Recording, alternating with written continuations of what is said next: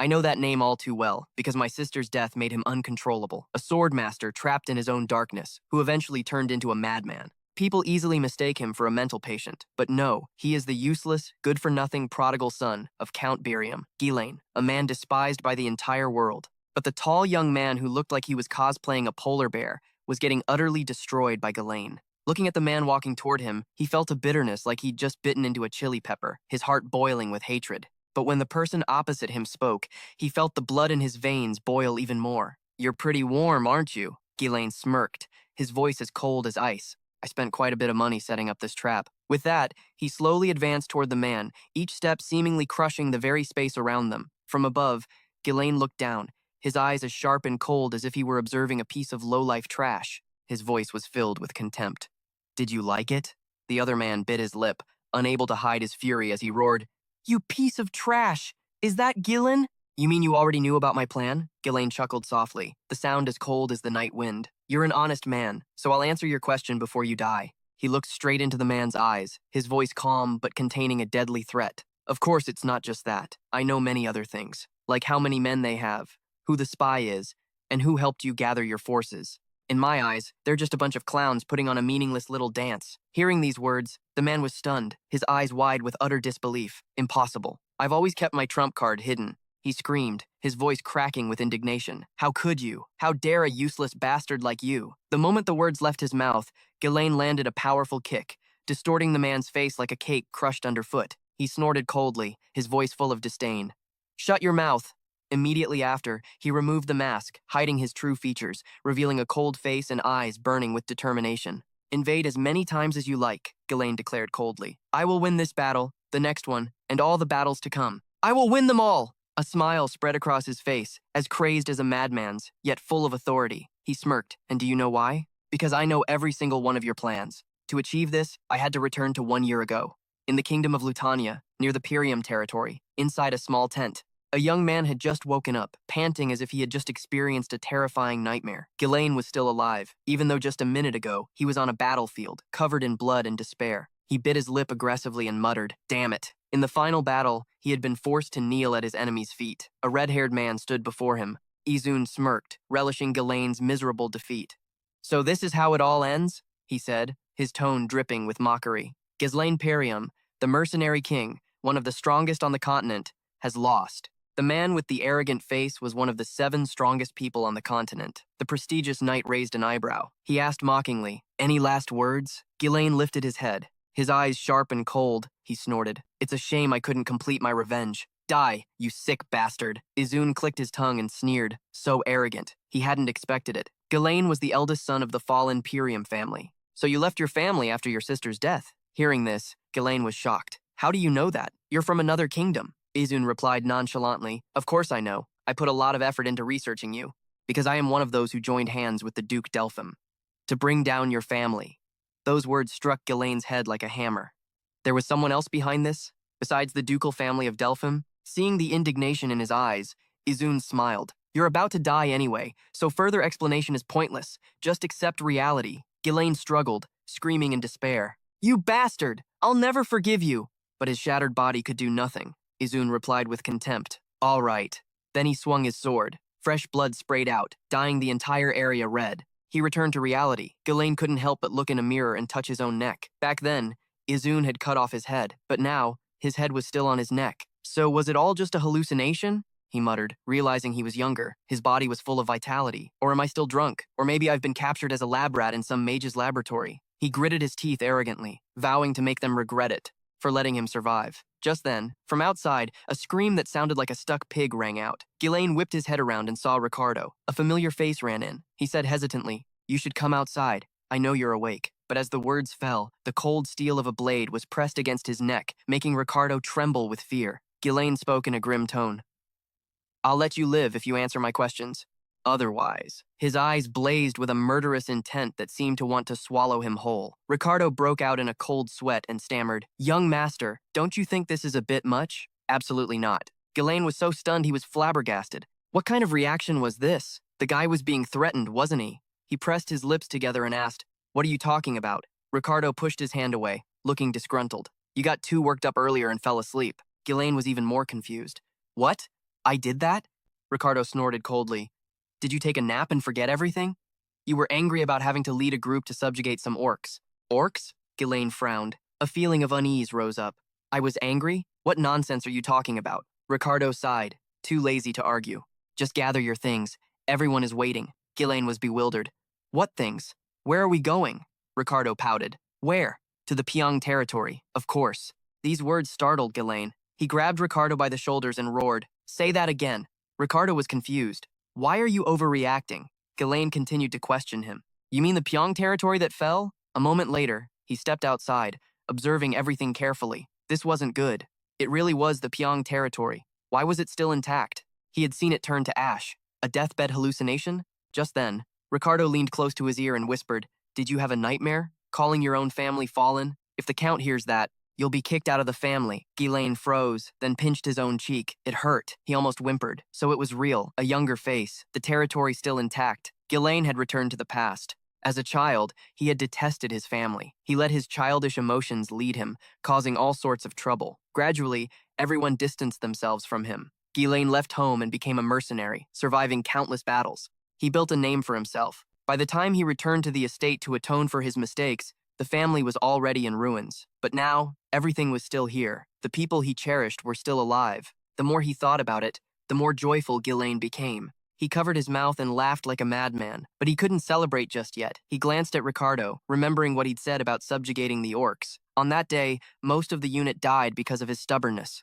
In his previous life, Ghislaine thought there were only 3 orcs, an easy victory. But in reality, more than 20 of them appeared, and the unit was annihilated, all because he lacked experience. The commander was lost in thought. Something flew past his head, and Ghislaine flinched. He saw a pile of splintered wood crash to the ground. Soldiers screamed, Orcs! The orcs are here! Then the monsters charged in, slaughtering without mercy. The camp's defensive line collapsed. Just then, a shout rang out, Get in formation! Don't panic! Get into a defensive formation! Skovan, the commander of the subjugation unit, rushed into battle. But the enemy's numbers were far greater than reported, and they hadn't had time to prepare.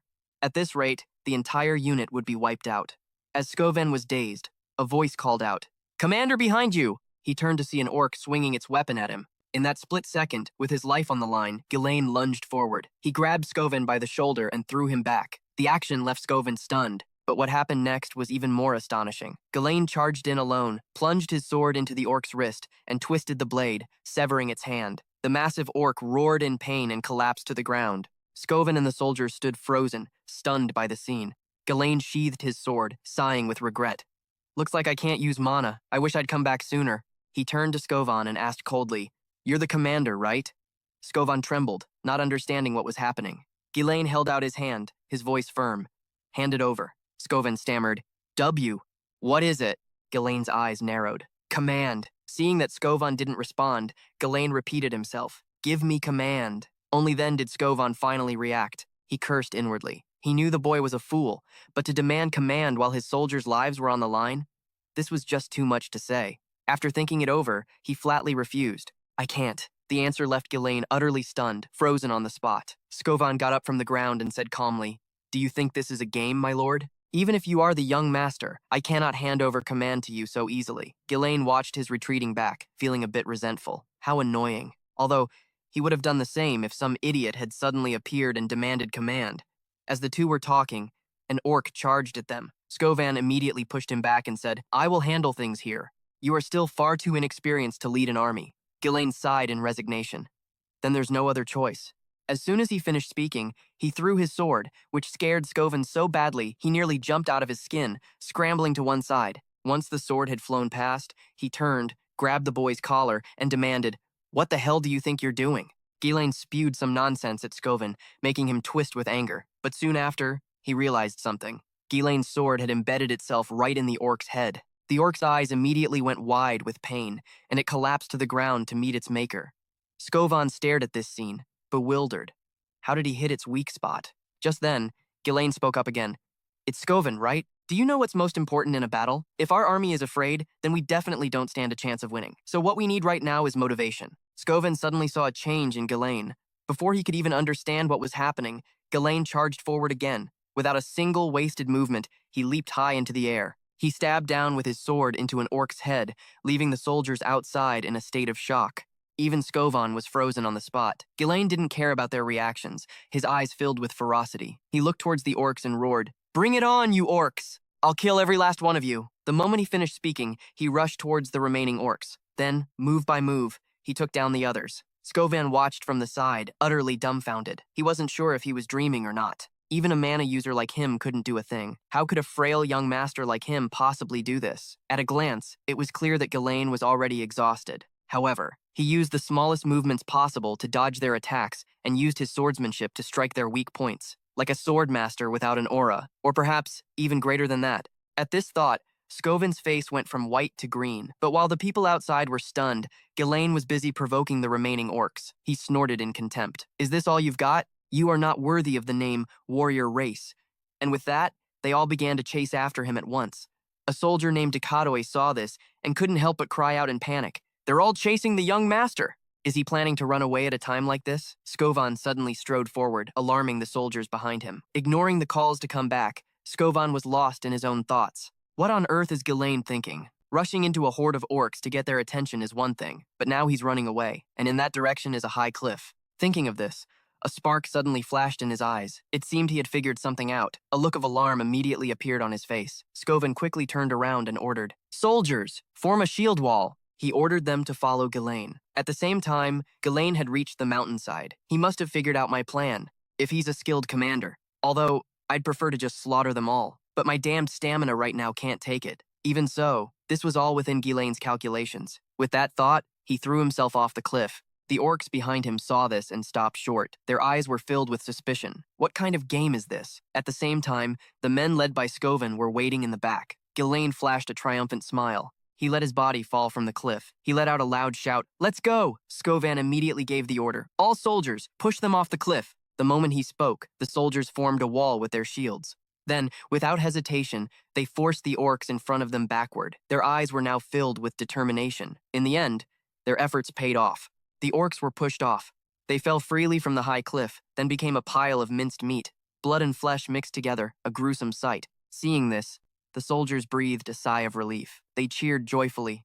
"We did it. We killed all those orcs." Scovan, however, stood at the edge of the cliff and yelled, "Young Master Ghislaine!" Just before falling, he had plunged his sword into the cliff face to keep his body from falling, but his strength was depleted because of it. Scovan was happy to see he was okay. He grinned, a satisfied smile on his face. He quickly reached down to offer his hand, but Ghislaine's arm was limp. He let go of the sword hilt, and just like that, he fell. Seeing this, the expressions of Scovan's men immediately turned grim. Screams of terror quickly echoed through the mountains. A few hours later, in his delirium, Ghislaine heard someone calling his name. A young voice, but he recognized it as a voice etched into his memory. Elena, his younger sister. The fragmented memories quickly pieced themselves together. It immersed Ghislaine, making it impossible for him to escape. He stared blankly at the memories swirling around him, letting out a sigh. "These are my memories of Elena." Just then, someone took his hand and pulled him away. When Ghislaine turned to look, he saw Elena's panicked face. "Brother, let's go together. Escape from the dream." Ghislaine slowly opened his eyes. He stared blankly at the ceiling above him. Then he looked at his own trembling hand. Ghislaine let out a sigh of relief. He was alive. "It seems they saved me." Ghislaine quickly sat up. He was still groggy, thinking it was a dream, but a sharp, needle-like pain quickly shot through him, waking him up completely. Ghislaine pursed his lips and muttered, "This must be the consequence of forcing myself to my limits. It's good to be alive." Just then, a voice suddenly rang out. "Young master, you're awake." Ghislaine flinched and looked over to see a girl in a maid's uniform entering. He recognized this person as Belinda. At that moment, Belinda placed a basin of water on the table, her tone filled with dissatisfaction. "Do you have any idea how worried I was?" "I told you so. You should have let the soldiers handle the orcs." But before she could finish, Ghislaine suddenly rushed forward and hugged her tightly. Belinda was frightened by this action. Her voice trembled as she asked, "What are you doing? Did I do something wrong?" Ghislaine smiled brightly and replied, "I'm just happy to see you again." Belinda had been his private tutor since he was a child. She had always been by his side, no matter how foolishly he acted. But after the Perum family was reduced to ashes and she disappeared, he never saw her again. Ghislaine never expected to meet her again in this way. Belinda let him hug her for a moment before speaking up. "We see each other every day, so why are you so happy?" Ghislaine didn't answer. He was thinking about telling her the truth. After a long hesitation, he said seriously, "Listen carefully. A great disaster is coming to Izun." Belinda was bewildered after hearing this. "What are you talking about?" Ghislaine took a deep breath and said slowly, "The truth is, I came back from the dead." Hearing this, Belinda was speechless and sighed. Yes, Those orcs were about to kill you. Seeing her reaction, Ghislaine hurriedly explained, "That's not what I meant." But Belinda wouldn't listen and just kept scolding him. "Do you have any idea how much danger the Peruum family has been in?" She spoke like a broken record. Ghislaine couldn't even get a word in. He could only listen helplessly. It was clear she didn't trust him. Then, Belinda suddenly said grimly, "Seriously, what are we going to do if you get hurt before the festival?" Her words startled Ghislaine. Seeing his reaction, Belinda raised an eyebrow and asked, "Have you forgotten? Lady Elena has been so looking forward to going to the festival with you. This is a great chance for you two to get closer." If she hadn't mentioned it, Ghislaine would have completely forgotten. There was always a festival around this time of year. In his past life, he never had time to enjoy it because of all the horrible things he went through. With that in mind, Ghislaine asked in a low voice, "How long until the festival?" Belinda thought for a moment before speaking. "Let's see. The festival is next week, so you have about half a week." Hearing this, Ghislaine fell silent. 1 week later, the day his life had changed. While he was lost in thought, an innocent voice suddenly called out, "Brother, are you in there?" Startled, Ghislaine whipped his head towards the door. The memory that had haunted him for so many years had appeared. The day Elena vanished from this world. But right now, she was still alive, standing safely right in front of him. Ghislaine's emotions instantly overwhelmed him. He ran and hugged Elena tightly, leaving the little girl completely stunned. Even Belinda, who was standing beside them, was shocked. Elena cried out in alarm, "What's wrong? What kind of surprise is this?" Ghislaine whispered in a low voice, "I missed you." Elena was genuinely scared. She pushed him away forcefully with both hands, shouting in a panic, "Let go of me! You're scaring me!"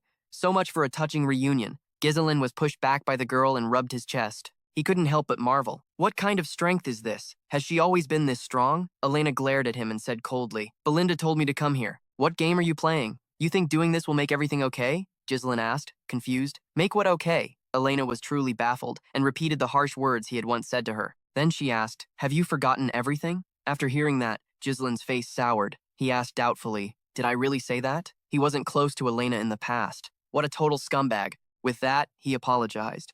But after hearing it, both of them were terrified. Elena cried out in disbelief, "I heard he was attacked by orcs. Did you get hit in the head? I've really dug my own grave." Giselle tried to explain, "I'm really fine. Why are you two saying I was attacked?" But as soon as he said it, a wave of pain hit him. Talk about instant karma. Seeing him like that, Elena couldn't help but smile. "Yeah, you're fine, all right?" And then you passed out again. As she said that, Giselle looked up at the two of them. A warm feeling welled up inside him. They were just like he remembered. Why did my past self waste so much time on such useless things? At the festival next week, Giselle had refused to go with Elena. Having to take the blame for the punishment squad had made him angry, and that was the last time he ever saw her. Elena's body was later found torn to pieces, along with her guards. Giselle felt a crushing regret. He should have gone with her. Just then, a knock suddenly came from the door.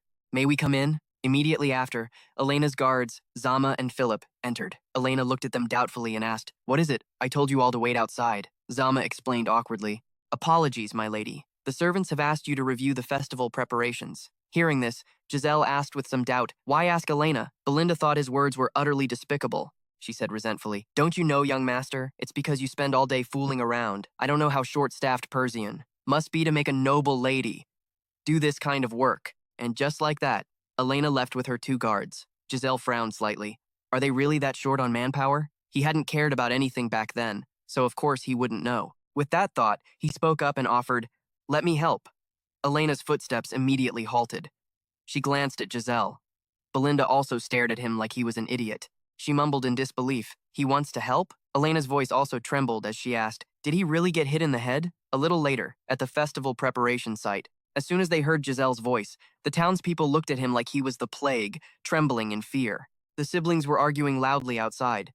Giselle wanted to help, but Elena kept trying to send him away. The two of them caused a scene in the entire market square. As Giselle argued with his sister, he thought to himself, Elena's body was found near the slums, far from the festival grounds. Someone must have lured or forced her to go there. To prevent this, I need to know who is entering and leaving the city right now. A shout suddenly came from behind. "Young master!" snapped out of his thoughts. He startled and turned around. He saw an old man in armor standing there, his head covered in sweat. Giselle recognized the man as Fergus. Seeing him, Fergus immediately ran over. He gripped Giselle's shoulders, asking worriedly, "Are you all right?" Your humble servant rushed over as soon as he heard the news about the orcs. Giselle was truly exasperated. Elena, on the other hand, was delighted because she was about to get rid of this nuisance. she said hurriedly. He's been acting strange ever since he woke up. Please take him back to his room. Fergus gladly accepted the order. As you wish. Hearing this, Giselle felt even more helpless. This old man is getting in my way again.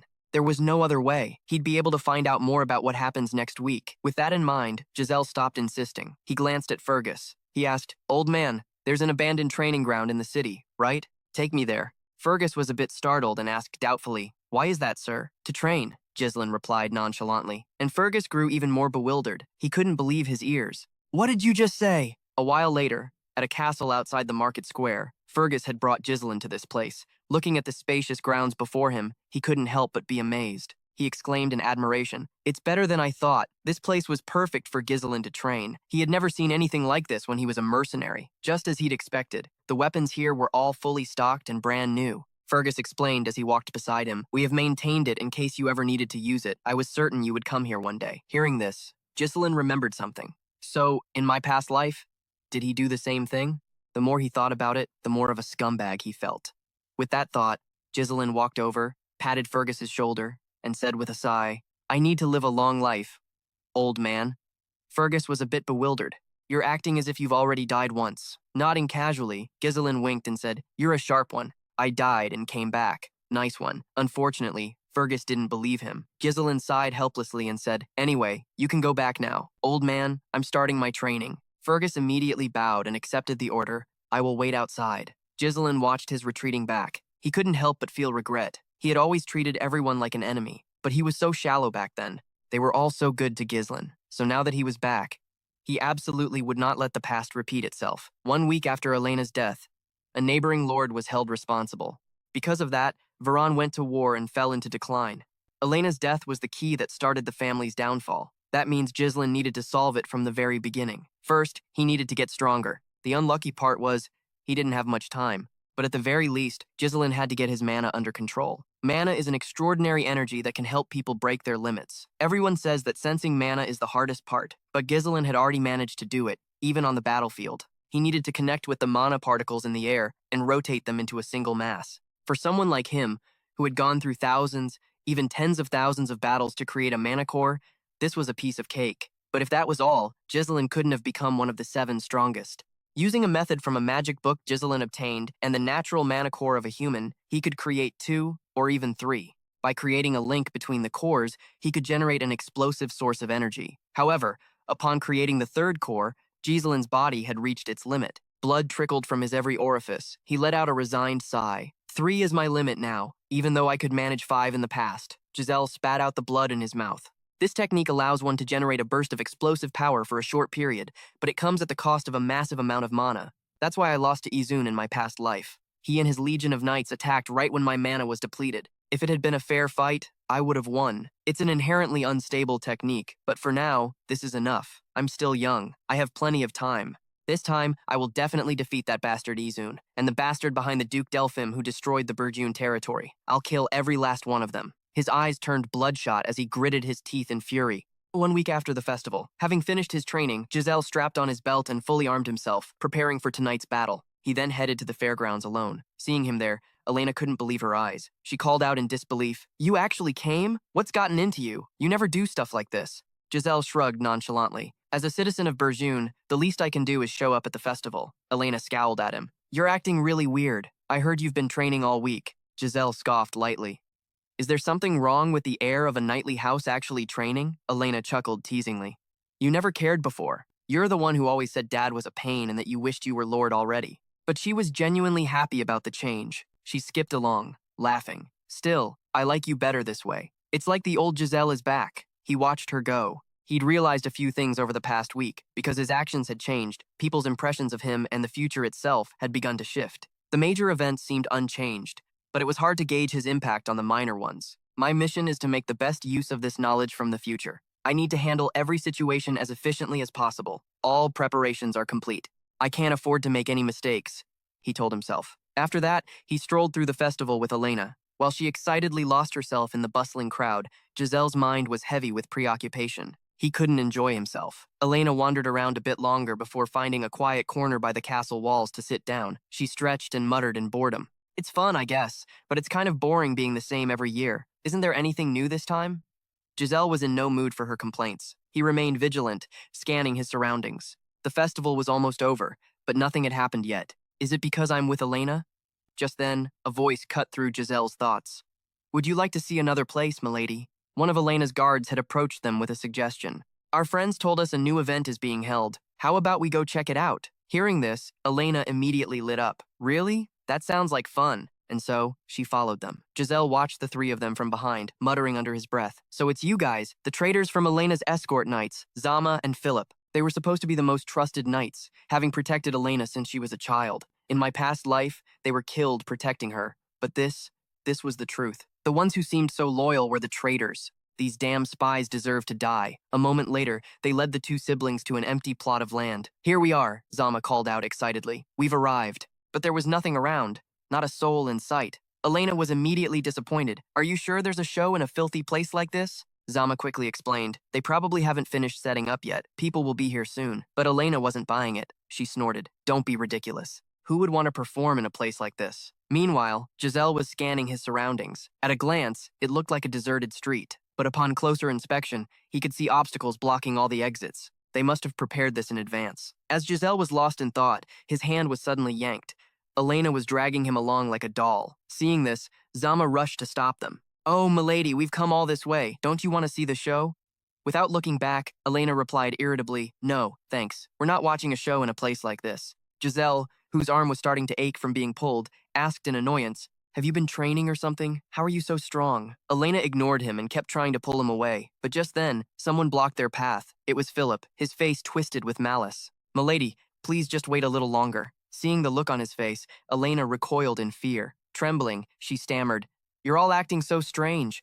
What's gotten into you? Knowing the jig was up, Zama sighed. Oh dear, I didn't mean to frighten you, milady. As he spoke, his tone turned sinister. It's just, someone made a rather reasonable request. Elena trembled.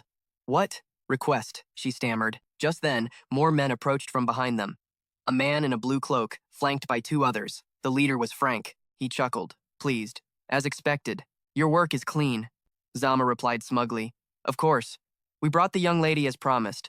So let's finish our business here. But then, Frank noticed something. He frowned. Isn't that the eldest son of House Burjun? What? I don't recall asking for him to be brought here. Giselle narrowed his eyes at the man. For the moment, Giselle didn't move. Zama, not noticing a thing, replied casually, I'll throw him in for free. The fool followed us right to his own grave. Just then, Giselle finally spoke. Zama, so you sold us out? Do you really think you can get away with this? Zama chuckled and sneered. You should worry about yourself first. All we have to do is run far, far away, and we'll be fine. He said he was sick and tired of this impoverished land, where they'd just be tormented by barbarians anyway. He was sure plenty of others wanted to leave Burjun too. The moment the words left his mouth, Giselle lunged and cut him down. Just like that, Zama was dead.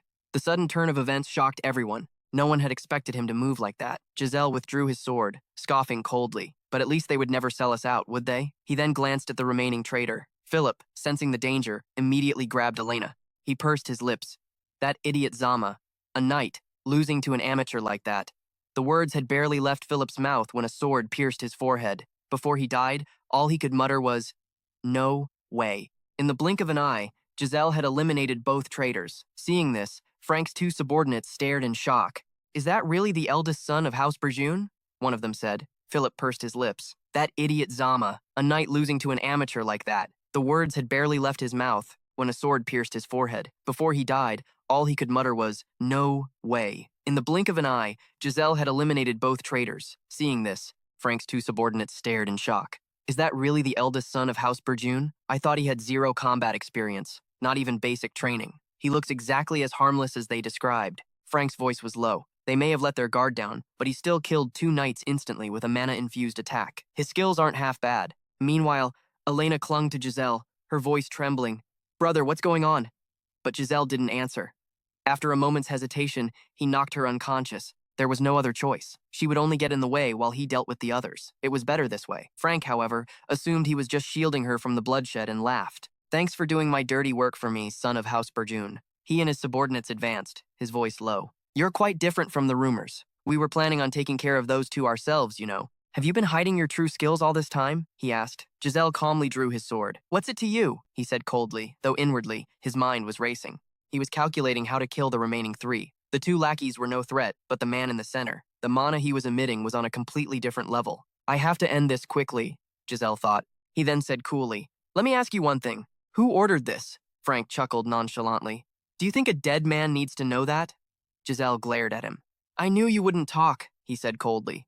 "It's fine, but you'll be begging to talk soon enough." As he finished speaking, the sword in the boy's hand flooded with mana. At that moment, one of Frederick's men spoke up again. "I knew you wouldn't crack that easily. That's fine. You'll be begging to spit it out soon enough." As he finished, mana flooded the boy's sword. The subordinate of Frederick spoke up again. "Should I take his head?" Frederick shook his head slightly. "No. Capture him alive and break all 4 of his limbs. Let him do nothing but go insane. He must writhe in agony to achieve that beautiful form. There we go. Yes, sir." The 2 men immediately took their orders and dashed off like the wind. Just then, Ghislaine Perriam pulled something from his pocket. Without a moment's hesitation, he threw it. Seeing this, the faces of the 2 men paled. "Why are you throwing a firecracker?" While he was hesitating, the firecracker hit him right in the head. Before he could even react, Ghislaine Perriam struck, sending him tumbling to the ground. The other man, seeing this, wasn't panicked. He gave a cold, contemptuous snort. Then he slashed forward. Too bad for him, Ghislaine Perriam's speed was even faster. The boy blocked with his sword, then glanced at the man, his eyes filled with killing intent. Immediately after, Ghislaine Perriam slid his hand along the man's sword. With extreme skill, he successfully wrenched the sword from the man's hand. Without a shred of hesitation, Ghislaine Perriam used the sword in his other hand to lop off the man's head. But at that exact moment, he suddenly detected a murderous aura rushing toward him. It was Frederick. He had taken the opportunity while the boy was dealing with his 2 men to launch a sneak attack. Luckily, Ghislaine Perriam reacted in time, quickly raising his sword to defend himself. This took Frederick by surprise. To think he actually blocked it. That was a perfect sneak attack. While he was still processing this, Ghislaine Perriam struck back. The sword in his hand swung down in a single slash. It left a long gash on Frederick's neck. The pipe in his mouth fell to the ground because of it. And yet, he still swung his sword in a counterattack, which alarmed Ghislaine Perriam and made him keep his guard up. The boy moved forward to block. Franco gave a faint chuckle and said, "Now that's a surprise. If it weren't for my mana, I would have lost my head just now." Ghislaine Perriam truly couldn't believe his eyes. How was he still alive after a blow to the neck like that? Did he really just focus mana around his neck to reduce the damage? At that moment, Franco spoke again, his voice cold. "I have no idea where a kid your age learned that bizarre sword style, but you're going to die right here." As he finished, a malicious grin spread across his face. Immediately after, Franco lunged toward Ghislaine Perriam. As they fought, he said scornfully, "You can't defeat me with that pathetic amount of mana." He was confident he could defeat Ghislaine Perriam. His face was filled with smug satisfaction. But on the contrary, the boy was smiling too. This alarmed Franco, and he couldn't help but put more force into his attack. While he was distracted, Ghislaine Perriam slashed down once, then kicked him square in the face. Franco was sent flying. He lifted his head to look at the boy and snorted coldly. "Didn't I already tell you? That amount of mana won't be enough." But as soon as the words left his mouth, Franco spat out a mouthful of fresh blood. His body crumpled to the ground. He couldn't help but feel a surge of panic. What in the world just happened? The power of that last attack was completely different. There's no way he could have pierced his enhancement with just that level of skill. Just then, Ghislaine Perriam slowly walked up to Franco. He opened his mouth, his voice cold. "I never imagined there was a real culprit behind Elena's death. So, it was you?" As he spoke, he began to concentrate the energy of his mana cores. In less than 3 seconds, he had unleashed his 3rd mana core. Seeing the powerful energy burst forth, Franco immediately cried out in alarm. "How can you amplify your mana that much?" Of course, Ghislaine Perriam paid him no mind. He shot forward with the force of a gale. His speed was so fast that Franco's face turned pale with panic. Not daring to let his guard down, he hurriedly raised his sword to block. The 2 blades quickly scraped against each other, but in that instant, Ghislaine Perriam charged forward aggressively. He brought his sword straight down. Even though he only raised his sword to defend, Franco's arm was already going numb, and his sword was beginning to show signs of cracking. He couldn't help but panic. "Impossible! No matter how much mana you draw, there's a limit!" He had never heard of a method to maximize mana like this. It was as if Ghislaine Perriam had become a completely different person. Letting your guard down in a fight is a fatal weakness. And so, Franco's sword was shattered by Ghislaine Perriam's blow. The force of his swing was powerful enough to slash across the man's body. Fresh blood began to pour from him like rain. But Ghislaine Perriam didn't stop there. He charged forward ferociously. His sword plunged straight into Franco's abdomen, and the pain hit instantly, making the man scream as if he were being slaughtered. Seizing the opportunity, Ghislaine Perriam pinned Franco by the neck with his hand. He slammed him against the wall, his eyes filled with a murderous light. He spoke in a cold tone. "We should finish our earlier conversation, don't you think? Who was it that ordered you to do this?" Franco bit his lip fiercely. He wouldn't die this easily. At the very least, he would drag the young lady of Perdion down with him. He immediately put the thought into action. A dagger appeared in Franco's hand, and he prepared to throw it at the unconscious Elena on the other side. But at that moment, his hand was bound by threads. This caught Franco by surprise. Before he could even understand what was happening, he heard Ghislaine Perium's cold voice ring out. "Let's make a deal." He warned him not to try anything else futile. "Answer my question, and I'll pull the sword out." Franco glanced at the threads wrapped around his hand. He couldn't help but wonder, are these made of mana?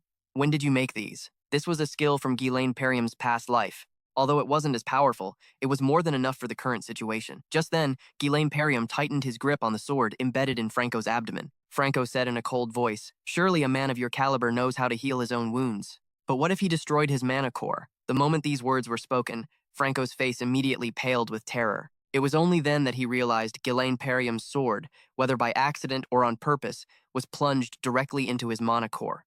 Franco screamed in agony. He could feel his mana scattering. He cried out in fear, "Are you insane?" One mistake and the reverse flow of mana could cause an explosion that would blow this entire area away. "Are you trying to kill yourself?" With a faint chuckle, Ghislaine Perium spoke coldly. "Only someone without skill would mess it up. I can handle it." Fear appeared on Franco's face. He realized the boy was telling the truth. He would really kill him if he didn't talk. Thinking of his own death, Franco fell into the most pathetic state imaginable. He hurriedly screamed, "It was Count Deadman!" He hurriedly screamed, "It's Count Deadman!" He said that old man was the one who ordered this. He said he needed an excuse to start a war with House Persian and House Delio. Hearing this, Ghislaine Perium instinctively furrowed his brow. So it was Deadmon. In his past life, this kind of dirty work would have been given to the houses allied with the ducal house. Would Duke Delio dare arrange something so absurd without any backing? Thinking this, Ghislaine Perium continued his questioning. "So, that's the reason you wanted to kill Elena?" Franco didn't dare to lie and quickly nodded. But as soon as he did, Ghislaine Perium's sword plunged an inch deeper. Franco cried out in panic. "What are you doing? This is different from what you said before." With a soft chuckle, Ghislaine Perium said indifferently, "So what? You've killed countless people, and now you're afraid of being killed?" But just then, Franco suddenly burst out laughing, which startled Ghislaine Perium a little. He brought his head close to the boy's and said with a triumphant grin, "Killing me won't change anything. My business with Delio is already done. You think anyone will believe the words of a nobody like you? Persian will be destroyed by the war?" But as soon as he finished, Ghislaine Perium slammed Franco's face against the wall. He said in a cold voice, "Let me tell you something. I was reborn after I died. So this time, things will be different." As he finished, his eyes filled with killing intent. Without a moment's hesitation, Ghislaine Perium shattered Franco's mana core, making him scream in agony. Immediately after, a surge of mana shot up into the night sky from the dark alley. Just 2 seconds later, it exploded, no different from a brilliant firework lighting up the sky. But in the empty, dark alley, without a moment's hesitation, Ghislaine Perium had shattered Franco's mana core, making him scream in agony. Immediately after, a surge of mana shot up into the night sky from the dark alley. Just 2 seconds later, it exploded, no different from a brilliant firework lighting up the sky. And in the empty, dark alley below, in the dark alley, the bloody scene only served to embellish the fireworks display. A perfect night for a murder.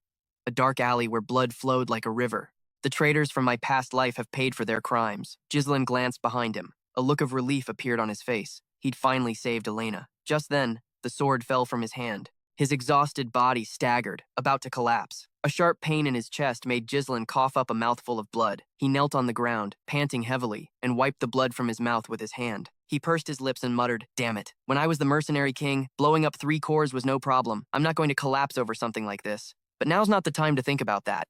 Ghislaine, you still have work to do in the room ahead." He rushed inside. Just as he expected, he saw a complete mess.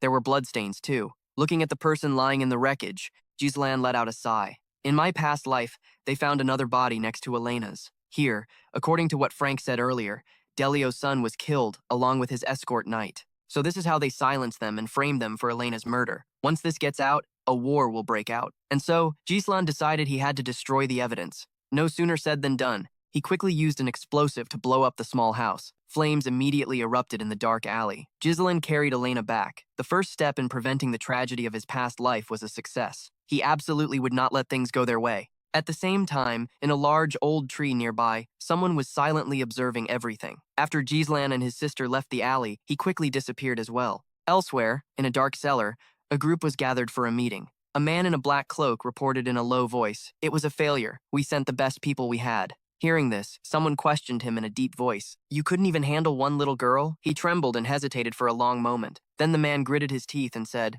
It was all because of Ghislain from House Persian. Hearing this name, the surrounding group immediately broke into murmurs. Everyone knew about the useless eldest son of House Persian. Someone spoke up to challenge him. You know damn well Ghislain is a piece of useless trash. Are you using him as an excuse? The man quickly shook his head, trying to explain. He's completely different from the information and rumors we have. Then he recounted everything he had witnessed for the others to hear. The way he controlled his mana, the way he struck decisively, swiftly eliminating his enemies, and the way Ghislain killed Frank and destroyed the evidence. It was like he'd become a completely different person. But they've already finished their business with House Delio, so we don't have to worry about a territorial war breaking out. The man begged the group before him, Please, give me another chance. But they all took turns cursing him like a dog. One was even vicious enough to want to kill him right on the spot. Just then, as they were shouting and cursing, an authoritative voice cut them off. How noisy. The surrounding noise immediately fell silent. The person spoke again in a deep voice. What kind of chance do you want? He declared aggressively. I will eliminate Ghislain of House Persian. The person asked coolly. How? He slowly explained. I will arrange for a duel to happen naturally. I have someone in mind. Before the person in charge could reply, the crowd below interrupted. Who is it? He quickly said a name, Kelagistor. He's famous for his strength-based swordsmanship. Even though he's young, he's a symbol of power. I can confidently say that no one in the north can match Ken's strength. Furthermore, Ken is related to Ghislain. We won't need to force a meeting between them. This could be considered an advantage. The people present fell into deep thought after hearing this. The person in charge also thought for a moment. Then he opened his mouth to give a warning. If you fail again, there won't be a next time, he replied in fear. I will not disappoint you, my lord. A few days later, at the training grounds in Persian City, as usual, Fergus came looking for Ghislain to call him for lunch. But just as he entered, something sharp flew towards him. When he looked closely, he saw only a delicate thread wrapped around the sword outside the door. In the blink of an eye, the sword flew back inside. Ghislain successfully caught the sword. He performed a few sword moves before stopping. It was only then that Ghislain noticed someone standing at the door. He hurried over and bowed formally, saying, My apologies. You were so focused on your training that. He trailed off, then stopped and asked hesitantly, How did you do that just now, my lord? Ghislain frowned slightly in confusion, but he quickly realized what the man was talking about and gave him a demonstration. He slowly explained, It's a mana thread. Using mana like a string. In my past life, I used it all the time. But at my current skill level, I'd need to detonate a core to use it like before. Because of my lack of mana, but if I only create one thread to use less mana, I can still manage it even without much to begin with. After hearing the explanation, Fergus was still very puzzled. He muttered in amazement, I've been training with mana for a long time, but I've never seen anything like this. Just a few days ago, he couldn't even use mana. Training all by himself. How could he possibly come up with an idea to use mana like this? Ghislain saw him just standing there, dumbfounded. He frowned and asked, Did you want something? Fergus then remembered why he had come and quickly said, Actually, I just came to talk about this. Ghislain asked, confused, Talk about what now?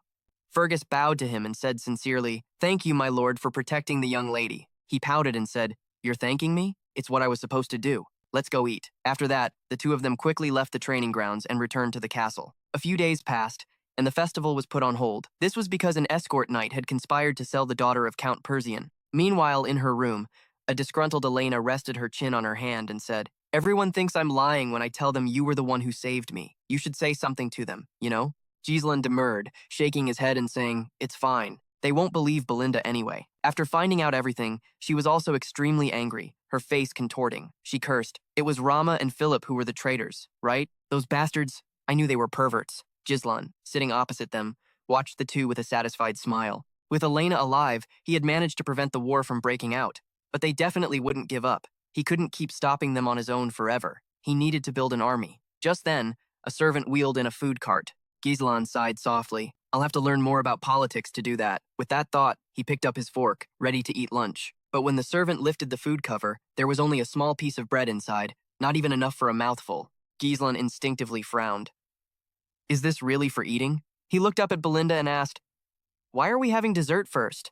Belinda sighed softly. What dessert? You know our current situation, my lord. What did Ghislain know? He didn't know a thing. Before he could even understand how things had come to this, an ear-splitting noise erupted from below. The people below were shouting nonstop, Compensate us for the damages caused by canceling the festival. A large crowd had gathered in front of the castle, some even holding weapons, demanding compensation. The soldiers could only try to calm them down, but it was almost useless. Giseline looked down from the window and asked, bewildered, "What the hell is going on?" Belinda seemed to have expected this. She sighed and said, "I knew they would be like this." Hearing this, Giseline glanced over at her. She slowly explained, "As you know, my lord, our county has many merchants who make their living from the festival's profits, and last year was good enough for them. But because the festival was canceled after just one day, it's only natural they'd be disappointed." After listening, Giseline frowned and asked hesitantly, "Is our county situation that bad? This isn't good. They'll only get angrier if he doesn't do something for them." With that thought, he glanced at Fergus and asked, "What are the guards doing? Send them down to calm the crowd." But Fergus gave Giseline even more surprising news. "We don't have any guards. Most of them have been dispatched to the monster forest to rebuild it after the orc raid." It was only after hearing that Ghislaine Periaman remembered. They were basically always in a state of war, because of the giant hordes in the north, and on the other side, a monster forest where monsters could pop out at any time. So Ghislaine Periaman's current situation was this: no money, no soldiers, just a complete mess. Thinking this, he pulled Belinda aside to talk. He asked in a low voice, "You're the one who manages my money, right? Use it to appease the merchants." But Belinda just bluntly shook her head and replied coolly, "There's no money left." Ghislaine Periaman stared at her, bewildered. "What do you mean there's none left?" She explained with a sigh. "Don't you remember? The Count cut off your allowance because you were spending money like water." Ghislaine Periaman was finally realizing just how serious his problem was. So now, he was completely broke. Unable to stand the situation, he held out his hand to beg. "Give me some money." Belinda pouted and said, "I don't have any money." And so, right after that, Ghislaine Periaman sat by the window, gazing at the scenery and contemplating his life. No money and no soldiers. Ghislaine Periaman sat by the window, gazing at the scenery and contemplating his life. No money and no soldiers. So what? Without money, he couldn't do a single thing.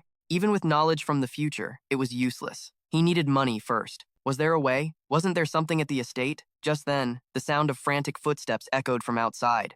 Ricardo burst through the door, calling out in a panic, "Young master!" Startled, Ghislaine Periam turned his head and asked suspiciously, "What's the rush?" Ricardo reported urgently, "There's trouble. Young Master Kane wants to see you." Hearing that name, Ghislaine Periam froze instantly. At the same time, in a tavern, Sikavan was being beaten to a pulp, but his opponent didn't stop, continuously throwing punches. The other man's strength was overwhelming. He hit him so hard that his own hands were covered in Sikavan's blood, and Sikavan wasn't fighting back at all. He simply couldn't. He was beaten until he spat up fresh blood. So when Ghislaine Periam arrived, this was the scene he walked in on. Sikavan was on the ground, his body trembling uncontrollably from the pain. Seeing his condition, Ghislaine Periam was a little confused. Just then, his gaze fell on someone else. A giant of a man, built like a black bear, was standing before him. Looking at Ghislaine Periam, he flashed a malicious grin. "There you are." Ghislaine Periam didn't react. His eyes were just focused on the man in front of him. In that moment, fragmented memories rushed back like a tidal wave. I remember this face,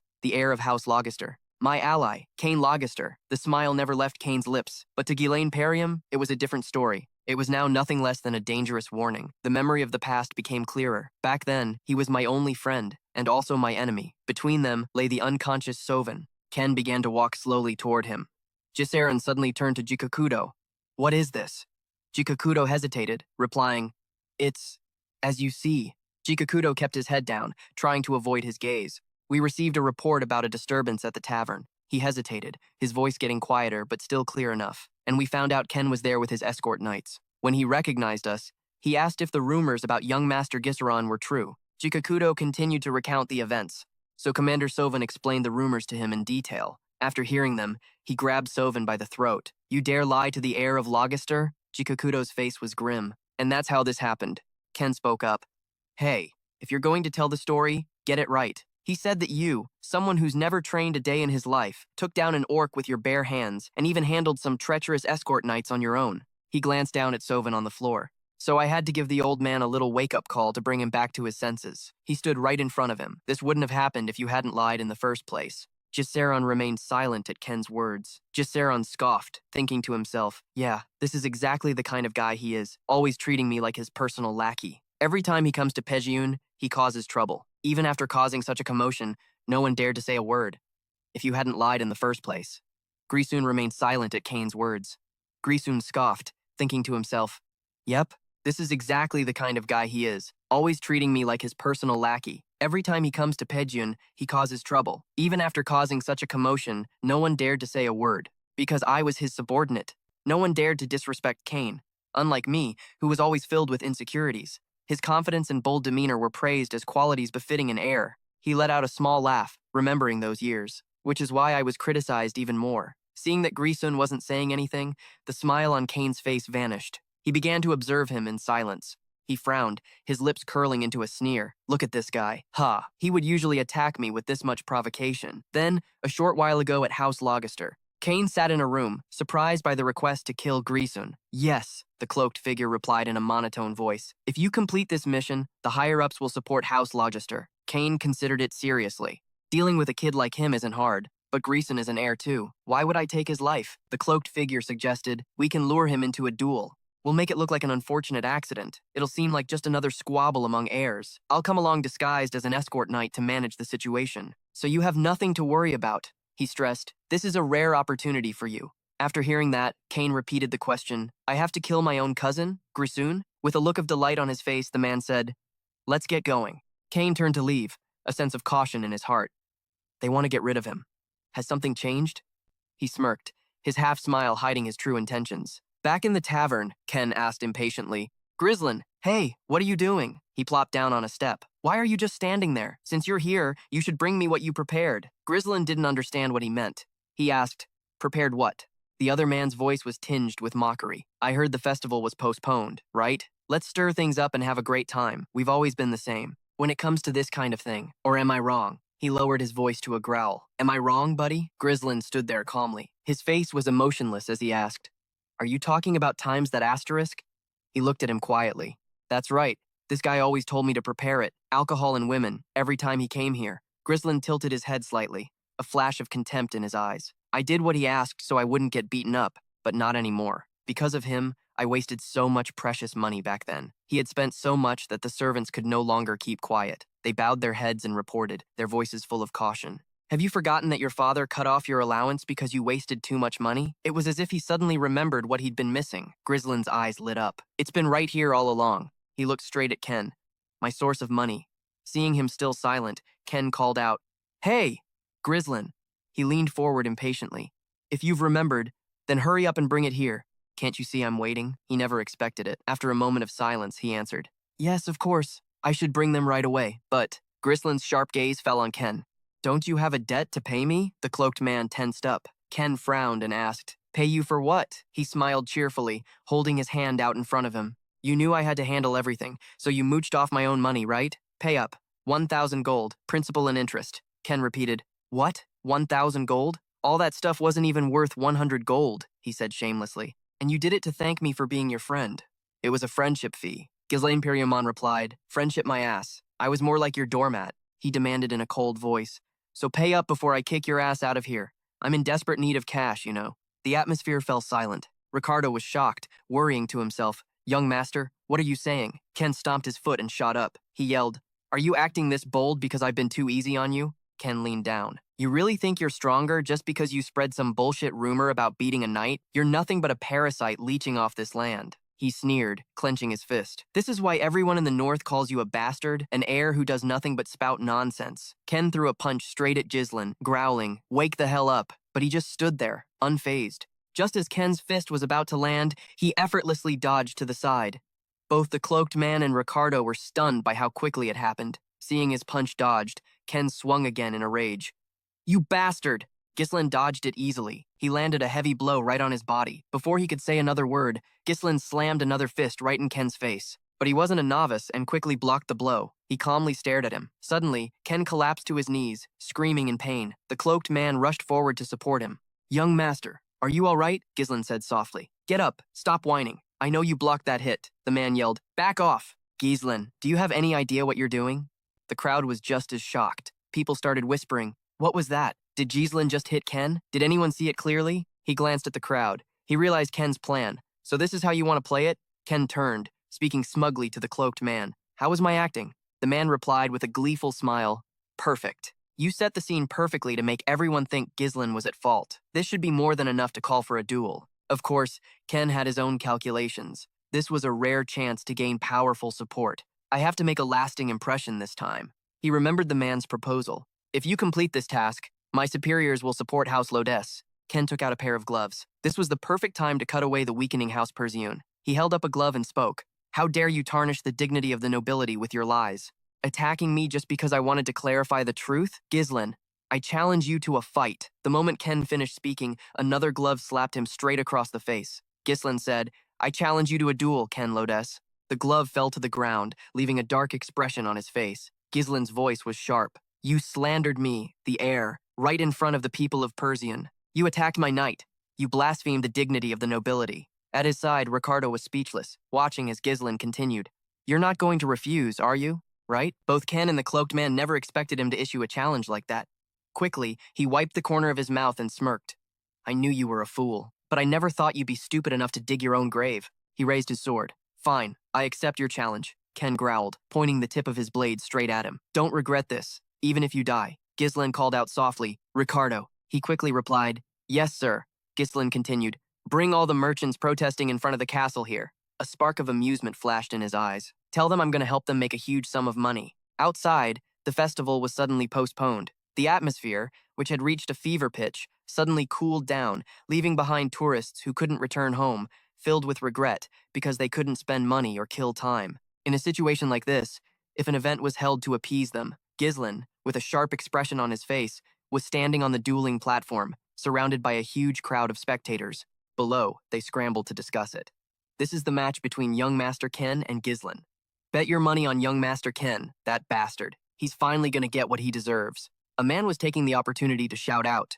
Look here, he yelled. Come on, anyone placing bets, form a line. Coins rained down. I'm betting on young Master Ken. Me too. This is the safest bet on the dueling platform. Ken planted his sword into the ground. He complained, How dare you turn a sacred duel into a marketplace like this? Let me make one thing clear before we start. Even if you surrender, my sword won't stop. Gislin just stood there, calmly observing Ken. He silently recalled the expressions on Ken and the cloaked man's faces. And that was definitely what he was thinking. Gislin said in a steady voice, Well, it seems we have quite the audience now, don't we? Suddenly, the man in the black cloak shouted, interrupting him. Wait, the man said in a strange voice. You can't have a bet like this. His words made everyone curious. The fat man from before checked his list again. No one had bet on Gislin, so he didn't really care. He glanced over as the surroundings fell silent. The audience started murmuring again. To be blunt, the result is already obvious. There's no way that guy can beat young Master Ken. Someone bring me a fool stupid enough to bet on the other side. Ken spoke up sarcastically. Oh my, even the bookie is ignoring you. The cloaked man proposed, How about we change the bet? Change it to how long he can last against young Master Ken. Someone stumbled forward and dropped a very large bag of money. It was old Scovan. He was still in pain, but his voice didn't waver. I'm betting on Gislin. He gave a faint smile. An even bigger bag of money was placed on the table. Elena and Belinda appeared. She crossed her arms and said, I'm also betting on my brother. Ricardo and Scovan looked over in surprise. The most surprised person was probably Gislin on the stage. Around them, people were still watching. They hadn't expected Lady Elena to do such a thing either. Seeing the fat man hadn't said anything, Elena asked impatiently, This is enough, isn't it? Belinda spoke softly. Just remember that I advised you not to do this. The fat man quickly gathered the money that had just been put down. Ah, yes, this is more than enough. The cloaked man said nothing more and turned away, furious. Ken pouted. You've kept me waiting. Begin. The announcement rang out. Prepare yourself. Gislin, standing there calmly, spoke up. You know I'm older than you. It would be a bit strange for me to attack first, wouldn't it? Hearing this, Ken immediately shot back. What? Only then did Gislin draw his sword. He swung his arm, bringing the sword down. A whooshing sound cut through the air. He faced Ken and said, Come on. The other man crouched down, silent. He laughed. Don't you think it's a little too late to act like the elder now? The call echoed out. Begin. The moment the word was spoken, Ken leaped forward like a predator that had just spotted its prey. He raised his sword, his movements powerful and decisive, swinging straight for Gislin. He quickly raised his own sword to block. The clash of metal rang out, tearing through the air. Ken pressed down with all his force, his voice filled with sarcasm. You've really stooped low just to save face. Without waiting for a reaction, Ken raised his sword again, preparing for his next attack. He had already skillfully backed away, creating distance between them. Not missing the opportunity, Ken plunged his sword straight down, aiming for the spot where Gislin had just been standing. The tip dug deep with a sharp, cold sound. He pulled the sword out. His movement was decisive. Immediately, he kicked out straight towards him with incredible speed. Gislin, with his usual composure, simply leaned to one side, causing Ken's attack to hit nothing but air. The air around them seemed to grow hotter, the tension about to explode. As expected of young Master Ken, that other guy can't even take a single hit. Ken's face was lit with a bright smile, as if victory was already in his grasp. Ghislain continued to watch his every move, assessing him internally. Look at him. Down below, Belinda trembled, her hands gripping Elena's tightly. Her voice was lost in fear. What do we do, my lady? We have to stop them right now. The cloaked man also thought smugly. It's too late. No matter who the opponent is, the moment they point their sword at Ken, they've already fallen into his trap. The image of the fight just now replayed in his head. He analyzed it. The opponent, overwhelmed by that immense power, will think they can't possibly counterattack. And so, they will exhaust all their strength on their own in this battle. Finally, when the opponent is exhausted from dodging, they will reveal an opening. This is how Ken always wins. On the platform, Ghislain continued to dodge Ken's fatal blows. Ken let out a faint laugh, his voice tinged with sarcasm. You're pretty agile. Looks like your skills have improved, huh? He spun his sword artfully. The steel flashed in the air. Ken smirked. A challenging smile. Not bad. Without giving Ghislain Periomin time to answer, Ken launched a vicious surprise attack. He taunted as he attacked. You've always been good at running away. He swung his sword down again. This time, his blade found its mark. Ghislain Periomin was knocked downward. Decado screamed, his voice echoing in panic. Young master! Everyone stood frozen, staring in disbelief at his falling figure. No one could utter a word. The man in the cloak smirked. It's over, Ghislain Periomin. Just die. Meanwhile, Ghislain Periomin was in freefall, the distance to the ground closing rapidly. As he fell, Ghislain Periomin quickly twisted his body, regaining his balance in an instant. His voice, calm and unwavering, rang out clearly. I wanted to go easy on you. As he landed, he stared Ken down, his eyes ice cold. But you've crossed the line. In a flash, Ghislain Periomin lunged forward. His body shot towards Ken like an arrow. Ken didn't even have time to process what was happening. His eyes could only widen at Ghislain Periomin's terrifying speed. In the blink of an eye, he was right on top of him. A flash of a sword slashed across Ken's body. Ken's face froze, unable to hide his shock. The man in the cloak gritted his teeth. Did he regain his balance by focusing mana in his feet? Ghislain Periomin let out a soft breath. He said nonchalantly, such an arrogant swordsman. You must think you're the strongest because your opponents get scared when you show off a little power, huh? Ghislain Periomin turned, his sword pointing forward, ready for the next strike. Let me open your eyes for you. Ken was furious. His eyes burned with uncontrollable rage as he swung his sword and charged. His voice dripped with mockery as he snarled, Oh, is that right? And how are you going to help me? Ghislain Periomin remained perfectly calm. He took a precise step back, as if he had already anticipated his opponent's attack. He immediately spun around and kicked the hand holding the sword. Without losing momentum, Ghislain Periomin leaped high into the air, his body spinning before he landed. Ken roared in fury like a cornered beast. He swung his sword again, each attack filled with rage. Ghislain Periomin gracefully dodged to the side, avoiding his blade. He immediately stomped down hard on Ken's sword, but they won't wait for me. To carry out my business plans, I have to prepare faster. Suddenly, Elena and Belinda appeared beside him. The decisive move made him falter. Ghislain Periomin's gaze became as sharp as a blade. The sword in his hand swung up. The movement was clean and precise. A single slash struck Ken directly. Ghislain Periomin's expression remained unchanged. His eyes were cold as blood gushed from Ken's body. Everyone wore expressions of disbelief. Ken was wounded again. The crowd below erupted. What was that just now? Duke Ghislain Periomin has improved so much. Wait, is he actually going to win? Damn it, I bet on young Master Ken, Elena said proudly to Belinda. See? Miss Van sighed in relief. The man in the cloak was furious. Ken looked down at the sword wounds crisscrossing his body. These wounds are shallow. He could have cut deeper. He did this on purpose. His face darkened. How can a thug like him have such swordsmanship? Ghislain Periomin glanced at Ken. His face was still expressionless as he watched him. Suddenly, Ghislain Periomin threw his sword away. He said, This skill gap isn't any fun. Ghislain Periomin declared, From now on, I'll fight you barehanded. His words successfully provoked Ken. He roared, What? Ghislain Periomin turned to face him directly. Perhaps I should take this opportunity to teach you a lesson. Ghislain Periomin rolled up his sleeves. His voice was serious. With my fists. Ken was on one knee, looking up at Ghislain Periomin. In disbelief, he asked, Teach me a lesson? Calmly rolling up his sleeves, Ghislain Periomin walked closer and replied, That's right. You don't seem to be doing so well against my swordsmanship. So I'll take the handicap. Let's fight barehanded. You'll do better that way. Hearing this, he was taken aback. Ghislain Periomin raised an eyebrow and said, Instead, I'll add another 2,000 gold to the bet, doubling the original amount on my victory. The crowd outside immediately burst into heated discussion. Barehanded? Another person asked, startled. A 2,000 gold bet? Someone else chimed in. This is a duel between two people. The man in the black cloak was startled. Sweat trickled down his forehead. He couldn't hide his glee. Bowing his head with a wide grin, he thought to himself, He dares to challenge Ken in a hand-to-hand fight. To think I'd have to be grateful for his madness. For now, luck is on our side. A portly man, the referee, immediately grew excited. He yelled, "All right, the bet is added. This will be a bare-handed match. Young Master Gilan Periuman versus Young Master Ken." The audience outside the circle roared upon hearing the news. "All right, a bare-handed fight, huh? I'll place another bet on Ken.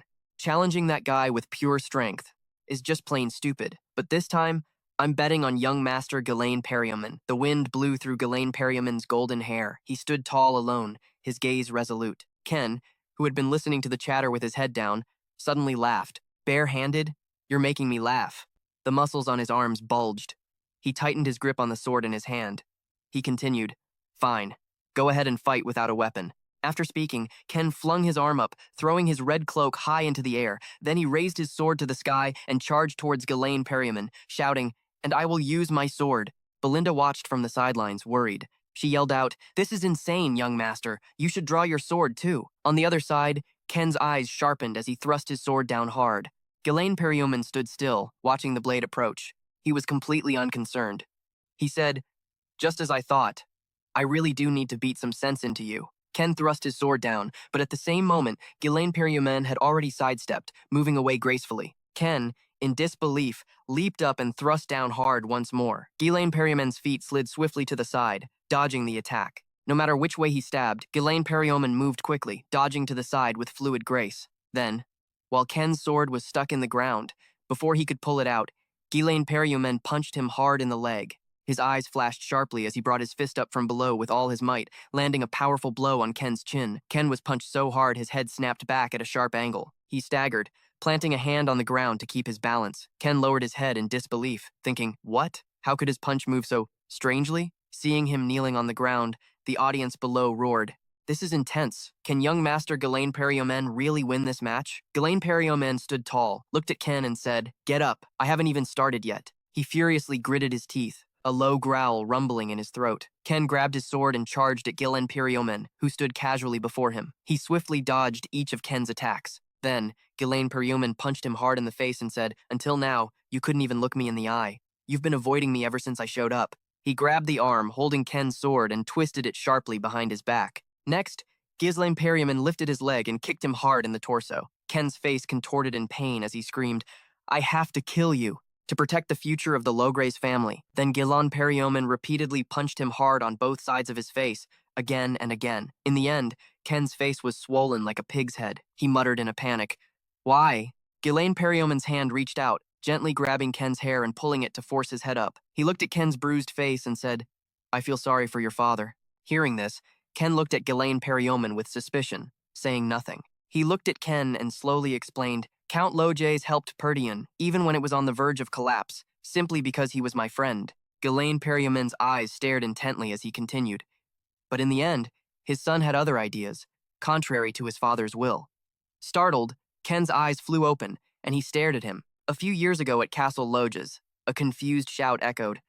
"Continue helping Perdian again?" Watching Count Loges's retreating back, Ken's voice called out, "Even if you are friends with Count Perdian, we're in trouble ourselves. Why do you keep helping such a toxic land? It's no different from pouring water into a cracked bucket." He yelled at his father's back, "You haven't even been back for a week, and now you're going to help Perdian again?" Ken furrowed his brow and stared at him, saying nothing more. The Count's body froze when he heard his son's plea. "Don't go, father." Ken gritted his teeth and shouted, "Everyone has tried to stop you. Why are you so obsessed with helping Perdian?" Count Loges finally stopped and turned back, looking at him in silence. Only now did Ken remember what that man said.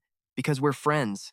That's all." Suddenly, Giselle's eyes flashed as he drew back a fist, wind whipping around it, and lunged at him. The eyes on his bruised face quickly shut tight. Giselle's voice cut in at that moment. "I'd say that's enough of a lesson for you, wouldn't you?" Startled, Ken's eyes shot open, looking towards him. Giselle offered his hand to him, speaking gently.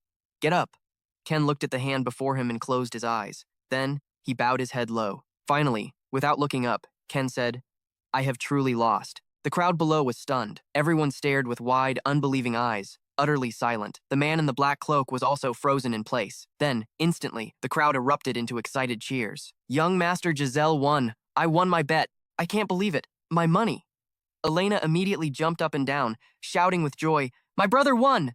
The man in the black cloak quickly leaped onto the stage, rushing towards Ken. He got close to his ear and yelled, "How could you admit defeat so quickly? Just because you were at a slight disadvantage? What the hell are you doing?" "I trusted you." Ken turned his head away, shoving the man off as he yelled, "Let go! It's all over." The man in the black cloak asked in shock, "What?" He gritted his teeth, cursing under his breath. "Damn it, this big lug." From behind the man, Giselle said with a bright smile, "Now, I believe it's time I do what I need to do, right?" The man in the black cloak asked suspiciously. "What are you talking about?" Giselle immediately stood on the stage and shouted, "Attention, everyone! This man here has volunteered to pay for all the food and drinks for everyone gathered here." The man yelled in shock. "What?" A huge roar erupted from below. "Food and drinks! It's been so long since we had a party like this. You're the best, my young master." The man in the black cloak approached him, shouting, "I won't acknowledge that. Take back your declaration right now." Ghislain Periamin slammed a hand onto the man's shoulder. He pressed down hard, saying, "This is the price for losing a match. You should at least have that much decency, right? And just to be clear, that money won't be deducted from the bet." Ghislain Periamin pressed down harder on the man's shoulder, shouting, "And add 2,000 gold to our wager." It was originally 1,000 gold. His expression darkened, becoming incredibly intimidating. A threat. If you dare to run, you know what will happen. The man's eyes were filled with the terrifying image of Ghislain Periamin. Ghislain Periamin turned and walked away, leaving him kneeling on the ground. Stammering, he replied, Understood." Light illuminated the magnificent and solemn castle of the Persian family. The next day, looking into Ghislain Periamin's room from outside, a wooden chest sat on the floor. A small sound escaped it. He opened the lid, revealing the sparkling gold coins inside. He saw it. Ghislain Periamin let out a cry of surprise. "Oh my!" He looked at the gold coins in his hand, thinking to himself, "I could hire a small band of mercenaries with this money. This is no small sum." He closed the lid with his hand, closing his eyes in thought, but it would take a long time to earn more. Ghislain saw him and grinned. He frowned and turned to ask, "What?" She smiled gently and asked, "Brother, what are you planning to do with that money?" Ghislain's eyes narrowed as he stared at Elena. "Do you want some?" She touched her face and replied with a laugh, "I'm just asking." Belinda closed her eyes and added with a smile, "It's quite obvious what he's going to use it for." Hearing this, he looked at her with extreme suspicion. Belinda continued with a bright smile, "Lady Amelia's birthday is coming up, isn't it? You did all this because you want to buy her an expensive gift, don't you?" Seeing his silence, she praised him with a smile. "How very wise of you, my lord." Elena gritted her teeth in annoyance and yelled, "Oh, come on, doing all that just to look good in front of your fiancé." In the silence, Ghislain's face was filled with confusion. "I have a fiancé?" Ghislain couldn't believe his ears. "I have a fiancé?" Belinda glanced at him. "You must be embarrassed, so you're just pretending not to remember, right?" "Ha ha." Elena sighed in exasperation. "It's Amelia, from the house of Count Zaphon." He looked like he hated the entire world. His eyes became lifeless. For some reason, Ghislain imagined a bizarre spider. "I have a fiancé?" Giselher couldn't believe his ears. "I have a fiancé?" Belinda glanced at him. "You must be embarrassed, so you're just pretending not to remember, right?" "Haha," Belinda sighed in exasperation. "It's Amelia, from the house of Count Jaipon." He looked as if he bore a grudge against the whole world. His eyes became vacant. For some reason, Giselher imagined a grotesque spider. Ah, that woman, Amelia Jaipon. He remembered his past life. She should be compared to an apple that's beautiful on the outside and has been gnawed away from behind. A noble woman admired by all, for her kindness and her behavior that didn't discriminate based on status. But later, she would lead the rebel army and be known as the Witch of the North. His eyes were now filled with nothing but rage, and together with Duke Delphine, she would sing the hymn of Berlin's fall. A cheater. For some reason, Giselher's lips parted. He already had a plan. A traitor. "Belinda, when will father be back?" She hesitated, her answer uncertain. Probably in about a week." He put his hands in his pockets and left. "A week, huh? That should be enough." Not knowing what Giselher intended to do, "I'm going to stop by the Jaipon fiefdom." Belinda was utterly baffled. "Wait, but her birthday isn't even here yet. Why all of a sudden?" He turned back and said, "To get my money." The scene shifts to Amelia, who is dressed in a splendid outfit. She is taking off her shoes. Near her mouth is a spider, to curry favor in the eyes of the public. The air falls silent as she pushes the pair of shoes in front of a begging child. The child, barely awake, stammers, "Ah, Lady Amelia, could it be?"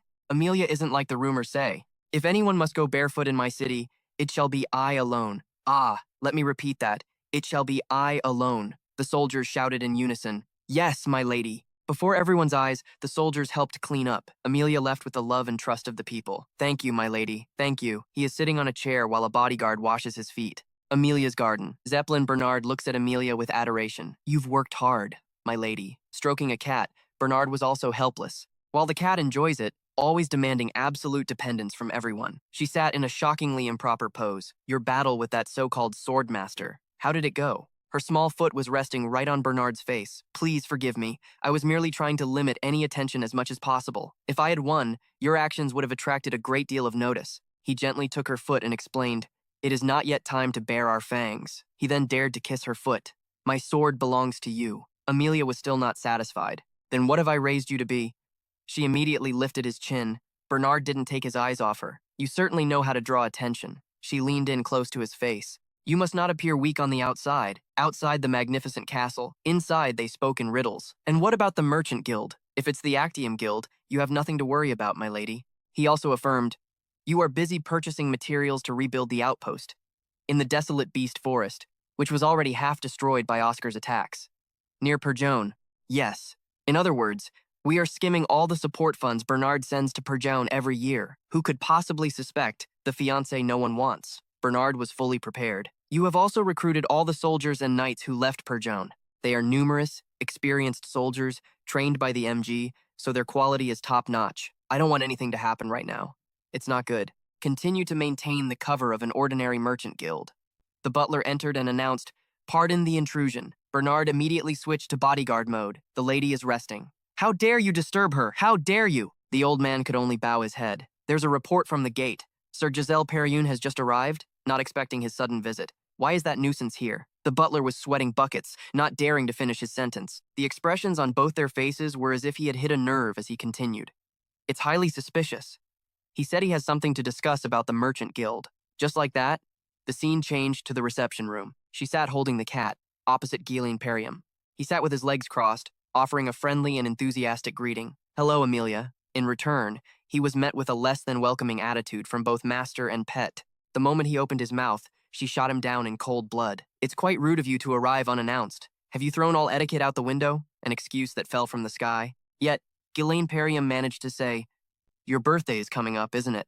I intended to give you your gift early. He gently placed a cheap flower on the table. I found something from a guild on the front lines. It has a very nice scent. I think I'll buy flowers from there from now on. What was that guild's name again? I don't know. Ghislaine Perriam was planning something, getting straight to the point. Ah, that's right, the Activum Guild. She was stunned for a moment, speechless at his loaded words. With no other choice, she had to stand up and leave. I have no idea what you're talking about. Amelia clutched her cat, trying to avoid the issue. I'll accept the gift, so you can leave now. But that wasn't all. He had returned, more formidable than before, calling out her full name and giving an order. Amelia Rifen, sit down. She froze in an instant, not daring to take another step. Worry was clear in her thoughts.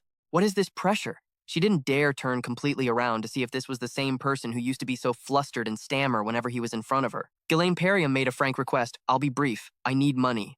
Give me 10,000 gold. Amelia was shocked to her core. How could she have imagined this scene? Giving her such a huge gift right after they met, then suddenly showing up to borrow money from his fiancée? Is this Count Persian's idea? He immediately denied it. This has nothing to do with him. Just give it to me. Ghislaine Perriam directly poured the cup of coffee out beside him. It's not like you were planning on marrying me anyway, were you? Amelia felt as if she had just fallen from the sky, only daring to glance at him in silence. Ghislaine Perriam pretty much knew everything already. It's that night outside the door, isn't it? Once you're in power, you can do whatever you want. But before that, what if the fact that you're secretly building up forces for the Zephyr family's succession war gets exposed? A cat lunged at him in a fury. If you don't stop, this will end badly. That call made her freeze. Prince Ghislaine Perriam. Amelia's tone was nonchalant and challenging. Even if you're joking, you shouldn't say such things. But Ghislaine Perriam wasn't the type to be easily provoked. Don't worry, I'll keep that a secret, as long as I don't have to leave empty-handed. This fiancé of his was no less headstrong. She answered decisively, never. Then she called out. The door slowly opened. Bernat appeared as dangerous as ever, the type who was gentle only with her. Bernat stepped forward to inquire. It's been a while, hasn't it, Prince Ghislaine Perriam? He knew all about this guy. Bernat, someone who had always been on Amelia's side in the past. Ghislaine Perriam had to admit it, even back then. His skills were on par with a northern swordmaster. But now, how could someone of his caliber possibly make me falter? If I hear, a territorial war will break out. Can you bear that burden? She remained calm. Of course. Amelia's true nature was showing. She had already thought of an excuse to get away with it. A troublemaker suddenly broke in and was killed by a guard. That's what the world will be told. Did she think she was the one in charge or something? Daring to disregard someone's life like that. Damn it, he's charging straight in. He drew his sword on her command. Ghislaine Perium was lost in thought for a long moment before speaking. If you're planning to go that far, then of course, you'll have to ask my sword. See if it agrees.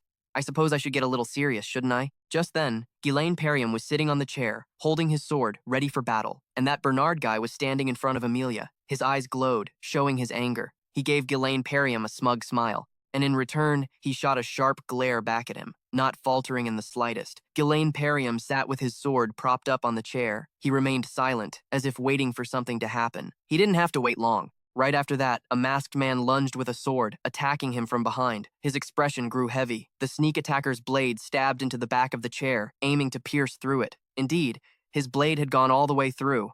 But Ghislaine Perium had quickly flipped down to the ground, causing the man to stab into empty air. He took advantage of that moment, planting a kick on the masked man's chest, causing him so much pain his eyes rolled back. Then the man was kicked hard by Ghislaine Perium, so hard that he slammed into the wall in front of them. It began to crack and shatter. Both Bernard and Amelia were utterly astounded, their eyes wide with shock at seeing how strong he was. After dealing with one of them, Ghislaine Perium turned to mock the assassin, pretending to be polite and then launching a sneak attack. Then he drew his sword again and rushed to attack Bernard. He spoke with contempt. This is a terrible way to treat a guest. Bernard quickly raised his sword to block. A burst of energy erupted from the clash of their blades. Ghislaine Perium coldly asked him, "Does the Fion family have no knightly spirit at all?" He replied with a calm demeanor, "My apologies, but the one who was rude first was the Grand Duke. You barged in without a word of warning and upset the young lady. For someone like that, there's no need for courtesy from the start." With that, he began to put his strength into attacking Ghislaine Perium. The tip of Bernard's sword thrust straight forward, but he quickly flipped his body to the side. The man swiftly slashed again. Seeing Ghislaine Perium leap up, he quickly rolled down to the ground. Now close to the ground, he seized the opportunity to throw a kick backwards, startling him. Bernard quickly slid back to dodge. He thought to himself, "Grand Duke Ghislaine Perium, I heard you were just a useless show-off, but it seems you're not a complete amateur, are you?" He assessed Ghislaine Perium's strength as he observed him.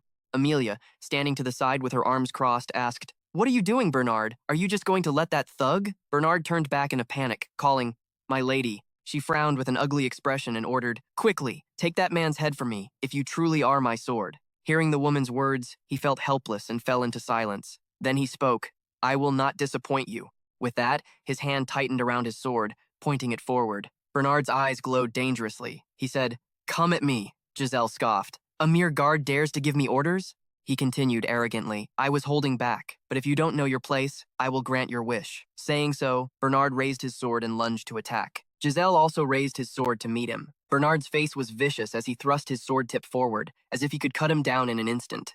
Giselle's eyes flew open in focus. Then he leaned to one side to dodge the fatal blow. His expression was now a bit heavy. He thought, "This bastard is fast." Bernard's expression grew even more smug and furious when he saw him waver slightly. After that, he began to unleash countless powerful blows. Meanwhile, Giselle was still able to dodge and counterattack. The ugly Amelia stood there watching, thinking in disbelief. "Giselle, how can a thug like you fight on par with an expert like Bernard?" But then she seemed to think of some dangerous scheme and narrowed her eyes. Over here, Giselle was still holding off Bernard's attacks. His opponent's blade suddenly slid past the hilt of his sword. Giselle successfully pushed his attack away. The sharp tip of his own sword was now pointed at that Bernard's shoulder. Finally, his sword successfully pinned his arm to his side. Bernard, like a mad grasshopper, lunged with his sword once more. Giselle frowned contemptuously and asked, "That move again?" Then, he hooked his leg in a circle over the man's head. The sword was still stuck in his arm. Suddenly, his expression held a hint of alarm. Bernard used his brute strength to swing Giselle and slam him to the ground. He had regained his confidence now and snarled, "A second time won't work." Then he threw him, slamming him violently onto the ground. A tremor ran through the room. His hand lost its grip on the sword hilt, and Giselle gritted his teeth in pain. Bernard seized the moment and lunged again with his sword, aiming to take his life. But Giselle quickly raised his leg to block his sword, then slid to the side. He then used all his strength to leap into the air before landing safely on the ground. His sword was still pinning the man's arm. At that moment, he marveled inwardly. "So you're using mana to reinforce your body and block my techniques?" Bernard drew his sword then, stepping forward as he spoke. "Grand Duke Giselle, you're nothing like the rumors said. I guess you can't know an opponent's true strength until you cross swords." Then he frowned and tossed his sword behind him, continuing arrogantly, Your swordsmanship seems to have been forged in real combat, not through proper training. Did you fight too many of those orcs? So you learned their ways? That style might be useful on a chaotic battlefield, but against me, it's useless. With that, he began to swing his sword again. Bernard's expression was ugly and smug. He said, "Your arrogance ends here." Giselian was also breathing heavily, thinking, "He's tougher than I thought." Then he began to analyze. The thrusts from that narrow blade, the attacks aimed right at my head, they make it hard to gauge the distance and timing. Up close, the difference in our physical strength makes it hard for me to overpower him with technique. I knew from the start he wouldn't be an easy opponent. After a moment of calculation, Giselian raised his hand, releasing a thin wire. Then he said coldly, "I don't have much time either." Instantly, he shot the wire forward. It zipped past Bernard, who cried out in shock, "Mana!" He stood there, too stunned to react. But by the time he could, Giselian had already used the wire to snatch his own sword hilt and slam it into the back of Bernard's head, causing him to stumble forward in alarm. But Giselian was already there to meet him with a jumping knee. His knee crashed hard into Bernard's face, and blood spurted out. Bernard, his face red and covered in blood, thought in shock, "What? What are you doing?" Seeing this, Amelia cried out in panic, "Bernard!" While he was clutching his nose in pain, Giselian gripped his sword and swung down, pressing with all his might as Bernard blocked with his own blade, crying out as if to summon the strength to resist. Forced back, he used all his strength to evade and pull his sword away from Ghislaine's attack. Meanwhile, Ghislaine slid backward, struggling to keep his footing. Bernard quickly warned Amelia, "My lady, get out of here. I can no longer guarantee your safety. From now on, I'm going all out." After saying that, he narrowed his eyes again, pointing his sword forward, still looking very confident. Ghislaine fell silent for a moment. Then he exclaimed, "All right, bring it on." His eyes were pensive and cold as he spoke. "It's been a while since I've met an opponent as interesting as you." Cut to Amelia. She was hugging her cat, lifting her dress as she ran outside with all her might. As she ran, she thought resentfully, "Ghislaine, how dare you humiliate me like this? Who was it? What idiot dared to leak information about the Merchant Guild to that madman Ghislaine? Otherwise, how could he know so much? The rumors about him killing orcs, protecting his sister from assassins, and even defeating the heir of the Lorgester family. Based on that scoundrel's past, I just thought he was lucky, or that the rumors were greatly exaggerated. But who could have known? I thought he was just lucky, or that the rumors were exaggerated. But who could have known?" Amelia clenched her teeth, unable to accept it. Her eyes burned with indignation as she frowned. Damn it. Running outside, she irritably asked her guards, "What the hell are you all doing?" But what she saw was a mysterious figure in a black cloak. Beneath that person lay the countless bodies of her guards. She froze on the spot. Hearing the noise, the person began to turn around. It was Belinda. She gave a faint smile and called out, "Oh, it's been a while, hasn't it, my lady?" Seeing her, Amelia exclaimed in shock, "Persian's maid? Why are you?" Belinda clicked her tongue, her face hidden by her hood. Then she swiftly appeared behind Amelia, restraining her with a small, sharp dagger. "This is just a reminder. Be quiet." This threw Amelia into a panic. She quickly reacted, glancing back with fearful eyes. Then Belinda reached around with her other hand, snatched the spider from the corner of her mouth, and said with contempt, "Good grief, you still keep this disgusting spider near your mouth." She narrowed her sharp eyes and made a guess. "It must have been at the engagement ceremony. I remember overhearing a conversation between the Count and his lordship. Your brothers teased you because of those hideous spiders, so you started raising them yourself for revenge. I don't know if you did it to overcome your trauma or to prove a point." As Belinda spoke, she pressed the dagger closer to Amelia's neck, causing her to drop the cat in fear. Then Belinda threw the ugly spider to the ground and continued, "Forgive me for saying this, but it doesn't suit you, my lady." Then she stomped on it with all her might. Instantly, the spider was crushed to pieces. Belinda then asked, "Will you cooperate quietly now?" Cut to inside the room. Meanwhile, Ghislaine was still facing off against Bernard. Ghislaine looked at his opponent, thinking silently. The atmosphere is so heavy. The pressure he's emitting is immense. Bernard stood there, sword pointed, eyes blazing. Suddenly, he spoke. "An opponent worthy of my entertainment, you say?" Then his anger flared. "That's something a humble mercenary would say. And you dare call yourself a noble, like my lady?" Ghislaine replied calmly. "Of course, I am a noble. How could a simple bodyguard like you possibly understand?" After that, they both fell silent again, facing each other without a word. Suddenly, he shouted, "Young Master Ghislaine!" Then he lunged, attacking Ghislaine with his sword. Ghislaine quickly parried. Bernard's expression grew more vicious as he hissed, "Don't tarnish the dignity of the nobility." Then, what looked like countless sword points thrust forward at Ghislaine. His eyes became intensely focused. As Bernard thrust his sword relentlessly, Ghislaine, managed to block every single one of those fatal blows. Suddenly, a sword point came at his neck. He exclaimed in alarm, "This guy!" He leaned to his right again to dodge, but the attacks kept coming. He couldn't help but marvel, "Is he really this good?" The two continued to exchange spectacular blows. While parrying, Ghislaine said, "Your attacks are fierce." Then he continued to meet Bernard's moves. Bernard didn't reply. Ghislaine then raised his sword, aiming to thrust down. Bernard's own thrust went wide. Before he could pull his sword back, another blade came circling up from under his, but he quickly flicked his wrist, maneuvering his sword to evade. Then it clashed with Ghislaine's sword once more. His wrist was incredibly flexible, continuously twirling his sword in the air. At that moment, they both slashed out, their two attacks colliding. Bernard spoke again, "Young Master Ghislaine." Meanwhile, Ghislaine was still trying to fight back. He thrust his sword forward once more and said confidently, "This is the finale." Bernard's blade pierced Ghislaine. A spray of fresh blood erupted into the air. Bernard frowned, a look of surprise on his face. His blade had successfully cut into Ghislaine's shoulder. He thought to himself, he was willing to get injured and take the hit with his shoulder, but Ghislaine quickly recovered, sweeping past him and striking back. While fending off Bernard, he said, "Seems I can't let my guard down for even a second." Instantly, he knocked Ghislaine's attack aside. Then, Bernard took the opportunity to kick him, sending him flying backward. He now looked on with confident contempt. This is the difference between me and someone who only swings a sword for entertainment. After being kicked, Ghislaine was thrown backward.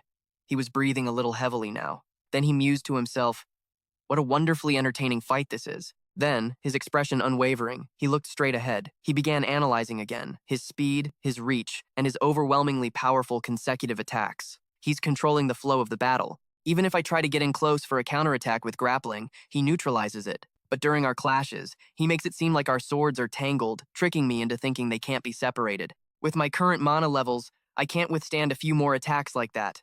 Bernard lunged with his sword once again, as if wanting to end the match. He thought again, but that was only with the amount of mana I used to have. What a shame. He then began to lift his sword. "I have to end this fight right now. There's one thing you've overlooked." Giselle touched the hilt of his sword, his expression cold. He began to unleash his surging mana, then he thought again. "This is my unique method for circulating mana." His eyes turned dangerous. A stream of light appeared in front of his chest. He began to unleash the third psychic force. His speed was so fast that the human eye couldn't keep up. He moved. Only a faint blur could be seen. When he came into view, Giselle was already lunging at Bernard. He gripped the hilt of his sword with both hands. Then, he thrust forward with all his might, attacking his opponent's sword. His mana-infused blade pressed down on his opponent's, then swiped it aside. Then, their clash created an explosion in midair. Giselle successfully knocked Bernard's sword away. It flew to one side, embedding itself deep into the floor. Stunned and alarmed, he thought, "Young Master Giselle, how can you release such an explosive amount of mana?" Before he could think any further,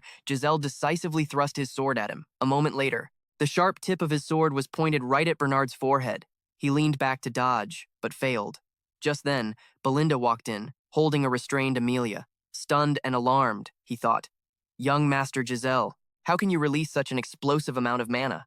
Angry and panicked, she gritted her teeth and said, "Stop, take the 10,000 gold and get lost." Giselle replied, "Humph, you buzzkill. Why didn't you do this when I asked nicely?" He then pulled the sword away from Bernard's forehead. Belinda teased, "My goodness, what kind of lover's quarrel leaves such a mess?" "My lord," Giselle replied, "just a small disagreement." After slinging his sword over his shoulder, he said casually, "I have some bad news for you, Amelia." Giselle's eyes were sharp and cold as he declared, "The fee just went up to 20,000 gold." The defeated soldiers were sprawled across the floor, the chaotic aftermath of a battle. A flower vase was smashed to pieces, causing a white cat to hide silently under a chair in fear. This was the wrath of Amelia Zeppelin. Bernard bowed his head and admitted his fault.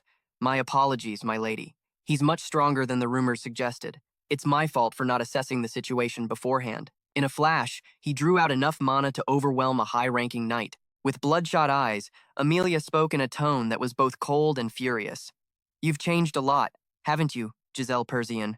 Bernard quickly suggested, "Should we report this to Duke Delphine?" Amelia's powerful hand immediately struck Bernard across the face after that question. As if adding fuel to the fire, she grabbed Bernard by the collar and warned, "Watch your mouth. Do you have any idea how terrifying Duke Delphine is? If what happened today gets out, we'll be executed on the spot." Hearing this, Bernard lowered his head, not daring to speak further. Amelia added her reason. "I'm secretly working with Duke Delphine behind my father's back because I promised to support his rebellion in exchange for his help in overthrowing Eojiun. If this gets out, my own brothers will kill me." The more she spoke, the angrier she became.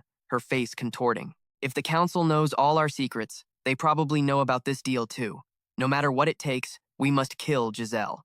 After hearing this, Bernard confirmed, understood. Amelia asked about the situation. What's Giselle's physical condition? Bernard replied, he has some injuries on his body and a large wound on his shoulder. Recalling the chaotic battle, Bernard described it. After summoning that burst of mana, his condition will be unstable for a while. Bernard's expression suddenly tensed, and he hesitated. But, he explained, if we don't want to leave a trail, we can't use the knights of our domain.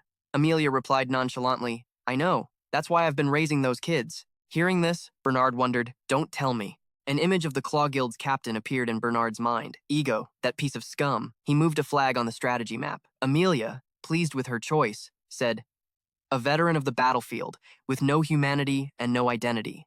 A specialist among the unidentified. Clearly, an assassin's guild, Amelia ordered. Send those guys here. Pick about 18 of them who are proficient with mana. Hearing this, Bernard understood the situation. Just as I thought, he began to outline the plan. That small road is the only path from the Rayphone domain to Perseon, although the terrain makes it easy to hide. To take care of him quietly and cleanly, that place is the most suitable. Having determined the course of action, he declared firmly, I will make thorough preparations. Amelia's face was now full of ambition, her eyes filled with indignant fury. Since Giselle made me suffer this humiliation, he will pay a fitting price. Scene changed to a busy street. A carriage sped hastily along. Giselle was inside, bandaging the large wound on his shoulder. He grimaced. Was it Amelia? Fergus sat opposite him, looking at the young master with concern. Are you all right? Giselle replied, don't you worry, old man. It's nothing serious. Giselle put on his shirt and touched his wound. Reassuring Fergus, he said, the wound isn't too deep. Not too bad, considering I overdid it. After speaking, he fell into a silent contemplation. The 20,000 gold from Amelia is a large enough sum to rebuild our domain. This will save us several years. He felt a pang of regret. It would have been better if I could have killed them both, but it would be hard to avoid a war over the domain. I can't let my emotional outbursts put the domain in danger. Giselle put on his coat, his thoughts still wandering. Verizon is at a stalemate. They can barely stop the barbarians' incursions. So this is the best opportunity to push them back. Giselle adjusted his clothes cautiously. The fact that I know the demon cult's secret will make you wary and force you to act carefully. Having grasped Amelia's weakness, Giselle was confident. This time, I will make full use of you. Seeing him lost in thought, Belinda stared intently at him. She couldn't help but speak up. Everything went just as you said it would, young master, didn't it? Giselle confirmed. Belinda recalled, they said that if they heard fighting inside, they would subdue the guards. Then Lady Amelia would come out, so we should take her hostage. Giselle put on an evasive expression and asked, feigning ignorance, oh, is that so? But I assigned that task to Lord Fergus. As soon as he finished speaking, his face suddenly changed. His body reacted, and he covered his mouth with his hand. Seeing this, Fergus cried out in alarm, young Master Giselle! Giselle looked at his hand, covered in blood from his mouth. He said calmly, this is the third time, and my energy core is still being destroyed? Observing the blood, he analyzed his condition. It's better than last time. But at this rate, it's a real problem every time I use my power. I need to find a way to increase my mana quickly. Suddenly, Belinda grabbed Giselle's bloody hand, startling him. Giselle was puzzled by her action and unconsciously called her name, Belinda. Belinda used her magic and said, your mana flow. It's completely chaotic. With that, she channeled magic around Giselle's bloody hand. His eyes widened in surprise. Giselle felt something rising in his throat again and thought he was about to cough up more blood, but it wasn't that. He exhaled a plume of white vapor and turned to look. The blood on his hand had also gradually disappeared. Giselle was bewildered. Without a deep understanding of mana, this kind of healing would be impossible. He glanced at Belinda, thinking to himself, Belinda. I heard Mother brought her home, so I figured she wasn't just some ordinary person. He now saw Belinda in a different light. What is this special constitution? I don't get why someone with this much power would be in a remote countryside like this.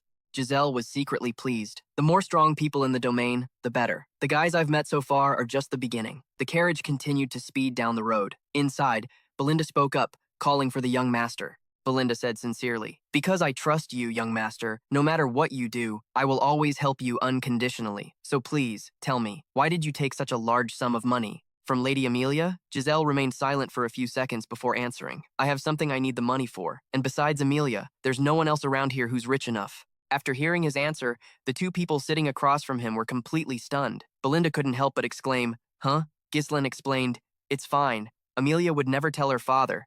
Belinda replied, no. What I mean is, we risked so much just to borrow money, and that's the only reason? If Count Zethan hears about this, it's going to be a huge problem. Ghislaine asked her back. Do you trust me? With a forced smile, Belinda replied, Oh, yes, I suppose so. But at least tell the person who helped you escape from danger what you're going to use the money for, okay? Ghislaine remained silent, not saying a word. Just when she thought he wouldn't say anything more, he suddenly spoke. The forest of mana beasts. His words took Belinda completely by surprise. Ghislaine shared his plan. I'm going to develop the forest of mana beasts. Hearing this, Fergus couldn't hide his worry and tried to stop him. You can't do that, young Master Dogan. There have been many major development attempts since your great-grandfather's time. But he cut Fergus off. Ghislaine said, Lord Fergus, what about that favor I asked of you before we entered the city? Fergus's face went pale, and his forehead was beaded with sweat. He called out, Young Master Dogan. The old man seemed to hesitate, then spoke haltingly. Yes, the person you were looking for is indeed exactly where you said he would be. But are you sure it's him? His condition, Ghislaine said decisively. As long as he's alive, that's all that matters. I'm heading there right now. Belinda tried to stop him. Shouldn't you be returning to your territory? How can you just wander around in your current condition? Ghislaine protested. Belinda, after how we treated Amelia, do you really think they'll just let us leave in peace? As if understanding, Belinda went, Ah, right. Ghislaine knew that woman's personality all too well. She'll definitely want me dead to tie up loose ends. Belinda stood up, flexing her muscles confidently. Young master, I'm a very good fighter. Lord Fergus is also a knight, so if necessary, I'll take care of them quickly. Ghislaine said, trying to reassure her. That's comforting to hear. But that's not your role. We have different areas of expertise, Ghislaine stated firmly. I need a vanguard to lead the charge. I'm going to meet him. The carriage came to a stop. Everyone got out and stood in front of a house. Ghislaine knocked on the door, knock knock, while observing the house. Belinda said, This family, aren't they on the verge of total collapse? Fergus scratched his head. The address is definitely correct. A hand pushed the door open. A tall, burly man with a shaggy beard and unkempt hair covering his entire face emerged, as if he hadn't shaved in a long time. Stepping out, the man asked, Who are you? Everyone was shocked by the man's appearance. They just stood there, frozen to the spot. Belinda turned and whispered to Ghislaine, Young master, the man you told me to find. Is this really what he looks like? A vanguard? He looks more like a patient on his deathbed. Ghislaine affirmed, You've found the right person. The man stood there looking at them, seeing that no one was answering. The man couldn't wait for an explanation any longer and reached to close the door, saying, This young noble must have too much time on his hands. Don't waste my time. Get out. Ghislaine stopped him. Wait, and then introduced himself. I am Ghislaine, captain of the Rata's mercenary corps. Hearing this, the man suddenly froze, his eyes lighting up. The man slowly turned his head, glanced at Ghislaine, and calmly extended a hand in request. I've been very much looking forward to meeting you. Ricardo could no longer contain himself. Could it be Frog? He vaguely recognized the name Rata's Mercenaries. The Rata's Mercenary Corps, a group that only those proficient with nearly every type of weapon could join. Although they've now disbanded, their courage was renowned throughout the nations. Every knight has heard of their name. And the leader of that mercenary corps, Gillian, was an old man with silver hair and a pair of piercing eyes. Ghislaine extended his hand towards him. I came looking for you. A hatchet came flying swiftly toward him. It grazed past him, tearing a piece from his collar. The three followers were utterly stunned, as it happened too fast. Gillian extended a hand toward him.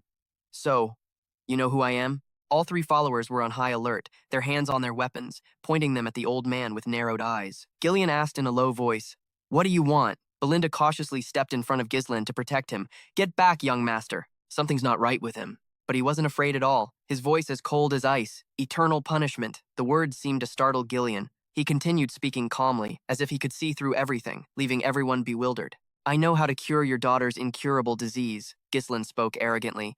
Do you want to talk now? Your daughter has endured so much suffering, high fevers, coughing up blood.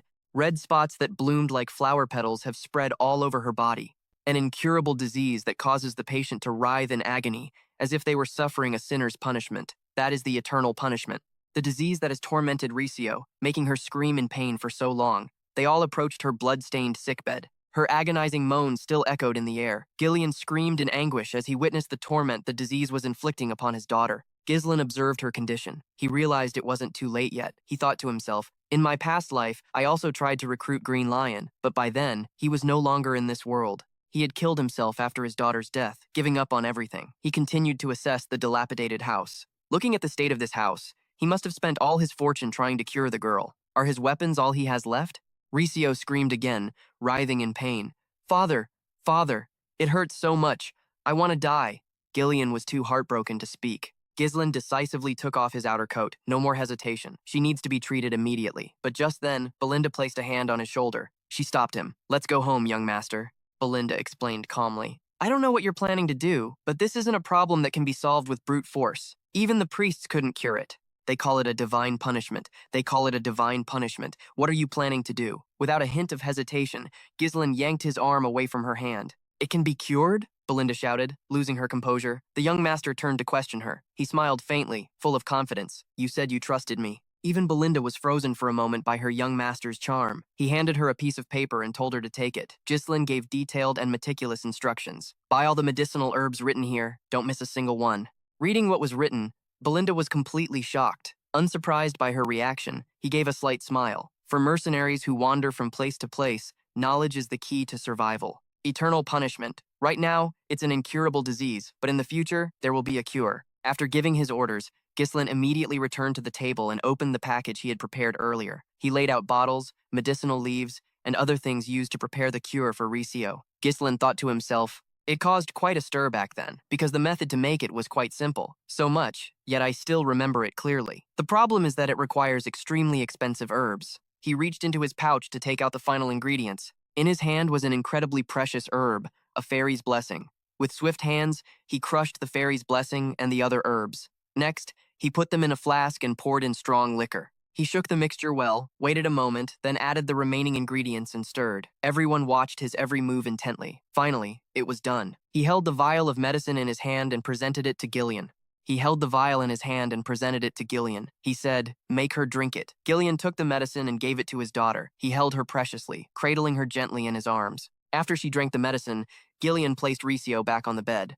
Dried tears still stained the corners of her eyes. The red spots began to fade. A moment later, the spots that bloomed like flower petals grew fainter and slowly disappeared. It happened so quickly, to everyone's amazement. Someone's eyes widened as they cried out, the red spots are fading. Gillian couldn't remain calm either. Watching everything from behind, he said calmly, as expected, it's highly effective. Unable to believe his eyes, the old man looked at him in astonishment. How is this possible? Even divine power couldn't cure it. He calmly explained again. The divine power of priests isn't omnipotent. It only enhances vitality and regenerative abilities so the body can fight off the disease on its own.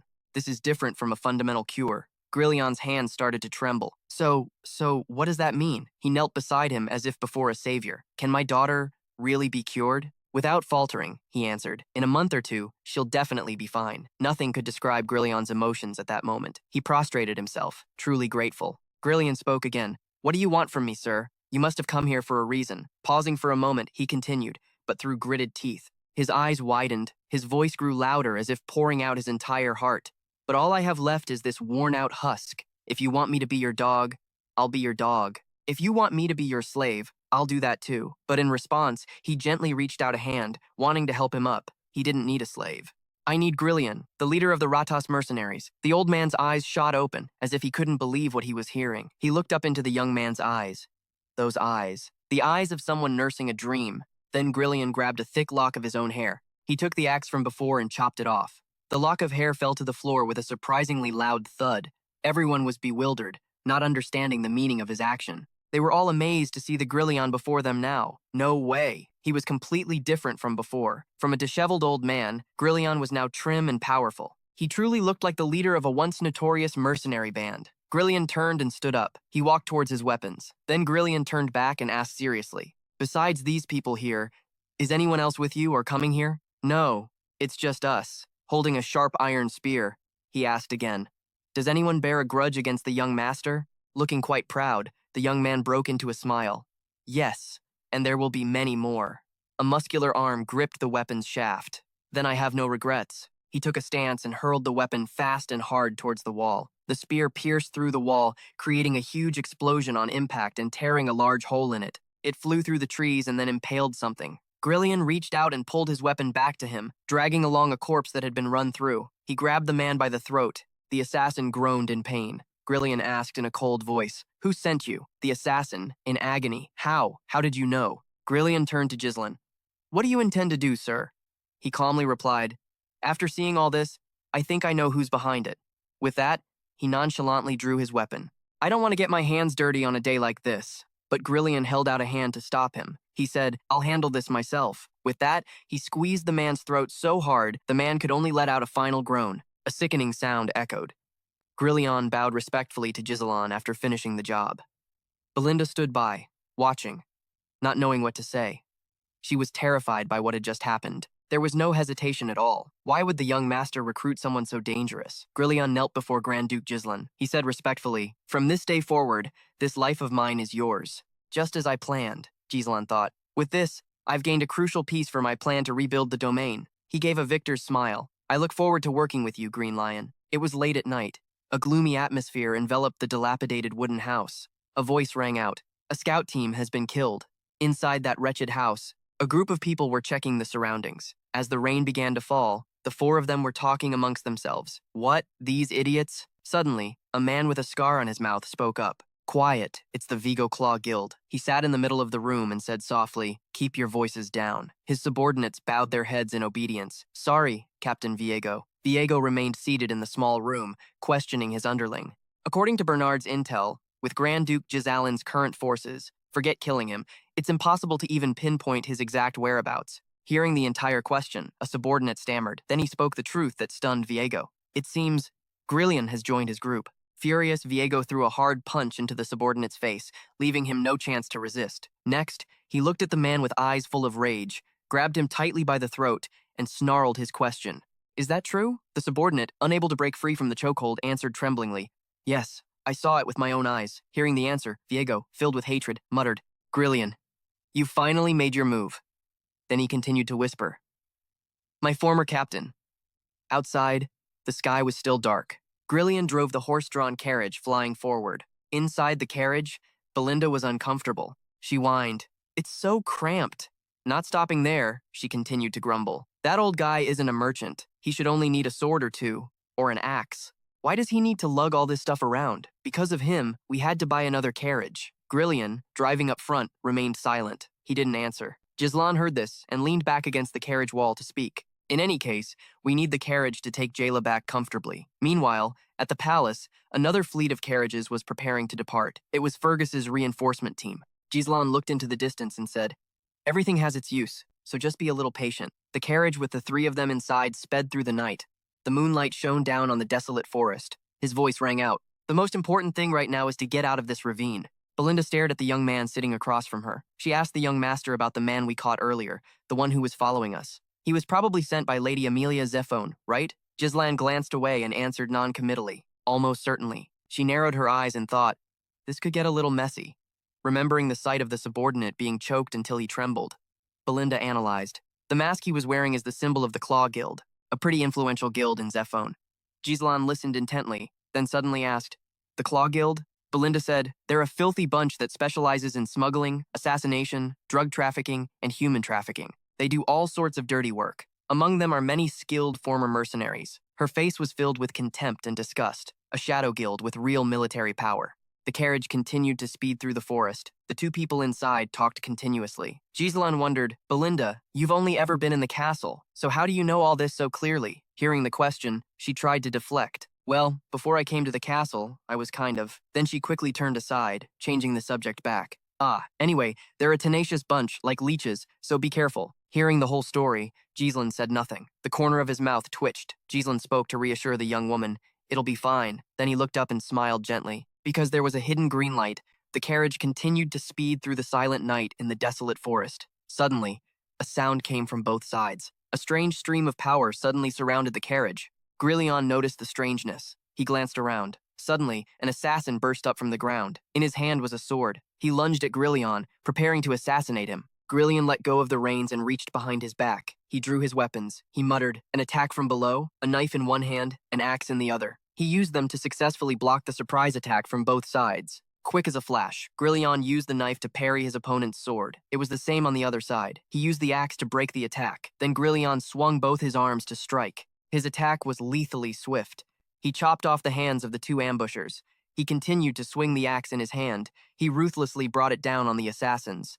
The two of them fell onto the dirt road. The carriage continued to race forward, but it didn't end there. A group of cloaked figures chased them from behind. Grillion had spotted all of them. He still held his weapons, ready to fight. He looked up at the sky and asked, "A trap?" Belinda poked her head out to watch as well. We're going to be buried!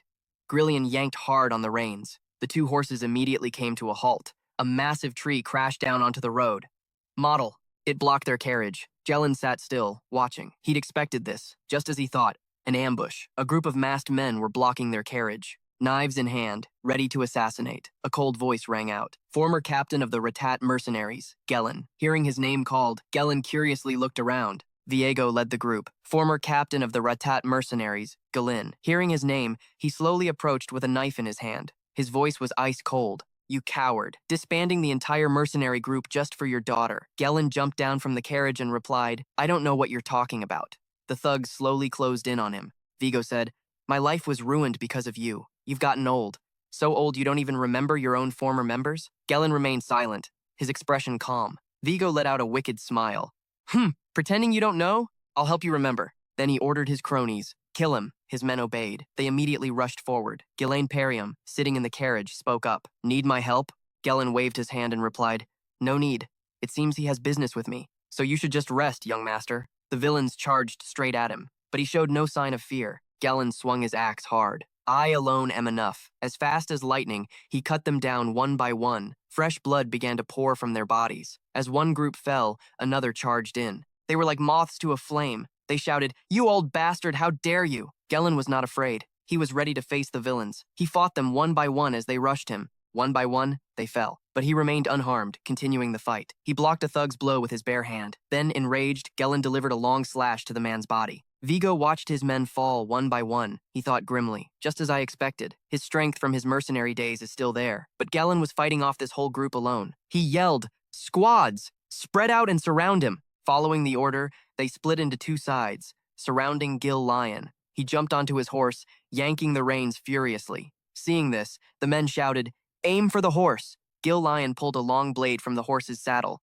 He twirled the blade above his head and charged straight into the group in front of him. Then he swung the blade, preparing to strike back at them. He unleashed a single move. A group of men was immediately hit. They were thrown backward, falling one by one. They began to say worriedly, We can't get close. You idiots, aim for the horse. Gil Lion was still in a battle frenzy. He fought them back one by one. He continued to slaughter the villains. The long blade swung in a circle, giving them no time to react. They fell to the ground, blood flowing in streams. Belinda and Ghislaine Perium sat in the carriage. They exclaimed in awe, Wow. Suddenly, a man leaped down from the sky, a dagger in his hand, intending to sneak attack Gil Lion. He noticed it. He quickly brought out his shield and blocked the surprise attack from the assassin. With his attack blocked, Viego spoke. You ruined a man's life. The least you could do is not stand in his way, right? His eyes blazed with fury. Vicious words poured out. I will kill you. He slashed the horse's neck. Blood slowly streamed from its neck. Gil Lion, sitting on its back, began to lose his balance. He quickly jumped off the horse's back. The horse slowly collapsed to the ground. A knife immediately came at him, aiming to kill, but Gil Lion dodged the blow. He blocked with his axe, shouting as he fought.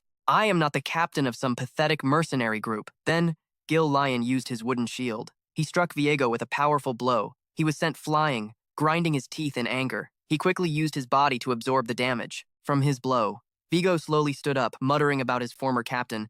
Why is he so angry? His angry eyes shouted, Stop talking nonsense. If not you, then who? Gillian gripped the axe in his hand tightly. I have abandoned the past. He looked at his opponent with a dark expression and said, Now, I am merely a subordinate of Archduke Ghislaine Perium. So you've come to this? Viego became even more furious, his eyes turning bloodshot. You! He yelled. He quickly closed the distance to Gillian.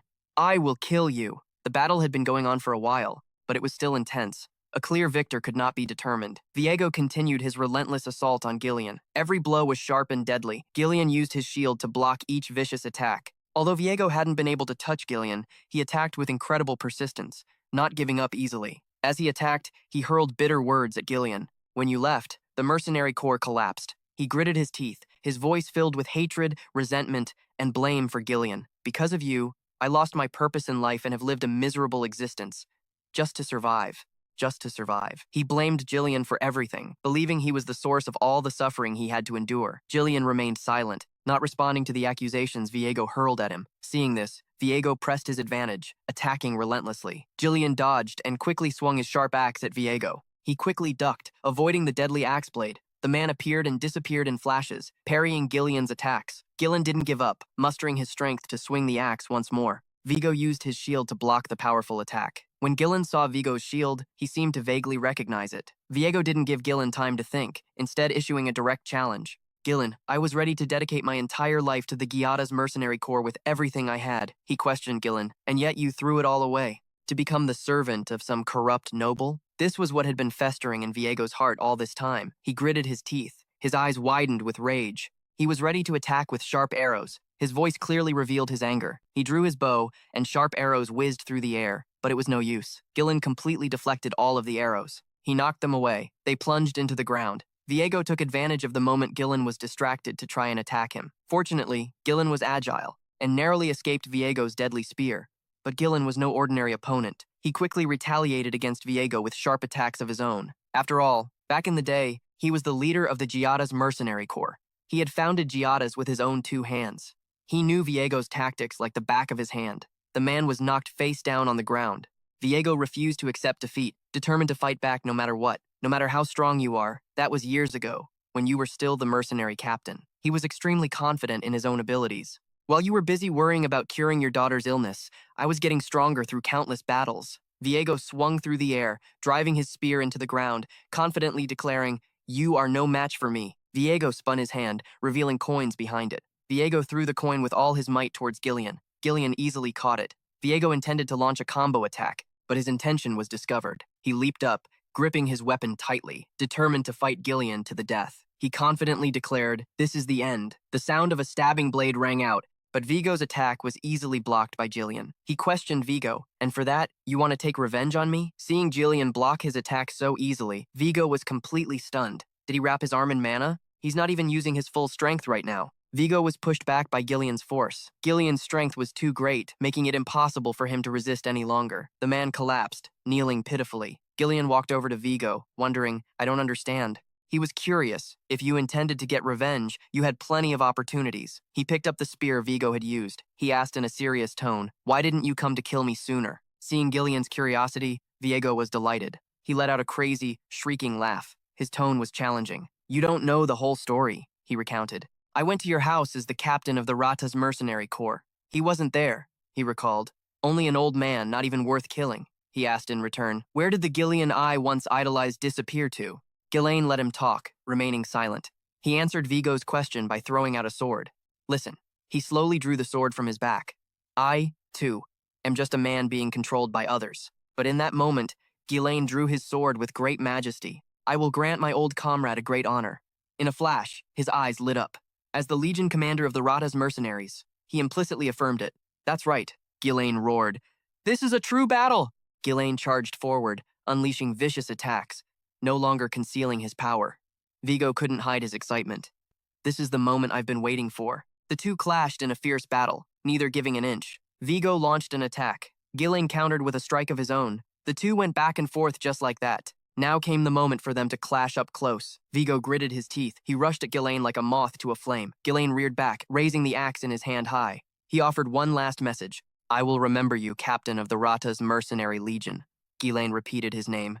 "Vigo." Vigo trembled, baring his teeth. The fatal axe blow came down. Vigo had fallen. Blood splattered across the cold ground. Ghislaine walked over and picked up his weapon. He stared intently at the man he had just sent to his end. "Vigo." Words of praise came from behind him. "Well done." It was Ghislaine and Belinda. Looking at the scene, Belinda couldn't help but exclaim, "Hey, if we sold all the equipment here, we'd make a fortune, wouldn't we?" Ghislaine bowed his head and apologized to Ghislaine. "I caused an unnecessary delay. I'm sorry." Ghislaine waved it off. "It's fine." Ghislaine looked at Ghislaine, silently sizing him up. "He's even more incredible than I expected," Ghislaine recalled. "When I returned to being a mercenary after leaving home, the stories I heard about Ghislaine from my superiors helped me build my foundation as the mercenary king. I'm lucky I acted quickly to gain such a reliable ally." Ghislaine put his hands in his pockets and asked Ghislaine, "Do you remember who that guy was?" Ghislaine drew his sword to confirm. "Yes." Ghislaine looked up at the sky and admitted, "He was an old comrade of mine." Hearing this, Ghislaine was surprised. An old comrade? Ghislaine's words also made Ghislaine think of those who had once fought by his side. He didn't know what his old comrades were doing before they met him. They must be living their own lives. He was lost in thought for a long time, but no matter what, Ghislaine always hoped. One day we'll all come back, right? But he quickly pushed the thought aside. He said to Belinda, "All right, shall we loot the valuables just as Belinda said?" Belinda nodded in agreement. "Sounds good. Now then, Mr. Green Lion, Lead the way so we can hurry up and grab the loot. Heh. Hearing this, Mr. Green Lion said helplessly, I am not your subordinate. 2 days later, in the territory, the group was riding in a carriage toward their destination. Sitting in the carriage, Belinda was exhausted and let out a long sigh. Phew, we're almost there. Ghislaine curiously asked Ghislaine, is that Persian? Ghislaine nodded. Yes, it is. Ghislaine also felt a sense of fortune. It's a blessing to have a place to return to. A place I can always come back to. Ghislaine was silent for a long time. Ghislaine asked Green Lion, what are your thoughts on our territory? Startled by the sudden question, he stammered, yes, it's very good. Seeing Green Lion's unease, Ghislaine guessed, is it a dump? The word seemed to hit its mark. Ghislaine explained, the houses are so old they're beyond repair. See those fields? They're abandoned. Everyone who could work was sent to the army and forced to leave the land fallow. Ghislaine wondered. I heard that Persian is constantly at war with the orcs in the north, but seeing it with my own eyes, the situation is worse than I imagined. Belinda was exasperated. Isn't this a territory someone should know very well? Giselin said bluntly. My purpose is to solve all these problems, which is why I need your help, Giselin affirmed. This will be a long battle, Giselin thought. I'll erase everything related to Duke Delphine and fight to protect what's rightfully mine. I will restore this land, no matter the cost. The carriage continued to roll on. Belinda looked out and cried out in surprise. Ah, young master, over there! Giselin was also surprised. He was shocked by the person waiting for him up ahead. The figure standing before the castle was none other than father, Giselin breathed. At Catalina Persian Castle, an ancient, magnificent, and majestic castle. The sounds of a heated debate echoed from within. We need to reduce our military forces, Giselin's father proposed. The attendant, shocked and sensing trouble, replied, What, my lord? If we reduce them any further, we'll have trouble holding the front line. Homerun rested his chin on his hand, skeptical. We'd be better off requesting aid from Delphine. Delphine was the one who cut off our aid. Investigations show they seem to be gathering soldiers and stockpiling food there. Vanzon was shocked. What? They were still arguing fiercely, each convinced their own opinion was right. There's no other way. We need to rebuild the garrison in the Demon Beast Forest, which was half destroyed in last October's battle. Even the Legion's forces will have to be reduced to relieve some of the pressure. Homerun objected. But don't you think reducing our forces carries great risks? Giselin remained silent, not saying a word throughout the conversation.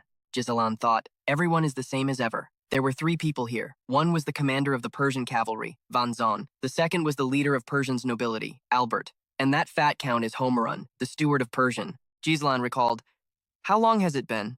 For the Grand Duke of Persian, it's only been a few months, but for the mercenary king, it's been 15 years. Only now did Giselin finally speak. You've worked hard on this expedition, Giselin said. His father, Walter, was curious. What is it? Giselin reminisced. As a child, I hated my father for being so rigid and strict. Only now did he understand his father's heart. Now I finally realize. Giselin understood the immense burden his father carried on his shoulders, the untold fatigue and exhaustion he shouldered, along with the responsibilities of a lord.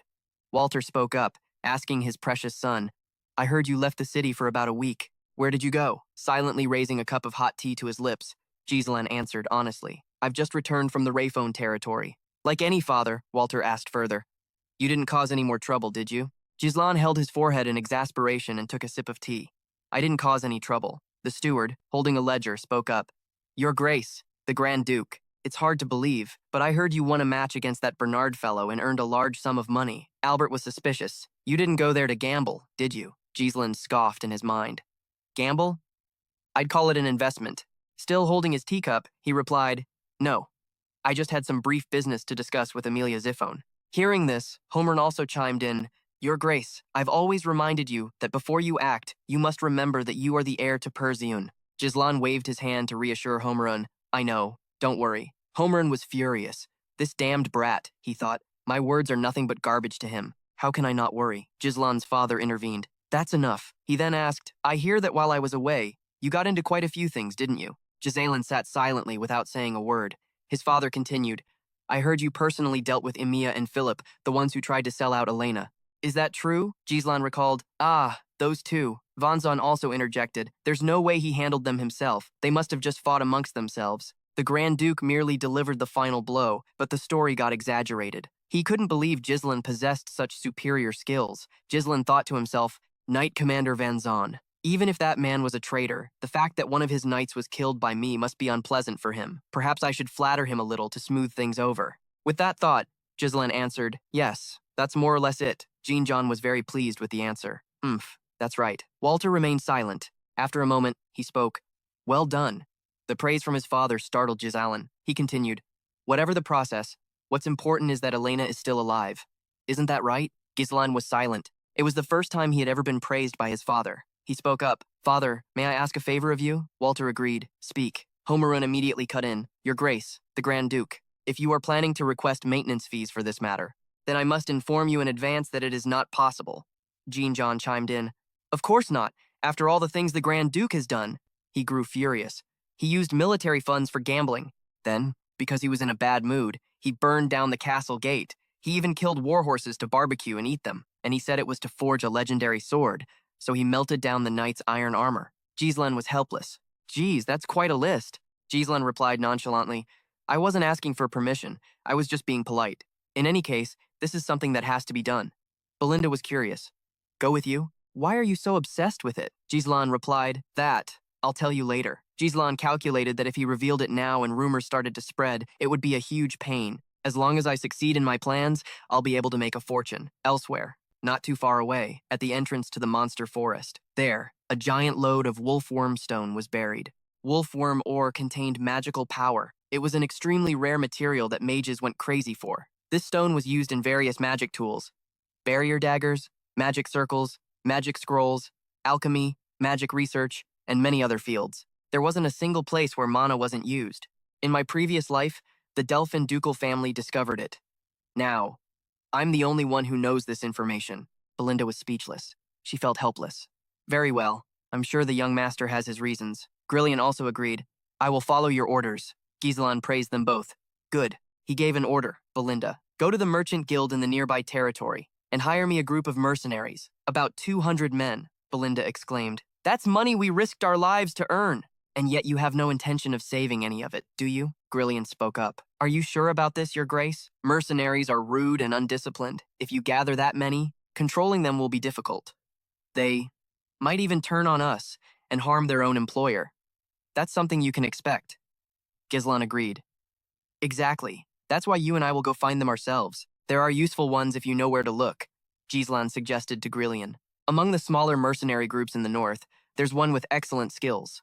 Grillian said, No way. You mean those mad dogs? Gislan reassured him. They have good skills, but if you make one mistake, they become rabid dogs that will bite anyone, including their master, the Cerberus mercenaries. They set off. Now, let's go chain up those mad dogs. The Cerberus mercenaries were outside the Gamba territory.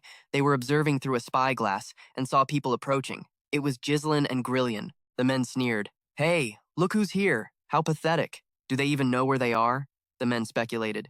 Look at him. Seems like some young noble brat. If we play this right, we could catch ourselves a nice prize. A hand shot out. The Cerberus mercenaries were startled. It was Grillian. He grabbed one of them by the collar and lifted him up like a cat. The captured mercenary struggled and screamed, What the hell are you doing, you bastard? Grillian squeezed his face hard. Then he threw him far into the distance. The Cerberus mercenaries' eyes went wide in shock. They immediately formed a circle around Grillian. Who the hell is that guy? Get ready to fight, one of them asked angrily. Are you out of your mind? A powerful voice rang out. He looks like a high-ranking noble. Even if you're a noble, you can't just act so recklessly around here. He stepped forward. Don't even think about getting out of here alive. Suddenly, he froze. The man on the horse was Grillian. Grillian spoke. Silence. Now, who's your leader here? Grillian asked again. Who's in command here? The man who had spoken remained silent, then burst out laughing. He asked, Looks like we've got a crazy noble on our hands, eh? He brandished his chain, preparing to fight. If you want to start something, you better be ready for the consequences, right? With that, he threw the flail towards Gislan. The spiked ball flew right at Gislan, stopping just inches away. But suddenly, something blocked it, deflecting its course. It was none other than Grillian who had stopped it. All the Cerberus mercenaries were stunned by the sight. The attacker was shocked. He had managed to thrust his sword between the chain links. The flail head thudded to the ground, sinking into the soft earth. Just as Gislan had predicted. Asterisk, I knew they wouldn't listen to me. Asterisk. He ordered Grillian, go ahead and enjoy yourself. Just don't kill them. Grillian looked like he'd been itching for a fight, ready to go. Understood, he replied. Grillian easily dodged the man's attack. The man found the chain, grabbed out of his hands. He was furious but helpless, and could only curse. Son of a bitch! Grillian used the momentum to swing him into the air. He wrapped one end of the flail around the man's neck, then pulled hard, causing the flail head to slam into the man's stomach, making him howl in pain. When their leader fell, the grunts, refusing to submit, charged forward aggressively. You think we'll just stand here and take this because you're a noble? Then, their chains shot out, but Grillian deflected them with his sword. He elbowed one man, and a group behind him lost their balance and toppled like dominoes. All of them were sent flying. Grillian's gaze was ice cold as he stared down the Cerberus mercenaries. The mercenaries, terrified, avoided his terrifying gaze. Giselin dismounted, looking annoyed. Took you long enough. How long were you going to make me wait? Move it. Get your leader out here. The leader emerged, his voice tired. I was having a nice nap, and you had to ruin it. The troop suddenly stood at attention, forming two straight lines. He introduced himself. I'm Cao, commander of the Cerberus mercenaries. He questioned them. What do you want with me? Giselin replied very calmly. What else would someone want from a mercenary company? Obviously, I'm here to make a request. Hearing that, he became indignant. A request? What kind of person makes a request by beating my men into this state? He smirked. A noble should have better manners than this, Giselin replied naturally. Consider it my way of saying hello. I figured the best way was to make you submit. Cao was taken aback. Submit? Are you saying if you say hello twice, that's a declaration of war? Is that it? But then he brushed it aside. Whatever. Let's hear your request. What's this big job you have for us? The two of them were now seated at a desk. Giselin spoke first. The monster forest. Cao was surprised. Giselin repeated, I want to hire you to conquer the monster forest. The Cerberus mercenaries erupted in murmurs. The monster forest? The one that's crawling with monsters? They were skeptical. Don't tell me it's the forest on the border of the Jun family's territory? Cao was also shocked by the request. He exclaimed with amusement, Who the hell are you to dare touch that dangerous forest?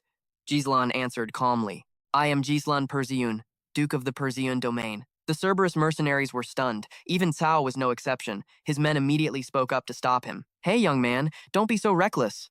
That monster forest is no joke. Anyone who goes in there dies. Cao also chimed in with a warning. Kid, you sound like some pampered rich boy who's lived in a bubble with no idea how the world works. He made a decision on his own. All right, no need to say any more. He pointed towards the exit, signaling them to leave. The negotiation's over. Giselin sat there silently without responding. Cao asked curiously, scared now? Giselin looked up and asked in return, I heard your mercenary crew was skilled. Was that just an exaggerated rumor? Cao slammed his feet onto the table. He put his hands in his pockets and said, Don't get cocky, kid. Like you said, we're mercenaries. If the price isn't right, we simply don't take the job. That's all. Giselin provoked him. The weak always make excuses. Hearing the provocation, Cao's lips tightened.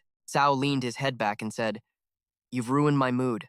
I was planning on having some fun with you, but now you're using that amateurish provocation crap. A greenhorn like you, who doesn't know how the world works, isn't even worth my time. He feigned mercy. I'll let you go. Pay for the damages and get lost. Giselin closed his eyes, denying it. No, that's not it. Giselin challenged Cao, the commander of the Cerberus mercenary crew, again. I challenge you to a duel for Moriana's acknowledgement. Everyone who heard this was startled. Both the strategist from Berserk side and the Green Lion side as well. Cao asked, Do you have any idea what that means? Giselin replied, Of course I do. It's a traditional mercenary duel. Moriana's acknowledgement.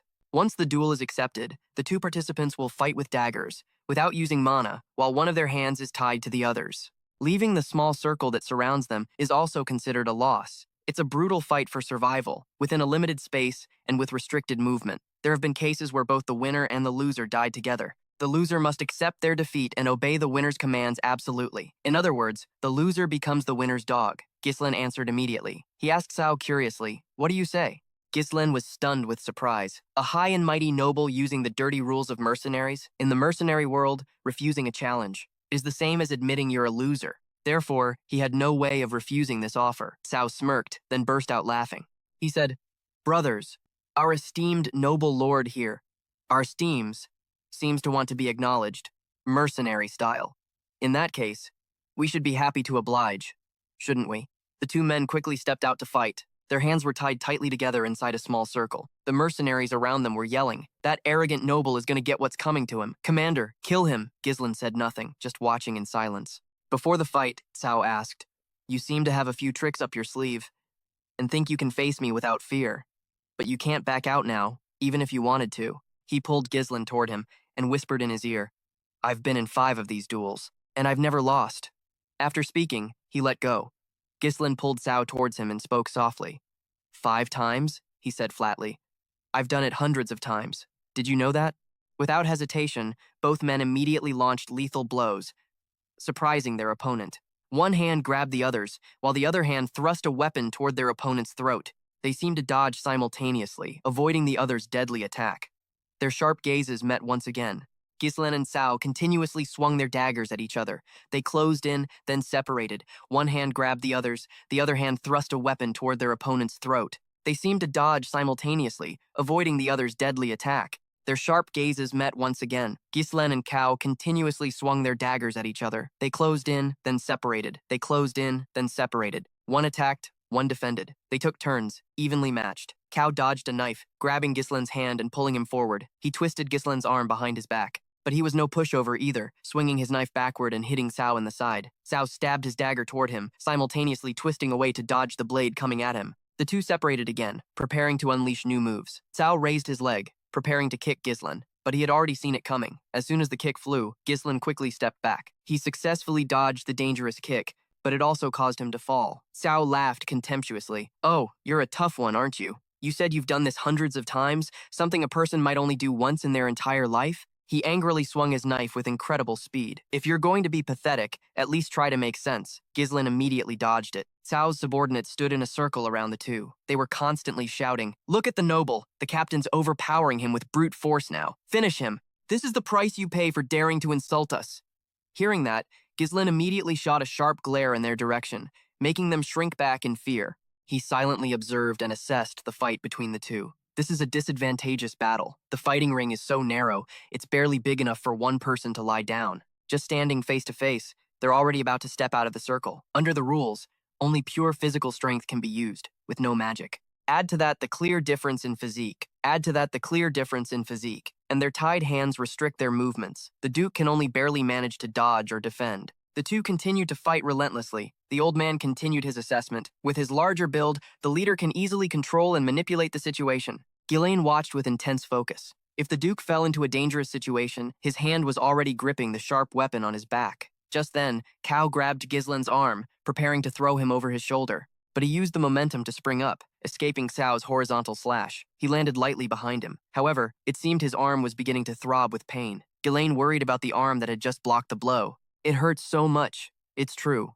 Without the protection of mana. Even if I block his spear-like thrusts, the shock just keeps building up." Seeing this, Cao let out an amused laugh. "Look at you. Your face has gone pale. Looks like you're about to collapse, huh?" He took the opportunity to slash again. "Gislen, it's pathetic watching you struggle against my strength. Well, compared to the other nobles I've met, you're a pretty tough one. But that's as far as you go." Cao smirked sinisterly. "I can see right through your intentions." Gislen tried to use his speed to attack, but Cao countered every blow. "Go ahead and swing your dagger. I'll just parry or dodge it with ease. If he kicks, he'll raise his own leg to block," just as Cao predicted. "My lighter stabs, you must have chosen to endure them with your own body. Am I right? But this battle, by the rules of Moriana, completely eliminates any support from mana. Even if you can block the force, the aftershock continues to build up in your body." Gislen's legs were already in great pain, and by now, you must be clearly feeling the pressure weighing down on your legs, right? Gislen hated this feeling of being seen through. "Your expression gives it all away.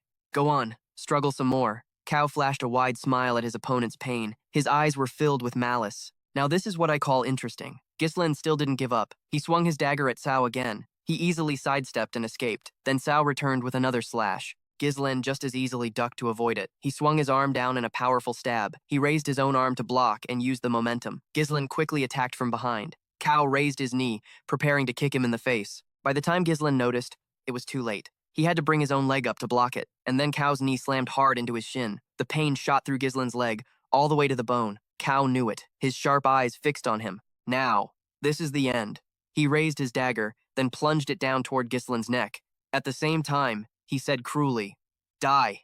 The crowd outside immediately roared with excitement. "Kill, kill!" Ghislaine, who had been hiding and observing, could no longer stand still. He drew his weapon. "Duke, watch out!" Gislen just smiled. Just when it seemed like certain death, he shifted his body slightly, avoiding Cao's dagger. It was a beautiful escape. Cao couldn't believe what was happening. How could he have dodged my dagger thrust from that position? Gislen used the momentum, planting his right foot as a pivot. He swept around, stabbing Cao from behind. He successfully inflicted a large wound on Cao's side, causing blood to spray out.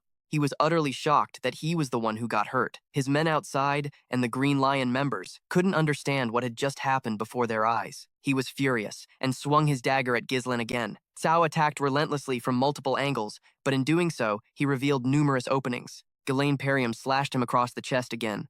The subordinates outside started to get restless. "The captain's been hit again," they cried out in anger. That damn noble. Just a moment ago, he was clearly getting overwhelmed by the captain's strength. "Captain, show him what real power looks like." Green Lion, standing at the front, continued to watch the match in silence. Cao swung his knife, but Ghislaine Perriam ducked to evade it. He countered with a shoulder bash. He successfully struck Cao in the face. Then he raised his knife. His eyes hardened, but instead of stabbing, he landed a flurry of punches to Cao's face and chest. Ghislaine Perriam made a move. Twirling the hilt of his knife, he stabbed straight into Cao's arm that was tied to his own, making him groan in pain. Overwhelmed by the pain, Cao charged at him as if driven mad, screaming, "You bastard!" His face was twisted, having lost all composure. "You were struggling to withstand my strength just a moment ago. What kind of trick are you trying to pull now?" Ghislaine Perriam just shot him a sharp glare. Ghislaine, standing hidden outside, now understood everything. So, that's how it is. Every movement replayed in his mind in slow motion, unleashing his power so fiercely, and Hasdara leader's muscles tense up. His body became less agile, trying to dominate and seize the initiative by putting in all his strength. He ended up losing the necessary flexibility. He didn't confront his powerful, imposing aura head-on. Instead, he chose to relax and skillfully turned the flow to his own advantage. "I never would have thought that your grace could overcome the physical disadvantage in this way." With that, the old man put his weapon back on his back.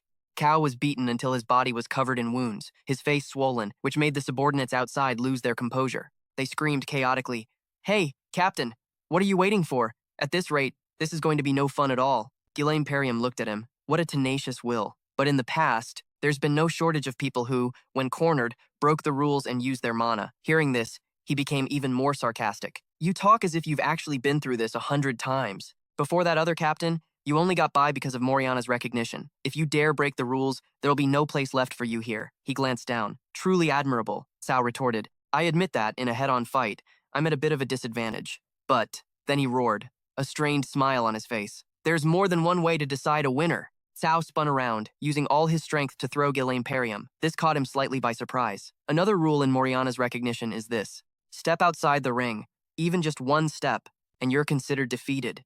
He threw Ghislaine Perriam into the air, his twisted face watching him go. He thought, no matter how skilled you are, once I've thrown your whole body like this, sooner or later you'll have to land outside the ring. Watching him fly, a triumphant smile spread across his swollen face. "Victory is mine!" But things weren't that simple. Ghislaine Perriam swung his knife and grabbed Cao's hand, much to his astonishment. Ghislaine Perriam used the momentum, spinning once before his feet touched the ground. His foot kicked Cao's planted leg, making him step back and pulling Ghislaine Perriam back inside with him. Their hands, tied tightly together, were pulled taut with a terrifying force. He yanked him back towards himself. Then Ghislaine Perriam spun once more behind Cao, pushing him forward. Finally, he grabbed Cao's hair and slammed his head into the ground. The final result was revealed. To everyone's astonishment, Cao had been forced out of the ring by Ghislaine Perriam. The subordinates were completely stunned. "He's out! Outside the ring!" Unable to accept it, Cao gritted his teeth and glared.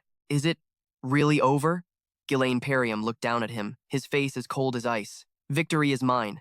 Cao turned back and asked helplessly, "What the hell kind of person are you, to possess such extraordinary strength?" A dangerous look appeared in Ghislaine Perriam's eyes. "Your attitude is completely improper, in front of the man who is about to become your master. You dare act like that?" Ghislaine Perriam pulled Cao back into the ring, leaving him utterly confused. He let out an exhausted breath, his eyes fixed on him. "What is this? The match is already over." But Ghislaine Perriam said, "No, I still haven't stepped out of the ring." Cao exhaled wearily, as if he couldn't believe his ears. "What?" He threw another punch at Cao. "From now on, it's time to teach you a lesson, as my subordinate." Ghislaine Perriam raised his fist, leaning to one side.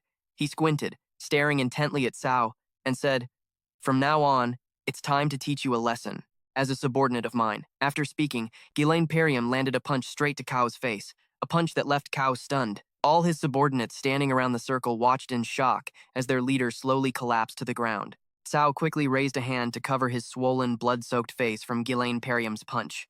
He yelled, Hey, wait a minute. According to the rules, stepping out of the ring is a foul." Before he could finish his sentence, another fist smashed straight into his face. Ghislaine Perriam was on top of Cao, continuously swinging his fists. "You're trying to bring rules to a battlefield? To a fight?" Cao lay weakly on the ground, opening his mouth to retort. "And you dare call yourself a noble? Don't you dare protest your master's judgment?" Cao said. Ghislaine Parium looked at Cao with ice-cold eyes as he threw his punches. Cao had just finished speaking when the madman punched him again, straight in the mouth, making him spit blood. After that came a series of about 10 punches, landing continuously on his face. With each punch, Cao's consciousness faded bit by bit. The soldiers outside, watching their leader get beaten so brutally, started clamoring amongst themselves. Hey, is it really okay for us to just let this happen? The bet is already over. By now, Ghislaine Pirium's fists were stained with Cao's blood, but he still hadn't stopped. After a while, Cao could no longer bear the pain. He raised both hands and screamed, "Ah, stop it, now!" His face was a mess of blood. Ghislaine Pirium pulled Cao up, his expression still cold.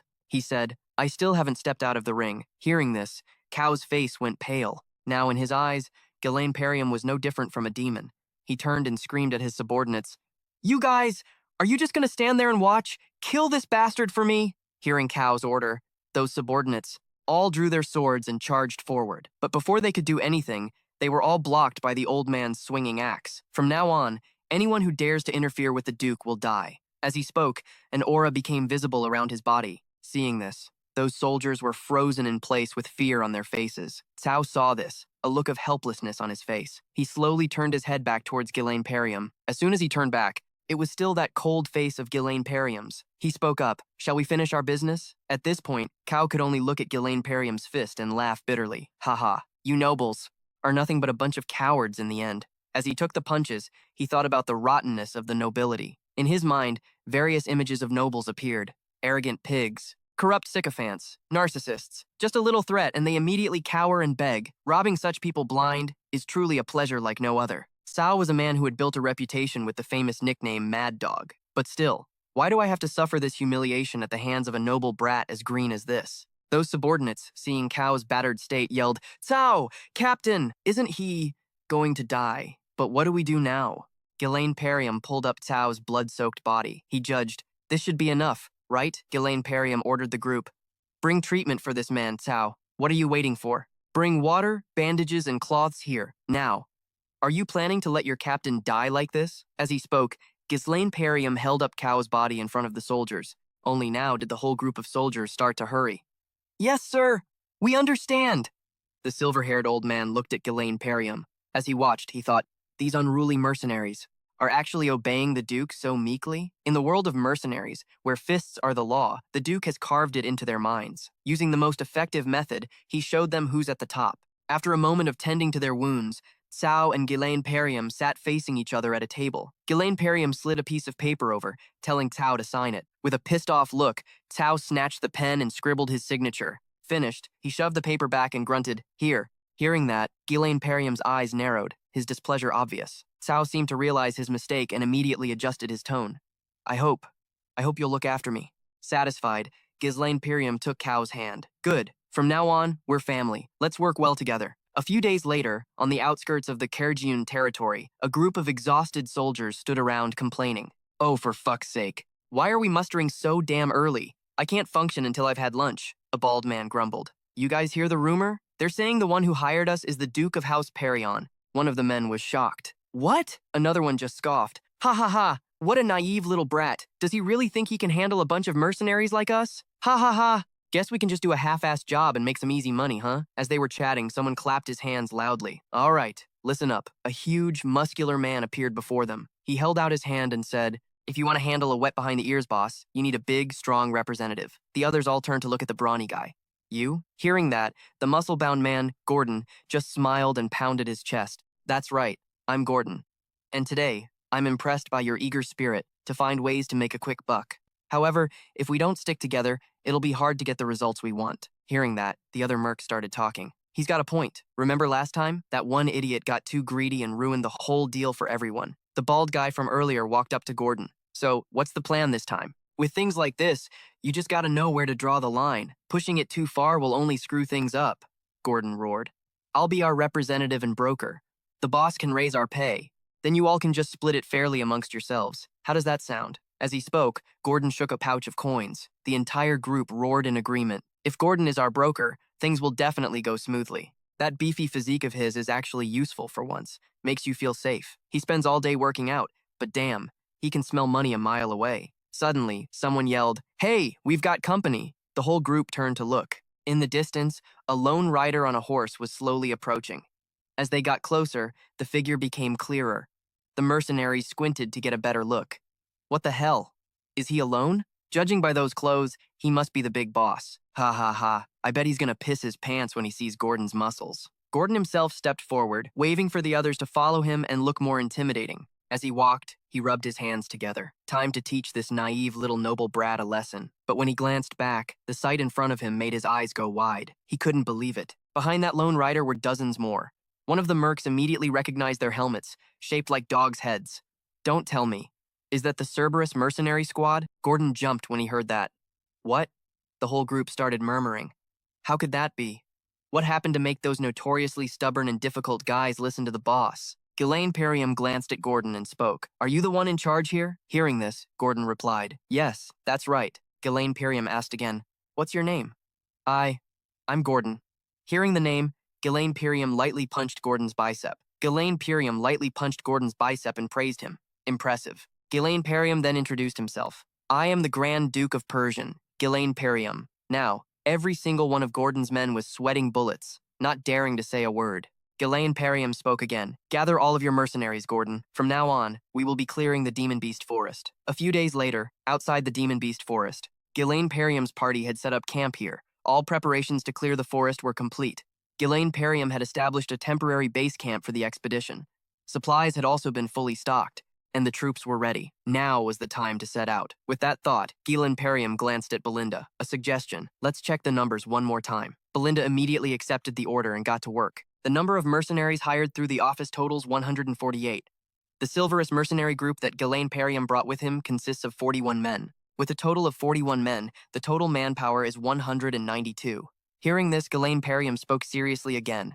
All right, have you given Scoven clear instructions? Belinda nodded slightly in response. He proactively helped us conceal our entry into the Demon Beast Forest. After all, his main job is to command the encampment near the Demon Beast Forest, so there's probably nothing to worry about. The two nodded, and Ghislaine Perriam smiled and said, Good. Then he looked down at the crowd below and shouted an order. All of you, fall in 5 ranks! He told them that right in front of them was the Demon Beast Forest, the place they were going to develop. They must have already heard the rumors. Unexplored dangers, all sorts of monsters, unknown threats, or even things that surpass the imagination. He said that even if they had to face those dangers, they must develop this place at all costs. Hearing his words, the mercenaries below, who had never heard of this plan, turned pale as ghosts, whispering amongst themselves non-stop. Belinda, hearing this, angrily scolded them. How bold of you, daring to interrupt while the young master is speaking. Ghislaine Perriam couldn't be bothered to care, and said in a cold voice, Anyone who wants to back out is free to do so. But remember that if everything ends well, I promise to pay you 3 times your wages. For these slaves to money, the bonus was indeed a tempting bait. As soon as he finished speaking, their eyes lit up. In contrast, Belinda, standing above, was so startled she nearly jumped. Young master, what did you just say? The money we brought back last time was nearly all used up preparing for this. Ghislaine Perriam pouted and said, This is what it takes to raise morale. Besides, if we succeed in getting the ore, it won't just cover the costs. We'll have plenty left over. With that thought, he glanced at Belinda again and asked, Do you trust me? Belinda sighed in resignation. I have no choice but to trust you. She regretted it a little, for once saying she would trust him unconditionally. Over on the side, Cowsman couldn't help but whisper, 3 times the pay. That's a promise no one would dare make unless they were insane. The master is always so reckless, Jillian replied nonchalantly. He always has a plan in mind. A moment later, the Demon Beast Forest expedition team was ready to depart. Ghislaine Perriam was naturally the one leading, with the others following closely behind. Their group advanced into the forest just like that. It's just that they were chopping down trees as they went. If you didn't know better, you'd think they were illegal loggers. A group of people just like that, fiercely chopping with axes, and Ghislaine Perriam was no exception. He had just felled the tree in the center, allowing a glimmer of light to finally shine into the dark forest. Seeing the light, Ghislaine Perriam smiled with satisfaction. Good, the light is finally starting to get in. Immediately after, he gave another order. Continue clearing a path in this direction. Cut the felled trees into logs and load them onto the carts. Those with free hands, dig around the tree stumps to make them easier to pull out. According to Duke Delphim's Demon Beast Forest Development Journal from his past life, the Demon Beast Forest was truly vast. One day, they would wipe out the monsters and exploit the forest's resources. But what Ghislaine Perriam needed right now was money. Let's ignore everything else and open the fastest path to the Junson ore vein. The fortune Ghislaine Perium would gain from this expedition would be a crucial weapon to stop the conspiracies surrounding Persian. Over here, Cao was very surprised to see Ghislaine Perium working. Even the mercenaries started to whisper among themselves, Belinda. Of course, she wouldn't let this situation continue. She immediately shouted a warning. Hey, let's gossip and get to work. They immediately shut their mouths and ran off. She watched their retreating backs and snorted coldly. Unbelievable. Then she walked over to Ghislaine Perium and said with annoyance, The young master went to the trouble of spending money to hire people. Why are you doing the work yourself? They dare to look down on you like this because they see you working alongside them. Ghislaine Perium, who was chopping a tree, didn't pay her words any mind and said casually, Come on, one more person working means the job gets done faster. This is no place to linger for long. Belinda pouted upon hearing that. The way you talk, it's as if you knew everything before you even came here. Those words made Ghislaine Perium freeze on the spot. What else could he say? He really did know beforehand. Over here, Cao was chatting while he worked. The young master has a girl who cares and worries about him. It's truly enviable.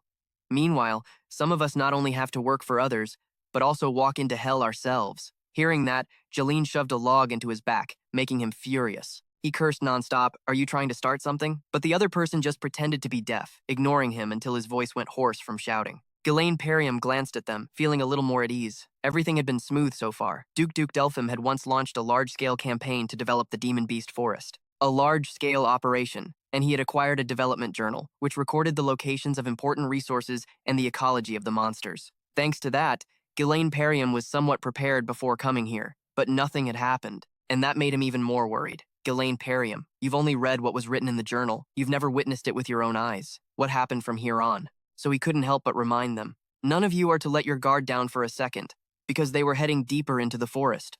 Despite that, they continued to chop down trees to clear a path. By now, the sky had grown dark. They had traveled a long way, but still hadn't encountered a single monster. While they were discussing this, one of them went to Gordon to demand his pay. But Gordon seemed to have discovered something. His face ashen, he cried out in panic, Hey, you guys! The others immediately turned their heads, looking at him in unison. Gordon said, trembling, We definitely cut down a lot of trees on our way here, right?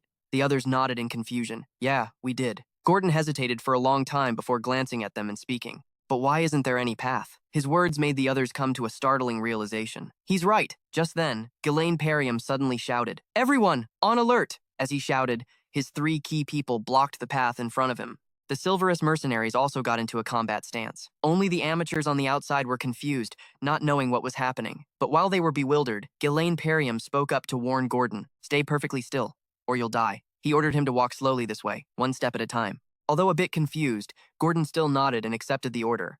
Yes, I understand, but as he turned his head, the wooden log on his shoulder slammed hard against an ancient tree, and that wasn't all that was in front of him. He even face-planted right on the ground. Seeing this, the faces of the men behind him immediately grew grim. One of them couldn't hold back and angrily cursed the idiot. At the same time, Gordon was equally terrified because the large tree in front of him had suddenly started to move. In just an instant, the giant trunk had formed a huge, terrifying mouth full of jagged teeth. Seeing it, the men immediately turned and fled. The looks on their faces were grim, and they had good reason to be scared. The treant monster had appeared out of nowhere, its vines stretching out for 10 meters. They wrapped around the men, hoisting them into the air before tossing them into its mouth. After catching its prey, it would close its mouth, as if taking time to chew on the fresh victims. Eventually, Gordon was caught too, but thanks to his brute strength, he managed to grab onto a nearby tree. He cried out for help, Save me! The nearby mercenaries rushed over, using their axes to hack at the monster's vines. But no matter how hard they chopped, the vines wouldn't break.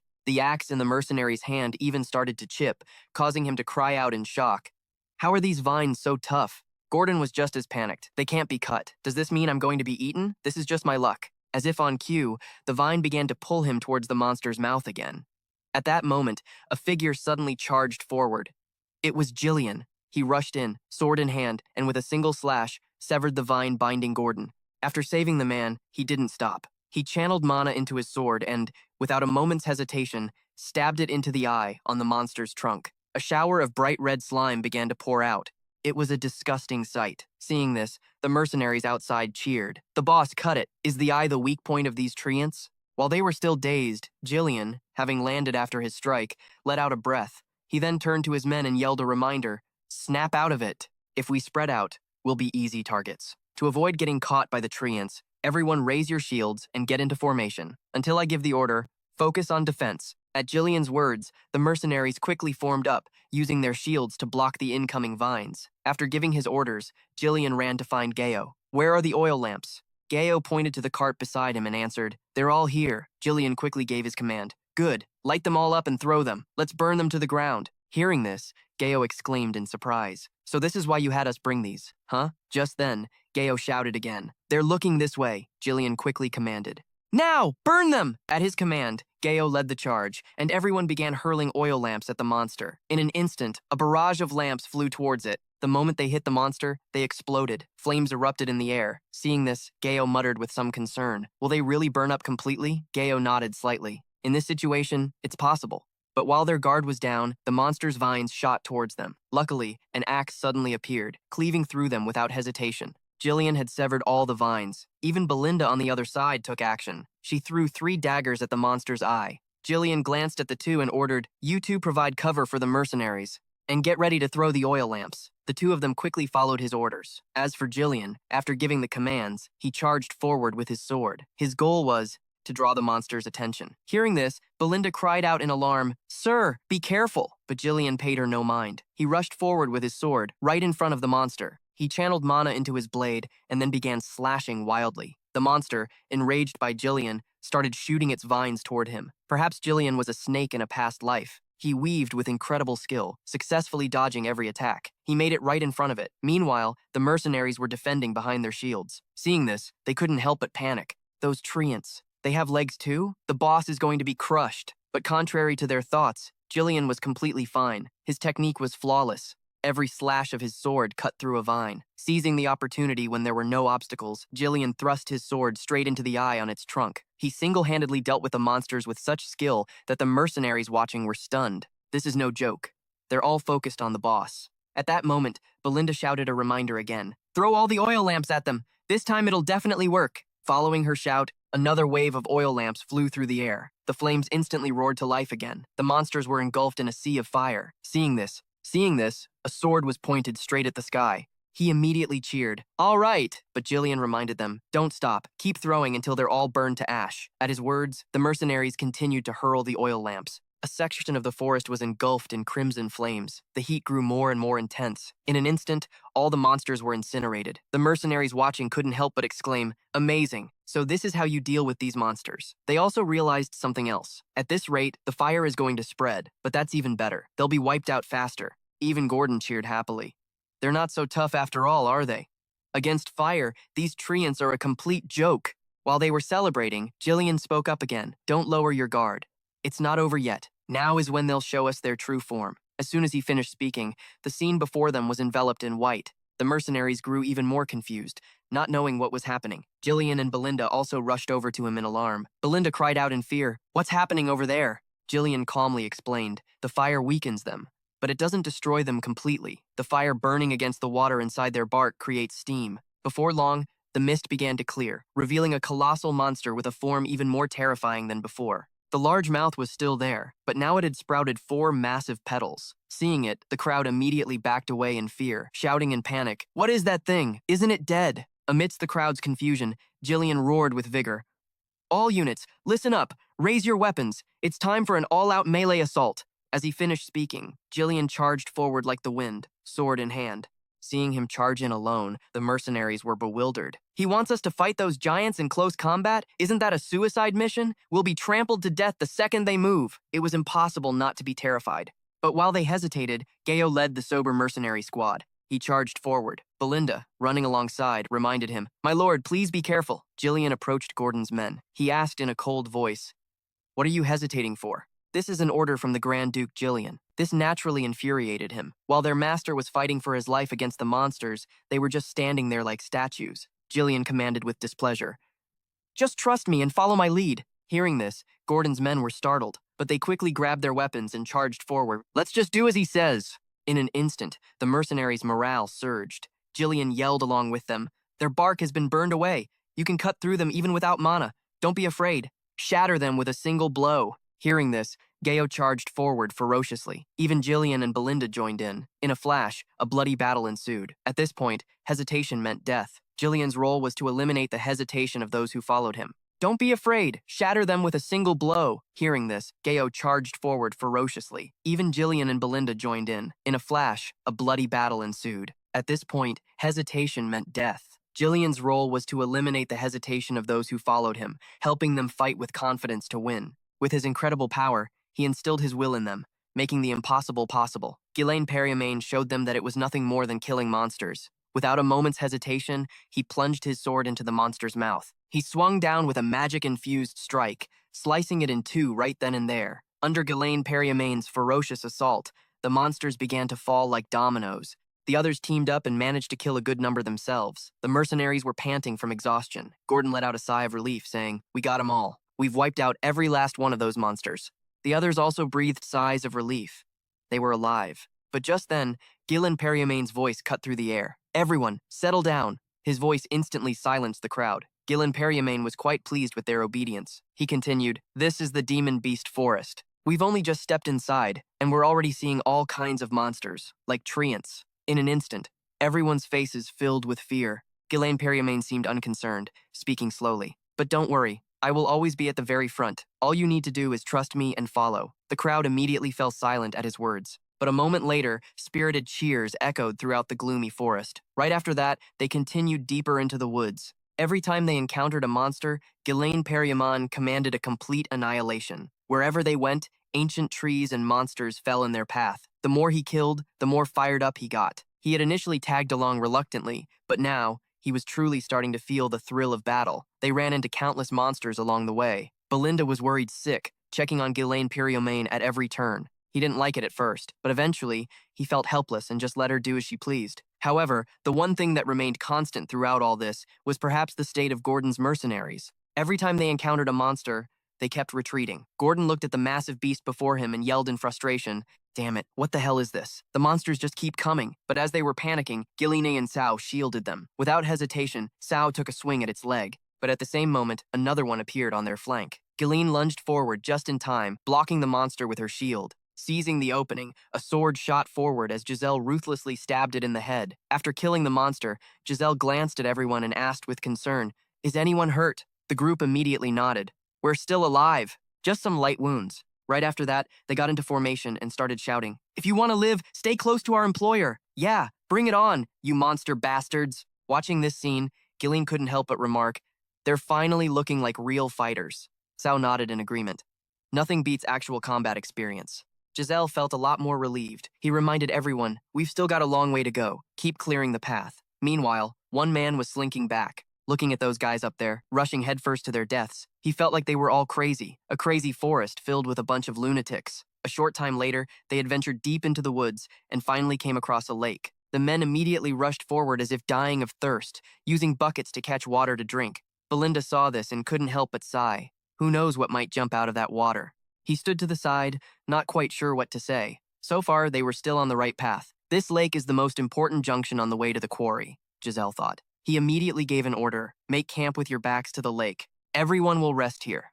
A while later, in one of the tents, a group of mercenaries was busy discussing the events in the forest. But at the same time, in another tent, a fire was crackling warmly. Gordon looked at the man before him suspiciously and asked, "Why'd you secretly gather us here? What the hell are you trying to say?" The man Manuzer chuckled and spoke up, "We don't have to keep risking our necks out here. Our lives are more important than money, aren't they?" Gordon scoffed at his words. "We've already cleared a lot of the way, anyway." The employer also said the destination isn't too far from the entrance. We must be getting close. Hearing this, Manuzer grew more urgent. "You actually believe that guy? There's a reason our employer is known as the Madman of Tojiyun. Isn't it obvious? He's trying to make a name for himself by recklessly expanding into this forest," a guy next to him said nonchalantly. "We've already taken the deposit.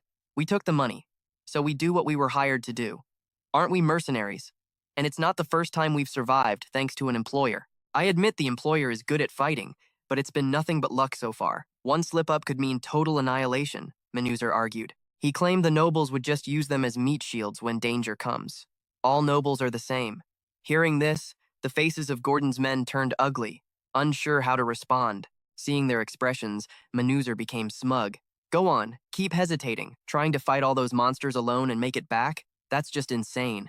If something went wrong, they might become bait for him at this very moment." Gordon suddenly spoke up. "Look, what I'm saying is, if it weren't for our employer, we'd all be dead by now. Just look over there.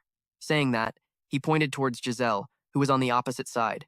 He was applying healing medicine to everyone, not forgetting to give instructions. Be careful not to get water in the wound. It'll get infected. Belinda, standing nearby, didn't look happy about it. Annoyed, she said, "Those are valuable medical herbs, you know. Shouldn't we be saving those for a real emergency?" Giselle replied casually.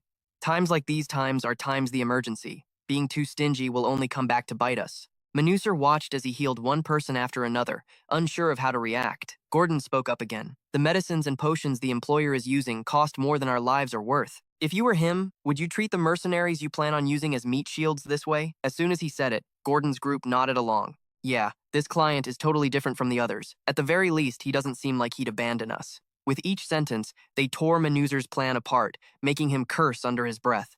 "That damn old man is getting in my way. I need to lure at least a few of them. But it's too hard now." After that thought, he quickly left.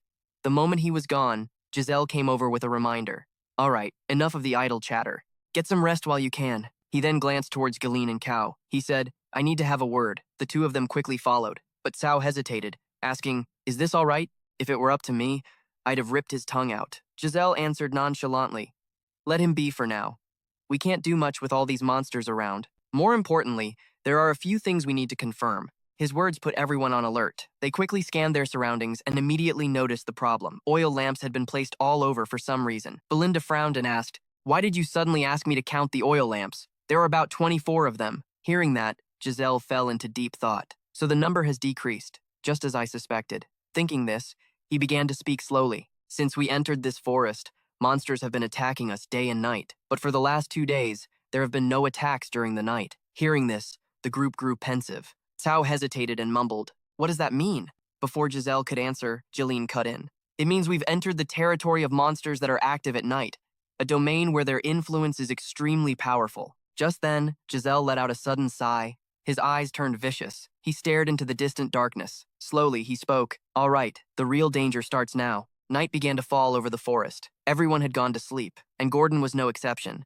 He was tucked warmly into his bedroll. But suddenly, a bright light flashed before his eyes, rousing Gordon from his sleep. The moment he opened his eyes, he saw an oil lamp floating in midair. It scared him so badly he pissed his pants. He kicked it away and screamed in terror. What the hell? A flying lantern? But before he could figure out what was happening, something bit into Gordon's shoulder. It made him scream in pain. His scream startled everyone awake. When they came to, they saw Gordon frantically swinging a torch at the air like a madman. The invisible monsters saw the fire and quickly backed away. But in the eyes of the mercenaries, Gordon just looked like he was going crazy. They rushed over and asked, "What's wrong?" Gordon trembled and stammered, "Monsters." There were monsters right next to me, but they couldn't see a damn thing.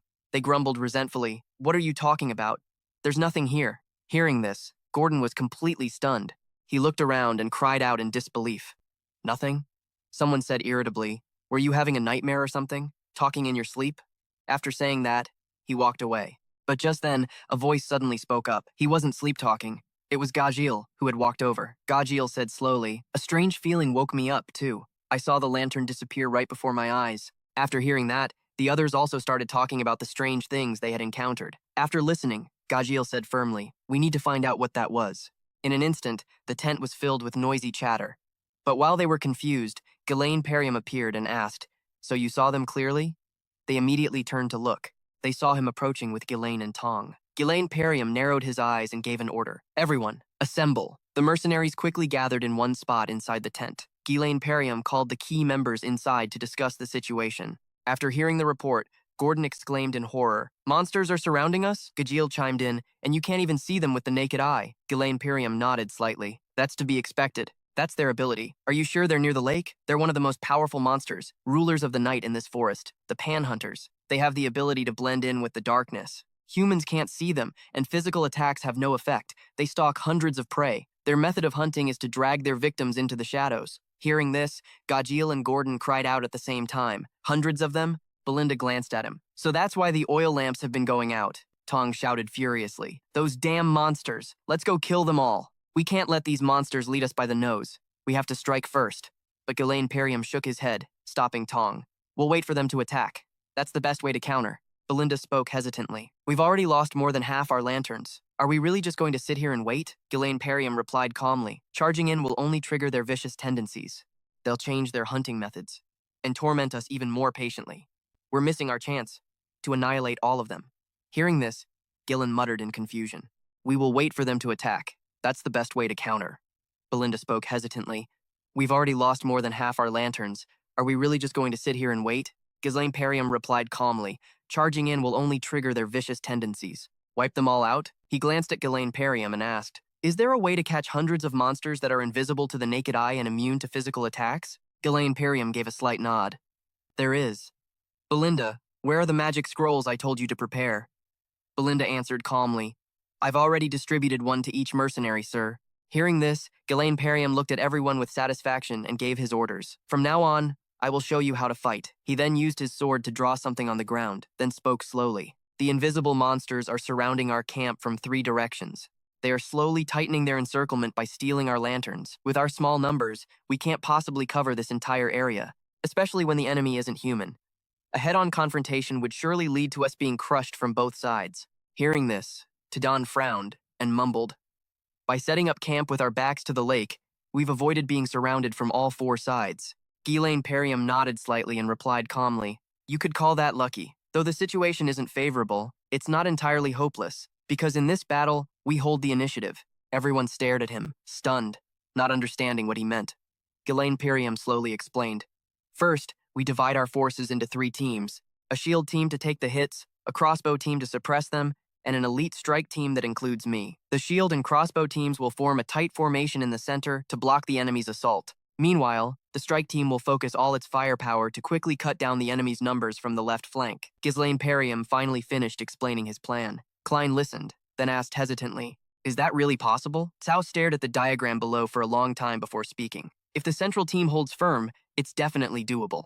At that moment, Belinda suddenly raised her hand, interrupting. She said, seriously, those pan things, they can blend into the darkness, so our attacks have no effect. Isn't that right? How are we supposed to deal with them? Her words left Ghislaine Perriam's group bewildered. Cao glanced at Ghislaine Perriam, then turned to Belinda and asked innocently, Can't we just use mana? But Ghislaine Perriam just smiled and said, Don't worry, Belinda. A short while later, night had completely fallen, perfect weather for a monster hunt. Ghislaine Perriam had assembled the mercenary company, ready to fight the monsters according to plan. They had lost their last lantern. One wrong move and the entire force would be wiped out. In the Delphin ducal family's exploration journal, it was written, The Pan are terrified of light. This was a later discovery. When exposed to a strong light, they will reveal their true form. Therefore, Ghislaine Perriam ordered everyone to tear their magic scrolls immediately. They all followed his command, ripping the items in their hands. With each person contributing a scroll, the small lights combined into one massive one. In an instant, a beam of light shot up into the sky. The Pan creatures shrieked in fear at the brilliant light, and before they could flee, they were enveloped by it. Their forms began to appear clearly before everyone's eyes. Seeing this, Gordon shouted, The darkness is gone! Their true forms have been revealed! Those eel-like monsters are surrounding us. As expected, it wasn't long before they charged towards them. The crossbow team didn't hesitate, immediately raising their weapons and attacking the monsters. But there were too many of them, and the crossbow team was having trouble holding them back. At that moment, in the center, everyone was ready. Ghislaine Perriam immediately raised his sword and yelled, Their true forms have been revealed. Vanguard, charge. Immediately after, he led Gillen's group forward with incredible ferocity. The vanguard relentlessly slaughtered the monsters. Ghislaine Perriam was even more ferocious. With every swing of his sword, monster corpses piled up everywhere. He narrowed his eyes at the monsters, thinking to himself, The Pan can blend into the darkness, but their durability is very low. With this formation, we can definitely break through them in an instant. With that thought, Ghislaine Perriam looked towards his people and ordered, Cut down as many of them as possible. Gillen and the other 2 quickly received the order, splitting off in 3 directions. Gillen took the brunt of the attacks, drawing their attention. Meanwhile, Cao would disrupt the monsters' ranks. With his combat prowess, he was incredibly fast. Every move was a killing blow, but with so many of them, openings were bound to appear. That's when Belinda was needed. Whenever a comrade was in danger, she would immediately provide support. After attacking them with her throwing knives, Belinda yelled, Young master! Instantly, Ghislaine Perriam rushed forward like the wind, directly eliminating the monsters. This was the most elite force of Persian that he had built. With his combat prowess, his speed was incredibly fast. Every move was a killing blow, but with so many of them, openings were bound to appear. That's when Belinda was needed. Whenever a comrade was in danger, she would immediately provide support. After attacking them with her throwing knives, Belinda yelled, Young master! Instantly, Ghislaine Perriam rushed forward like the wind, directly eliminating the monsters. This was the most elite force of Persian that he had built. directly eliminating the monsters. This was the most elite force of Persian that he had built, and so it went. Under the sky of the beast-infested forest, flashes of blue and white kept appearing. Down below, the mercenaries were attacking non-stop. Monsters fell before the powerful assault of the group. A good number of them had died. It's just that there were too many. The mercenaries, drenched in sweat, cried out in panic. How are there so many? When is the raid team going to get here? While their guards were down, the horde of monsters bared their fangs and claws at them, striking them with absolute terror. Right then, a sharp sword suddenly struck. It was Gazelle's squad. They had finished up on their side and rushed over here to help. After wiping out the monsters that had just attacked, Giselle glanced at everyone and spoke. Thanks for holding on. Seeing him, Gordon's men immediately lit up with joy. The boss is here. We're saved! Gordon immediately regained his fighting spirit, ordering them to widen the formation and surround them from all directions. Now's our time to counterattack. The monsters seemed to sense that the situation had turned against them. They stopped their attack and turned to flee. Seeing this, Giselle immediately frowned. They're retreating before we've even surrounded them. So perceptive. With that thought, he glanced at Belinda and ordered her to find the leader. It has horns on its head. It's sending the signal to retreat. Cao hesitated from behind and asked, wouldn't it be better if they just retreated like this? Giselle replied nonchalantly. They are obsessed with their prey. Even if they retreat now, they'll still stalk us for days and nights, until it's over. We don't have time to deal with them a second time. We have to avoid any more losses. If they lose their commander and completely scatter, then we have to catch it. We have to get it right here. Hearing this, Belinda was a little surprised. She realized he had changed a lot. With that thought, Belinda said firmly, I understand. As soon as she finished speaking, she threw her hook onto a nearby branch. Instantly, Belinda shot off like the wind again. She charged into the monster's encirclement all by herself. Very quickly, she spotted a monster with horns. Without a shred of hesitation, she swung her hook and successfully snagged the commander. Belinda glanced behind her. She yelled, Young master, I've got it. Hearing this, Gezeron immediately charged forward. He let out a cold snort. So it was you, huh? He took a long leap to break into the encirclement. Without a moment's hesitation, Gezeron slashed at the monster commander. Fresh blood instantly rained down. But it wasn't dead yet. Gezeron didn't lose his patience. He swung again. This time, he didn't hold back. He sliced the head off the leader. This sight threw the surrounding monsters into confusion. They stopped attacking. Gezeron immediately yelled, The leader is dead! Kill them all! Don't let any escape! Following his command, the mercenaries' morale soared even higher. They charged in without hesitation. They were no longer afraid of those monsters. Another group yelled out, competing with the other squad. Don't you dare lose to that old man. Gezeron heard this and let out a helpless sigh. They're certainly in high spirits. And just like that, Gezeron's army began to slaughter the monsters. The battle lasted until dawn, only officially ending when Gezeron finished off the last one. Monster corpses lay scattered everywhere. Blood flowed like a river. Gezeron glanced at everyone and gave a sincere smile. You all worked hard. We won! As soon as he said this, the crowd erupted in spirited cheers. How could they not be happy? They finally won. They were alive. Over here, Belinda asked her young master worriedly. Are you injured anywhere? Gezeron gently shook his head and said with a smile, I'm fine. You all worked hard. With that, he gave another order. Belinda, get a head count immediately. Cow, bring the Cerberus team here. Jillian and I will take Pan's corpse and toss it around the campsite. Hearing this, Cao frowned and asked, Toss the corpse? Gezeron answered calmly. It's useful. The smell of the rotting corpse will drive away other monsters. The Pan is one of the strongest monsters at the edge of the forest. The demon beast, Giline, standing nearby, added, The campsite will be safer, kid. This remark made Cao so angry he started cursing. What did you say, old man? You looking to end it all here today? Seeing this, Gezeron was a bit exasperated. He was all too used to this conflict. It's fine.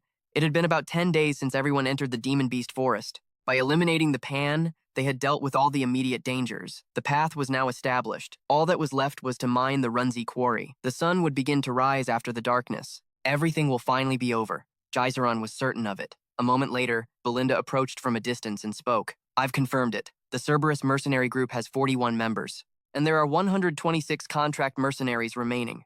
Gezeron heard this and frowned. No casualties from Cerberus?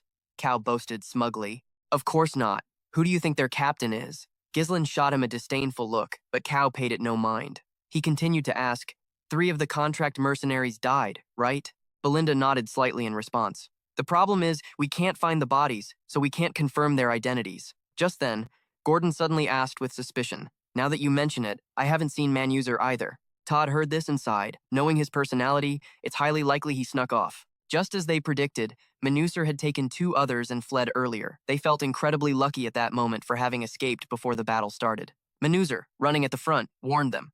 Less talking. While the monsters are distracted over there, we have to get out of here fast. But just then, the 2 men behind him suddenly stopped running. This annoyed Manusar, and he yelled, "Didn't you hear me? Hurry up and run!" One of the men, trembling, pointed behind them, his face a mask of terror. Manusar also turned his head to look, only to see a pair of blood-red eyes advancing on them. Manusar stammered in fear. What the hell is that? Right in front of them was a giant python.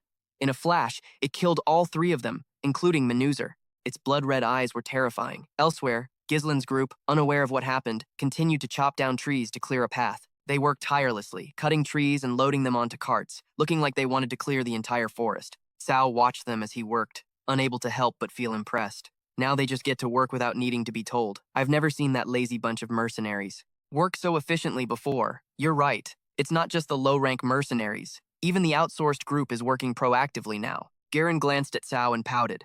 Not like someone I know. Cao was taken aback. He felt the old man had a point, so he didn't argue back like usual and changed the subject instead. You said those guys will all disband after this expedition is over. Seems like a waste to only use them once, don't you think? Garen heard this and spoke up. Don't worry. I'm planning to hire all of them as my private army. People say mercenaries are poorly organized, so they can't beat a regular army in a large-scale battle. But thanks to the experience they've gained here, they've already surpassed the limits of mercenaries. They'll be a solid foundation for expanding my power. Just then, Gagel approached from a distance to report.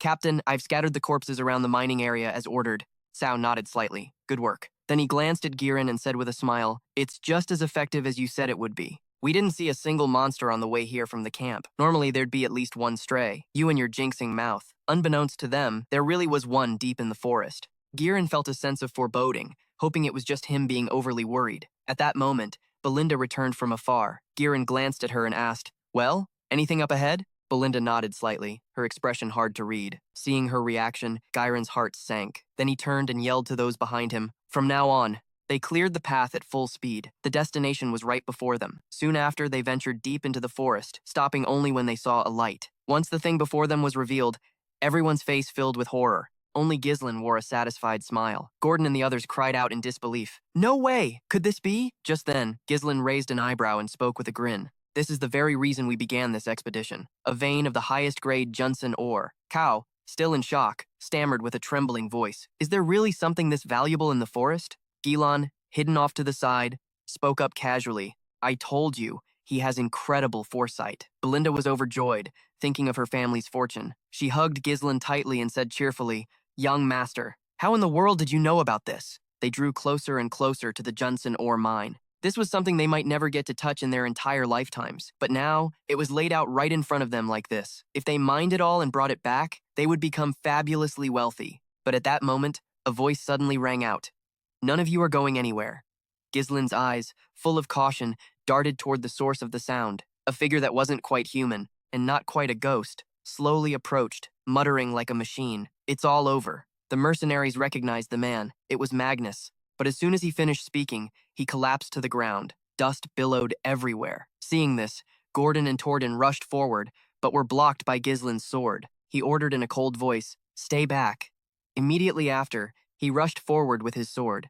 Gislin unleashed a strike full of mana. The dust cloud before him was cut away, but what was revealed behind it was even more terrifying. White skeletons were piled up everywhere. Some of the bloodstains were still fresh. Seeing this, the mercenaries instantly panicked. What's with all these piled up corpses? What the hell happened here? It wasn't just monster corpses. There seemed to be human bodies mixed in too. The 3 following behind, with Grizz being slightly calmer, all readied their weapons. Grizz slowly explained. Looks like we won't be able to mine the runestones in peace. This is most likely the nest of a high-level monster. Plus, some of the corpses aren't heavily decomposed, which means they haven't been here for long. The toxic fumes from the corpses were mixed with the fog, so they didn't notice it at first. The records never mentioned any particular dangers in the area with the ore vein. Grizz was caught a bit off guard. There was no other choice. They had to handle this themselves. With that thought, he turned to everyone and yelled, Everyone attention! Get into your battle positions. As if on cue, the moment he finished speaking, a giant serpent appeared. It opened its massive slimy maw and attacked them. Without a moment's hesitation, Grizz charged forward with his sword. Everyone, spread out! The men quickly obeyed, splitting off in 3 directions. He engaged the monster in close combat by himself. He channeled mana into his sword and brought it down with a massive slash. but it didn't sustain any major injuries. Undeterred, Grizz attacked again with his sword, aiming for its bloodshot red eyes. But as fast as he was, it was faster. It dodged his attack. Even so, his blade still grazed it. Grizz frowned slightly. He had deliberately used mana, and it only left a few scratches. He was equally startled by the toughness of its scales. What are these things made of? In the midst of the battle, the giant serpent was using its massive tail to attack Giselle. He dodged out of the way, frantically slashing at the serpent's head until a green, viscous fluid began to ooze out endlessly. Giselle's brow furrowed. This is poison. I can't let it touch me. He hurriedly dodged away, but the giant serpent wouldn't let up. Giselle did a full spin and then swung his sword in a single slash. The blade connected with its tail, but just like before, it didn't inflict any damage at all. What's more, its huge tail came crashing down toward Giselle, pinning him to the ground. Seeing this, Belinda immediately cried out in terror. Young master! Just then, the monster's colossal body began to attack the rest of the group. Everyone instantly scrambled backward in a panic. Jillian shouted a warning. Be careful!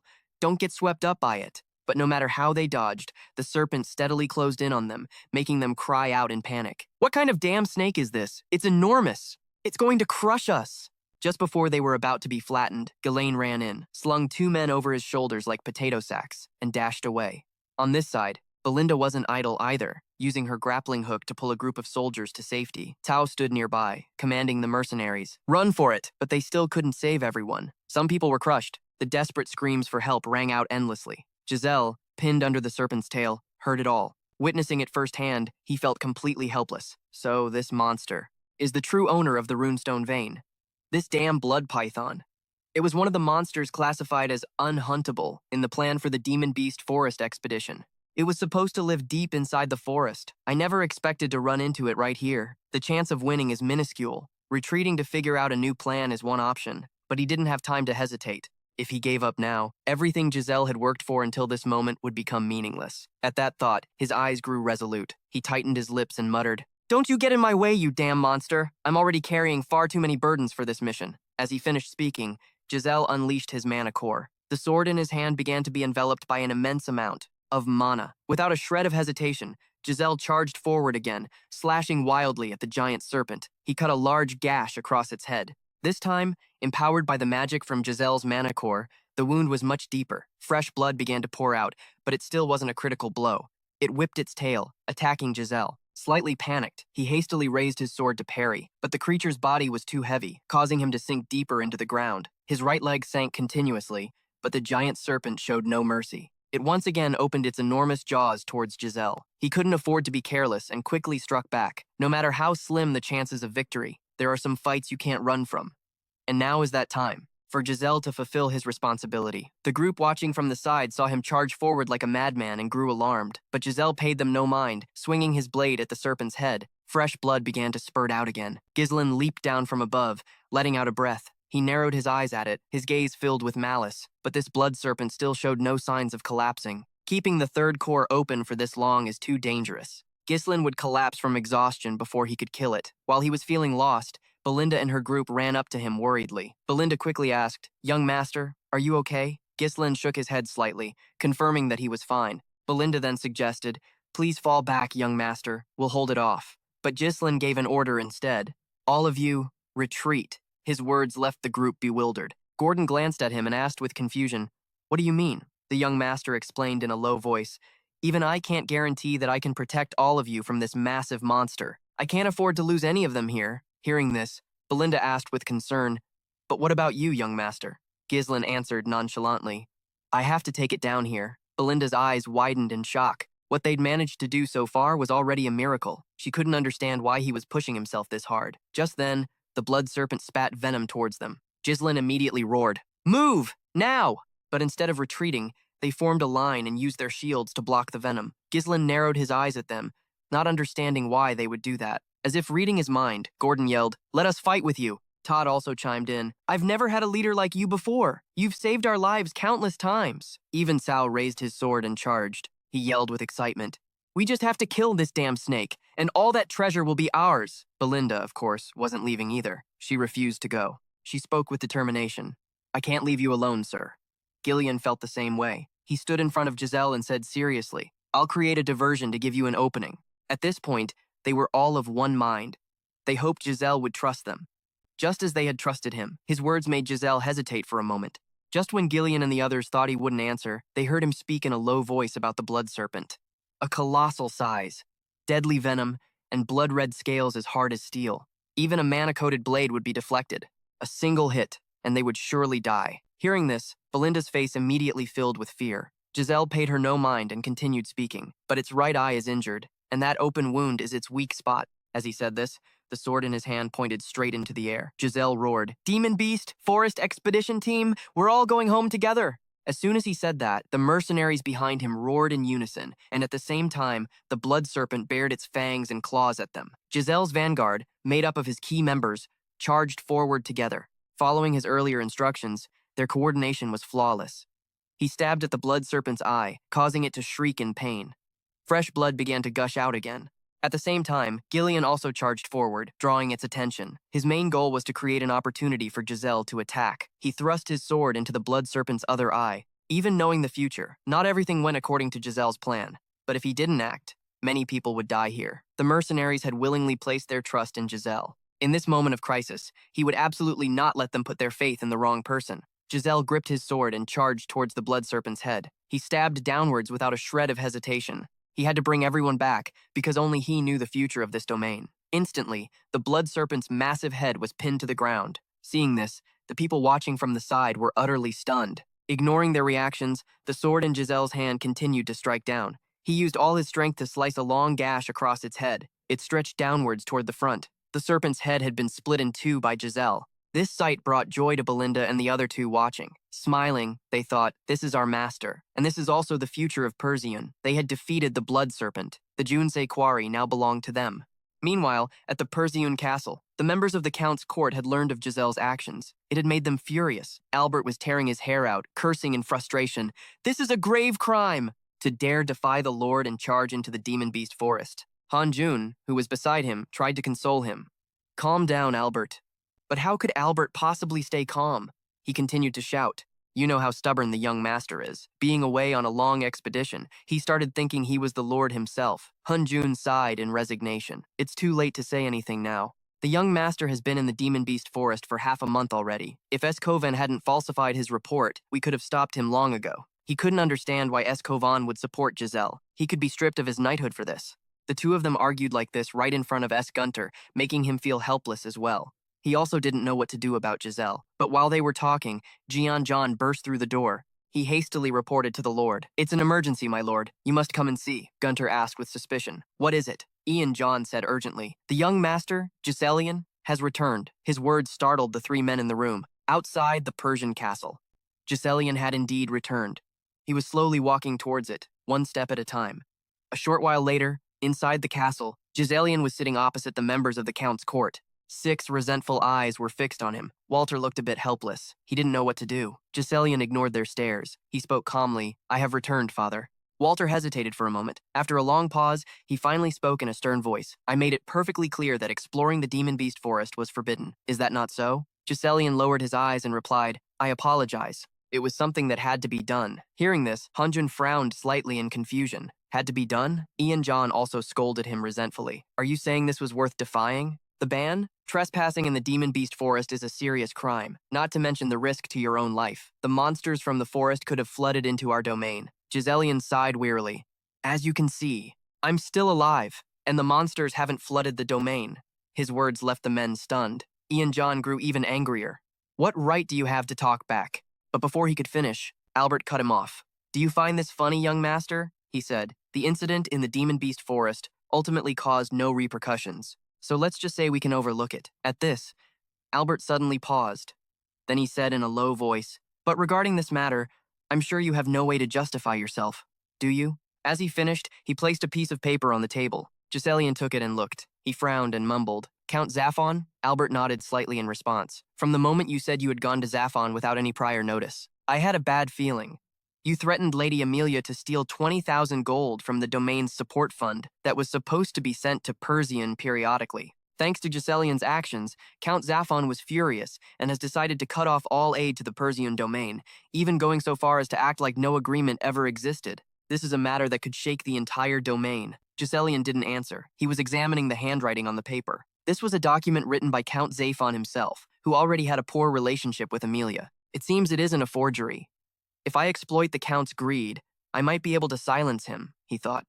This won't simply stop at sending assassins. Now that things have come to this, the leverage I held over him is useless. Whether it's ruin or survival, everything will just be seen as an excuse to cover up the truth. If I had been just a little slower, I would have been trapped in the domain. As expected, time is not on my side. Seeing him remain silent, Albert spoke again. Young master, do you have anything to say? John also made a suggestion. First, we must immediately return the 20,000 gold. John held his head and sighed. That's enough money to maintain the nightly order for a long time. But before he could finish, Giselian said coldly, I've already used it all. The entire sum was used to explore the demon beast forest. His words plunged the room into a deathly silence. In the end, it was Albert who reacted first, breaking the atmosphere. You threw all that money into a forest full of monsters? Giselian didn't deny it. He said helplessly, I apologize for what happened with Zafon. I have nothing more to say. The moment he finished, a hand shot out and grabbed his collar. Jian snarled furiously, You damn bastard. An heir who single-handedly destroys the future of the domain? Hanjun also spoke up to condemn Giselian Persian. From now on, you are no longer the young master, but a criminal. Bind his hands and feet and throw him in the dungeon. Giselian ignored them, speaking coolly. From now on, I will be the one providing the support fund, including the 20,000 gold. The one who had been silent until now finally spoke. Walter asked in a low voice, What did you just say? Giselian wasn't in a hurry. He glanced towards the door and called, Belinda. Belinda quickly entered and placed the small box in her hand on the table. Giselian said nonchalantly, If I was just planning to go in and come right back out, I would have never started the expedition in the first place.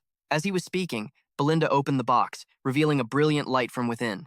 Giselian announced, These are the highest-grade runestones. Hearing this, the men in the room immediately shot to their feet. Hanjun reached out to touch one, exclaiming in disbelief, Where did you get such a precious treasure? Didn't you trade it for 20,000 gold? Giselian replied nonchalantly, I mined them from the demon beast forest. Albert observed for a long time before speaking. If these are truly runestones, they're worth a great deal, but this amount alone is still not enough to sustain the domain. It will still be short, won't it? Giselian gave a knowing smile and said casually, This isn't even all of it. Of course, this is just a small sample for them to see. What Ghislain brought back was a massive amount of glowworm stone from the beast forest. When Walter's group went down below the castle, they saw the mercenaries continuously transporting them. They stared in a daze. Jun broke out in a cold sweat and mumbled, To harvest this much in just half a month? Jian asked him, his voice trembling. Are my eyes deceiving me? Walter was still in disbelief. He glanced at Belinda and asked, Is all of this from this one expedition? Belinda replied calmly, Yes, my lord. It was all collected under the young master's direct command. There is also Retzer tree sap, the blood serpent's remains, and many other things. This amount of glowworm stone is also just a very small fraction mined from the vein. At that moment, Ghislain looked at everyone and spoke up. From the very beginning, I started this excavation for the benefit of the entire domain. Naturally, they must be used for the domain, right? Anbert, after a moment of calculation, reported to the Lord with a trembling voice. Based on a preliminary estimate, with this amount, we probably won't have to worry about the support funds anymore. Hearing this, Hamjun and Jian immediately changed their tune. They went over to massage Ghislain's shoulders, smiling fawningly. You are truly brilliant, young master. You must have been exhausted from the excavation. If you have any requests at all, please just tell us. It's true that money can solve anything. Since they've made the offer, Ghislain naturally seized the opportunity, speaking up quickly. There are some conditions attached to this support. June frowned and asked, What conditions? Ghislain nodded slightly and replied casually. First, release Sekovan and Daikato. They were simply following my orders. The second condition is that the beast forest will remain off-limits to commoners, just as before. The spread of useless rumors could lead to losses for the domain. As soon as he finished speaking, both men fell into deep thought. A moment later, June finally spoke. Those conditions aren't entirely unacceptable. Ghislain smiled with satisfaction and continued. Finally, I will directly manage the entire restoration force, including the mercenaries. Every time military forces are mobilized in the domain, having interference is just a waste of time. June cried out in shock. Are you saying you want to maintain a private army? That's unacceptable. Who knows what you're planning to do? Anbert also coughed and spoke up. Please explain yourself clearly. You are in a position where you should be begging for forgiveness. What you're saying only makes it sound like you want to act on your own without any restraints. Ghislain stared at him and said coolly, You've misunderstood, Financial Manager Anbert. I am merely stating the necessary conditions to be able to replace Zaphon and provide the support funds. If work is delayed because of such trivial matters, then June's finances will also be severely affected. After hearing this, Albert was a bit unsure how to react. He glanced at Walter for help. Say something, will you? Isn't he trading away the domain's future? But Walter remained silent. Just then, a voice from behind suddenly startled them. Jillian appeared, leading a group of mercenaries. Ghislain nodded in acknowledgement. You've all worked hard. Jillian also reported, the loading of the runestones onto the carts is nearly complete. We can move out at any time on your command. Gordon also nodded in agreement. As you instructed, the blood serpent's resin has been preserved without any anti-decomposition treatment. What do you intend to do with the blood serpent's corpse? Ghislain said slowly. It will be dissected immediately. Separate the venom, blood, flesh, and skin. Make sure none of it is damaged. Following his command, everyone acknowledged the order and left. Walter, seeing this, couldn't help but look toward Gordon. He said, trembling, My lord, the aura of every single mercenary is extraordinary. They truly couldn't understand how Ghislain managed to gather such powerful individuals. Walter fell silent upon hearing this. They are no different from an elite army. Only after giving out his orders did Ghislain look back at the people behind him. At that moment, Walter spoke slowly. You must have gone through a great deal of effort. Ghislain bowed his head and replied, Not at all, father. Without their help, this expedition would have been incredibly difficult. He stared intently at his son for a long time before saying with resignation, All right, let's go back. With that, he led his people into the castle. After hearing this, Anbert was a bit unsure how to react. He glanced at Water for help. Say something, will you? Isn't he trading away the domain's future? But Water remained silent. Just then, a voice from behind suddenly startled them, only to see Gillian arriving with a group of mercenaries. Ghislain nodded in reply. You've all worked hard. Gillian also reported the loading of the runestones onto the carts is nearly complete on your command. We can move out at any time. Cao also nodded in agreement as you instructed. The Retzer resin has been preserved without any anti-decomposition treatment. What are you going to do with the blood serpent's corpse? Ghislain said. Slowly, it will be dissected immediately. Separate the venom, blood, flesh, and skin, and ensure they are not damaged hearing his command. Everyone immediately acknowledged the order and left Water. Seeing this scene couldn't help but look towards Gordon, no matter how much they objected. Before leaving, he didn't forget to leave Ghislain with one last sentence. I'll let it slide this time, but if you dare to disobey my orders again, I'm warning you. Be prepared. Ghislain narrowed his eyes at him and said with gratitude, Thank you. Walter smiled faintly. Without turning his head, he said casually, As the heir who will take over this domain in the future, you have the air of a wolf of the north. Ghislain watched his retreating back, murmuring the 3 words he had just said, Wolf of the North. That is the title bestowed upon Count Berzion, the protector of the Lutania kingdom's border. He was a lonely, exhausted man with weak finances, depleted and impoverished. Yet, on the cold northern border, Walter never stopped fighting. He spent his entire life protecting the domain, where his wife, his daughter, and even his son were no longer. And the price for that was a tragic death, remembered by no one. But while Ghislain was lost in thought, Cao let out a sigh of relief. We can finally relax. Belinda didn't care about that. She asked hesitantly, Young master, will you be returning to the city right away? Ghislain shook his head slightly and replied, No, not yet. Be ready to leave at a moment's notice. Belinda was stunned, asking in disbelief, You're not going to rest? Jillian also tried to persuade him. You've overexerted yourself. Your body surely hasn't fully recovered yet, Belinda said in a low voice. The fact that you survived after crawling inside the blood serpent's body is already a miracle.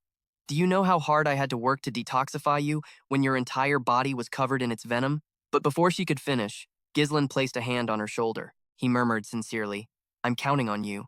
Belinda was stunned by his words. Ghislain then turned and walked away. The news that they possess Gizon stone will spread quickly. And of course, it will reach the ears of those forces who have their eyes on this domain. I must expand my forces quickly so that no one will dare to dream of this place. At this thought, Ghislain's body finally gave out. He staggered and fell to the ground, causing the people behind him no small amount of panic. In another place, in a castle far from the Persian domain, a man sat on a high chair, hidden in the shadows. Just then, a pigeon carrying a letter on its leg landed on the person's hand. He immediately opened the letter to read it.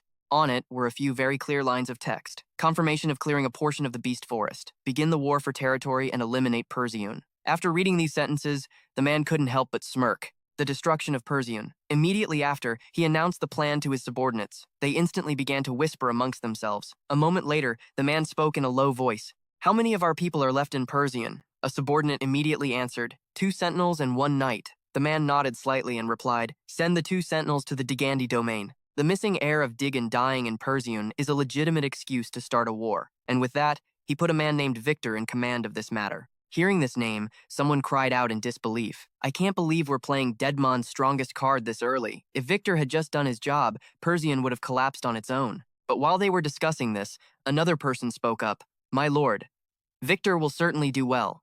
However, isn't it too soon to reveal our trump card? This move seems a bit rushed, the other person said calmly. Because of the Beast Forest, all decisions must be based on Duke Delphin's will. He said not to question it, prepare for war. The one who gave the order was Count Dedmon, Hero Dedmon. He frowned at the people below him and asked in a low voice, does anyone else know about this situation? Meanwhile, at Zaphos Castle, Amelia was crying in frustration in Bernard's arms. Bernard stood still, simply letting her lean on him. Amelia grabbed Bernard's collar and said through gritted teeth, Ghislaine Periamain, that bastard developed the whirlworm quarry with the 20,000 gold he took from me. Even after sending the entire Talon Guild, they couldn't kill Ghislaine Periamain.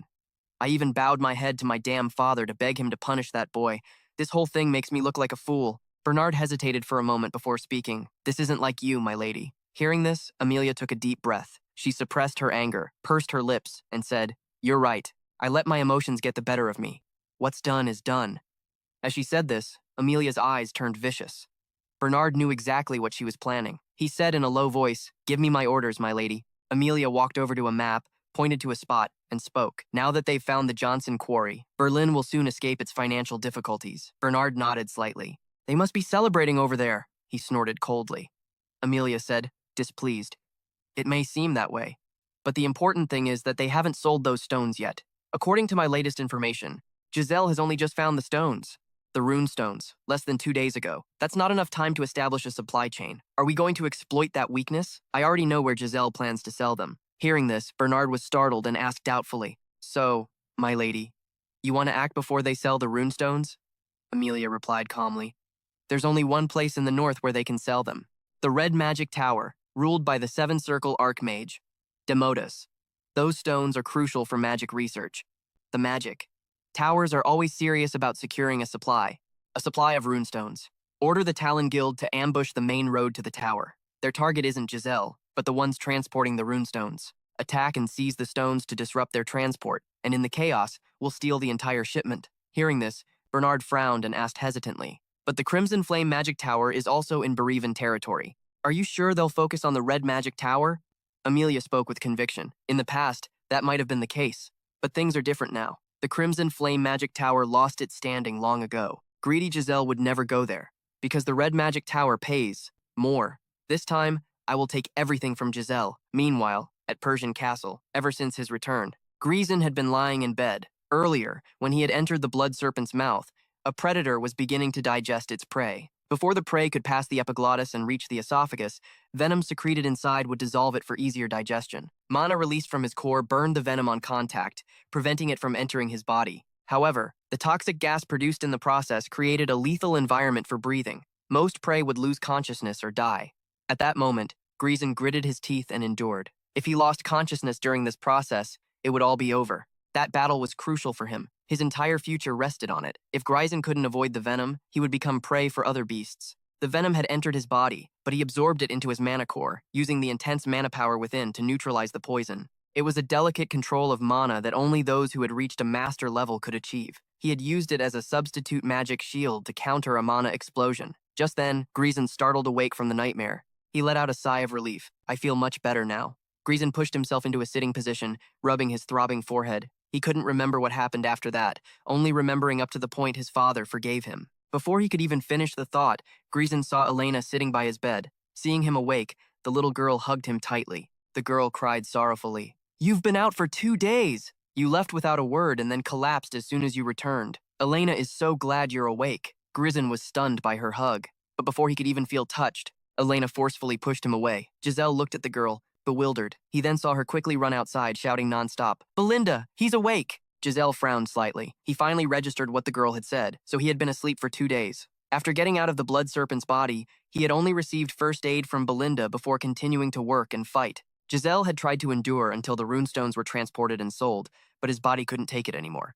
Yet, considering his previous carelessness, his body was now in surprisingly good condition. Sleeping for just 2 days wasn't enough to recover from such an injury. He felt that something was very strange, so he removed his bandages to take a look. Just as he thought, Giselle's recovery ability had improved. The quality of his mana had somehow increased. Even the very nature of the mana in his body had changed. Giselle frowned slightly. Could the blood serpent's power have fused with me while neutralizing the poison in my mana core? In his past life, He never knew he could become stronger this way. Giselle hadn't planned for this when he set out to conquer the beast forest, but the risk he had taken had definitely paid off. Giselle needed to run some tests, but if this method worked, he could become 10 times stronger. In just a moment, Giselle went to the wardrobe, found a set of clothes, and put them on, thinking all the while. Right now, quickly selling the runestones is the top priority, he thought as he worked. Right now, quickly selling the runestones is the top priority. 2 days have passed. Everyone who needs to know about it already knows. He needed to gather the mercenaries immediately. Just then, a knock suddenly sounded at the door, interrupting Ghislaine's thoughts. He frowned slightly. Belinda, you don't need to knock. As soon as Ghislaine finished speaking, the door opened. It was indeed Belinda, but there was also someone he hadn't expected. It was Count Water. Water glanced at him and spoke. You're awake? Ghislaine was stunned to see him. He didn't think he would come. Water continued. I heard from Belinda that you jumped into the body of the blood serpent, fought it, and were poisoned. Are you all right? Ghislaine nodded slightly and replied, Yes, as you can see, Father, I'm fine. Hearing this, he let out a sigh of relief. He spoke with great relief. Belinda rushed over to him in a panic, saying worriedly, You suddenly collapsed. Do you have any idea how worried I was? Are you really okay? Ghislaine sighed, a little exasperated. I'm fine right now. Water suddenly called out, Ghislaine. He looked up at him, a bit of confusion in his eyes. He then heard him say seriously, Can we speak privately? He said he had a request for him. Ghislaine frowned slightly and muttered, A request? A moment later, the two of them were at the training grounds. Ghislaine thought as he walked. This was the first time he'd had time alone with his father. In his past life, he was always focused on avoiding him, never knowing how he'd be punished. Just then, Water spoke apologetically. Calling you out here right after you've woken up. I apologize. Ghislaine shook his head slightly. It's all right. Thanks to sleeping for 2 whole days, my mind is much clearer. So, what is it that you wanted to talk about, Father? Water didn't answer. He just narrowed his eyes and looked at him. A hint of hesitation flickered in his eyes. Seeing his father's reaction, Giselian was a bit bewildered. He remembered what his mother had told him when he was a child. So this is what she meant? She'd said that his father was a man who didn't know how to express his feelings. As a child, Giselian didn't really understand what that meant. Back then, she had patiently explained it to him. He has to be a steadfast pillar. He cannot waver for the people of his domain. He always puts others before himself. That's why he's never once revealed his true heart, except for the time he confessed to her. So even if he seems a bit stiff, she hoped Giselian could be understanding and overlook it. He wasn't good at expressing his emotions. Snapping back to reality, Walter had already raised his sword and spoke coolly. Pick up your sword. Giselian nodded slightly and replied, Yes, Father. He immediately picked up his sword to face him. Without another word, Walter charged forward. The clash of swords echoed continuously in the training yard. The two quickly exchanged a few blows. Giselian was focused solely on defense, unable to attack. A moment later, they separated. Giselian frowned slightly. Walter's sword was truly heavy. This sword carried the strength to suppress the demonic beasts of the north, but it also held a gentleness meant to protect everyone. While he was lost in thought, Walter attacked again. This time, his swordsmanship was even more ferocious. Giselian didn't dare to be careless, hastily using his sword to block. However, this time, he didn't just defend. He found an opening in his father's form and began to counterattack. This move from Giselian surprised him a little, but that was all it was. He still parried his son's sword. The two, father and son, were now like enemies on a battlefield. Beginning his counterattack, this move from Giselian surprised him a little, but that was all. He still managed to block his son's sword. The father and son were now like enemies on the battlefield. Their sword strikes were all ferocious. After a few more exchanges, the two finally stopped. This time, Giselian had successfully pointed the tip of his sword at his father. Seeing the blade stopped before his neck, Walter's face grew thoughtful. After hesitating for a long moment, he sheathed his sword, then spoke with praise. Your skills have improved a great deal. Giselian also sheathed his sword, smiling humbly as he said, Thank you, Father. But then he heard his father's low voice again. Walter advised him seriously. During a fight, try to loosen the pressure on your sword a bit. You possess the strength and reaction speed to take down giant monsters, but if you're not careful, your opponent will see right through your intentions. Hearing this, Giselian instinctively frowned. Is that so? In fights, he could usually sense how his opponent would strike, but thinking back, this was probably the first time anyone had ever taught him. Giselian's swordsmanship was honed through real combat and experience. In other words, it was an instinctual sword style. Perhaps because he'd never gone through formal training, he had missed these things. Walter had pinpointed exactly what Giselian was lacking and helped him realize it. For so long, he had thought he could only rely on himself, struggling and practicing alone. But as it turns out, receiving guidance wasn't so bad after all. With that thought, Giselian said gratefully, Thank you for your instruction, Father. Walter squinted at him, a flicker of hesitation on his face. A moment later, he said in a low voice. Actually, I was planning to reprimand you, even though you achieved a great victory. But the fact that you broke the rules is undeniable. If everyone starts thinking they can disregard discipline as long as they get results, all that awaits us is greater chaos. Giselian listened in silence, saying nothing. Not getting a response, Walter sighed again and said, "However, you've changed. You're different from the man who used to recklessly chase achievements and cause trouble." He could sense that Giselian was striving for a higher ideal. He told him to continue as he was now, to always think of Persian and the people around him, and to bear the responsibility of an heir. Hearing these words, Giselian couldn't help but be stunned. The word responsibility that he had just mentioned truly carried a heavy weight. As he thought about this, he suddenly remembered something. He quickly called out to his father, "Now that you mention it, you once said you had a favor to ask of me, didn't you? You still haven't told me what it is."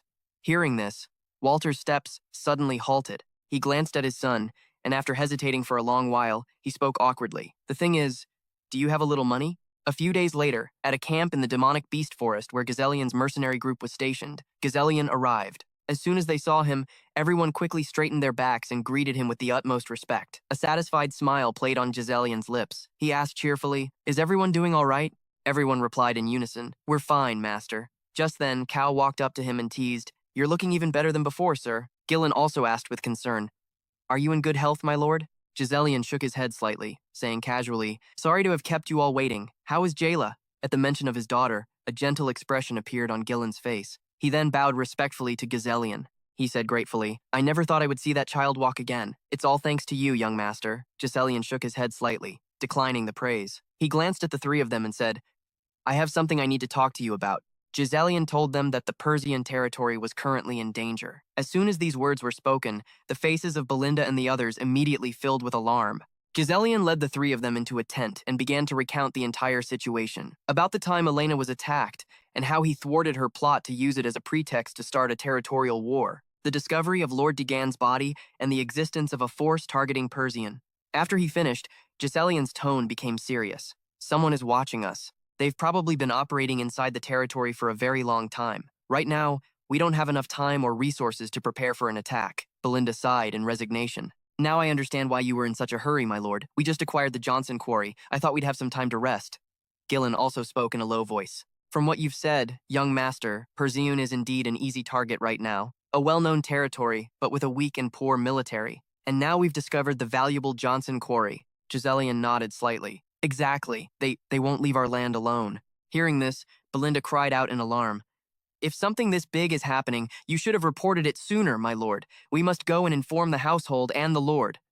"No, now is not the time." Giselian shook his head, refusing. Even Elena's own guards betrayed her. Right now, there's no way to tell who is friend and who is foe, so it's best that only we know about this. Belinda was still a bit hesitant, but Giselian continued. "The fact that Elena is still alive has disrupted their plans, buying us a little more time, but the Johnson quarry has been discovered. The enemy certainly has no more reason to hesitate." He told them that this battle would be incredibly difficult. In an instant, the air fell silent. Finally, Cao was the first to speak, breaking the tension. "All right, just give us the order." "To be honest, being by your side, Gideon, is actually really exciting," Gillen chimed in. "This life of mine is already yours. I will follow you to the very end," Belinda also said with determination. "That's right. If I don't protect the young master, who will?" Hearing their words, Giselian gave a satisfied smile. Persian's greatest enemies are Duke Delphin and those who act under his command. Count Dedmon and Amelia. Giselian would not let them do as they please. With that thought, he spoke in a low voice. "Right now, we are heading to the Crimson Flame Magic Tower." Hearing this, Cao immediately grinned with excitement. "Finally, we can sell this pile of stones." Belinda, on the other hand, asked cautiously, "Why not choose the Red Magic Tower? It's closer. The prices are better there too," Giselian explained calmly. "Because choosing the Crimson Flame Magic Tower will help us avoid unnecessary trouble." Hearing this, Gillen immediately understood what he was talking about. He nodded in understanding. "I see. When transporting high-value items, you're bound to attract some uninvited guests. Not to mention, these are rune stones. We need to be one step ahead of the enemy. One step ahead of the enemy." It was a reasonable decision. Besides, there was another reason. Ever since the master of the Red Magic Tower became the world-famous, seven-ringed, hatted archmage, the Crimson Flame Magic Tower has been in steady decline. Reclaiming its former glory wouldn't be easy. Even so, Geyseron still chose the Crimson Flame Magic Tower, because there was someone there he needed to meet. Meanwhile, at the Crimson Flame Magic Tower, a girl was sitting in the Grand Library. She was buried in a huge pile of books, but the girl didn't look very happy. She kept muttering, "Master Ronaldo, the light you told me about, when is it finally going to appear?" After a few days on the road, Jizeron's group finally arrived at the Crimson Flame Magic Tower. Looking up at the tower before them, Gordon couldn't help but gasp in awe. "It's so tall!" Hearing that, Toden chimed in. "I've heard of its reputation for a long time, but I never thought I'd set foot here one day." With that, Todan began to observe the bustling life here. He smiled dazedly and said, "Just the way they live is completely different from Peijun." Then, shifting his gaze to the magic scrolls, Toden continued, "So this is where they make magic scrolls." Then they saw a group of mages doing something on the side of the road. They all stared curiously to see what they were doing, like a bunch of country bumpkins visiting the city. Noticing their stares, the group of mages immediately stopped what they were doing. Right after, they all cast a spell in unison, invisibility. They vanished on the spot. The mercenaries, seeing this for the first time, were astounded. Seeing their dumbfounded expressions, Jizeron explained, "It's an invisibility spell. It seems they don't want us watching them." Coyote grumbled in annoyance. "These idiots, acting like we're just some hicks from the countryside." Looking at the Crimson Flame Magic Tower, Belinda said with some apprehension, "Even if it's no longer the top tower, the Crimson Flame Magic Tower is still a magic tower." Hearing that, Gillian replied, "After all, Berzavon is one of the wealthiest territories in the kingdom." Jizeron gazed at the tower and thought grimly, "On the surface, that's true. Who would think a tower at its peak is on the verge of ruin?" Halting his horse, Jizeron said, "All right, we're here." With a gruff attitude, Coyote replied, "Looking at it this close is gonna break my neck." As if to agree, Belinda quickly added, "It's so huge. Just getting to the main gate would take 1,000,000,000 years. But where are the gatekeepers? And why is this pile of armor just lying scattered around?" While they were confused, from a high floor of the Crimson Flame Magic Tower, someone shouted an order. "Halt!" Following the shout, the suits of armor below the gate began to move. In the blink of an eye, they assembled into complete knights. Immediately after, 2 of these humanoid suits of armor blocked their path with their weapons. The person on the gate shouted again, "Not just anyone is allowed into the Crimson Flame Magic Tower." One of the 2 mages ordered condescendingly, "State your identities and your purpose." Now, surprised by the puppet magic, Belinda asked curiously, "What's this? Is that pile of armor some kind of puppet?" Coyote, however, was not so amused. He snorted coldly and muttered, "They won't even bother to come down, just what you'd expect from a magic tower's gatekeepers." Gillian, ever the professional, slowly made the introductions. "This is Jizelan Persian, the eldest son of the Persian family." Continuing straight to their main purpose, Gillian spoke again. "Bring out the person in charge of trade. We have something of value." However, before Gillian could finish his sentence, the other mage showed a cold attitude. He said loudly, "We're not buying." "Not at all. Not expecting that answer." Belinda quickly shouted, "Wait a minute, you're not even going to look at our goods before refusing?" "Without a care," the mage said contemptuously. "Isn't Persian that northern territory full of beggars? You've probably only got shoddy items and cheap magic potions there. Doing business with people like you is a waste of time. Get lost." As soon as he finished speaking, the 2 suits of armor below pointed their weapons at them. Belinda yelled furiously, "Hey, who the hell are you to call us beggars? Get down here right now!" Gillian asked in a low voice. "What should we do?" The young Lord Jizelan didn't answer right away, just looked at Gillian silently. After a long moment, he spoke in a low voice, "You really don't need it?" His words startled the 2 mages on the gate. Ignoring their reaction, Jizelan took out a runestone and held it high. He said coldly, "If you're mages, you should know what this is, right?" With no patience whatsoever, the mage just glanced carelessly at Jizelan's group and asked vaguely, "What is it?" But as soon as he got a clear look at what Jizelan was holding, the 2 mages' attitudes did a complete 180. Their eyes lit up, secretly overjoyed, as they quickly shifted their gaze to the long line of cargo carts below. The 2 mages quietly speculated, could it be that all the goods they brought are runestones? Seeing their reaction, Jizeron smiled smugly and asked, "So, do you want to buy or not?" A little later, inside the Crimson Flame Magic Tower, after showing off what he had, Jizeron was led inside and was even greeted personally. The man bowed respectfully and said, "We were blind not to recognize such distinguished guests. I am Stephen, the trade manager of the Crimson Flame Magic Tower. If there is anything you need, please just let me know." Not bothering with the man's fake attitude, Giseron said indifferently, "You've seen it. We have a large quantity of goods. I need someone who can handle the entire transaction. Therefore, I want to meet the Tower Master directly." Upon hearing Jizeron wanted to meet the Tower Master, Stephen's face turned pale with fright. Not wanting to make any more mistakes, Stephen replied, "Yes, I'll inform the Tower Master at once. Please wait a moment." He turned to the mage and said, "Quickly, take them to the reception room." Immediately complying, the mage replied clearly. Belinda held a grudge. Seeing the mage's change in attitude, She said sarcastically, "This is how it should have been from the start. How dare they insult our territory?" Just then, a loud noise suddenly came from within the Crimson Flame Magic Tower. Gizeron asked suspiciously, "What's that?" The other mage shook his head and replied, "Don't worry, my lord. It's just a sound from some magic research." When he heard that, his first reaction was to frown. Perhaps what he was looking for was over there. At the same time, in a research room, the air was thick with smoke and dust. A group of people walked in from outside. The leader looked contemptuously at the girl on the floor, snorting coldly as he scolded her.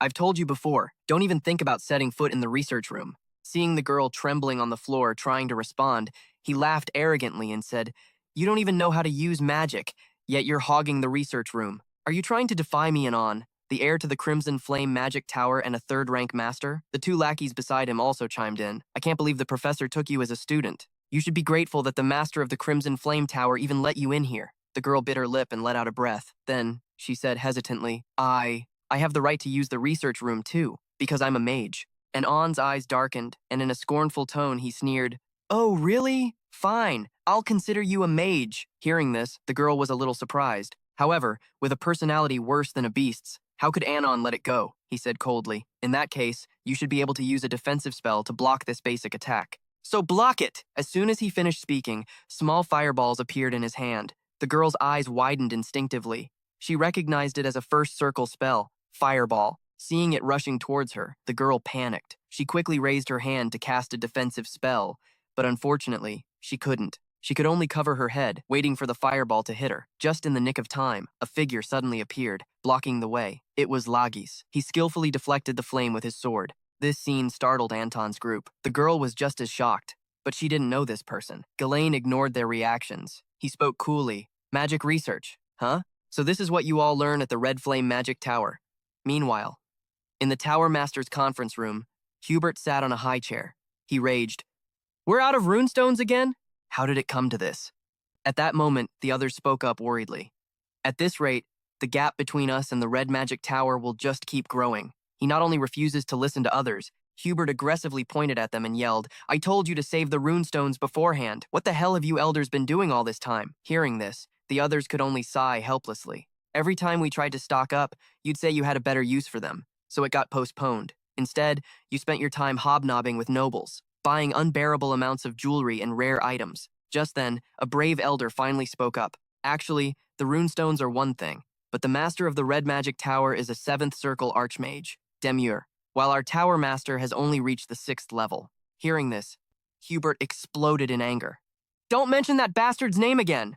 "If I had runestones, I'd reach the 7th level in no time." Not very satisfied, the elder asked again, "We don't have any more runestones. We can't even train properly. So what are you going to do?" Growing more irritated, Hubert scowled and cursed, "Damn it, Dimweir.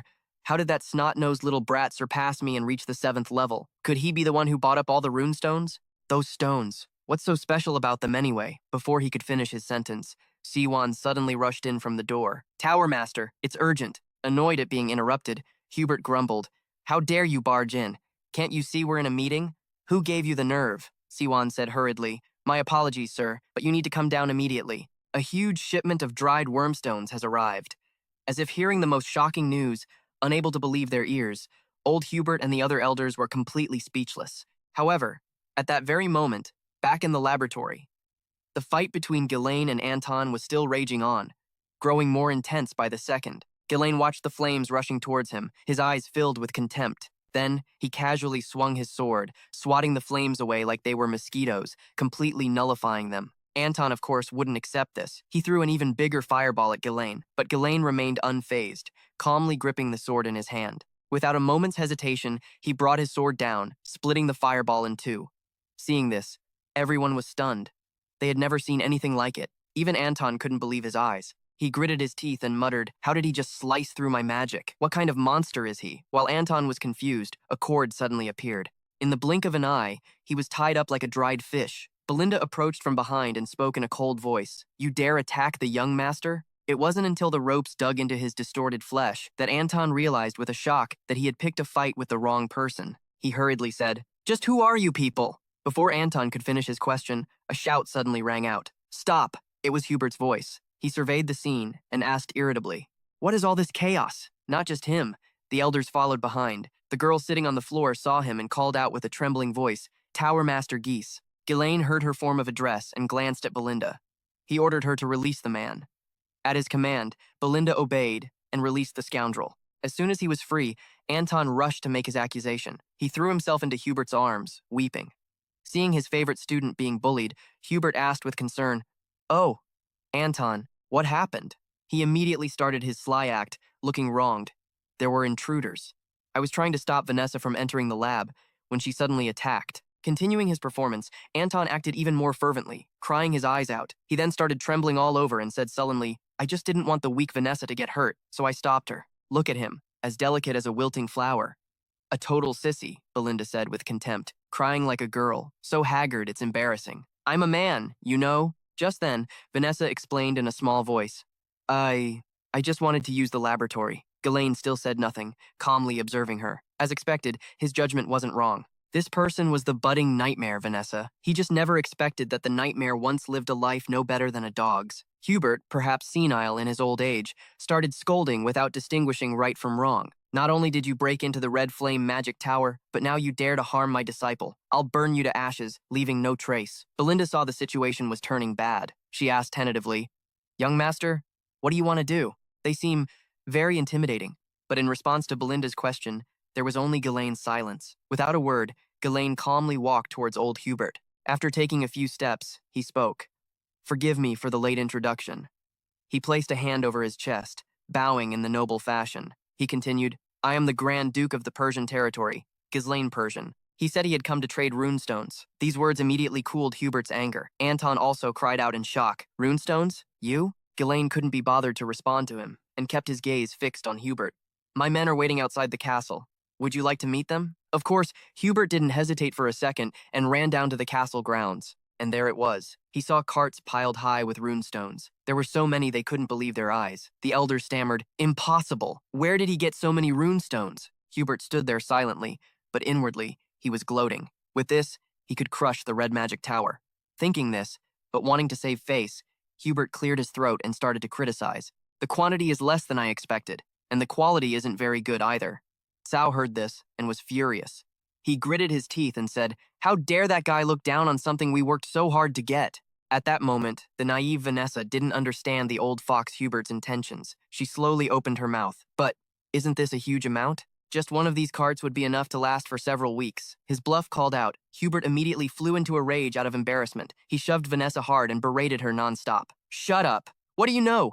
Get out of my sight!" Glancing at Vanessa, Hubert spoke with a venomous tone.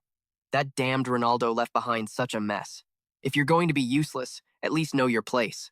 Ghislaine watched this scene, his expression unreadable, and no one knew what he was thinking. Just then, Hubert winked at his elder, raising an eyebrow. "Don't you all agree?" The elders, living up to their reputation as old foxes, began to chime in with criticism. With an attitude like this, they deserved to be trampled on by the Red Magic Tower for the rest of their lives. If he didn't have a goal, Ghislaine would have definitely stepped in to let them perish. Belinda couldn't hold back any longer, retorting indignantly. "What did you say? Our young master went through great trouble to get those runestones, and you dare call them fakes?" Still trying to stubbornly haggle, an elder replied. "How much trouble you went through to get them is not our concern. There are too many swindlers these days, aren't there? It would be absurd to just take the seller's word for it." "Too lazy to argue with these old geezers," Ghislaine asked with a bored tone. "I see. So, does this mean you're not buying?" The elders were a bit surprised to hear this. Before they could even react, Ghislaine was already leading his people to leave. He said, "If you don't need the runestones, we'll just go elsewhere." Afraid that Ghislaine would actually leave, Hubert immediately panicked and said, "Wait!" He quickly glanced at someone beside him, giving a subtle signal. The person quickly understood Hubert's intention. The elder gave a slight nod. Then he spoke up again. "To show some respect for your efforts in bringing them all the way here, perhaps we should buy them, You've come a long way, after all. It wouldn't be right to send you back empty-handed. Help the Tower Master save some face." Hubert gave a dignified nod. "If the elders say so, then I can't just ignore it. With my great generosity, we will buy all the sunworm stones you've brought. But the price will be a bit lower than the market rate."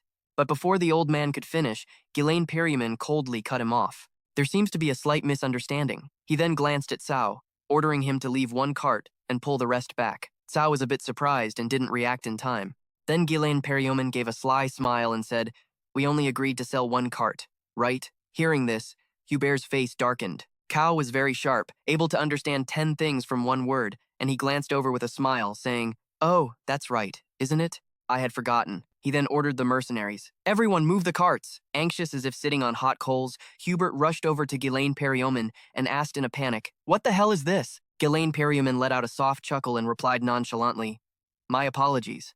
It seems there was a misunderstanding about the quantity, an error on my subordinate's part. Our destination is the Crimson Magic Tower. We just need a little money for travel expenses." Hearing the name of his mortal rival, Hubert's face looked like he'd stepped in shit. Immediately, his tone became fawning. "Why? I was just joking a little. It's the first time we've met, after all. Don't be like that. Come on up and let's chat for a bit." Ghislaine Periomen scoffed coldly at him. "You want to play games with me? You'll need another 8 lifetimes." A little later, in the Tower Master's meeting room, Hubert smiled politely and said, "Now, allow me to introduce them. These are the elders of the Red Flame Magic Tower. All of them are 5th-level mages." Ghislaine Periomen forced a perfunctory complimentary smile. Then he said, "They're all 5-circle mages? That's really impressive." But his next sentence was a slap in their faces. He smirked and said, "As expected of the 2nd strongest tower in the north, the power here is truly astounding." As if he didn't notice, Hubert coughed dryly and said, "You must have heard some strange rumors, but they're all wrong. The Red Flame Magic Tower still holds the top spot in the north." Hearing that, Ghislaine Periomen replied, "If you say so, it doesn't matter anyway." Standing from a distance, Belinda muttered worriedly, "The young master is provoking them for no reason. Will this be okay?" With absolute faith in Ghislaine Periomen, Ghislaine replied, "He knows what he's doing. Just let him handle it." Not wanting to be mocked by Ghislaine Periomen any longer, Hubert quickly waved his hand and said, "Enough with the small talk. How much are you selling for? I guarantee that if you go anywhere else, you won't even get its proper value." Without rushing to answer him, Ghislaine Periomen casually held up 2 fingers. Then he slowly said, "Double." In a steely tone, Ghislaine Periomen continued firmly, "We require double the market value." Hearing this, the elders quickly chimed in. "Double? Do you really not know how the world works?" Hubert also nodded in agreement. "That's not how business is done. I don't know who taught you about trade, but they were dead wrong. You have to negotiate, not just set your own conditions like that." Ghislaine Periomen remained completely composed from start to finish. He replied with a gentle smile, "I think the Red Flame Magic Tower deserves to pay double." The elders were enraged by this arrogance. "I don't know who taught you about trade, but they were dead wrong.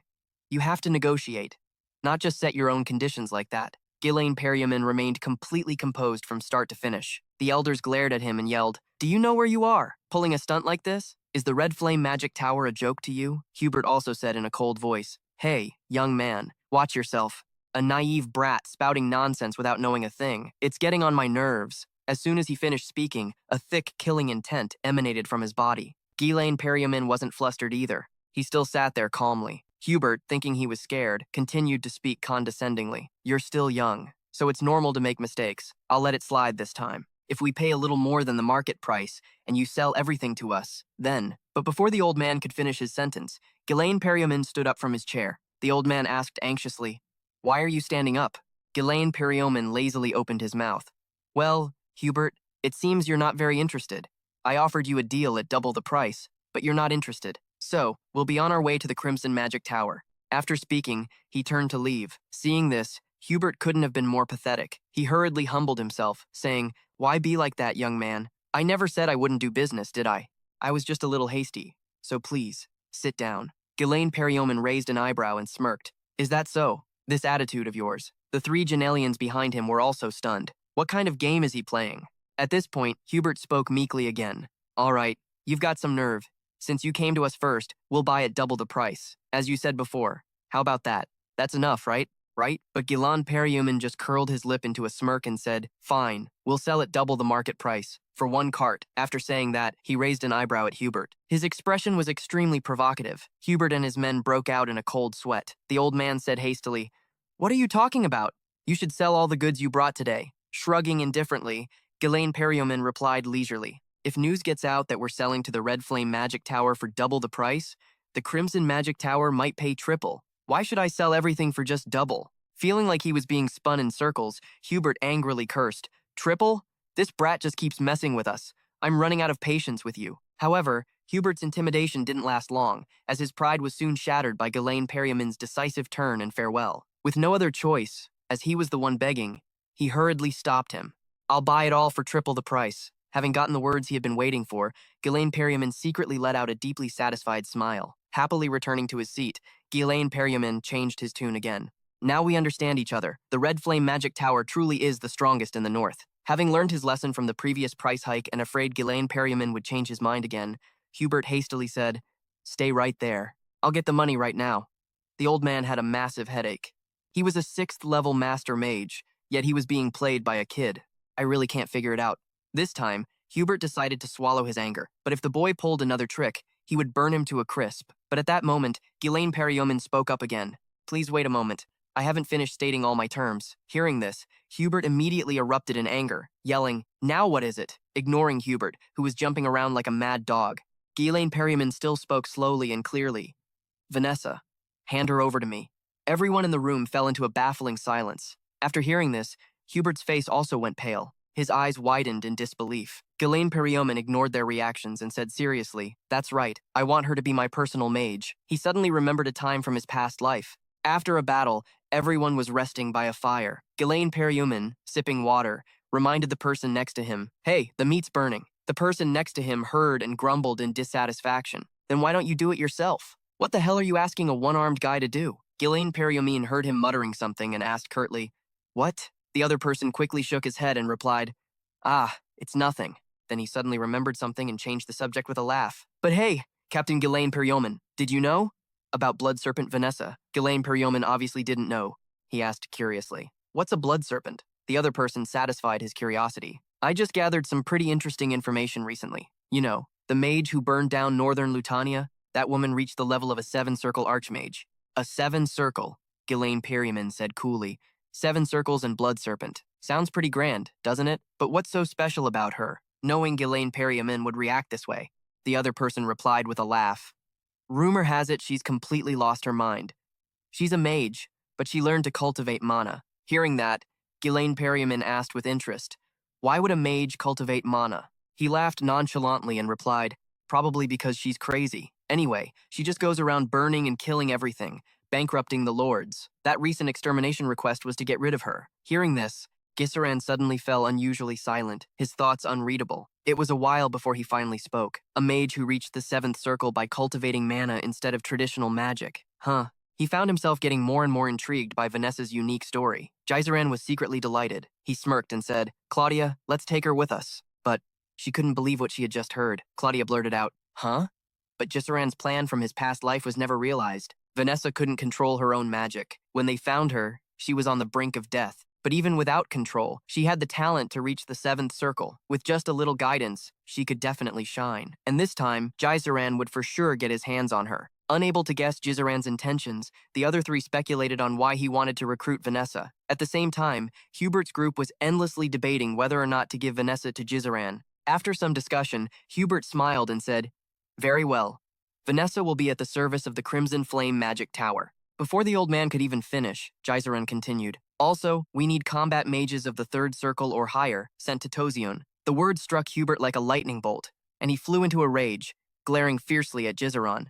Ignoring the old man's reaction, Ghisaran stood by his intention. He stated calmly, "We need mages for battles. We need mages for the territorial wars." Just the 2 words territorial wars were enough to make the elders panic, clamoring with questions. Territorial wars? Ghisaran nodded slightly and continued, "Triple the market price. Send mages of the 3rd circle or higher to Pejyun for 1 year and give us Vanessa as a personal mage. These are the 3 conditions for buying the live sandworm stones." Hearing this, the 3 members of the Lion family understood what he was planning. In contrast, Hubert's group was utterly bewildered. Hubert himself remained silent, but it wasn't long before his aura shifted. The atmosphere was immediately affected. The glass windows of the castle shattered. Sparks of magic shot through the air. Ghisaran glanced at Hubert without a word, but the old man was different. He said coldly, "Do you really take me for a fool? Mages of the Crimson Flame Magic Tower are forbidden from interfering in territorial wars. Not only are you ignorant of the kingdom's basic laws, but you also want to send our core mages of the 3rd circle and higher to the battlefield."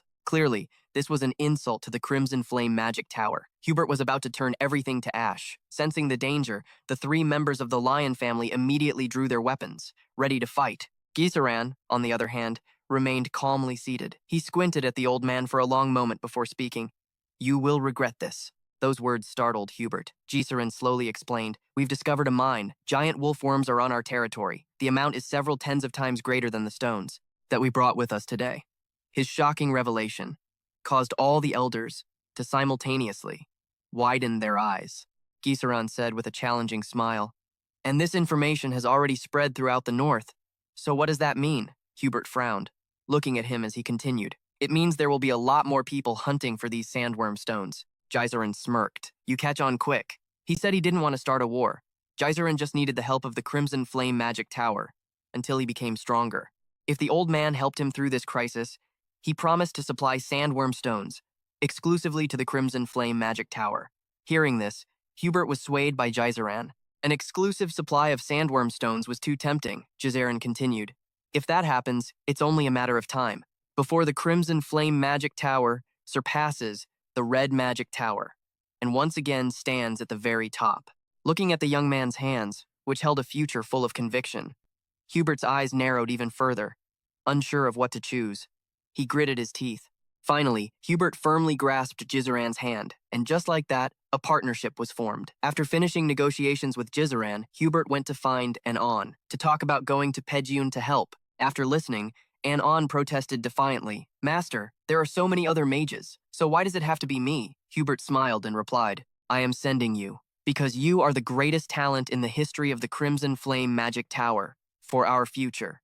Lured by Hubert's flowery words, his cheeks flushed from the praise. Hubert continued to brainwash him.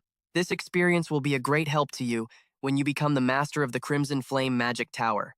Keep a close watch. Make sure that bunch doesn't secretly smuggle out any magic stones. If a territorial battle breaks out, retreat immediately. Fearing Anon couldn't handle it, he patted his shoulder reassuringly. Just endure it for 1 year. In just 1 more year, our Crimson Flame Magic Tower will surpass the Red Magic Tower and reclaim the #1 spot. Silently listening to Hubert's words, Anon soon replied, Yes, master. And so, he left with great reluctance to meet up with Gisaran's group.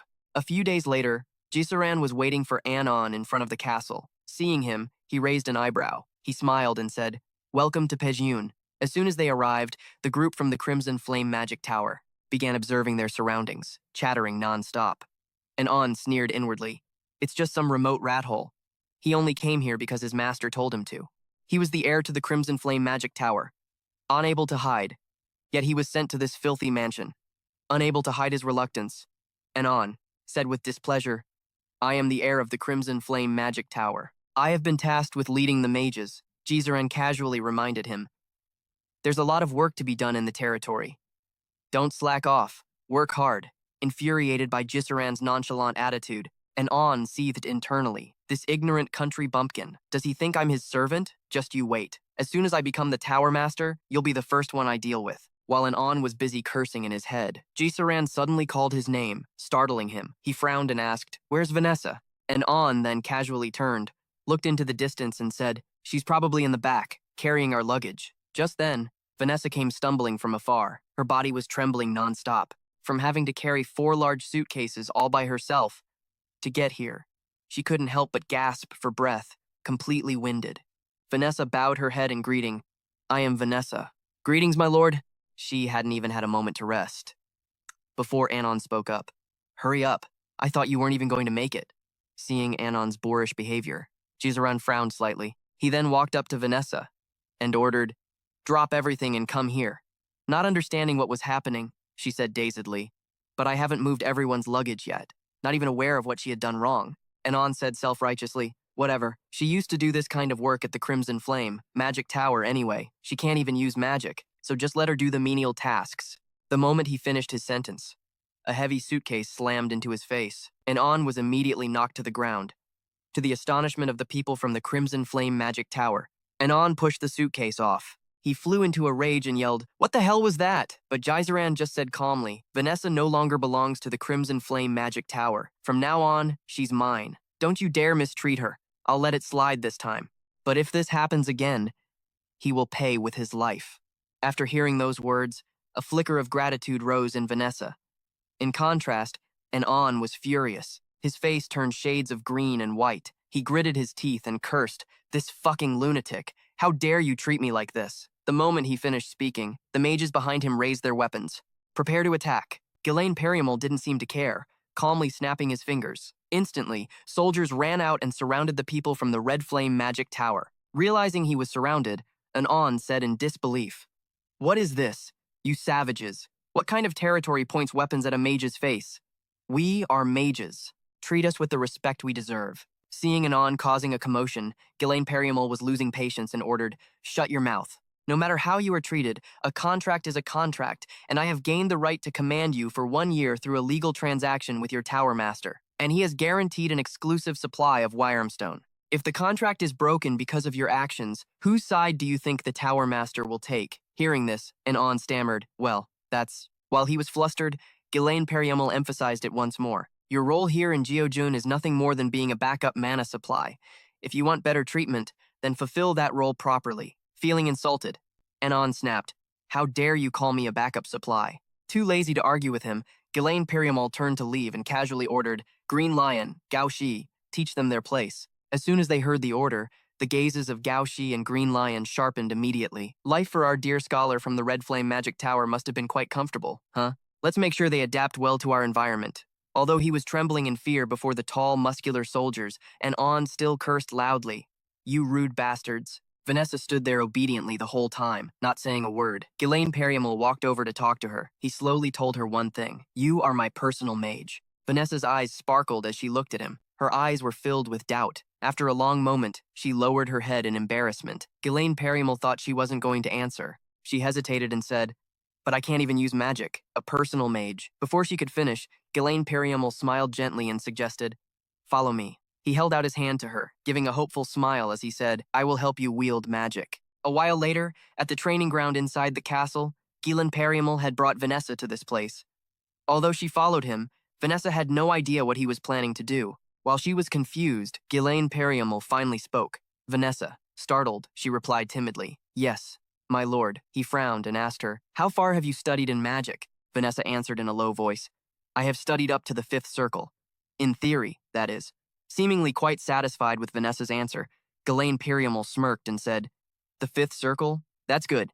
Not understanding what Ghislaine Periamal was pleased about, Vanessa stared at him with wide, bewildered eyes. But overcome by her feelings of inferiority, she bowed her head in shame and continued, "But it's completely useless, because I can't use magic." Ghislaine Periamal wasn't in a hurry and asked skeptically, "Is there a reason?" Vanessa slowly replied, "I haven't been able to feel mana since I was a child." Even so, she still believed that one day she would be able to use magic, so she tried relentlessly. But the more she studied, the more she realized that I would probably never be able to use it. At this point, Vanessa suddenly clutched the magic staff in her hand, as if it were a precious treasure. She confessed, "Now, the teacher who once taught me has also passed away." Saying this, she let out another sad sigh. "So, is that why I was kicked out?" Ghislaine Periamal narrowed his eyes at her, beginning to calculate in his mind. In terms of pure power, Vanessa's 5th circle knowledge is on par with the magic elders. Magic isn't something you can use just by memorizing it by heart.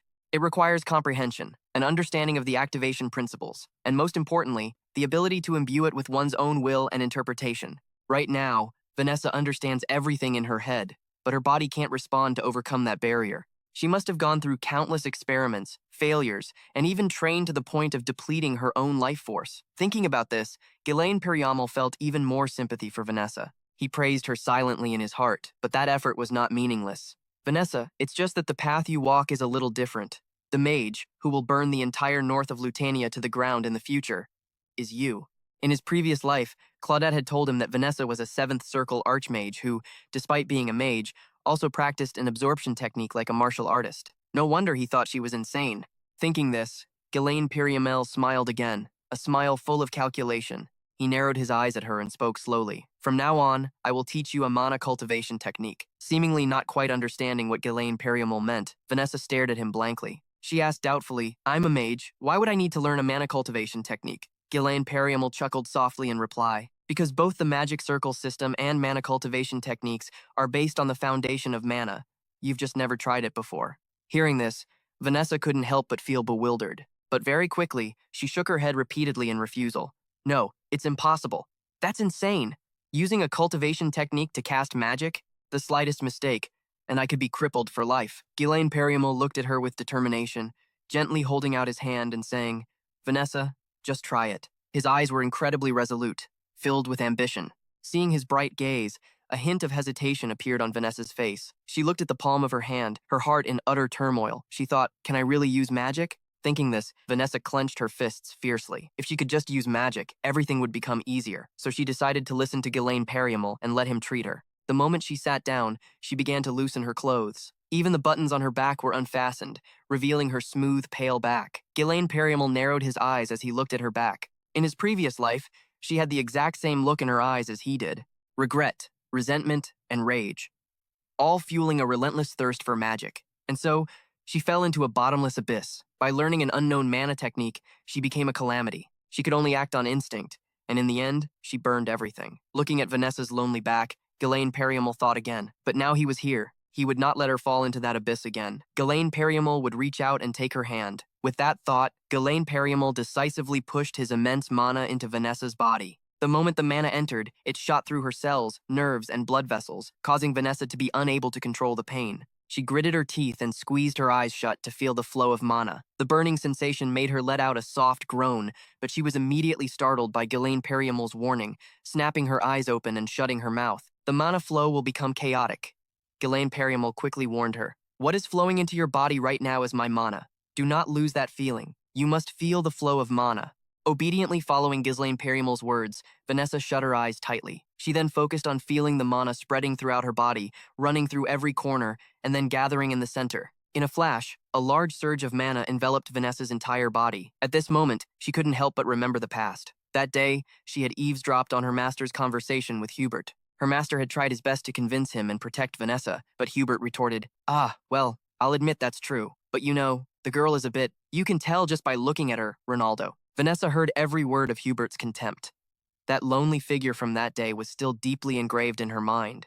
That was why she became so insecure. And now, Vanessa saw herself once again. She also saw the times Ronaldo had sincerely taught her. Back then, Vanessa had always felt sorry for him. If I had been a little more talented, maybe you wouldn't have had to leave the Red Flame Magic Tower. Ronaldo gently stroked her head and said kindly, I'm not leaving because of that. I'm setting out to find a way to help you use magic. With doting affection, Ronald said, lift your head and look at the sky. He told her that no place in this world is forever shrouded in darkness. He also promised her that one day the light would find its way to her. And just as he said, the light finally came. It was Ghislaine Periamal. He was reaching out his hand to pull her from the pit of darkness. In a daze, Vanessa saw this hand offering her hope. Without hesitation, she reached out and took it. From now on, Vanessa would live in the light, not in that gloomy hell. After absorbing the mana, she fell into a coma. Meanwhile, in a house near the sea, a burly man was relentlessly fighting with a group of soldiers. He laughed contemptuously. Come on, you weaklings! You think those scraps of iron can stop me? Unable to accept the man's arrogant attitude,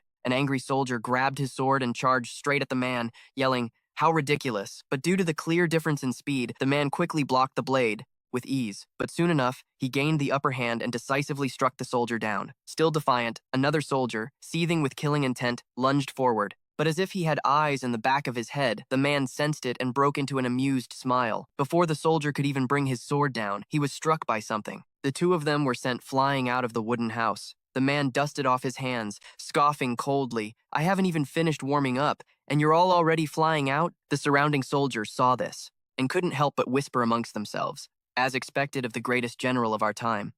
These insects dared to disrupt our banquet. At the same time, someone overheard the entire conversation. The glass in his hand slammed onto the table. A while later, night had fallen outside the wooden house. A man was lying there leisurely.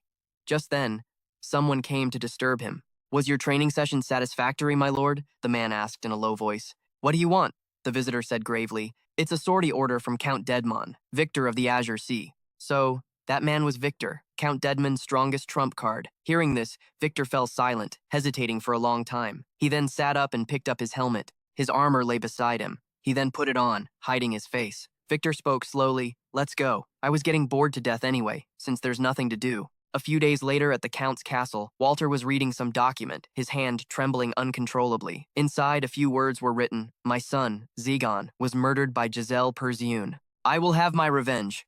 He took a deep breath, then ordered his soldiers to assemble for a declaration of war.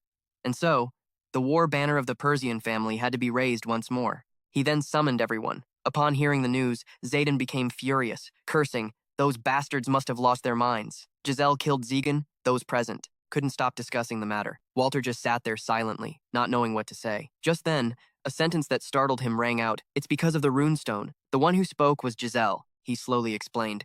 When I was at the Crimson Flame Magic Tower, weren't two of our vassals sent as envoys to dig? How can we be sure they didn't leak internal information about our domain? Hearing this, the meritorious retainers present were instantly shocked and incredulous, crying out, "The vassals betrayed us?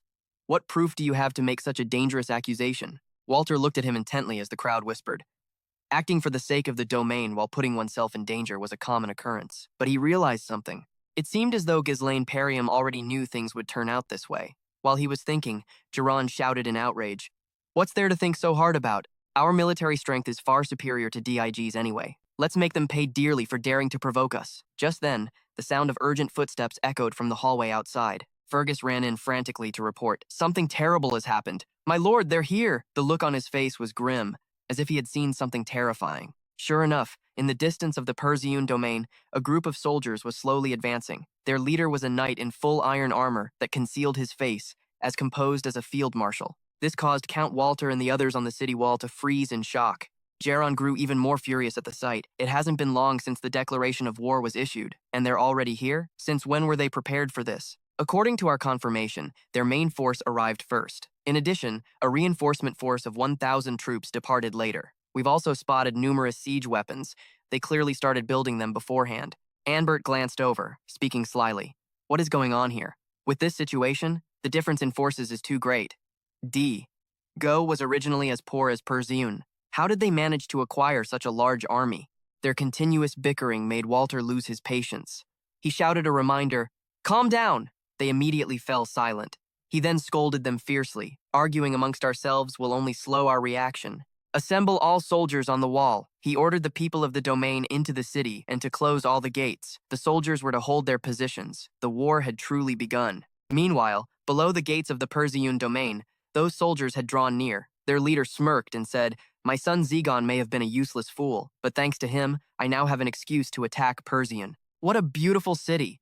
The one who spoke was Thomas D. Go, the Count of D. Go. He then glanced at the person beside him and said, "Follow me, Victor. I have something to say to you, my dear Persian." Just then, a loud shout came from the city wall. "You killed my younger brother. What is the meaning of this cruel act?" Thomas now replied with a cold laugh. "Why do you call it cruel? My beloved son, Zagon, died on this very land." He questioned aggressively. "Your son, the heir of Persian, Giselle Peugeot, was the one who did it. What parent would not be enraged when their child is killed?" Hearing these words, Walter's expression turned grim. Thomas continued, "If you surrender now, I will end this without any bloodshed." Hearing this, Giselle couldn't help but frown. Zegon gritted his teeth in anger. "That bastard dares to lie so brazenly to the very end." Anbert also chimed in, "My lord, further talk is useless." Ghislaine Perium sighed softly. "Even if I had saved Elena, Zegon's death would have led to this situation sooner or later. The fact that they even prepared siege weapons proves their determination to destroy Perseun.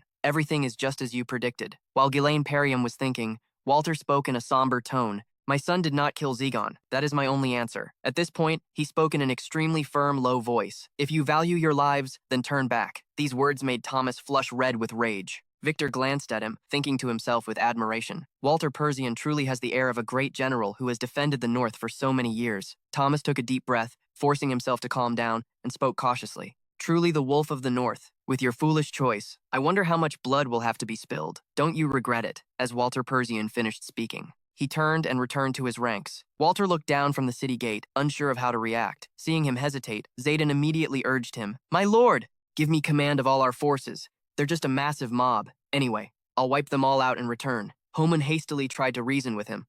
"Are you insane? No matter how strong you are, the difference in military strength is still too great. A single defeat is all it would take for Persian to fall." They continued to argue. Walter, however, said nothing. Everything had descended into chaos. He couldn't sort out his thoughts.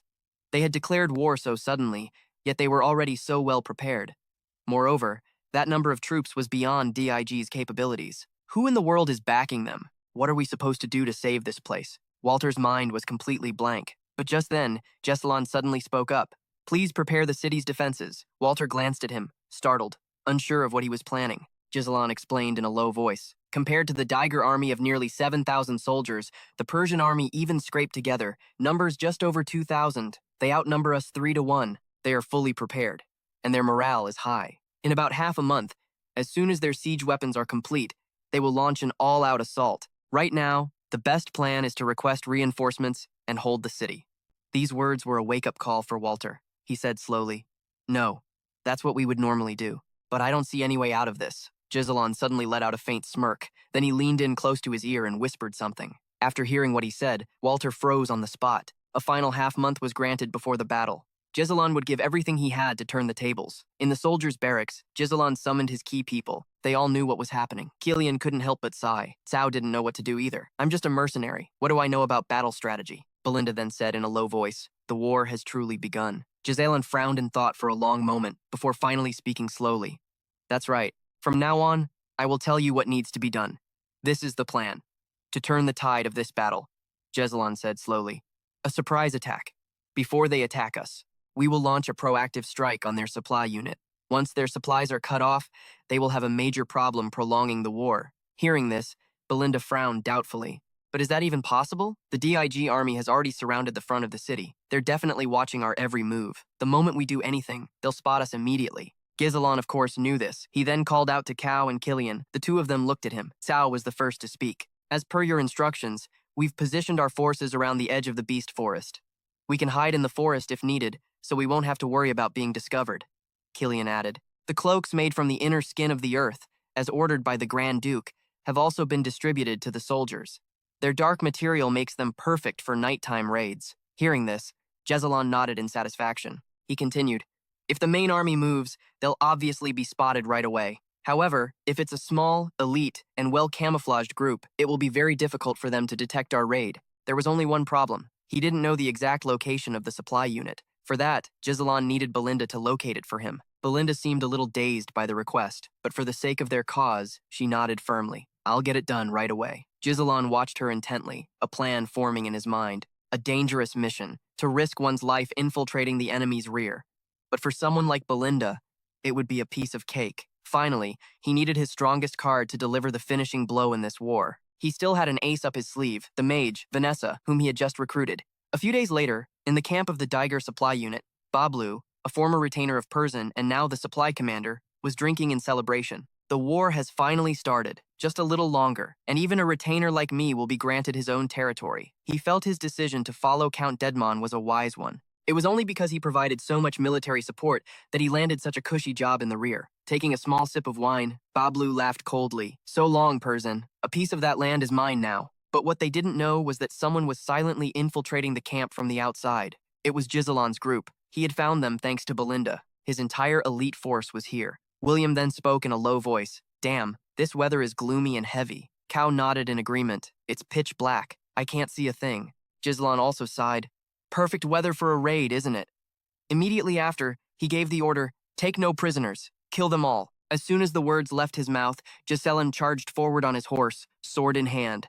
The camp's guards had yet to sense the lurking danger. By the time they realized what was happening, our forces had already stormed their gates. At that point, they were just lambs to the slaughter. The soldiers who rushed out from inside were met with a scene of utter carnage. They were terrified, but they barely had time to react before they were cut down. Gizelon, clad in the iron armor of a knight, raised his sword high, commanding his mercenaries. "From now on, we act according to the plan. Don't let a single one survive." In the blink of an eye, the camp turned into a slaughterhouse for Gizelon's army. By midnight, Bablu realized he'd been ambushed and rushed outside. But he still shouted confidently, "We have 1,000 soldiers! Don't panic! Stop them now!" His subordinate heard him and hesitated, his forehead covered in cold sweat. After a moment, he reported, "The thing is, more than 70% of our forces have already been wiped out. Under Gizelon's ferocious command, wherever they went, bodies piled up like goods at a market stall." Hearing this, Bablu's face turned grim. After a moment of hesitation, he gave the order, "Run. If we stay here, I'm a dead man. Forget the land." But before the two of them could even run, 3 throwing knives flew out of the darkness, sinking straight into the subordinate's neck. Bablu was so scared he nearly pissed himself, falling to the ground. Belinda rode up majestically on her horse and spoke with a cold sneer. Well, fancy meeting you all here. Gijun's vassal, Bablu." As soon as he saw her, his expression grew even more foul. At the same time, the camp erupted in flames. Corpses lay everywhere. In no time at all, Gizelon's nighttime operation was a complete success. Just then, Gizelon rode his horse up to Bablu. Belinda had already tied him up. Seeing Gizelon, she reported, "This is Bablu, one of the vassals sent as an envoy to DIG. Not only did he sell information, he was also their logistics commander. Knowing he was defeated, Bablu immediately kowtowed and begged, "Please, spare my life, Sir Gizlan. I surrender." Gizlan ignored his pleas and asked coldly, "Who bribed you?" Bablu didn't dare lie. He confessed everything. "It was Count Deadman. They threatened my life. I had no other choice." Hearing the name, Giselan couldn't help but frown, so he was the one who supplied troops to dig. When Giselan didn't respond, Bablu's heart pounded in his chest, and he blurted out, "Even if I've come to this, haven't I served for a long time? I'm sure the Count will pay a handsome ransom for me." Hearing this, Giselan finally ordered him to raise his head. Thinking his worthless life had been spared, Bablu grinned eagerly. "Sir Giselan, thank you for giving me this chance. With the life you have granted me, I will serve Persian with everything I have."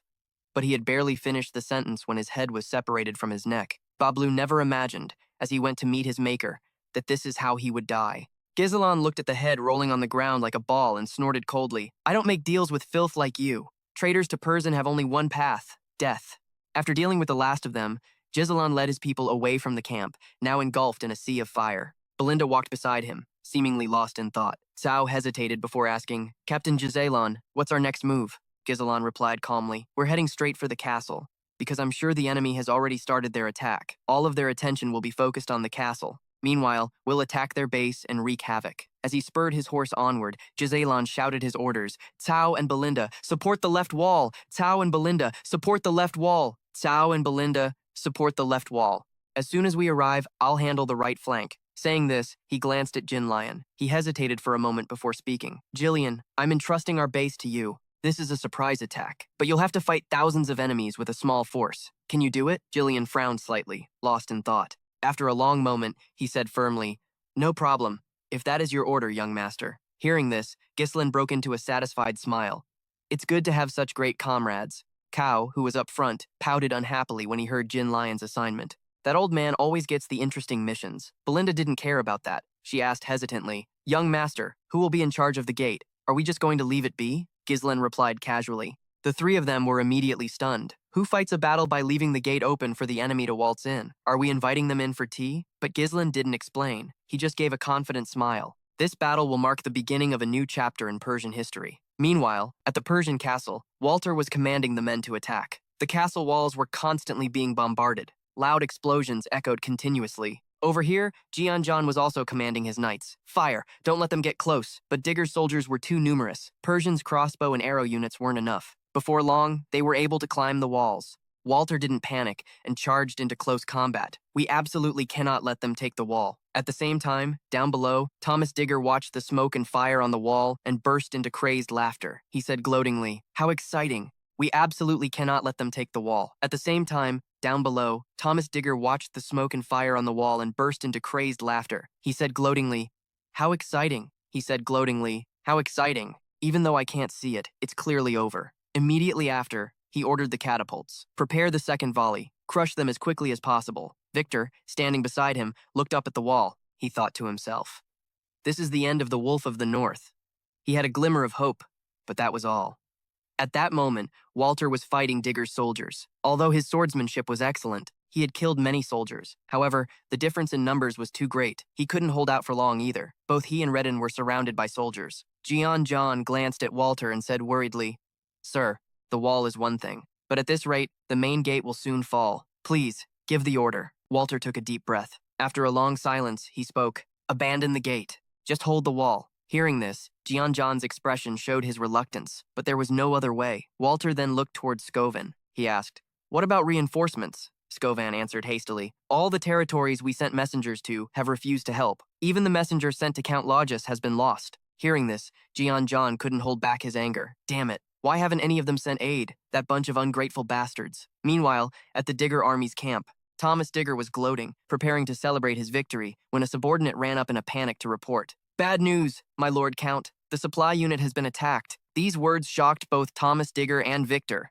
The soldier continued, "The soldier we sent to request supplies hasn't returned. Something must have happened. Something must have happened. Something must have happened." A problem with the supply unit? Thomas Digger shook his head in disbelief and said, "Don't jump to conclusions. It's impossible. How could those Persian rats trapped in the castle possibly know the location of our supply unit and attack it?" But Victor thought otherwise, because he had seen the smoke and flames rising in the distance. It was definitely smoke from the supply unit. So, there's still someone in Persian bold enough to come up with a strategy. Thinking this, Victor smirked and said, "How interesting." Thomas Digger cried out in a bit of a panic, "Sir Victor, what should we do? The battle has just begun, and we're already out of supplies." Upon hearing this, Victor simply waved his hand. He said nonchalantly, "We don't need supplies, because we will take the castle by the end of the day." Thomas Digger couldn't believe it, his eyes wide and jaw dropped. A while later, on an open field before the Persian castle, Victor led his troops to attack this place. The attacks on the left and right walls had begun long ago, but they still hadn't broken through those lines. Tojun's elite forces were surely holding those defensive lines firmly.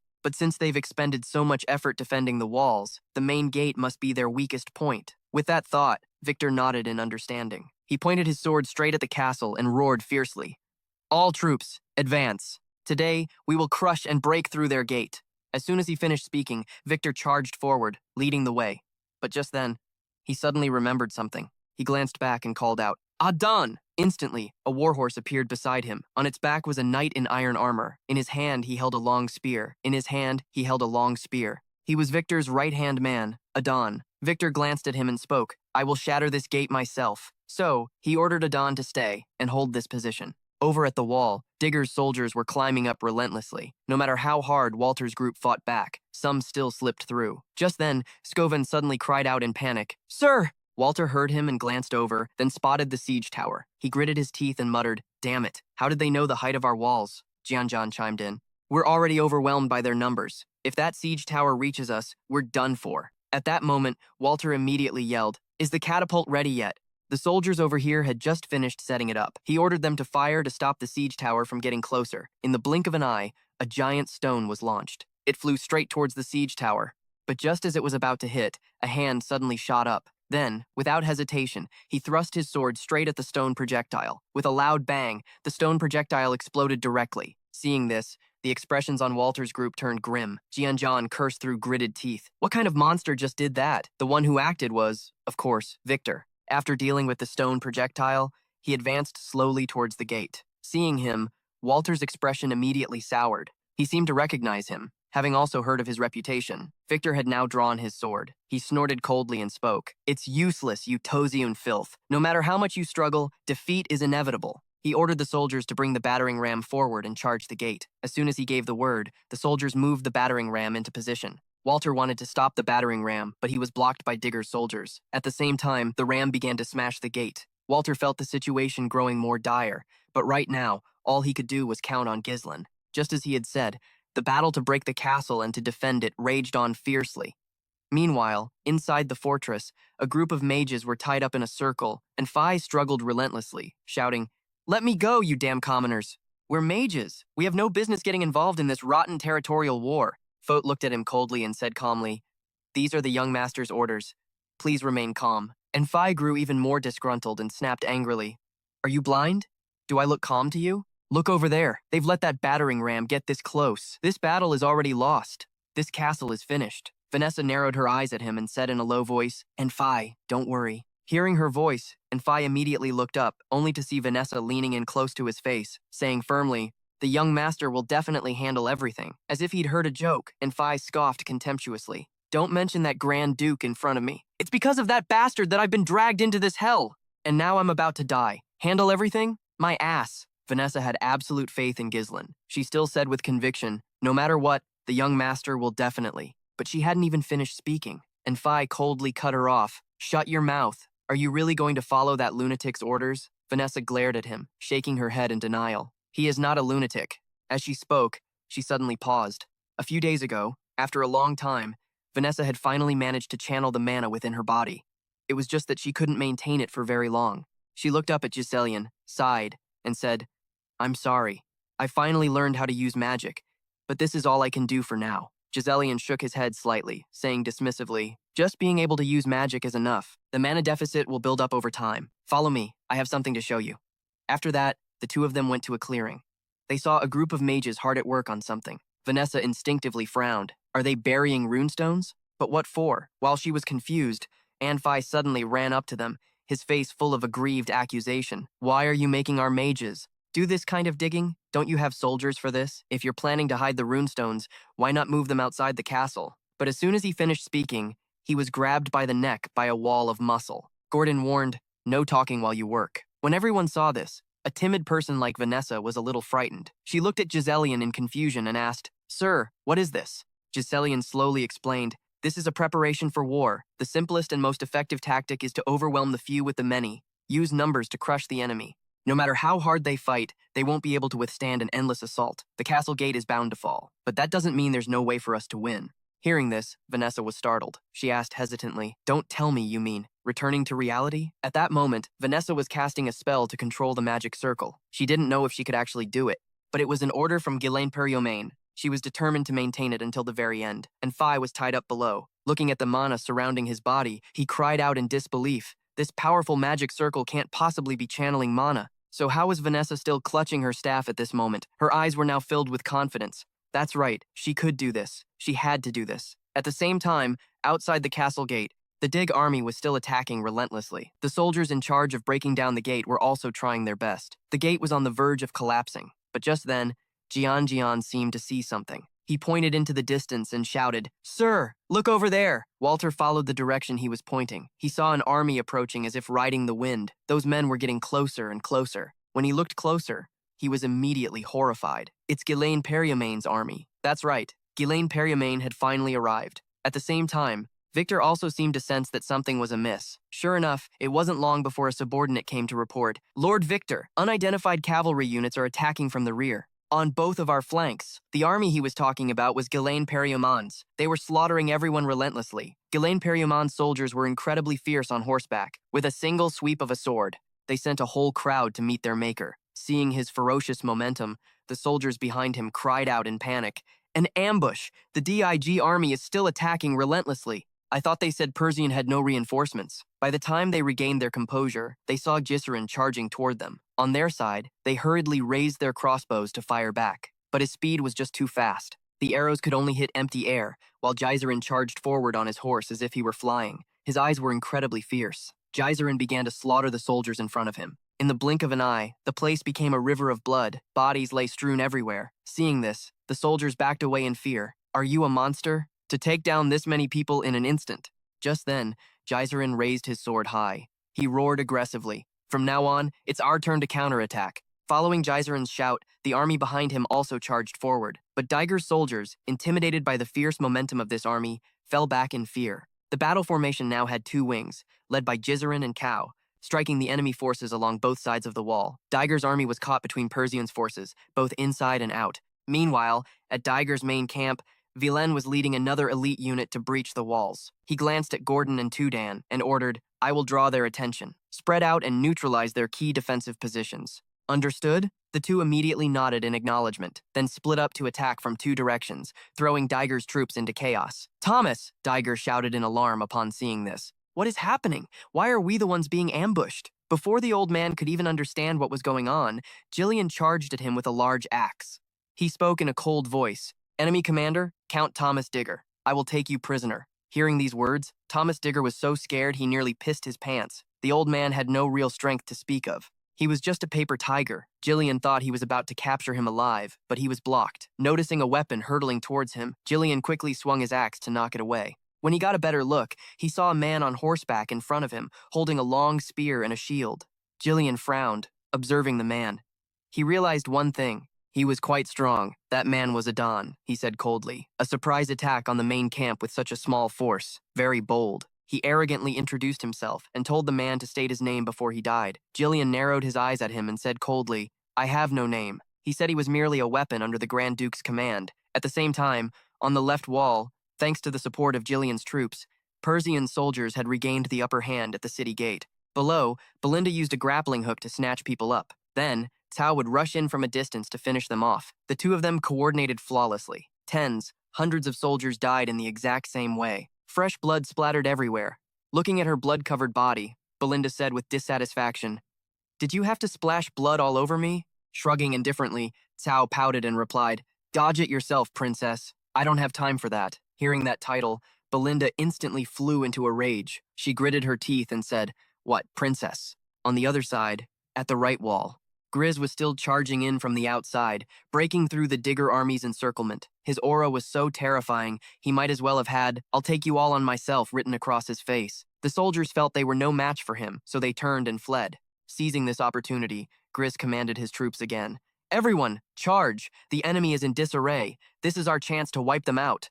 He said he would take down their siege tower. As soon as he finished speaking, the mercenary army behind him, as if they'd been shot full of adrenaline, raised their weapons and roared, "Follow Captain Grizz! Let's crush these bastards!" The leader of the Digger forces watched his own troops continuously flee. He cursed angrily, "You disorganized morons. What kind of idiot turns their back in a battle like this?" Immediately after, he ordered the spearmen to block the front and prevent Grizz from charging through. Grizz ignored the spear, tips pointed at him. He charged forward aggressively. In the blink of an eye, all the spears lunged right at his face. But when they looked closer, all they had caught was the horse. The rider had vanished into thin air. The soldiers looked around in a daze, searching for him. If they had looked up, they would have seen Grizz right above them. He landed on a soldier's head, then began swinging his sword. Grizz cut down the soldiers in front of him like he was chopping vegetables. These small fry were no match for him at all. In just a few seconds, the entire unit was wiped out. After Grizz finished them off, he looked ahead to where a group of soldiers was using a siege tower to attack the wall. "At this rate, the walls will fall before your troops arrive. The enemy's numbers are too great. If we hesitate, we'll be surrounded. Giselian's cavalry is advancing. But it's difficult to reach the enemy's main force. This will be a tough battle. He needs to decide quickly, so he decides to charge in alone." The leader on the other side immediately shouts an order. "Stop that guy. The siege tower is in position. The walls will fall soon. Keep him busy so the siege engine can move." Giselian narrowed his eyes at them. He was out of time. Before they could pull it off, he would strike their weak point. With that thought, Giselian immediately gripped his sword and charged, and started killing. The soldiers followed their orders and tried to stop him, but like hell they could. If Giselian met a god, he'd kill the god. If he met a Buddha, he'd kill the Buddha. Anyone who got in his way was sent to their grave. Countless soldiers had already died by his sword. This one falls. A second later, another one rushes to his death. Giselian steps on the corpses of the enemy as he gets closer to the siege tower. Anyone who stood in his way, their only reward was death. By now, fresh blood had stained his entire sword red. The last man in the vanguard trying to stop him was killed by Giselian. Seeing this, the soldiers above were also terrified. They hastily fired arrows at him, but Giselian was incredibly fast. He flew like a bird, weaving and dodging. Immediately after, he charged straight for the leader. They didn't hold back. Giselian cut him down with a single slash. Just when it seemed to be over, he drove his sword straight through the man's body. Then, he used all his strength to throw him at the siege tower. His body slammed hard into the soldiers there. This caused the crossbow unit's formation to break. At the same time, Giselian activated a magic wire, successfully retrieving his sword. Then he charged at the siege tower again. Giselian gripped the sword tightly, channeling mana into the blade, and began his slaughter once more. Seeing him charge, the soldiers froze on the spot, too scared to even move. And so, their fate was to die by Giselian's sword. He savagely raised his sword and swung down. The poor bastard under his blade was instantly slain. But that wasn't all. Giselian used his strength and the mana within his sword. He split the siege tower in two. The soldiers outside were so scared they nearly pissed their pants. Never in their wildest dreams did they imagine the siege tower would be destroyed like that. Meanwhile, Victor was quietly observing the entire scene. He frowned and thought, "The siege tower has been destroyed. He seems quite strong. The battle is just beginning." After destroying that thing, Giselian slowly walked out. Victor glanced at his men and asked doubtfully, "Have you breached the gate yet?" The man immediately shook his head and replied, "Not yet. The gate is more fortified than we thought. We suspect some kind of defensive magic from inside is slowing us down, but we should be able to break the gate in about 10 minutes. Hearing this, Victor fell into deep thought. A moment later, Victor slowly opened his mouth. "Do it in 5 minutes. I'll handle their commander. You make sure that gate is destroyed quickly. If you can't, then you better hope you die before I get to you." Hearing this, the man immediately trembled in fear and mumbled, "Yes, my lord." But at that moment, a voice suddenly rang out. "Hey, big guy!" Victor flinched and turned his head. He saw someone on horseback approaching. A low voice emerged from the smoke. "You're not going anywhere." Victor narrowed his eyes at the newcomer. He asked in a cold voice, "Who are you?" The other man smirked and replied, "Cao, commander of the Cerberus mercenaries. Come and play with me." As soon as he finished speaking, he pointed his blade at him, his face full of provocation. Immediately after, Cao charged forward. Victor was a little surprised, but of course, he wasn't going to let him land a hit that easily. He quickly swerved his horse to the side. At the same time, Victor's warhorse kicked out towards Cao's horse. Cao was startled. He hastily jumped off his horse. He was lucky to dodge in time. Otherwise, Victor's sword would have split his head open, not his horse's. But Cao didn't back down. Without a horse, he used his own body to leap high into the air. He slashed wildly, forcing Victor onto the defensive. By this point, Cao's eyes were filled with determination. He had to win. But would Victor really give him that chance? Every single strike he delivered was parried. Biting his lip fiercely, Cao couldn't help but think in awe. This bastard. He can block all of my attacks? Just then, Victor spoke with contempt. I've met enough trash like you to fill a wagon. With that, he swung his arm and knocked the sword aside, pushing Cao back. Victor narrowed his eyes at him. His tone was dripping with disdain. Pathetic mercenaries who think they're so strong. Right after, he unleashed another slash. It carried a powerful energy, not to be taken lightly. Cao quickly raised his blade to defend, but his strength was too overwhelming, nearly forcing him to his knees. In the end, he lost his balance and fell backward. Victor's blade left a long gash on his arm. Fresh blood began to pour out. Victor snorted contemptuously. Nothing's easier to deal with than an animal flailing on instinct. Cao quickly pushed himself off the ground, clutching his wound. He cursed inwardly. This son of a bitch. He's really strong. Just like Gazelle said. Let's rewind to before. Before setting out, Gazelle had called Cao aside to give him instructions. His name is Victor, Deadman's secret weapon, one of the powers targeting Persian. At the time, Cao had asked doubtfully, "Is he even stronger than the captain?" Giselle replied calmly, "Of all the enemies you've ever faced, he's the strongest. Besides me, 10 points for confidence. But there's no denying it. That guy is using overwhelming numbers to force us all to defend the walls. Then he'll break through the gate at its weakest point and launch an all-out assault." Everything happened exactly as Gazelle predicted, including what Vanessa was doing. However, if Victor leaves the gate, the entire plan will collapse. These were the words Gazelle had told him earlier. Cao narrowed his eyes at the man on the horse, recalling the words Gazelle had drilled into him. When that happens, tie him down. That's why he had to pin down this arrogant bastard, Cao thought. He reached out and pulled his blade from the ground, then said with a cold laugh, "Oh, really? You could at least give a guy a fighting chance." Meanwhile, at the Digger army's main base, a fierce battle was raging. Gilan and Aden had charged in and were fighting like madmen. One of Thomas Digger's men hastily pushed the old man back, urging, "Get back. You'll get caught in the crossfire." At the same time, the mercenaries behind them weren't standing idle. They had begun to cut down the enemy soldiers. Gilan fought as he calculated, "This guy's a real pain in the ass. I don't have time to waste here." Adan's giant shield blocked every attack from every direction, making him nearly invincible. How long had it been since he'd faced someone this stubborn? However, he had no intention of losing here. With that thought, he immediately swung his axe down and roared, "I can't waste any more time on you." Adan blocked it with his shield, snorting coldly, "That's useless. A powerful blow, I'll admit, but you will never break through this shield of mine." Gilan was startled, then realized Adan had slipped out from behind his shield and was thrusting a spear right at him. Not daring to be careless, he hurriedly blocked it. But Adan's assault didn't stop there. His spear continued its relentless thrusts, and his poor horse was struck down. Gilan panicked slightly. He was forced off his mount. At the same time, Adan raised his massive shield again. He snorted coldly and said, "You should just stay down." As soon as he spoke, he brought the shield crashing down on Gilan. In the split second Adan swung down, Gilan raised his axe to block. Meanwhile, Cao was also having a hard time fighting Victor. His body was now covered in wounds. The battering ram continued to relentlessly pound the gate. The castle gate was finally destroyed. Seeing this, the faces of Water and his men immediately turned grim. Victor smiled in satisfaction. Finally, success. Gilly grew even more frantic. He had no idea what was happening inside the city gates. And at that same moment, inside, Vanessa was still trying to cast her magic circle. And Phi wouldn't stop screaming, trying to stop her. "Hey, the gate's been breached. You're drawing in too much mana. Do something." Vanessa fiercely bit her lip, shook her head, and said, "Not yet. Just one more minute." Outside, Victor roared his command. "The gate is open. All units, full-scale attack. Take the castle." The moment he finished speaking, Digger's surviving soldiers immediately swarmed in like ants. With that, Victor glanced at the subordinate beside him and ordered, "Bring the count here. I'm going to deal with their commander right now." Cao pushed himself up again. He trembled and mumbled, "You're not going anywhere."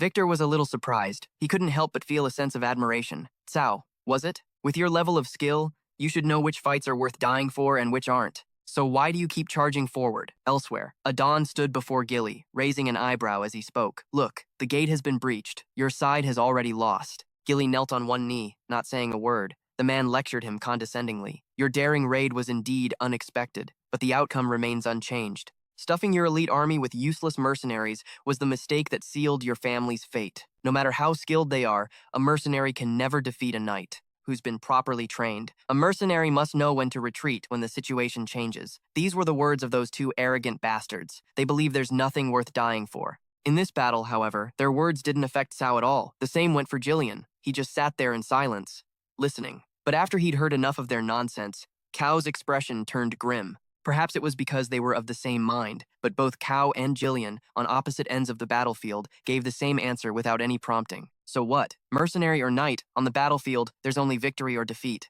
Immediately after, both of them charged toward their opponents without a hint of hesitation. Adon scoffed coldly and cursed. The excuses of a loser aren't worth listening to. Right after, he swung his spear to block Jillian's attack. The sound of clashing metal rang out continuously. But in that moment, Jillian used his strength to force Adon's axe to the ground. This sent a jolt of panic through Adon. What the hell is this? He thought, scrambling to counterattack, but it was too late. Jillian swept his axe sideways, killing his warhorse on the spot. Adon's body fell to the ground with it. He gritted his teeth and cursed, "You animal! A common mercenary dares to defy me?" Jillian ignored his ranting and swung his axe down again. Clang! The sound of weapons colliding rang out once more. Jillian pinned Adon to the ground with his strength and spoke in a cold voice.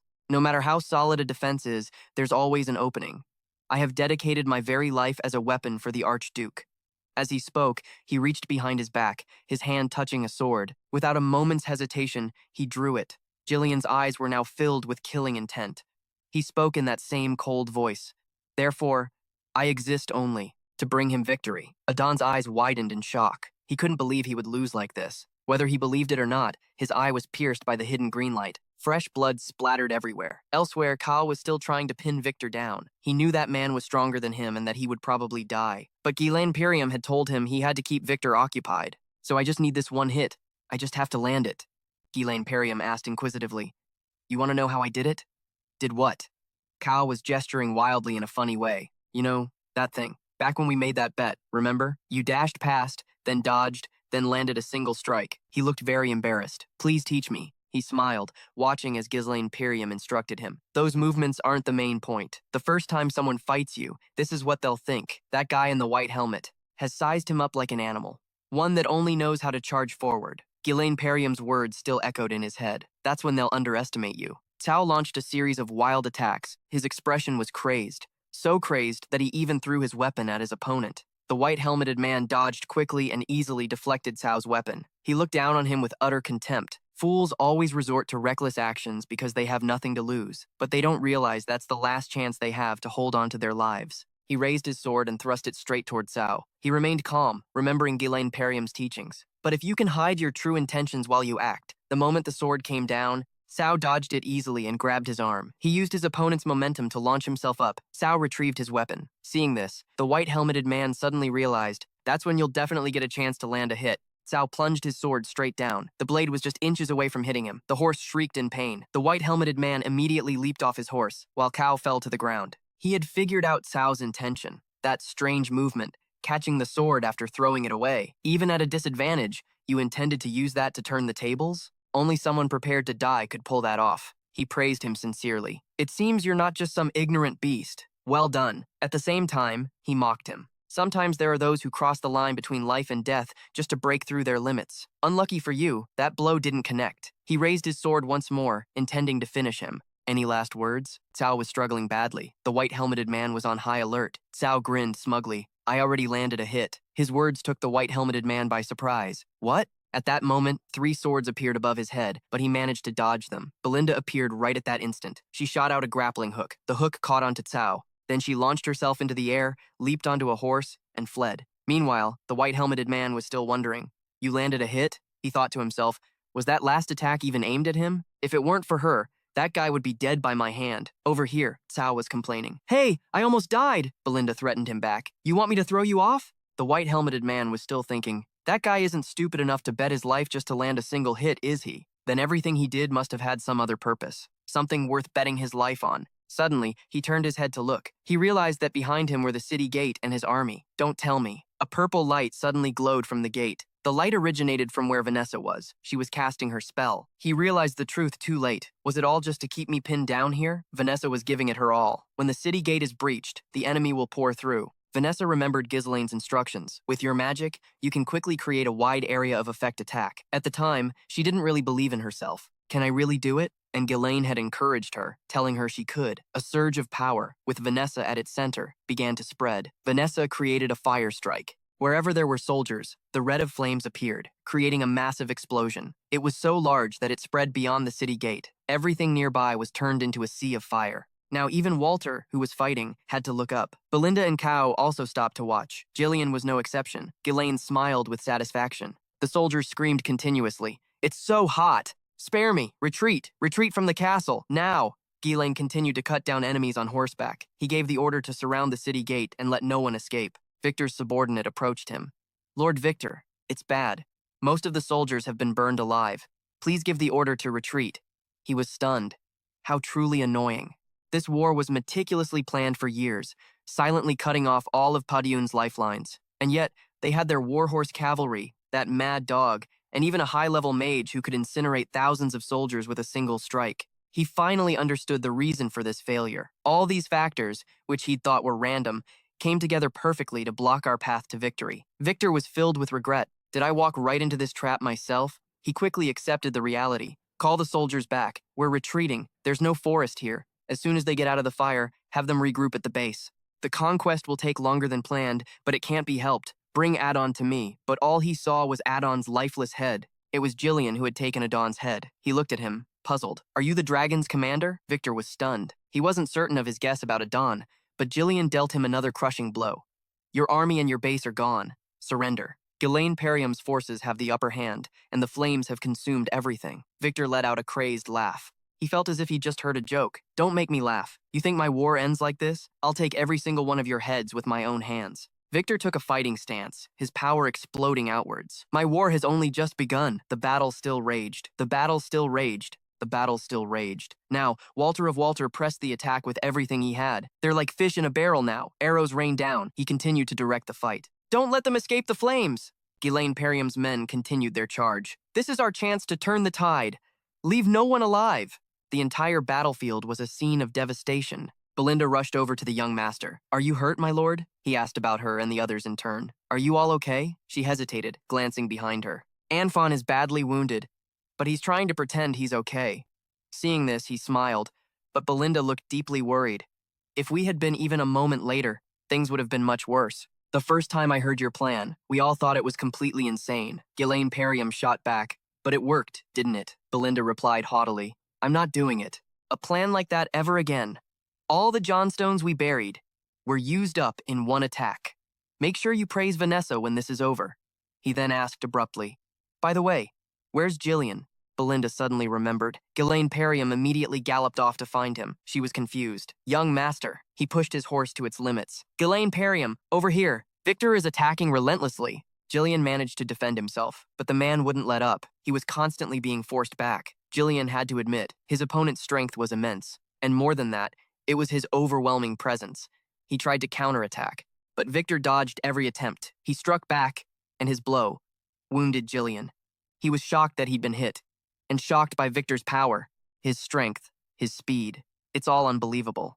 There isn't a single opening. At this rate, Victor was furious. "You damn mercenaries! I was just toying with you, and now you pull a stunt like this. How dare you show such arrogance before me?" Jillian blocked his strike. He tried to lock the sword with his axe, but he sensed immense danger coming from it. The man used his sword as a lever, flinging the axe away. And just like that, Jillian's axe was sent flying. Victor was determined to reclaim his honor. "You bastards, you've gone too far." Jillian's face was completely expressionless. He then lunged and stabbed him, causing Jillian to panic. His gaze was sharp. Victor had read his thoughts completely. He twisted the blade, avoiding a fatal blow. "Ah, so that's how you managed to defeat Adon. He was the only one who could ever withstand my attacks. You've already exhausted yourself dealing with Adon, and now you dare to face me? How foolish." But he had to admit, "Still, I don't regret that Adon died at your hands." Victor struck with vicious intent, die, but unexpectedly, a sword came flying from behind. He instantly went on guard, twisting his body to dodge. The blade embedded itself in the ground between him and Jillian, forcing them apart. He immediately roared, "Who goes there?" Suddenly, a foot landed. The Black Knight, Ghislaine Perium, had arrived in the nick of time.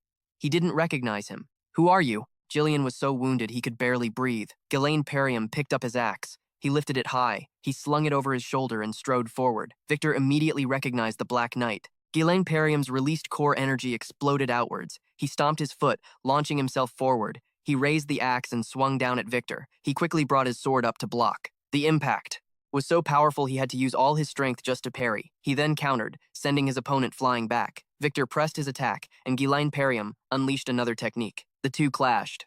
They were evenly matched. Ghislaine Perium's moves were fast, but Victor still dodged them with ease. He seized the opportunity to attack from above. Ghislaine Perium instantly drew his own sword to block the strike. Ghislaine Perium's eyes began to glow with a purple light. Using the axe as a pivot, he launched himself into the air and kicked Victor away. Ghislaine Perium grabbed Victor's head in midair and slammed him down from above, making him cry out in pain. Victor quickly scrambled to his feet and leaped back. He had to admit, the man's movements were completely unpredictable. If I lose focus for even a second, I'll lose my life here in Padion. To think there was another one this strong, this person. Ghislaine Perium suddenly spoke. I know who you are, from your army and your tactics, to the forces backing you. I know everything about you. Victor instantly realized it was a trap. He gripped his sword tightly and charged forward again. Stop spouting nonsense. He reassured himself that there was no way Podion could have known about this secret campaign. He wielded the axe with mastery, relentlessly attacking Victor, who was slightly confused. I've hidden my trump card at Count Desmond's estate. The two continued to trade blows. You think I'd fall for such a cheap trap? He leaped high into the air to dodge an attack, surprising Victor, then landed and immediately resumed his assault. Victor countered instantly. The two clashed again. He kicked him away, enraging Victor. Pressing his advantage, Ghislaine Perium unleashed a flurry of attacks. Victor struggled to block the blows, but he couldn't stop them all. The final strike was so powerful, it kicked up a cloud of dust. His helmet was sent flying, revealing Victor's true face. He was in a sorry state now. Ghislaine Perium dragged the axe as he walked toward Victor. He even complimented it. This is a fine axe, but this suits my hand better. He demanded, Who the hell are you? Ghislaine Perium replied, Me? I am the Grand Duke of Padion, Ghislaine Perium. He reached up and removed his iron mask. Amidst the fiery battlefield, his grim face stared down his enemy. I am Ghislaine Perium, Grand Duke of Padion. Beneath his golden hair, his deep blue eyes seemed to radiate killing intent. Victor was stunned. Ghislaine Perium? He suddenly let out a cold snort, which then erupted into a fit of crazed laughter. His build was tall and imposing. Around his neck, his cloak was trimmed with pure white fur, a great black knight of the north. Defeated by a thug like this? Ghislaine Perium's voice was low, one eyebrow raised as he replied, That's right. Today, you will learn who the strongest black knight in the north truly is. Victor gritted his teeth in rage. He forced himself to stand tall and roared, Insolence! Victor staggered, struggling to keep his footing. He clutched his sword and spoke coldly. I won't ask how you managed to orchestrate all of this. In war, the rule is to win by any means necessary. That is the immutable law. Victor raised his sword, surrounded by raging red-hot flames. How it happens doesn't matter. The one left standing in the end is the winner. Then, his eyes began to glow. All around him, the red-hot flames burned. The process doesn't matter. Victor gripped the sword with both hands, turning as he unleashed a fierce torrent of mana. His blood-soaked face was filled with killing intent. Ready? Ghislaine Perium immediately got into a fighting stance and replied, Ready. His cloak fluttered in the fiery wind. Ghislaine Perium prepared himself for battle, then said coldly, Let's fight. Nearby, the others were fighting with all their might. And so, the two sides clashed violently. Ghislaine Perium's sword, filled with fury, decisively met Victor's. Amidst the flickering flames of the brutal battlefield, the two fought a ferocious duel. In their eyes, it seemed only the lust for battle remained. Because of the intense fight, the sharp clang of their weapons echoed ceaselessly. Victor seized an opportunity, suddenly pushing forward with great force and making Ghislaine Perium retreat several steps. He could only defend himself, parrying each of his opponent's blows. Suddenly, Victor gathered his strength and thrust his sword downwards, unleashing a decisive, fatal blow. Fortunately, Ghislaine Perium was incredibly agile and was able to block and counterattack. His opponent nimbly parried the sword, sending him flying. The scene was truly grim. The battlefield screamed with roars and the howling of a strong wind. The two continued to fight intensely, neither giving an inch. Ghislaine Perium suddenly gathered his strength, jumped onto Victor's sword, and then kicked him hard in the face, nearly disfiguring it. The blow left Victor stunned, and he staggered back a few steps. Ghislaine Perium saw his chance and lunged forward like the wind, attacking relentlessly, forcing the other man to struggle just to block with his sword. Unwilling to lose, Victor turned and launched a fierce counterattack. The sound of their weapons clashing echoed like thunder. He used his strength to immediately send him flying far away. Ghislaine Perium was lucky. He managed to land, sliding a long way across the ground. He gripped the sword in his hand tightly, thoughtfully observing Victor from a distance. He returned the gaze. a faint smirk on his lips. The two stood in silence as if in a truce, quietly observing each other in the crimson sea of fire. Suddenly, Victor charged forward ferociously. He swung his sword powerfully towards Ghislaine Perium, but he was still able to block it. Ghislaine Perium immediately returned the favor with a powerful blow of his own, no less intense. Victor did a spinning move. It surprised him slightly, but Ghislaine Perium's sharp senses helped him dodge the move with ease. Ghislaine Perium flipped a few times in midair, but still managed to parry Victor's sword strikes. When he landed, he didn't slow down, not even for a second, as he immediately lunged forward and slashed down hard at him. The two swords slashed at each other, their ringing clang echoing amidst the crimson sea of fire. Whenever Ghislaine Perium slashed down, Victor was sure to block it instantly. The two were close to each other, face to face, neither willing to yield. But compared to him, his opponent was gradually losing ground. His strength was showing signs of fading. Victor had no choice but to knock the sword away. It stabbed into the ground. Then, following the line of Ghislaine Perium's sword, he swung his own blade towards him. Ghislaine Perium quickly ducked to dodge the attack. At the same time, he grabbed his opponent's collar tightly. Ghislaine Perium did a spin, skillfully throwing him far away. He crouched low, then launched himself towards Victor. With his gleaming, sharp sword, he managed to roll a few times on the ground. Then Victor gripped the sword in his hand, intending to launch another attack. He used the ground to his advantage. He kicked up all the dirt and sand towards Ghislaine Perium. He couldn't help but be surprised by this sudden trick and had to cover his eyes with his hand. His entire line of sight was almost completely obscured. By the time the dust settled, what appeared before his eyes was Victor's gleaming sword charging towards him. Ghislaine Perium looked at his opponent. He couldn't help but admit, "You really are strong, Victor. There isn't much of a difference between us. I've already released my third core." Ghislaine Perium recalled memories from his past life. "When I started the war and attacked the Duke's house, you were the one who stood in my way." He recalled his previous fight with him and thought to himself, "I was only able to defeat you when I found a fatal flaw in you. But because I was fighting you, the war dragged on much longer than expected. With someone like you given an army and command to attack Padiun, the fortress would have surely fallen." That day, Ghislaine Perium's thoughts and memories faded, returning him to the fiery duel in the present. Victor rushed forward impatiently, wanting to end this fight immediately.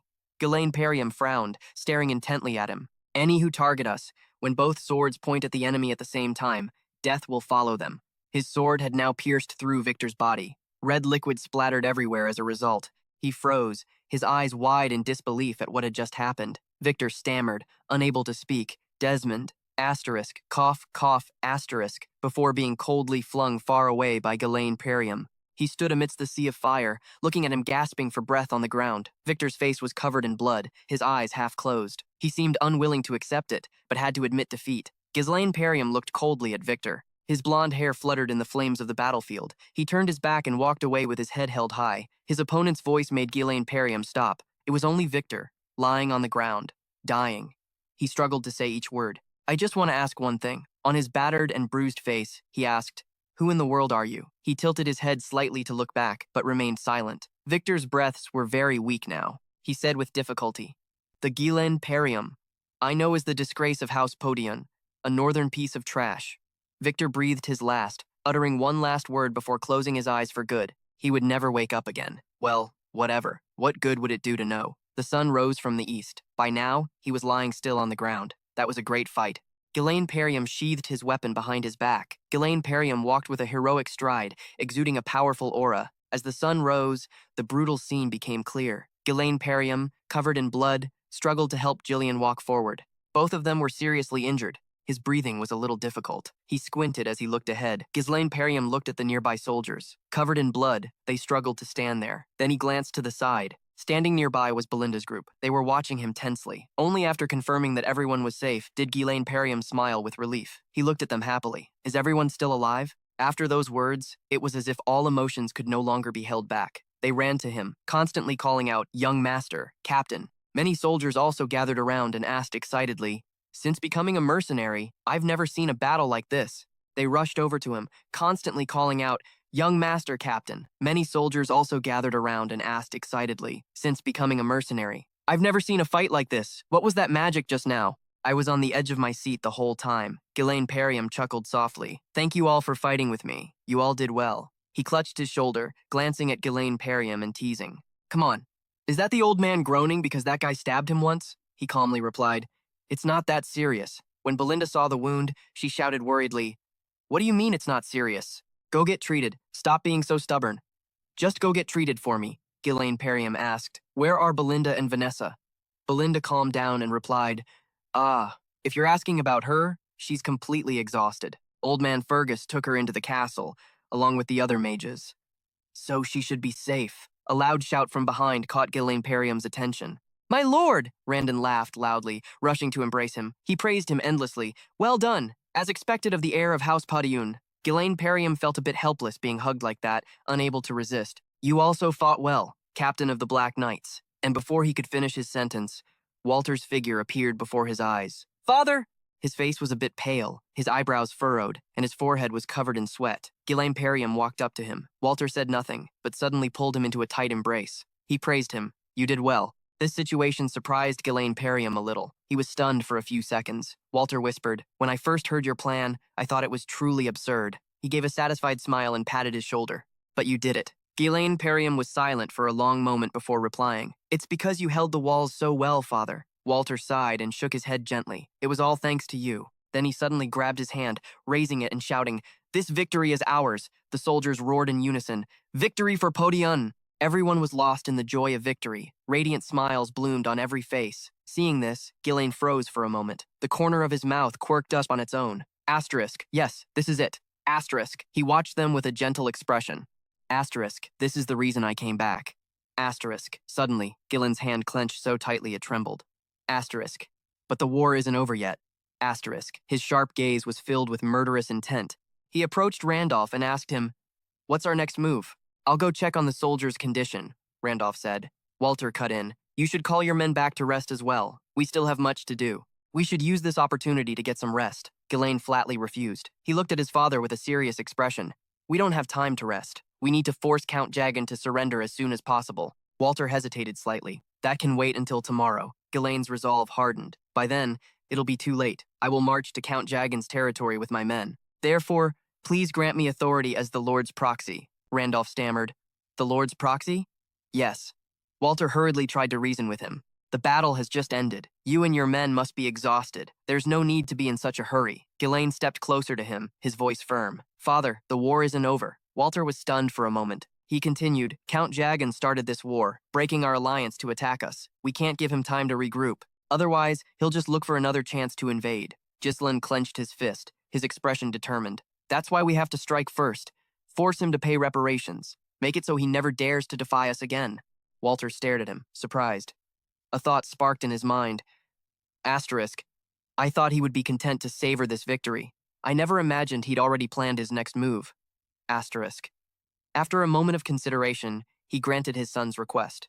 "Go on, then. Be decisive, and get what you want." Ghislaine bowed his head. "Yes, father," Walter added, worried. "However, Count Jagan. He was once our ally, and he is a noble who has sworn fealty to the crown. Therefore, treat him with as much courtesy as you can manage." Ghislaine gave him a reassuring smile. "Don't worry, father." He turned to those behind him. "Cao, Belinda, are you two still able to move?" Cao nodded in reply. "Yes, these are just a few scratches." With that said, he decisively swung onto his horse. "All right, let's ride." The others quickly mounted up. They departed, following Ghislaine, heading straight for the Jagan territory. At Castle Jagan, a white flag flew from the roof, fluttering in the wind. A sudden curse echoed through the room. "Damn it!" Thomas Diego overturned a table, clutching his head in fury. How could this have happened? The man roared like a madman. "I secretly went along with their plan only because that bastard Desmond was supposed to be so strong, and he lost to those loudmouths from the Purdue family? Is he fucking kidding me?" The old man fearfully tried to placate him. "Please, my lord, calm yourself." But he was only met with the lord's rage. "Shut up!"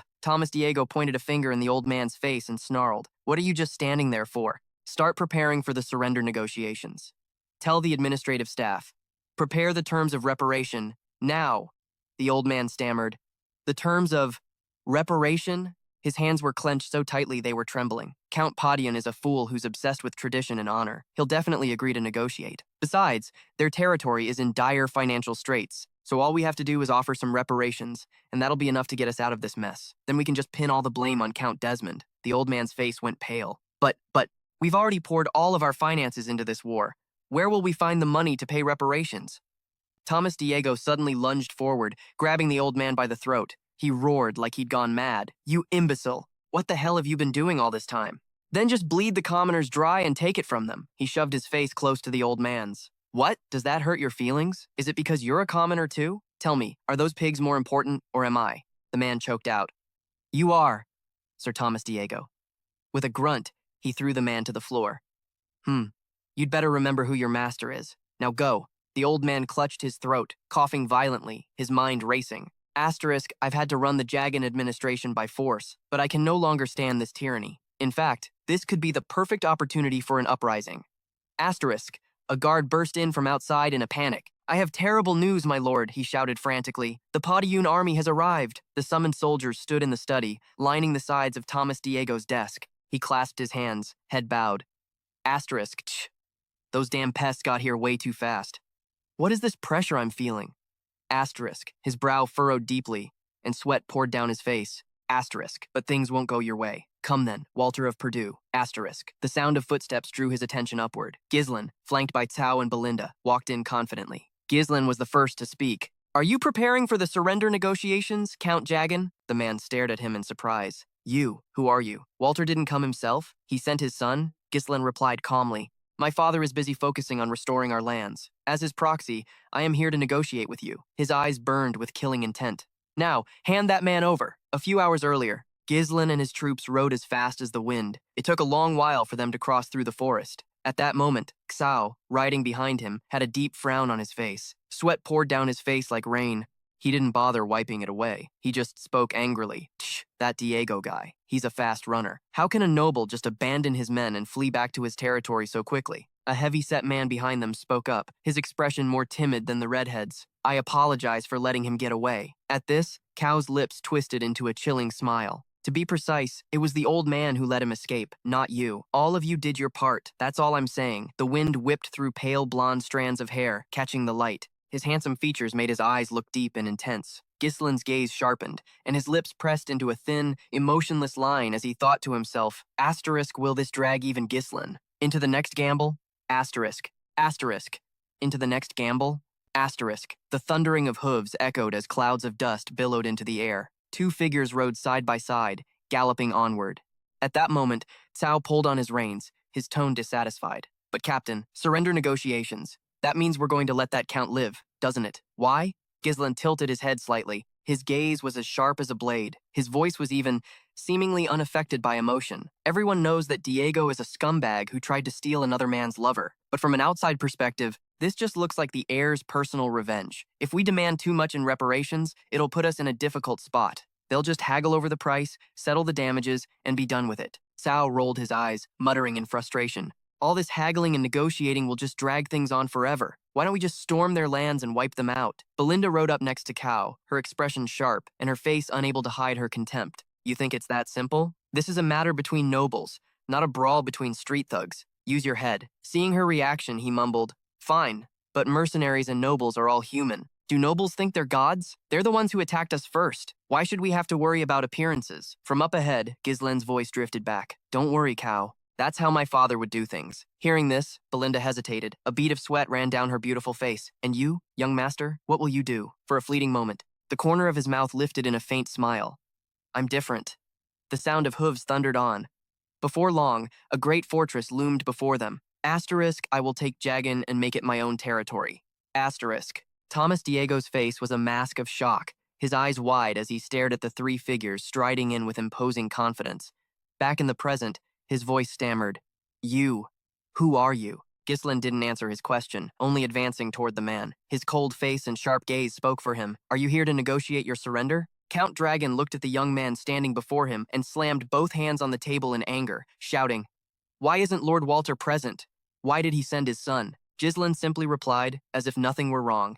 My father is busy reclaiming our lands. As the acting lord, I will handle the negotiations. His purple eyes became sharper than ever. His voice grew sterner. Force him to his knees, immediately. Cao and another subordinate moved to restrain the man, forcing him down. The man's face was now dotted with sweat. Resistance was futile. He yelled, What are you doing? Let me go. How dare you filthy commoners touch me? In the end, he was forced to kneel before him. Looking down from above, the man was nothing but a lowly creature. Seeing this, Belinda approached and whispered in his ear, Young master, are you really going to do this? Ghislain replied decisively, Yes. Even if the Lord scolds you for this later, don't you dare say it was my idea. Thomas Diego glared, shouting as if he wanted to lunge at him. He had sworn loyalty to the kingdom.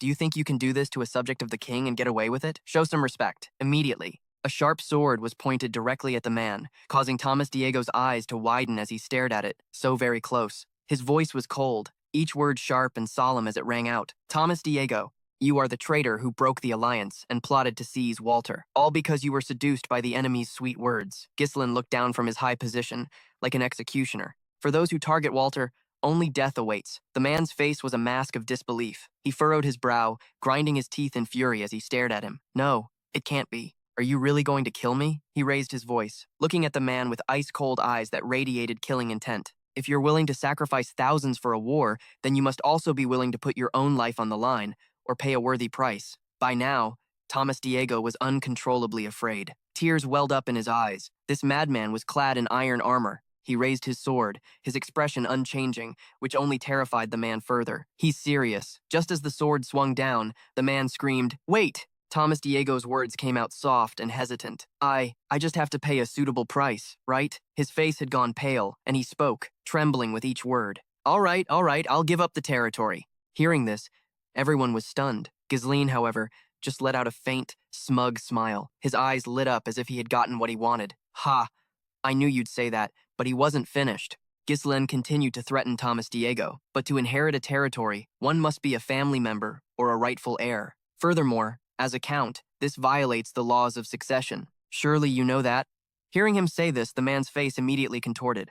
I'll handle it. You don't need to worry. Thomas Diego hurriedly said, Yes, that's right. I'll claim you're a distant relative. I'll have my people forge the succession papers. You just have to accept them. After speaking, he immediately yelled to the subordinate behind him, Lowell, bring paper and a pen here. His eyes were focused and serious, his pupils glowing blue. I'm still not convinced. The man knelt prostrate on the ground, grinding his teeth as he forced out each sentence. I'll compensate you with money too.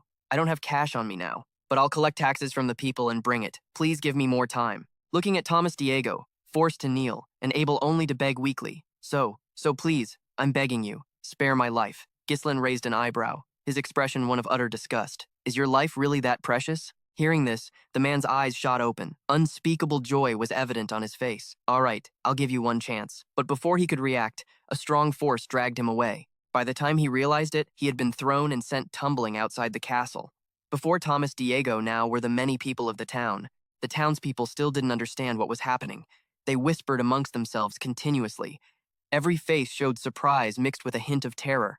What is it? My lord, what's happening here? He turned back to look, his face a mixture of anger and confusion. Listen here, boy. What do you think you're doing?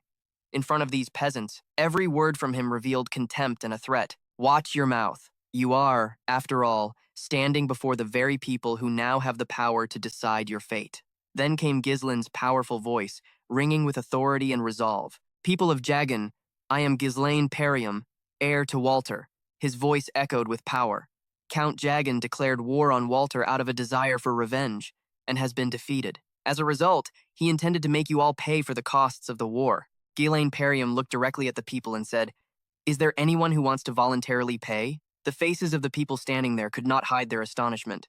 What? They couldn't help but feel wronged, shouting out in anger. They already took everything from us last time, and now this again? Where are we supposed to find the money to pay? This is something you nobles should sort out yourselves. Ghislaine Perium calmed them. His tone was softer than before. As the acting lord of Walter, I will show mercy, by giving you all a choice. Then he looked down at Thomas Diego, who was kneeling on the ground. He looked utterly pathetic.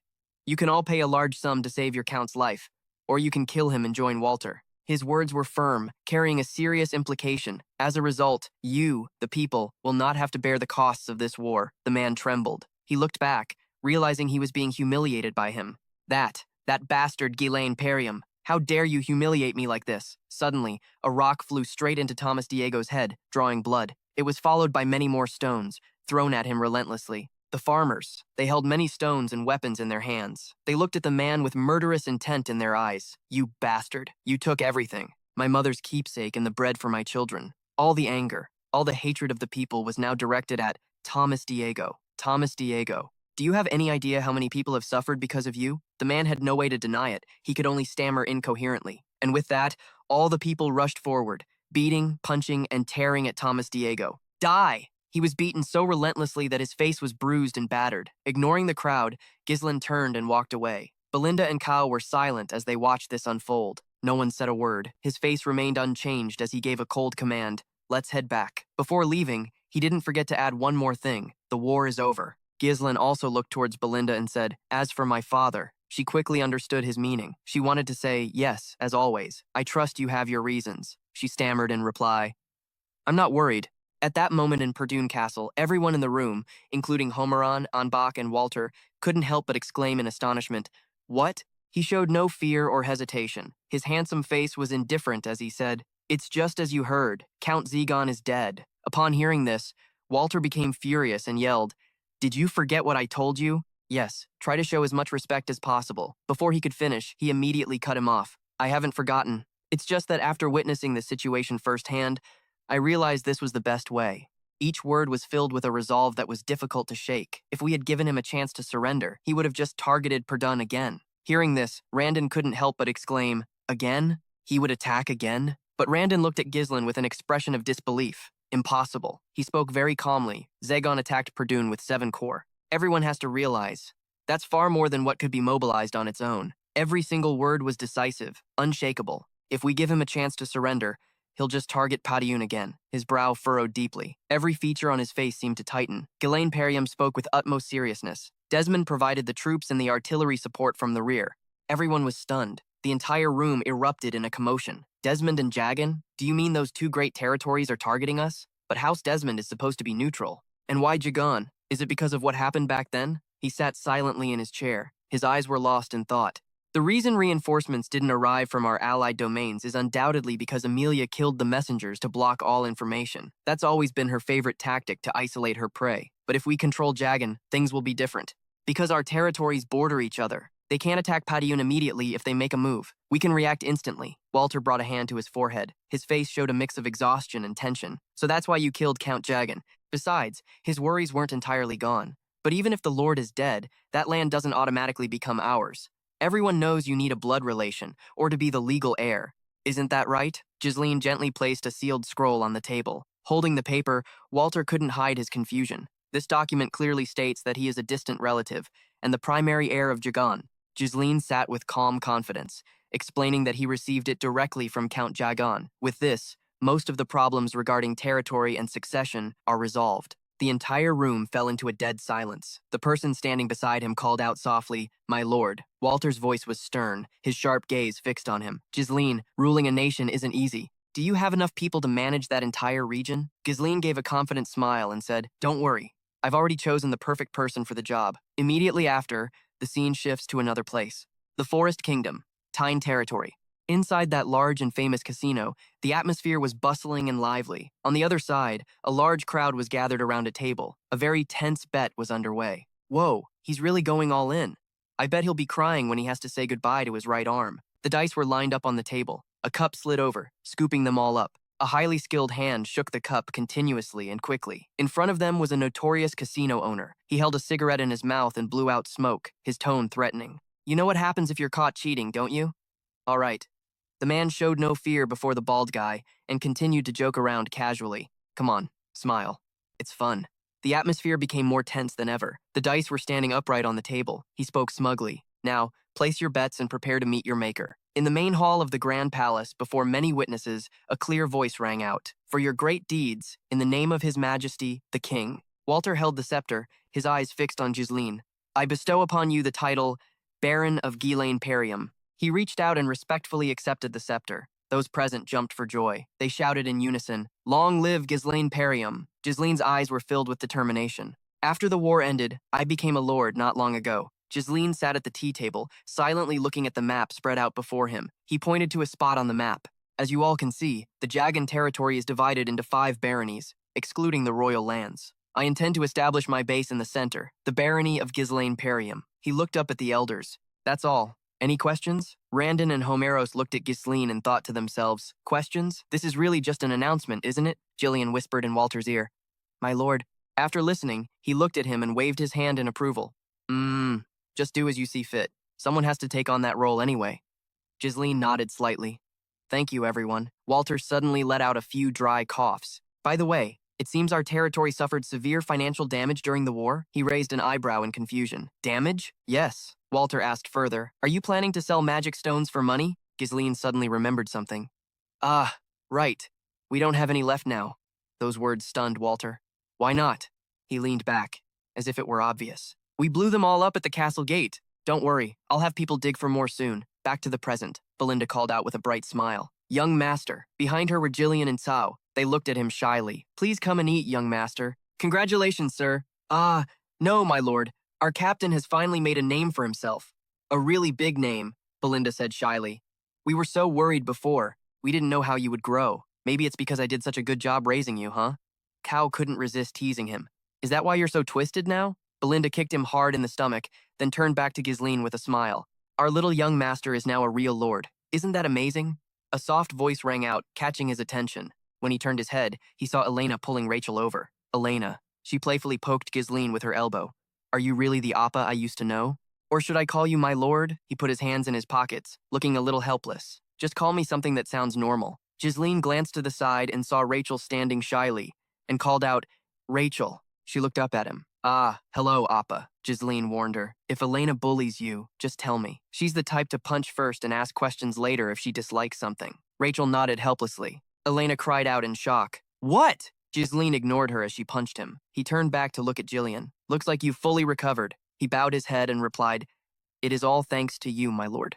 He clapped his hands loudly. Ghislaine looked at everyone in the room and spoke slowly. All right, listen up, everyone. You were all magnificent fighting by my side throughout the war. But his gaze became firm. From now on, I am the Lord of Fenris. I will be based in Fenris, not Perdun. Therefore, I want to recruit you as my personal guard. Not just mercenaries? The others were surprised. Personal guard? Does that mean we're an official army now? Exactly. He smirked slightly. I also plan to train each and every one of you to become Black Knights. To everyone's astonishment, Ghislaine added, the courage you showed in the last war has earned you the right to be Black Knights. You are all worthy. Belinda looked at him, flustered. But isn't that incredibly expensive? Ghislaine nodded. That's precisely why we need to make a lot of money. He turned to the person beside him.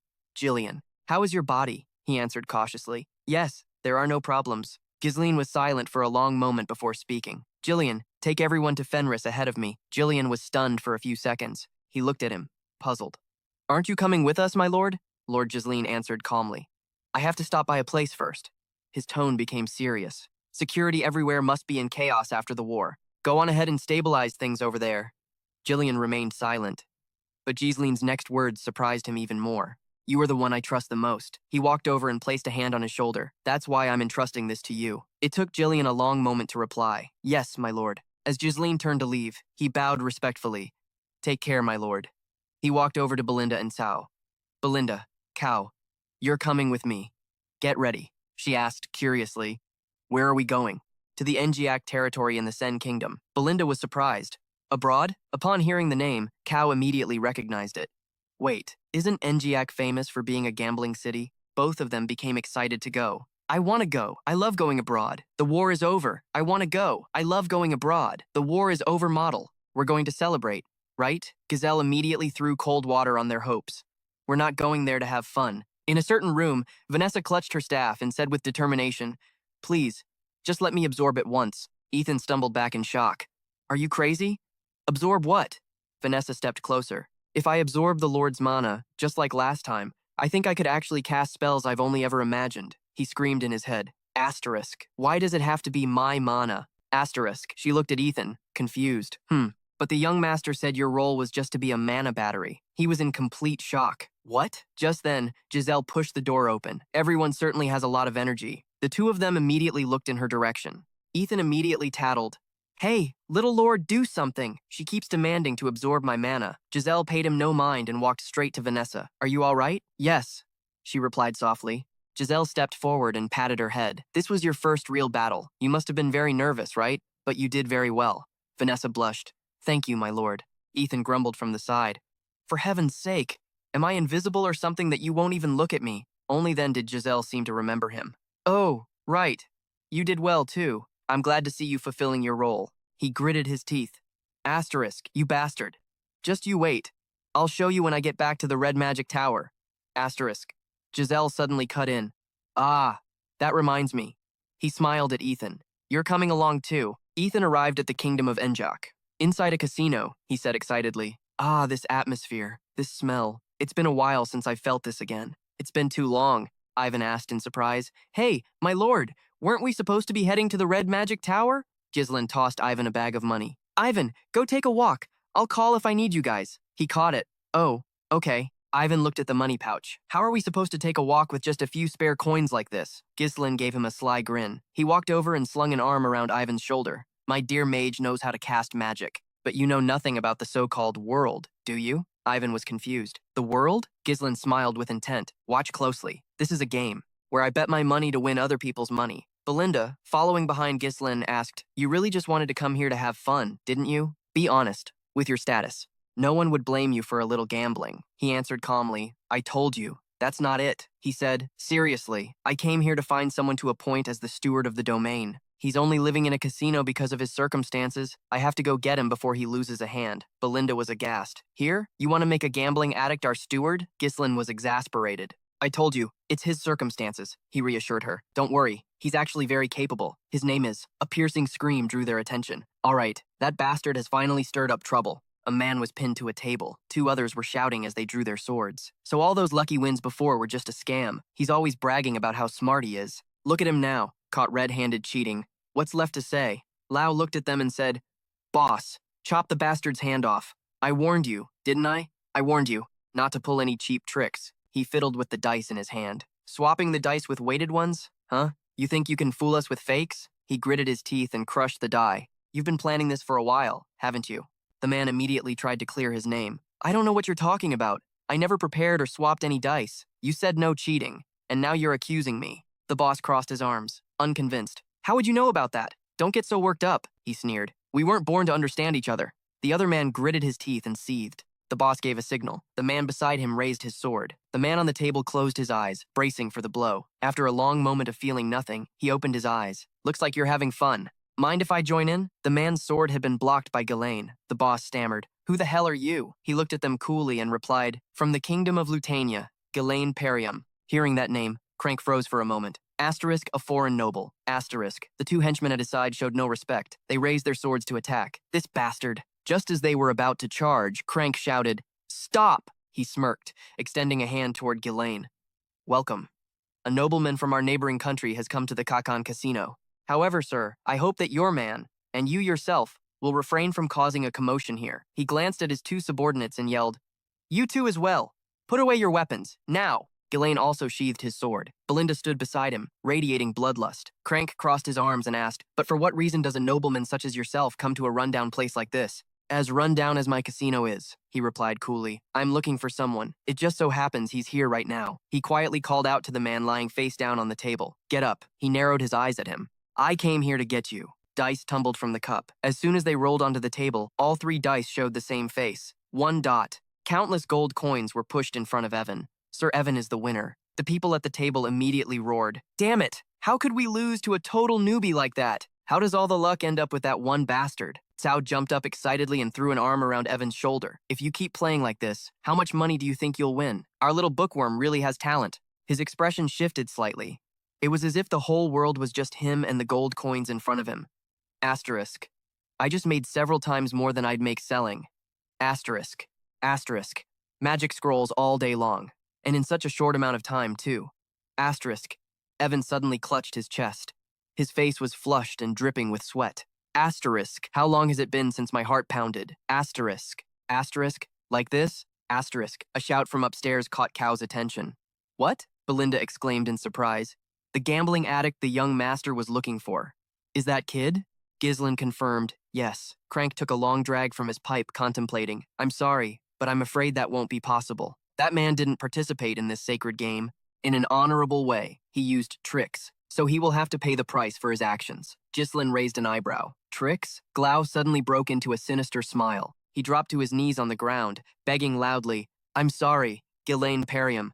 He cried and wailed, The precious money that you gave me. My lord, they cheated me and I lost it all. Lau continued his accusations. All the dice used here are managed by them. They even check the belongings that guests bring in to completely eliminate any cheating tools. But for a problematic die to appear right when I decided to make a really big bet, isn't that just too ridiculous? A panicked Belinda quickly approached Ghislaine. What is that man talking about all of a sudden? When did our young master ever meet you for you to be telling such blatant lies? He suddenly raised a hand to stop her. Ghislaine asked Frank, as if to confirm, Is what he says true? Frank didn't answer right away, thinking to himself, asterisk, that Lao guy. I was wondering where he got such a large sum of money. Asterisk. He lit his pipe and said coolly, I don't know how you came to know Cloud, but what that guy says is completely untrustworthy. Cheaters always cry about how they were wronged. Frank exhaled a cloud of smoke. Furthermore, this casino is owned by Baron Austin. Even if you are a foreign noble, if you continue to cause a scene like this, it could lead to a diplomatic incident. A vein pulsed on his forehead. Let's just pretend what just happened never happened. And could you and your people please leave quietly? Ghislaine frowned. I'm afraid that's going to be difficult, because that's no different from you having stolen all my money. Crank's expression changed. He sighed. Ghislaine pulled Cloud down to sit in front of him. Now, stop scowling. You and I both want this man, don't we? So then, let's try to talk this over and see if we can reach a compromise, he asked curiously. A compromise? Ghislaine said seriously. Play a game with me. If I win, I'll take back all the money you won from Cloud. On the other hand, if I lose, I will bet my current status and all of my assets. Cloud, Frank, and Belinda cried out in astonishment. What? Cloud tried to dissuade him in a low voice. I'm grateful that you're standing up for me. But who are you, really, to go this far for my sake? Ghislaine immediately put an arm around his shoulder, pulling him close. He said firmly, I'm someone who is in desperate need of your help. Crank let out an amused laugh. It's been a long time since I've seen a noble with as much guts as you. All right then, he shouted. We're in a casino, so it's only natural we play a game. Everyone in the casino cheered excitedly. This is going to be a huge match. Some wet-behind-the-ears noble who just showed up dares to challenge Boss Crank.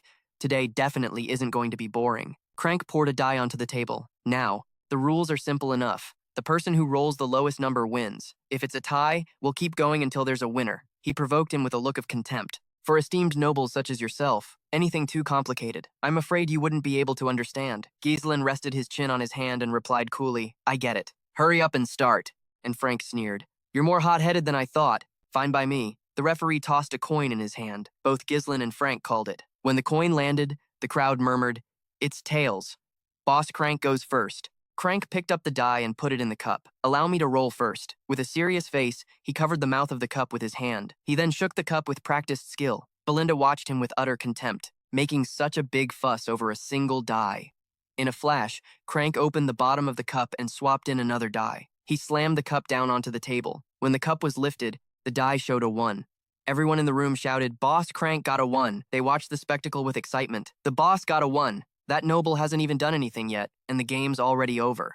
Man, I just don't get it. What was he thinking, challenging Sir Crank to something like this? Belinda was also getting a little worried now. Young master? Cloud looked at Ghislaine with a puzzled expression. Crank said smugly, Oh, what a shame. To think we went to all the trouble of setting up such a big bet. For it to end so quickly is just too bad. Well, I guess from the start this was. Ghislaine, completely unworried, said, Shut up. He reached out and took the die. Your mouth and your body, they're completely out of sync. He pouted. Uh-huh, sure. Crank looked at Ghislaine with contempt. Go on, put on that brave face. You're just acting calm to hide how nervous you are, aren't you? I can see right through you. He smirked to himself. However, all your efforts are useless. Crank recalled how he had cheated. It's a special cup. Depending on how you hold it, the bottom can be opened. I just have to hide the loaded die, the one that will always roll a 1, between my fingers. Then, use the shaking motion of the cup to conceal the swap. And that's it. He grew even more confident in his victory. Besides, I've never once been caught using this trick. The corner of his mouth curled into a smirk. No matter how many times you roll that die, you can't escape defeat, you arrogant noble. Ghislaine concentrated magical energy in his hand. He then slammed that hand down over the mouth of the cup. The entire room fell silent. Everyone watched Ghislaine in silence. He placed the cup down on the table. The person with the lowest score is the winner. That's what you said, right? Ghislaine lifted the cup, revealing a pile of fine powder. 0 points, Frank yelled in astonishment. What? The others in the room were just as surprised. The die turned to dust. So it's 0 points? How are you supposed to score that? Is a move like that even allowed? Does that mean Boss Crank lost? Neither Belinda nor Cloud had expected this. Crank shot to his feet. He angrily pointed a finger in his face and yelled, This is impossible. That result is cheating. Even if you are a noble, you can't be so unreasonable. Ghislaine grabbed his hand. He forcefully bent his hand back, revealing the die. Then what's this? Asterisk clack. Asterisk A. Die fell and rolled across the table. Huh? No way. The people in the room were once again stunned. Why did the boss have another die in his hand? What? So this whole time that guy has been cheating? Ghislaine stared at him with a cold gaze. This is a sacred game. You're supposed to play it with honor. Isn't that what you said? Crank's face was covered in beads of sweat. How? Could it be that he knew everything from the start? He quickly drew a sword from his belt. Then, without hesitation, he thrust it straight at Ghislain. He leaned to his right, successfully dodging the surprise attack. Both Belinda and Cloud were stunned by this sudden turn of events. Ghislain sneered. You should have just shown your true colors from the beginning, shouldn't you? A common thug. Someone like you pretending to be polite is just awkward. The underlings drew their swords. Hey, what the hell have you been talking about this whole time? But whatever, now that it's come to this, we can't let you leave here in one piece. He pointed his sword at Ghislain and ordered the attack. Ghislain narrowed his eyes, staring them down. Beneath their blades, Ghislain effortlessly dodged every strike. He pushed off his toes and leaped from the ground. Using them as a foothold, he jumped off the henchman and lunged toward Crank. He anxiously drew his sword, his forehead beaded with sweat. Asterisk, clang. Asterisk. Just as Crank thrust his sword upwards, Ghislain flipped over him, landing behind him. He landed steadily on the ground, pressing his sword to Crank's neck. Beneath the sharp blade, he swallowed hard. Two henchmen cried out in alarm, "Boss Crank!" As they spoke, two other swords were placed against their necks, causing them to tremble uncontrollably. Those two swords belonged to Cloud and Belinda. Cloud glanced at them and sneered, "You small fry. You should learn to pick your fights." Belinda frowned and asked quietly, "Young master, what should we do with them now?" Meanwhile, Ghislain spoke up. "As I said before, I'm taking Cloud, and all the money you won from him," Crank stammered. "You can't." The two continued to negotiate. "Crank, as the manager of the Kakan Casino and Baron Austin's main source of income, you have been caught red-handed attempting to commit fraud in a gamble against a foreign noble. What happens to a casino that has lost the trust of its gamblers? I'm sure you understand." The sharp sword pressed closer to Crank's neck. A drop of fresh blood trickled down. "If, in the future, you ever dare to repeat what happened here today." A cut from the sword was now visible on his neck. Ghislain's eyes glinted sharply. Terrified, sweat poured down Crank's face like rain. After a moment of hesitation, he made his decision. "Ah, I understand, sir." Having achieved his goal, the corner of Ghislain's mouth curved up unconsciously. He frowned and ordered, "Let's go." "All right." But when he turned around, that person was nowhere to be seen. A shrill voice cried out, "That guy slipped away?" Belinda grumbled in annoyance. "Not only did that gambler run off, but he took all the money the young master won, too. If it weren't for us, he would have had his hand chopped off. What an ungrateful bastard." She clicked her tongue. For a gambler like him to run away. His destination can only be another casino. And yet, Belinda clenched her fist. "That makes sense. We'll send people to search and sweep this entire area." Ghislain stopped her. "No need. There's no need for that, because I know where he's going." Outside the casino, Cloud rode a horse, carrying the bag of money, speeding through the night. As he rode, he glanced back behind him. "Phew, I finally made it out alive. In the end, who was that noble who stuck his neck out for me?" He clutched the bag tightly in his hand. "Still, thanks to him, I got what I needed. I guess you could say I accomplished my goal." Lao gave a helpless, bitter laugh, thinking of that foreign noble. "My deepest apologies, my lord, but I really, really need this money." 1 year ago, in a dilapidated house deep in the forest, coins clattered onto the floor one after another. "Anna, look at this." Lao sat down and explained excitedly, "Isn't this amazing? Gambling isn't a game of probability. There's a formula to always win. If we keep making money this way, we won't have to live on the run anymore." He spoke nonstop. "We can quickly return to a normal life." Anna suddenly cut him off. "Stop it," she said coldly. "You can stop now." Her reaction surprised Cloud a little. "Anna," she took Cloud's hand with her own trembling one. "I know that Father's death, who was also your master, wasn't your fault." Looking at Cloud's bruised and battered face, her whole body trembled involuntarily. "So please," he gave a slight smile. "It is my fault," Lao said in a low voice. "It was because of my own foolishness and stupidity that I turned our master into a traitor." A voice filled with contempt rang out. "The Royal Academy scholar, Zaidong, is a traitor, and you are the traitor's daughter, Anna." Anna was tied up, guarded by Crank and his men. Their leader ordered, "Take her away." Lao lay on the ground, struggling to reach out. "Anna!" A pair of feet silently approached him. "You said your name is Lao, correct?" the man said in a low voice, leaning on his cane. "I'll give you 1 year. Bring me 2 gold pieces." He rubbed his chin with delight. That little brat's fate was to die. "But if you bring the ransom, I'll let her go." Snapping out of the memory, Lao clutched the bag of money, whispering Anna's name. His eyes were full of hope. "I'm coming to save you." At Castle Austin, in the study, voices could be heard. "Is the prison barracks full already? Feeding that bunch of low-life criminals is just a waste of food and space." The fat man sat writing something with a quill. "If we can't even get a ransom for them, there's no reason to keep them alive." Baron Austin waved his hand at his subordinate. Within the next week, execute anyone who can't pay their ransom. Yes, I understand. The subordinate stepped closer. There is one matter, my Lord Baron. It's been almost a year. Austin raised an eyebrow, annoyed. But then a lecherous smile spread across his face as he rubbed his chin. Ah, you're talking about that traitor's daughter, aren't you? The two continued their conversation. Still no word from that punk Lau? No, sir. I heard that not only has he failed to make any money, but he's been wasting his days at the casino. If that's the case, it seems Crank is still doing a good job. Austin clicked his tongue. Normally, I'd consider making that girl a maid, but since she's a traitor's daughter, it makes me uneasy. Just put her in the group for execution, and be careful. Don't let word of this reach Lau. The subordinate inquired, what if he does bring the ransom money? The Baron replied calmly, just take the money and then get rid of him. A gambler like him dies, and nobody will care. As he spoke, a greedy look came over his face. Of course, that's only if he actually manages to get the ransom, I demanded. The study door slowly opened. Another subordinate ran in to report.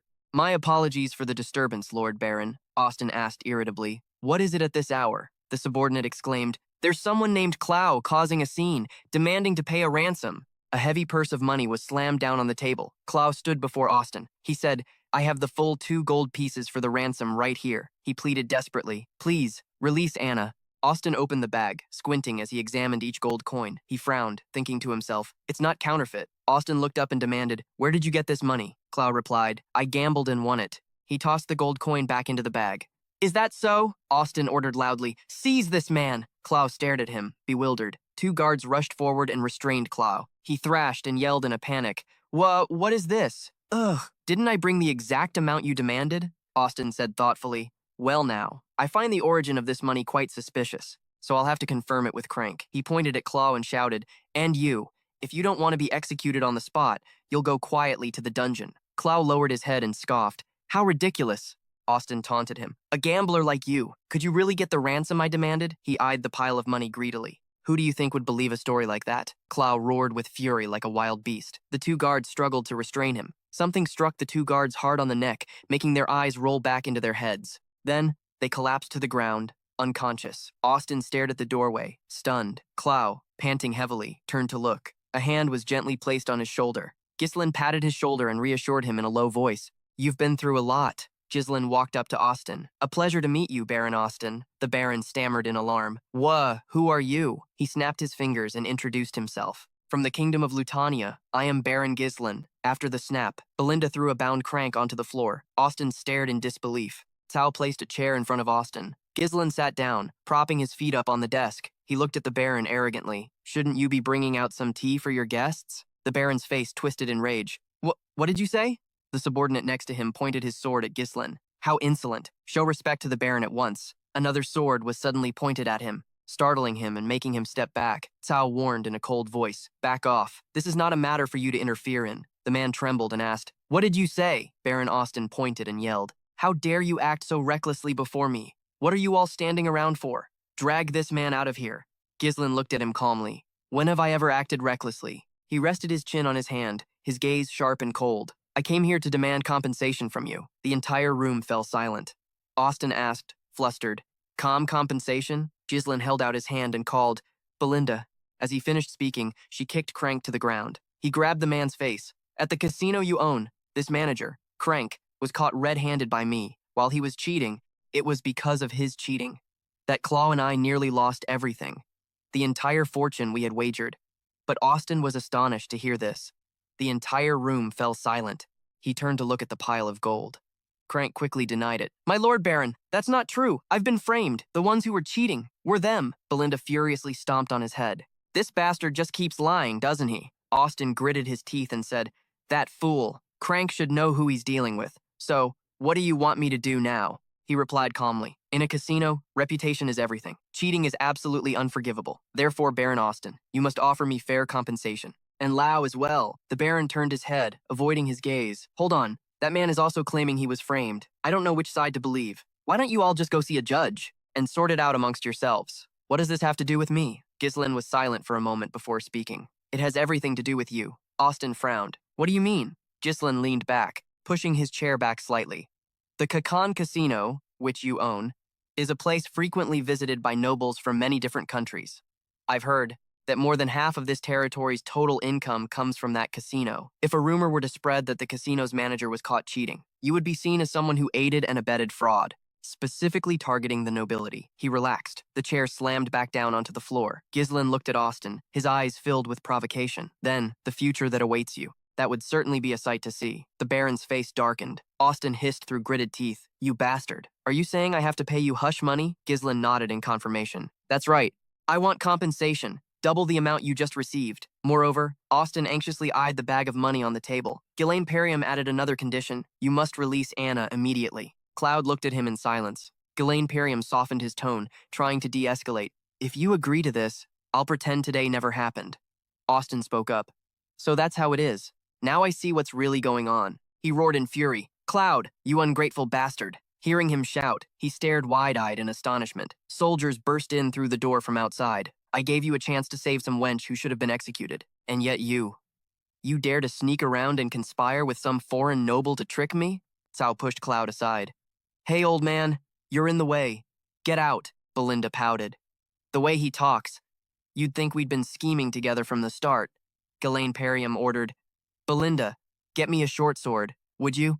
But Austin furiously yelled at his soldiers. It doesn't matter. As long as I kill every last one of you here, it'll be like this never happened. Kill them! A guard received the order and immediately charged at Ghislaine Perriam with his sword. He kicked the money bag on the table hard. Momentum sent the bag flying, slamming it right into the guard's face. Ghislaine Perriam grabbed a short sword and leaped forward. To Austin's astonishment, he plunged the short sword down into the man's hand. Austin roared in agony. Behind him, Cao and Belinda were blocking the swords of two soldiers. Ghislaine Perriam warned in a cold voice. Belinda, no killing. Cao charged forward and replied irritably, Shh, fine. Cao easily blocked every one of the soldier's sword strikes. He threw a punch into the soldier's face, knocking him unconscious. Meanwhile, Belinda used her magic to control the soldier's sword. Then she flipped and kicked him hard in the neck. Ghislaine Perriam fought two other soldiers with his sword. One after another, they were easily taken down by Ghislaine Perriam. Austin's right-hand man slashed at him, but he dodged it. Ghislaine Perriam spun around behind him and slammed the hilt of his sword into the back of his neck. The man cried out once and lost consciousness. Cloud stood to the side, frozen, watching them fight. Cold sweat beaded on his forehead, his expression one of disbelief. Who are you? Belinda and Ghislaine Perriam, fighting non-stop amidst Austin's screams. Why in the world would you go this far for me? Cloud recalled his words at the casino. I am someone who is in great need of your assistance. He bit his lip as tears streamed down his cheeks. All this time, I've learned one thing down to my very bones, that there's no such thing as unconditional kindness in this world. An unknown amount of time passed. All of Austin's soldiers had been defeated. They lay scattered on the ground. Ghislaine Perriam pulled the short sword out of Austin's hand. He trembled as he threatened. You bastard! How dare you humiliate and do this to a nobleman like me? He looked at Austin with contempt. Like I said before, I'm taking the money and Anna. If you have a problem with that, a hand landed on Ghislaine Perriam's shoulder. Cloud stepped closer to him. If you've gone this far for my sake, how could I possibly refuse? He looked at Austin and said, If you have a problem, come find me in the Fenris domain of the Kingdom of Lutania. Baron Austin forced a smile. I will receive you as a guest. Doing this is still better than living with eternal regret. Evening came, the sunset glimmering behind the castles. They passed towering mountains, crossed through a long stretch of forest, traveled across vast fields, still the same house as before. On the road back to the city of Walter, the carriage wheels turned slowly. Cloud stared intently ahead. Ghislaine Perriam suddenly asked, You really don't plan on living with Anna? Are you really okay with that? Cloud looked down and replied, Yes. Compared to being with me, the one who caused her father's death, Anna will surely feel much more at peace living in her hometown. He looked up at the sky. Besides, it's not like I was able to save her entirely on my own. Ghislaine Perriam watched Cloud silently. He turned his face away, thinking to himself, Consider my debt to you paid. All right. He recalled his own past. Ah, the one who was once madly consumed by revenge. I've paid back the debt I owed you. Now I finally feel relieved. The corners of his lips unknowingly turned up as they traveled. The two continued to talk. Now that we're here, what do you think? The air is fresh, isn't it? If you get the chance, you should just take the Lord's head one of these days. The state of this domain is so terrible. Occupying it would probably be easy. Wait a minute, are you telling me to cut off my own head? Cloud looked at him suspiciously. This dirt-poor, beggar-like village.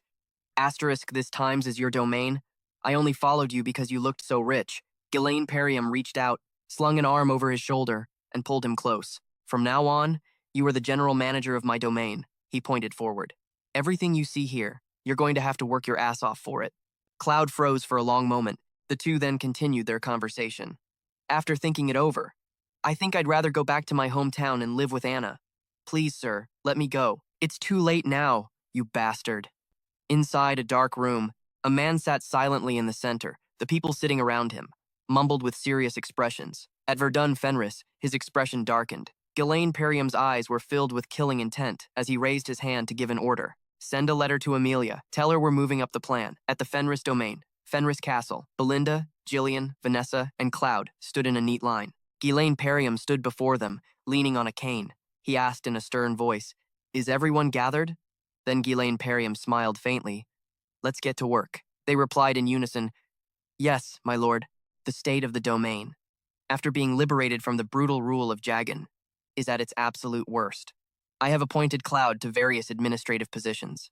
To begin the process of bringing the domain back to a stable state, Ghislaine Perium led the group on a survey. He used the cane in his hand to point the way. First, let's start with a census. Find all the survivors and bring them back to the village. He glanced at Cloud, who was taking notes behind him. After the survey is complete, you are to use that data to purchase a large quantity of food, enough for at least 6 months. The food situation is the most pressing issue. It must be prioritized. He nodded. Yes, of course. The two continued to walk forward. We will also be starting agriculture soon, so distribute healthy cattle to the farming households in the domain. I said, distribute healthy cattle to the farming households in the domain, equipped with plows so they can handle tilling the land. Also, check if we can log the nearby forest to expand the farmland. Cloud asked in surprise, Sir, are you really planning to grow crops on this dry, cracked land? That's right. The two of them surveyed every corner of the domain. We will grind the bones of the Glubia dragons for fertilizer. Furthermore, the old facilities, all the old equipment, anything that's no longer usable must be replaced. Build warehouses, a drainage system, this, that, and that thing over there too. Cloud forced a smile, sir. You're joking, right? General manager of the Fenris domain.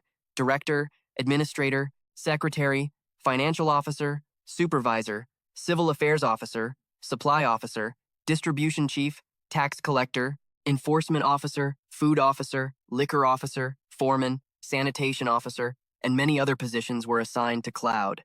Ghislaine Perium, holding a quill, frowned and asked, What is it? Cloud answered flusteredly, I'm handling way too many jobs by myself. Ghislaine Perium looked down and continued writing in his ledger. You've never done any of this before, have you? But take this opportunity to give it a try. If you need to, you can just hire more people to help. Cloud turned and bolted from the study at top speed. Ghislaine Perium calmly called out, Wendy. Wendy appeared from nowhere and threw a hidden weapon towards the fleeing Cloud. She spun, and Cloud was instantly wrapped in ropes. She bowed and introduced herself. It is a pleasure to meet you, sir. I am Wendy, acting under the orders of the head butler. Belinda has come to serve as Lord Cloud's guard. I look forward to being in your care. Cloud screams violently. Ah! Someone save me! Gazelle rests her chin on her hand. She thinks to herself, since we're in the middle of building up the territory, just try to endure it for a bit. Clow, you used to handle things like this like it was a piece of cake. The next morning, Giselle takes Clow and Wendy to continue the survey. As nobles, they have a responsibility and duty to protect the people living in their domain. The people's loss of faith in the nobility was caused by the exploitation and oppression of greedy nobles. The people lost all will to work simply due to poverty, and so the cycle of hunger repeated itself. The more these problems are ignored, the more the nobility will isolate themselves. These fundamental issues must be resolved as soon as possible to stabilize the territory's foundation. He closes his eyes, thinking to himself, but a piercing, astonished shriek echoes throughout the castle. You're saying we don't have enough money? Ghislaine Perium sits at the table, looking at the account books. If we keep spending at this rate, in 3 months, we won't even be able to pay your salaries. Jillian stammers, This is a major problem. Claw asks blankly, What exactly is the problem? Can't we just go mine more Johnstone? Ghislaine Perium replies, We can't sell it all. We have other uses for it, and we also need to let the mages study it. He rests his chin on his hand, thinking, the Johnstone vein isn't infinite. We can't keep relying on it forever. We need a sustainable source of capital. Suddenly, Cloud runs up and throws the door open aggressively. Ghislaine Perium is writing with a quill. Seeing him, he calls out, Oh, Cloud, perfect timing. I just so happen to have a job that needs doing. Cloud rushes over. You don't need to think about any of that. You don't need to assign me tasks like that anymore. His voice carries absolute confidence. Because I have already prepared the best possible plan to save this territory for you. Cloud flashes a wicked smile, proudly presenting his idea. It's building a casino. After that statement, Cloud is promptly kicked out of the castle. Belinda reminds Wendy, From now on, before he opens his mouth to spout nonsense, just go ahead and strike. She nods, carefully taking notes. I understand. Cloud cries out loudly. Are you serious? Then what do you people think I should do? Cloud shows his determination. Farming is out of the question. We can't use runestones carelessly either. Aren't I proposing the most realistic way to turn this useless land into an entertainment city? Ghislaine Perium approaches him from behind. I completely agree with you. Ghislaine Perium looks up at him. I'll consider your proposal, but for now, just carry out the tasks I've already assigned. He objects. No way. Do you really think we have enough food to last until then? He carefully explains to Cloud. If we build a casino while the territory lacks a solid foundation, we might make money in the short term, but we won't be able to prevent the formation of an underworld. His eyebrows furrow slightly. In the long run, it's not a good option either, if I want to confront them. Cloud crosses his arms. Right now, our food supply is so scarce that we have to constantly buy more. And you're talking about the future? What I mean is, we have to do something now, before we run out of money to buy food too. Ifan also speaks up. The other lords don't farm either. It's not because they hate farming, you know. It seems right to build a grand entertainment district on this land. Ghislaine Perium nods. In that case, leave the food problem to me, Cloud replies, confused. Yes, sir. Ghislaine Perium instructs them. If I can make crops grow on our land, then from now on, you will do as I say, without a single complaint. He sighs. Honestly, I've already told you, this land is impossible to cultivate. He smirks. Are you absolutely certain about that? Cloud and Ifan appear confident. No matter what happens, it's absolutely impossible to farm here. Ghislaine Perium smiles gently at the two of them. 3 months later, Cloud and Ifan stare blankly at the field before them. Sir Mage, am I dreaming? The once desolate field is now fertile, full of ripe grain. The people, holding sickles, eagerly harvest the grain. It's a success. How many years has it been since we've had a harvest on this land? Cloud looks at Ghislaine Perium in astonishment. How? How did you do it? He explains calmly. Rye is a grain that can grow well even in barren environments. Before sowing the seeds, I scattered the bone powder of a blue bear, which is full of nutrients, onto the plowed land. Then I had them plant rye that had been enhanced with magic. After that, all I had to do was water it with a mixture of purified mana. It was empowered by a growth acceleration magic circle. He bends down and lifts a stalk of grain. Seeds planted this way have a very fast growth rate. Therefore, we'll be able to harvest more frequently. Alphonse grinds his teeth in astonished frustration. Damn it! So this is why you had our mages create a growth acceleration magic circle. Vanessa looks at him with admiration. You're truly amazing, my lord. How did you ever think of using a growth acceleration magic circle? Something originally meant for people. On seeds. Ghislaine Perium hesitates slightly. About that. He closes his eyes, thinking, it wasn't something I came up with. He recalls the past. Regarding the growth acceleration magic circle, it's a magic circle capable of drawing out the power contained in Junstones to help mana grow many times faster. There were opposing opinions, wondering why something so precious would be used on wheat seeds. But once they witnessed the results, they had no choice but to accept it. This was a method that had been verified by mages and scholars of the future. Ghislaine Perium smiles. As for the principle behind it, that's not something I need to worry about. The people standing before Ghislaine Perium cheer excitedly. My lord, from this day forward, we will trust and follow you unconditionally. Now we don't have to fear starvation anymore. Long live Ghislaine Perium. While they are celebrating noisily, Claude and Alphonse try to sneak away quietly. A voice from behind makes them jump. You two. Ghislaine Perium was already standing behind them. Where do you think you're going? You have to settle our bet first, don't you? Cloud forces a fake innocent smile and asks, what bet? Ghislaine Perium calmly reaches into his pouch. If you had won, I would have given you 5 gold and your freedom. He pulls a small scroll from his pouch. But if I win, you have to be my unpaid slaves for 15 years. Lau and Ivan are immediately surrounded. We did make a bet, didn't we? They look at each other and can only manage a strained laugh. Haha, damn it. And so, the first harvest came to an end. Now that a stable food supply could be guaranteed, Junstone could also be used for purposes other than being sold. Herbert raises an eyebrow, confused. Here? You want me to build a branch of the Red Magic Tower here? Ghislaine Perium nods in confirmation. Yes, Tower Master. Herbert becomes even more puzzled. No, wait. I heard from my younger brother that you'd become a lord, so I just stopped by to say hello. Why are you suddenly bringing this up with me? Ghislaine Perium replies calmly. It all started with the unilateral declaration of war from Lord Jagon. In that battle, we received help from the Red Magic Tower. But it was still a difficult victory, won only by detonating a Junstone, sweat beads on his forehead. Herbert looks at Ghislaine Perium, thinking to himself, he just said he detonated that precious Junstone? That brat only told me he won the battle. I never heard anything about that. Ghislaine Perium sighs. If a territory that has just begun to develop like Fenris is attacked again, my only option would be to detonate the Junstones that are supposed to be sent to the Red Magic Tower to stop them. Just like last time, He panicked and tried to stop me. Hey, don't! Why do you always have to think of such extreme things? I smiled, satisfied, and looked at him. All right then. In that case, please send more mages. Mages shine brightest when their talents are used to construct various buildings. Residential areas, waterways, a branch church of the Crimson Flame, the Fenris Magic Tower. Everyone, holding their staves, cheered enthusiastically. We are mages! Thanks to the mage workforce supported by the Red Magic Tower, Fenris was able to quickly complete large-scale construction projects. What kind of inhuman bastard makes mages do manual labor? That's so unfair. Although, there were occasional minor frictions with the newcomers who hadn't yet adapted to the territory. But soon after, both sides would reach a peaceful agreement. The group that was so enthusiastic earlier was now lying flat on the ground. Ghislain casually gave an order to Ifon. Go get those contracts and let me see them, he thought to himself. I can't be the only slave around here. The territory quickly restored its functions. However, Claude burst through the door in a panic. Asterisk, gasp, asterisk, something big has happened, my lord? He frantically reported the situation. I heard there's been a riot in Geron. Countess Amelia? Ghislain thought, frowning. That riot happened faster than expected. Is it because I interfered? Desmond and Amelia are just puppets acting on Duke Delphine's will. Since they failed to use Jagan to take Perdun, they have no choice but to act directly now. Desmond and Amelia are just puppets, acting on Duke Delphine's will. Since they failed to use Jagan to take Perdun, they have no choice but to act directly now. His eyes were filled with killing intent. My war is not over yet, Gillian asked. Do you have a plan, sir? Belinda was also worried. If Lady Amelia takes over our territory, Ghislain slowly opened his mouth. If you dare think of exploiting me, I won't sit back and do nothing. We will head to the kingdom of Lutania. In a room, furniture was strewn about messily. From a dark corner of the room, a hand silently reached out, but the moment that hand touched the light, it was instantly burned. The person looked at their trembling, scorched hand. After a long moment, they looked up at the sky. I just want to die.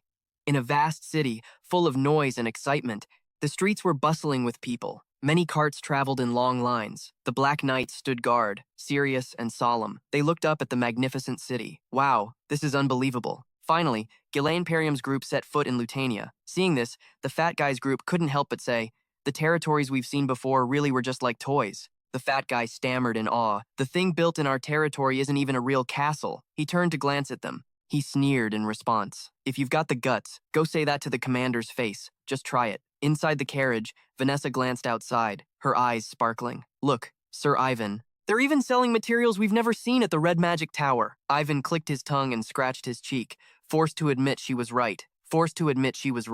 It seems this place was built on a much more meticulous scale than our Red Magic Tower. Just a little. Over with Ghislain. He quietly muttered something, clearly displeased. It was so quiet that Cloud, who was next to him, couldn't hear it clearly. Yes? Ghislain looked up at the magnificent castle before him, his voice filled with coldness. Disgusting, this castle. It's so arrogant, I just want to smash it to pieces. Seeing this, Cloud felt completely bewildered. But he whispered to Wendy, Why?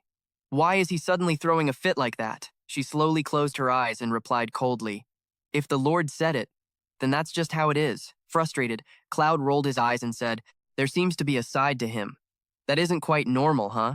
He looked toward Ghislain, who was still showing clear hostility towards this place. I'll venture a guess. Could it be that this place held some grudge against him in a past life? Meanwhile, he just sat silently on his horse, glancing at the solid fortress, the impregnable, undefeated fortress of Lutania, the place known as the city, that received the goddess's protection. This made Ghislain, unable to stop himself from remembering those days, engulfed in a sea of fire. In my past life, I was the one who brought it down.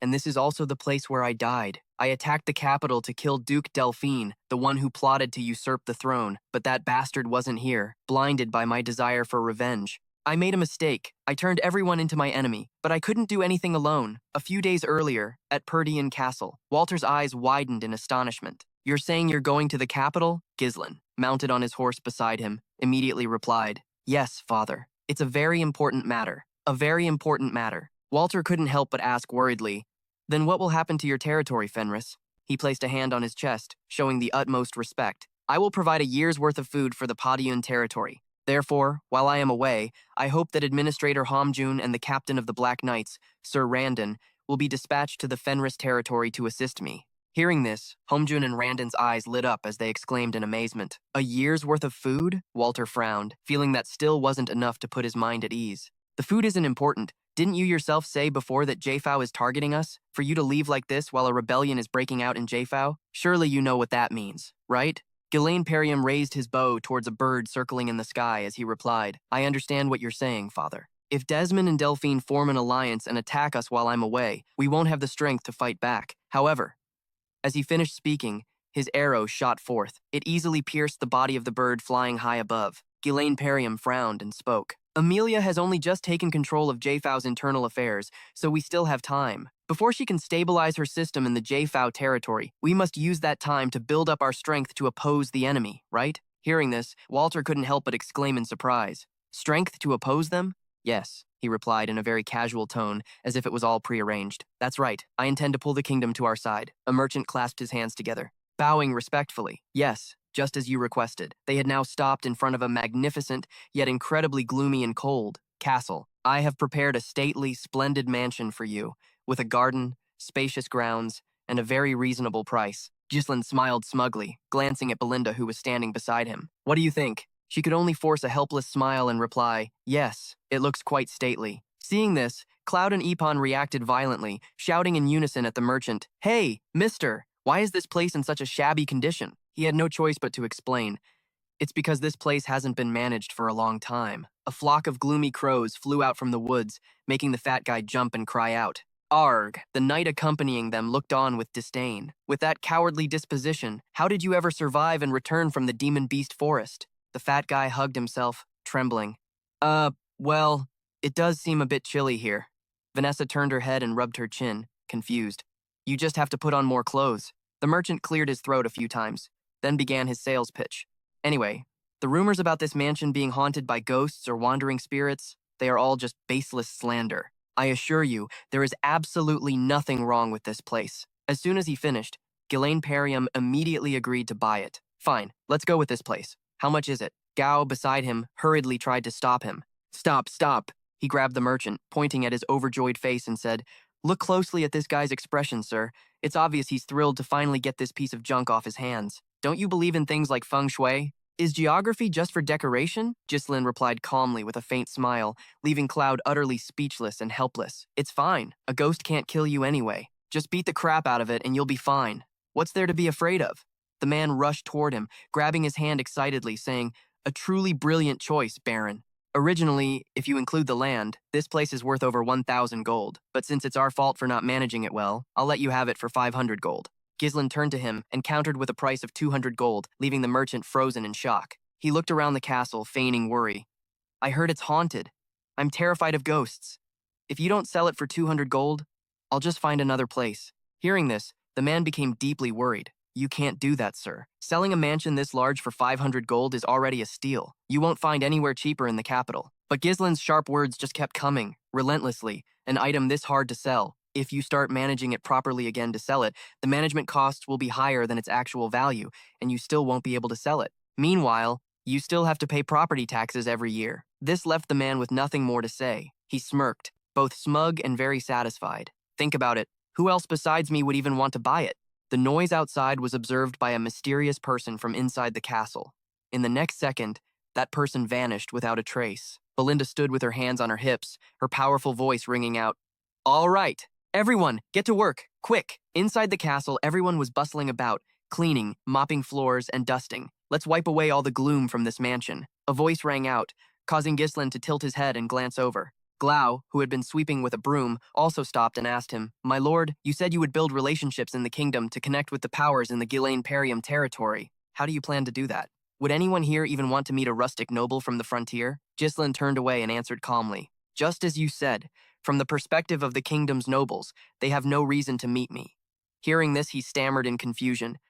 Then what? Then, the corners of his mouth lifted into a knowing smile. Then I'll make them want to meet me. A while later, the room was filled with various ingredients and several pots. Glau was astonished to see so many things piled up in the room.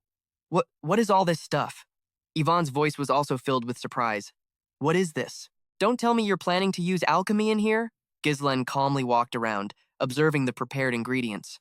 From a certain point of view, it could be considered alchemy. Then he continued, From now on, we will be making cosmetics. Yvonne's eyes widened at his words. Cosmetics? At this point, Ghislaine began to explain. I will make sample products and send them as gifts to all the noble mansions in the capital.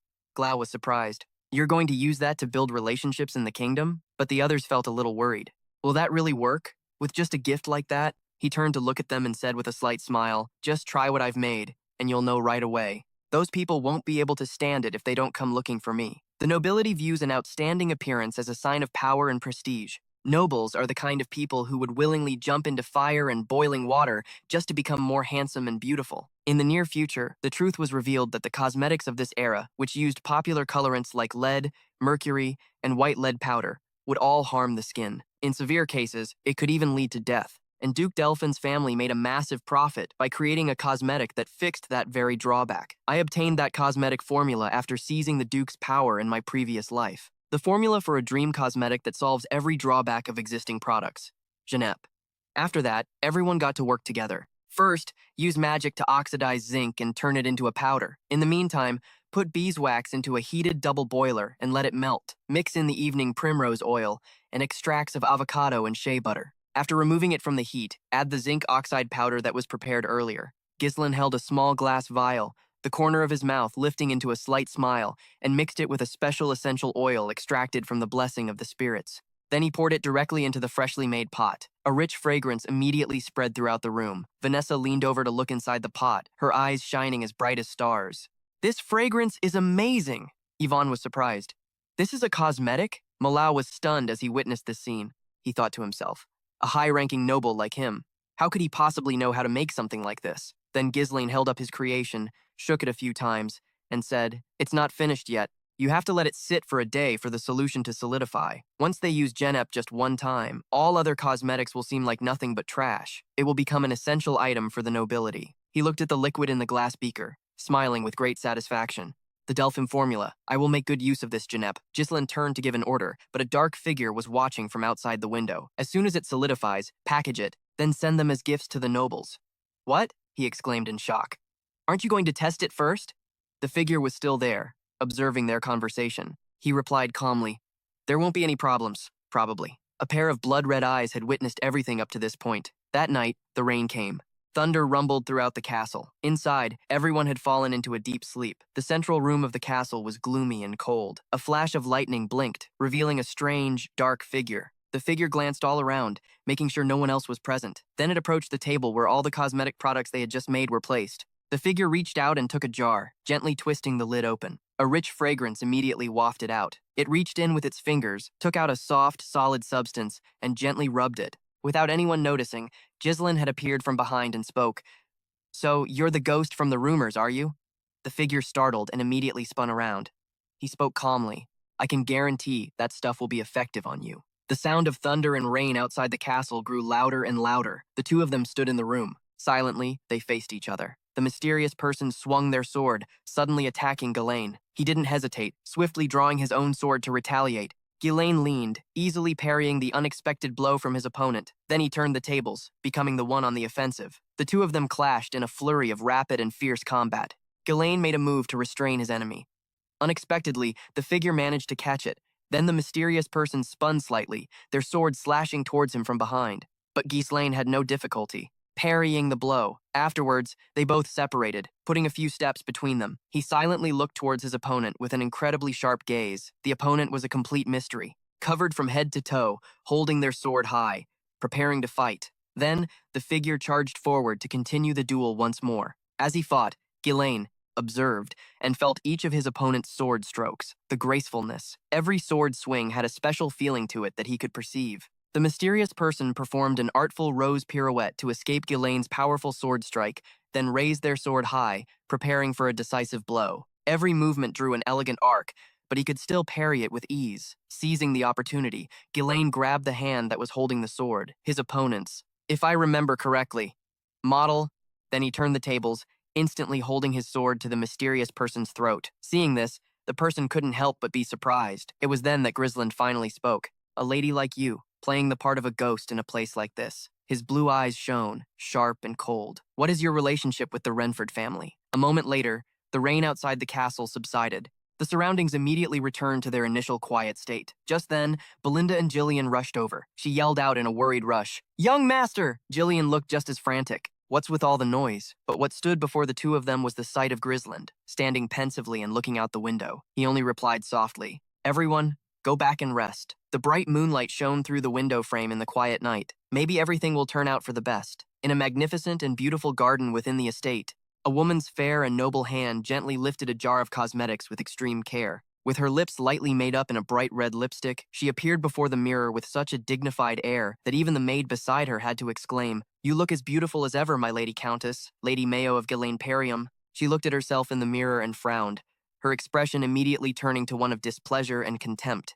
That's not it. This heavy face is hidden under a thick layer of makeup. In my youth, I was the capital's trendsetter. Every noble lady imitated my style of makeup and dress. But as the years went by, my fame slowly faded into obscurity. Remembering her old, ugly face, she couldn't help but feel angry. Makeup is just a curtain to hide one's age. Is it really impossible to go back to those days? The maid beside her spoke up to remind her. "It is time for you to go to the salon, my lady." She sighed softly and replied, "All right. Let's go." A chillingly sharp glint flashed in Mayo's eyes. What she saw was the smooth, fair face of the maid beside her. Then, Mayo grabbed the girl's face and began to knead it with both hands. She squeezed it with all her might, her voice emerging.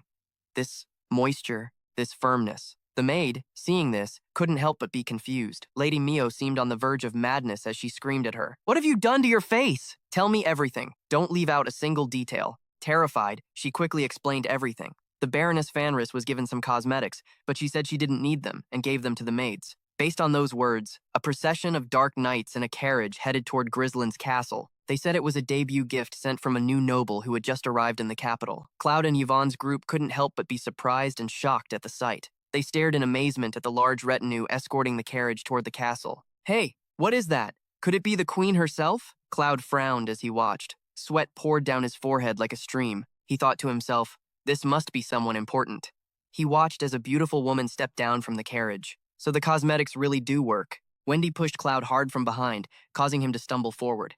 "What are you standing there for? Go and greet her." Cloud's stuttering voice rang out. "Please, let's talk inside." He then led Mayo, followed by a protecting dark knight, into the castle grounds. Glau watched. Ghislaine, who was leisurely enjoying a cup of tea, spoke cautiously. "My lord, Countess Mayo is here to see you." Although he heard, he calmly continued feeding the crow beside him. Mayo held a fan, gently covering her mouth as she let out a small, surprised sound. "You are Ghislaine Perium?" Ghislaine then stood up and gently took her smooth, fair hand. He spoke, "It is an honor to meet you, my lady." As a matter of courtesy, he gently placed a kiss on the back of her hand. "He is Ghislaine, lord of the northern land of Ghislaine Perium. It is a true honor that you have personally come to this remote place, my lady." Mayo was silent for a moment, then spoke with a hint of reproach. "Am I not to receive a gift? Only my husband receives one. I suppose my reputation hasn't reached where you live, has it?" Ghislaine gave a faint smile and replied, "Not at all. I simply thought it would be disrespectful to bring something unworthy of a lady who leads the trends of the capital." Hearing this, she couldn't help but let a satisfied smile bloom from behind her fan. "So you do have some sense. In that case, let's skip the pleasantries." After the greetings, they both sat down at the tea table. It was then that Mayo made her offer. "Give me those cosmetics of yours," Ghislaine asked with a very serious expression.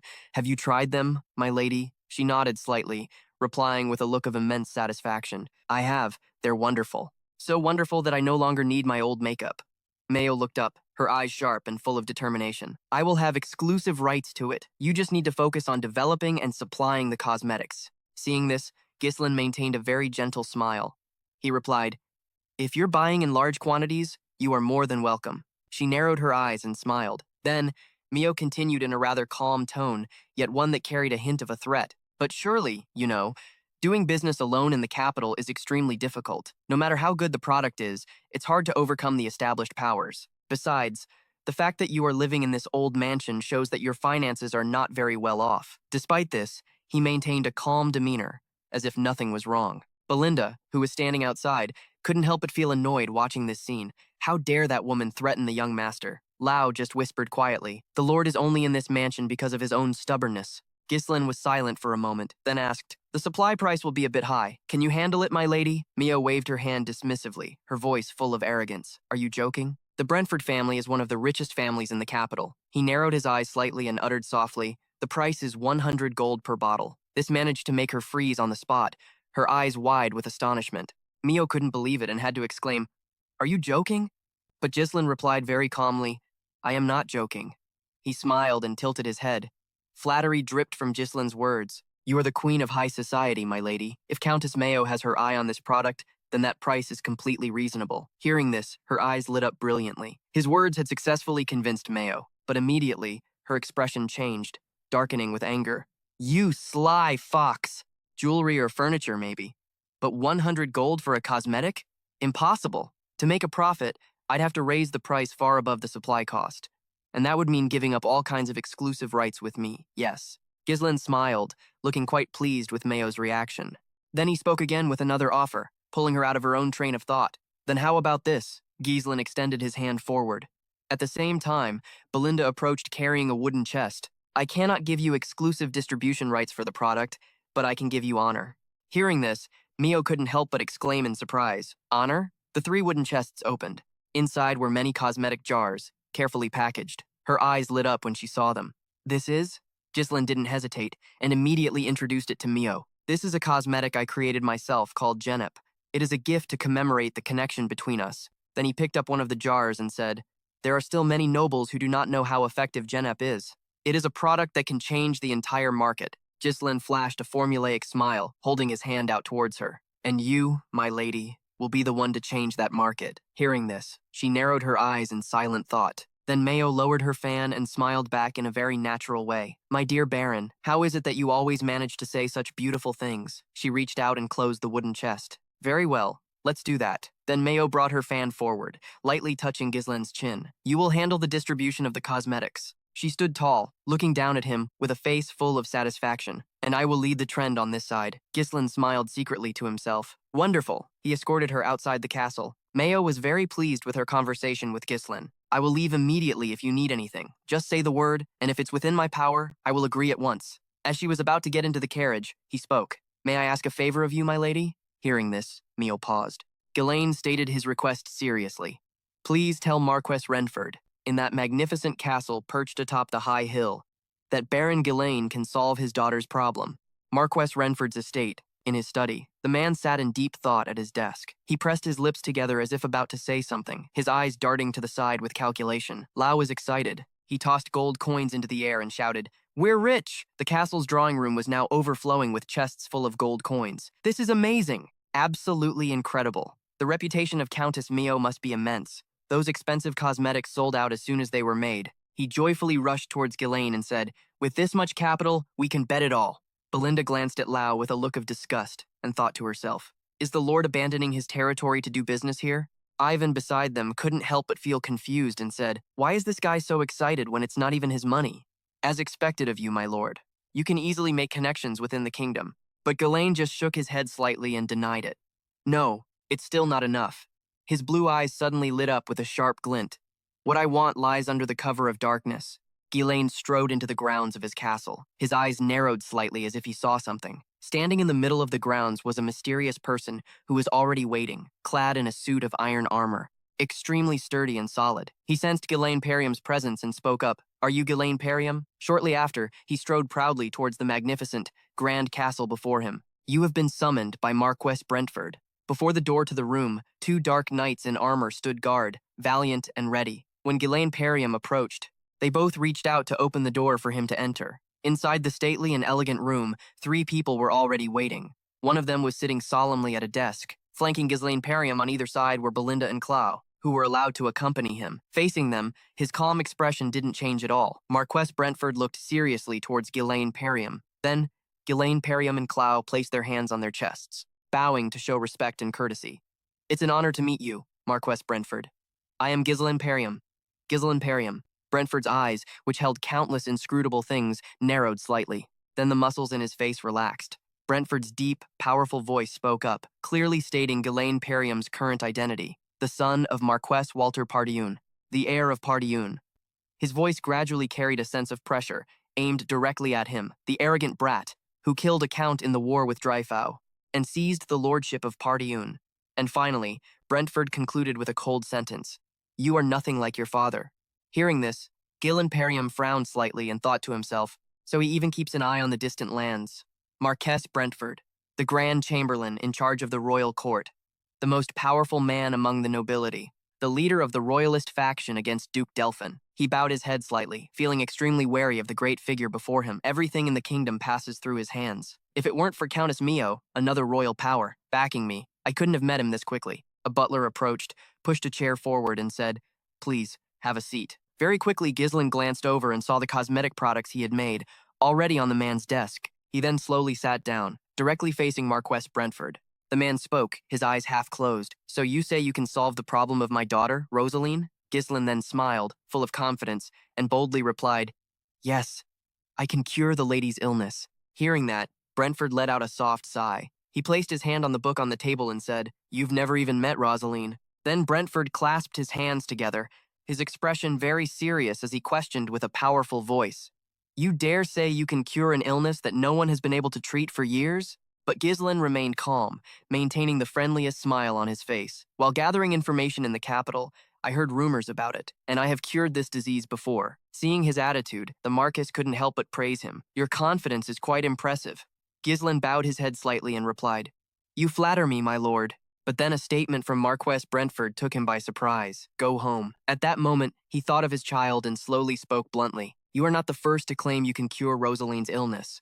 They all failed, and they paid with their lives for not being able to deliver on their words." Then Brentford picked up Ghislain's product in his hand. He examined it and continued, "I don't want to see a promising young man waste his life." Seeing this, he couldn't help but think to himself, what a cold attitude. The Marquess is right. He must have tried everything to cure Rosaline. Not stopping there, Ghislain Perium still tried again with a different approach. "Do you truly not wish to treat your daughter? Even if I fail, it's not a big deal. A little skin irritation won't kill her." He frowned slightly, continuing to persuade Marquess Brentford, but the young lady wouldn't think so. The Marquess's expression immediately darkened. "I only summoned you to see you for myself." Brentford raised his voice and asked again, "Are you really that confident?" Ghislain Perium placed his hand on his chest, expressing the utmost sincerity and confidence. "I am different from the others before me." Seeing his determined posture, the man couldn't help but hesitate.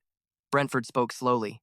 "If you are indeed prepared to stake your life," then he agreed to Ghislain Perium's request, granting him a chance. "Go ahead and try." The Marquess glanced down and reminded his butler, "Spare no support for Baron Fanris's treatment. If you succeed, I will reward you handsomely." The butler standing beside him placed a hand on his chest and replied clearly. At that moment, Ghislain Perium suddenly spoke up, immediately catching his attention. A reward alone is not enough. His eyes were now filled with determination and depth. "Please grant me something I truly desire." Hearing the words coming from Ghislain Perium, Brentford's face showed displeasure and gloom. He looked straight at the young man, pondered for a moment, and said, "Say that again." He smiled. He gently raised a hand, speaking with great confidence. "You are the pillar of the kingdom, Marquess. Surely you can grant at least one small wish of mine." Hearing that, Bradford's voice, full of pressure and tension, rang out. "You dare demand a price just for treating my daughter?" And Ghislain replied with a resolute and confident voice, "Yes, I believe she is worth that much." He then continued speaking without a hint of hesitation. "As the pillar of the kingdom, the most powerful noble, if you cannot even protect your own family." Ghislain sat in his chair, facing Marquess Bradford, and directly challenged him, firmly and powerfully. Then what good is that power? But Belinda, standing behind him, couldn't help but feel tense.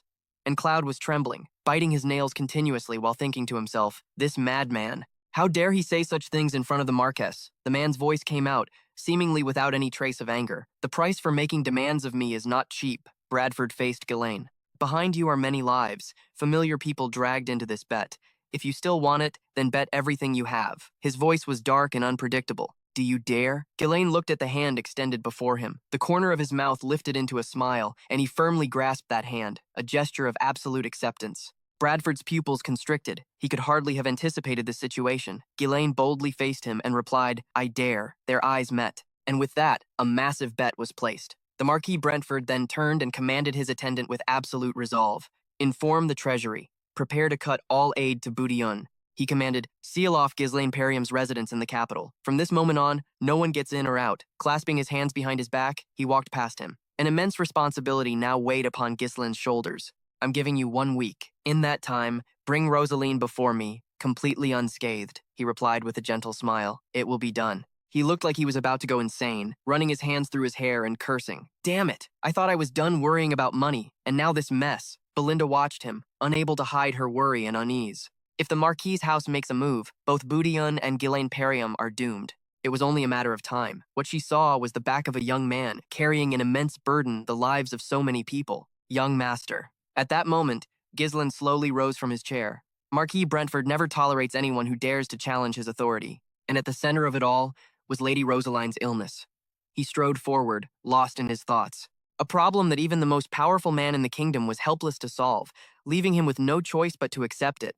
That's why I have to succeed, no matter what. Marquis Brentford hadn't forgotten to leave him with a reminder. There's no turning back now. In a crypt deep beneath the castle, a mysterious figure stood in the middle of the room. Lost in thought, she recalled her former days. Is this it? Do you have to risk your life just to help someone? Help from the weak is nothing but a lie, if you truly want to be in a position to help others. Her father's advice was etched into her heart. She remembered it even now. First, you must obtain power worthy of your station. She looked at the sword resting on the table. I've done as you told me, father. I've trained to become strong. Then, she looked down, trembling, at her own blood-stained hands. But if this hideous result is all I have to show for it, then what was the point? Ghislaine entered through the door behind her, his voice breaking the silence. I knew it was you. She glanced back over her shoulder. Tears welled in the corners of her eyes, threatening to fall. Lady Rosaline Brantford, daughter of the Marquis Brantford. He placed a hand on his chest in a gesture of minimal courtesy. I am the Lord of Fenris. Then Ghislaine offered a friendly smile. Faced with his sudden appearance, she voiced her confusion. Why have you come here? He stepped closer and said, I've come to cure your illness, my lady. Did the cosmetic I gave you have any effect? The moment he finished speaking, a rock suddenly flew straight at his face with incredible speed. But with reflexes just as sharp, he tilted his head to the side, easily dodging the projectile. Her voice trembled as she spoke. Do you really think you're the first one to say you can cure me? It doesn't matter what medicine I take or what treatment I try. Just leave me alone. It's all useless. Her voice was filled with despair. She had slumped to the ground, her arms wrapped tightly around her trembling body. He continued, I'm different from them, because I've staked my very life on curing you, my lady. This was a line she'd heard before, and it made her whip around and scream in fury. The words of every greedy charlatan who comes here are always the same. Oh, I'm different. I'll save you. I'll risk my life with some miracle cosmetic or whatever. Just because things have gone well for you, you think you're some great special person, don't you? Seeing her on the verge of breaking down, he spoke to reassure her. I know you've endured a great deal of suffering and frustration during this time, my lady. Rosaline Brentford, heir to the bloodline of the Marquis's house. Her father is the leader of the pro-prince faction, and her mother was the daughter of the current prime minister. After her mother's death, she became the new star of the House of Brentford, skilled in both scholarship and combat. She was adept with both the sword and mana, and achieved great success as the #1 patron of Caden's various industrial sectors. But an unknown skin disease completely upended the life of that rising star. Even though the Marquis's house mobilized every resource available, Rosaline's condition did not improve. Marquis Brentford has tried to solve her problem through a political marriage. Though she could not reclaim her former life, the reputation of House Brentford would still protect her. The cause of her illness is an irreversible, spontaneous rash, brought on by practicing an incorrect method of circulating mana. This is a rare rejection reaction that occurs when the balance between yin and yang, one of the core principles of mana, is broken. In other words, the root of the problem lies in her mana circulation path. The problem is her mana circulation path. The more she overuses her mana, the more difficult it will be to cure her. Seeing Ghislaine still standing there, her anger boiled over. Gripping her sword, she charged, screaming, Get out of my sight before I kill you! In stark contrast to her frantic state, he remained perfectly calm. He spoke slowly, My apologies, but I'm afraid I must proceed with a forced treatment. As he spoke, he tightened his grip on his sword's hilt and lunged forward, catching her completely by surprise. Their swords clashed the moment she swung. With a deft move, he easily knocked her sword aside, then lunged in and seized her arm. He then twisted it behind her back, using his strength to force her to the ground. He then turned to the door and yelled, Wendy! Belinda! The two of them, who had been waiting outside, immediately rushed in and subdued Rosaline. Now bound tightly to a bed, she screamed in a rage, What is the meaning of this? Untie me this instant.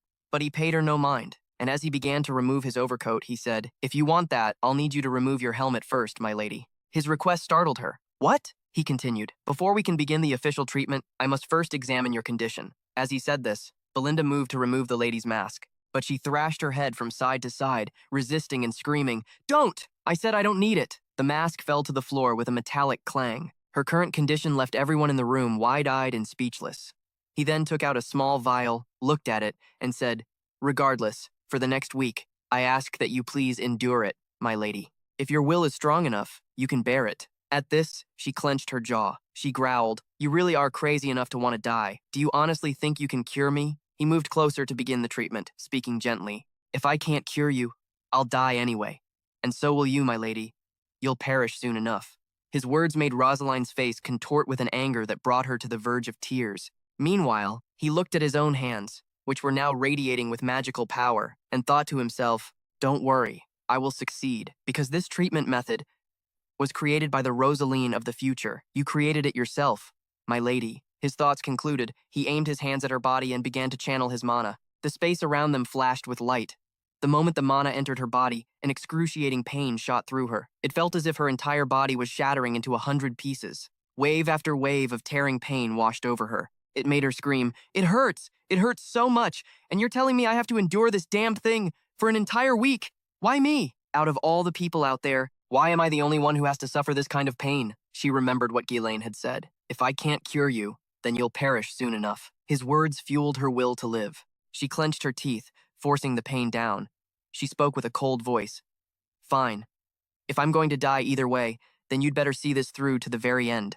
If you do a half-assed job, I will kill you myself. Outside, the rain began to pour. She spoke with a cold voice. Fine. If I'm going to die anyway, then you had better see this through to the very end. If you do a half-assed job, I will kill you myself. Outside, the rain poured down in sheets as thunder and lightning suddenly began to crackle with unusual intensity. His mansion was surrounded by the kingdom's guards. This made Ivan yell out in anger, damn it!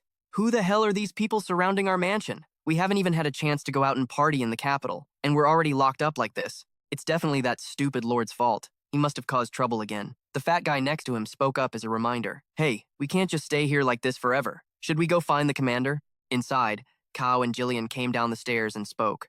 That won't be necessary, Kao continued. Just relax and have a drink, because he would never act without thinking things through first. The scene changes to 1 week later. The palace was illuminated by the dazzling rays of the sun, as if something good was about to happen to its owner. Marquess Brentford headed down to the cellar to check on his daughter's condition. The moment he walked in, something made him jump. His eyes narrowed slightly. Inside the room, the scene was incredibly haunting, with blood splattered everywhere. It was all over Grisland, and there was Rosaline, his daughter, lying unconscious on the medical bed. Her face was covered by a thin white cloth, which was a frightening sight. As soon as he saw the Marquess, Grisland turned his head to look. Brentford wanted to say something, but he couldn't open his throat. As if understanding him, he walked over and pulled away the cloth covering Rosaline's face. The moment the cloth was removed, Brentford's eyes widened in surprise. At that moment in the kingdom, everyone was buzzing with gossip. That won't be necessary, Kao continued. Just relax and have a drink, because he never acts without thinking things through. The illness of Marquess Brentford's daughter has been cured? What?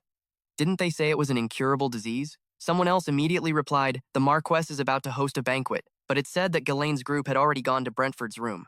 As soon as they entered, they bowed to him. Brentford said cheerfully, so you're not just all talk. He replied just as cheerfully, it's all thanks to the opportunity you gave me, Marquess. Then the Marquess spoke, a promise is a promise. Now, tell me what you desire. The moment these words were spoken, the atmosphere in the room grew tense, in a strange way. Ghislaine thought for a moment, then spoke, please, become my backer. As soon as he said it, the whole room was shocked. A count in the back shouted, what? What did you just say?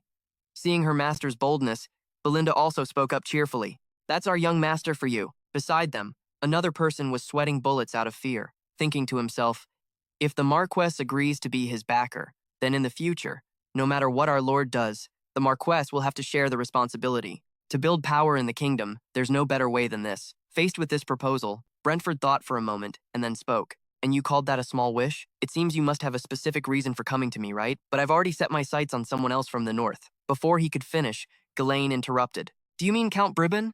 As soon as the name was spoken, Brentford was startled and asked, there are also great lords in the north like Greyfell and Desmond.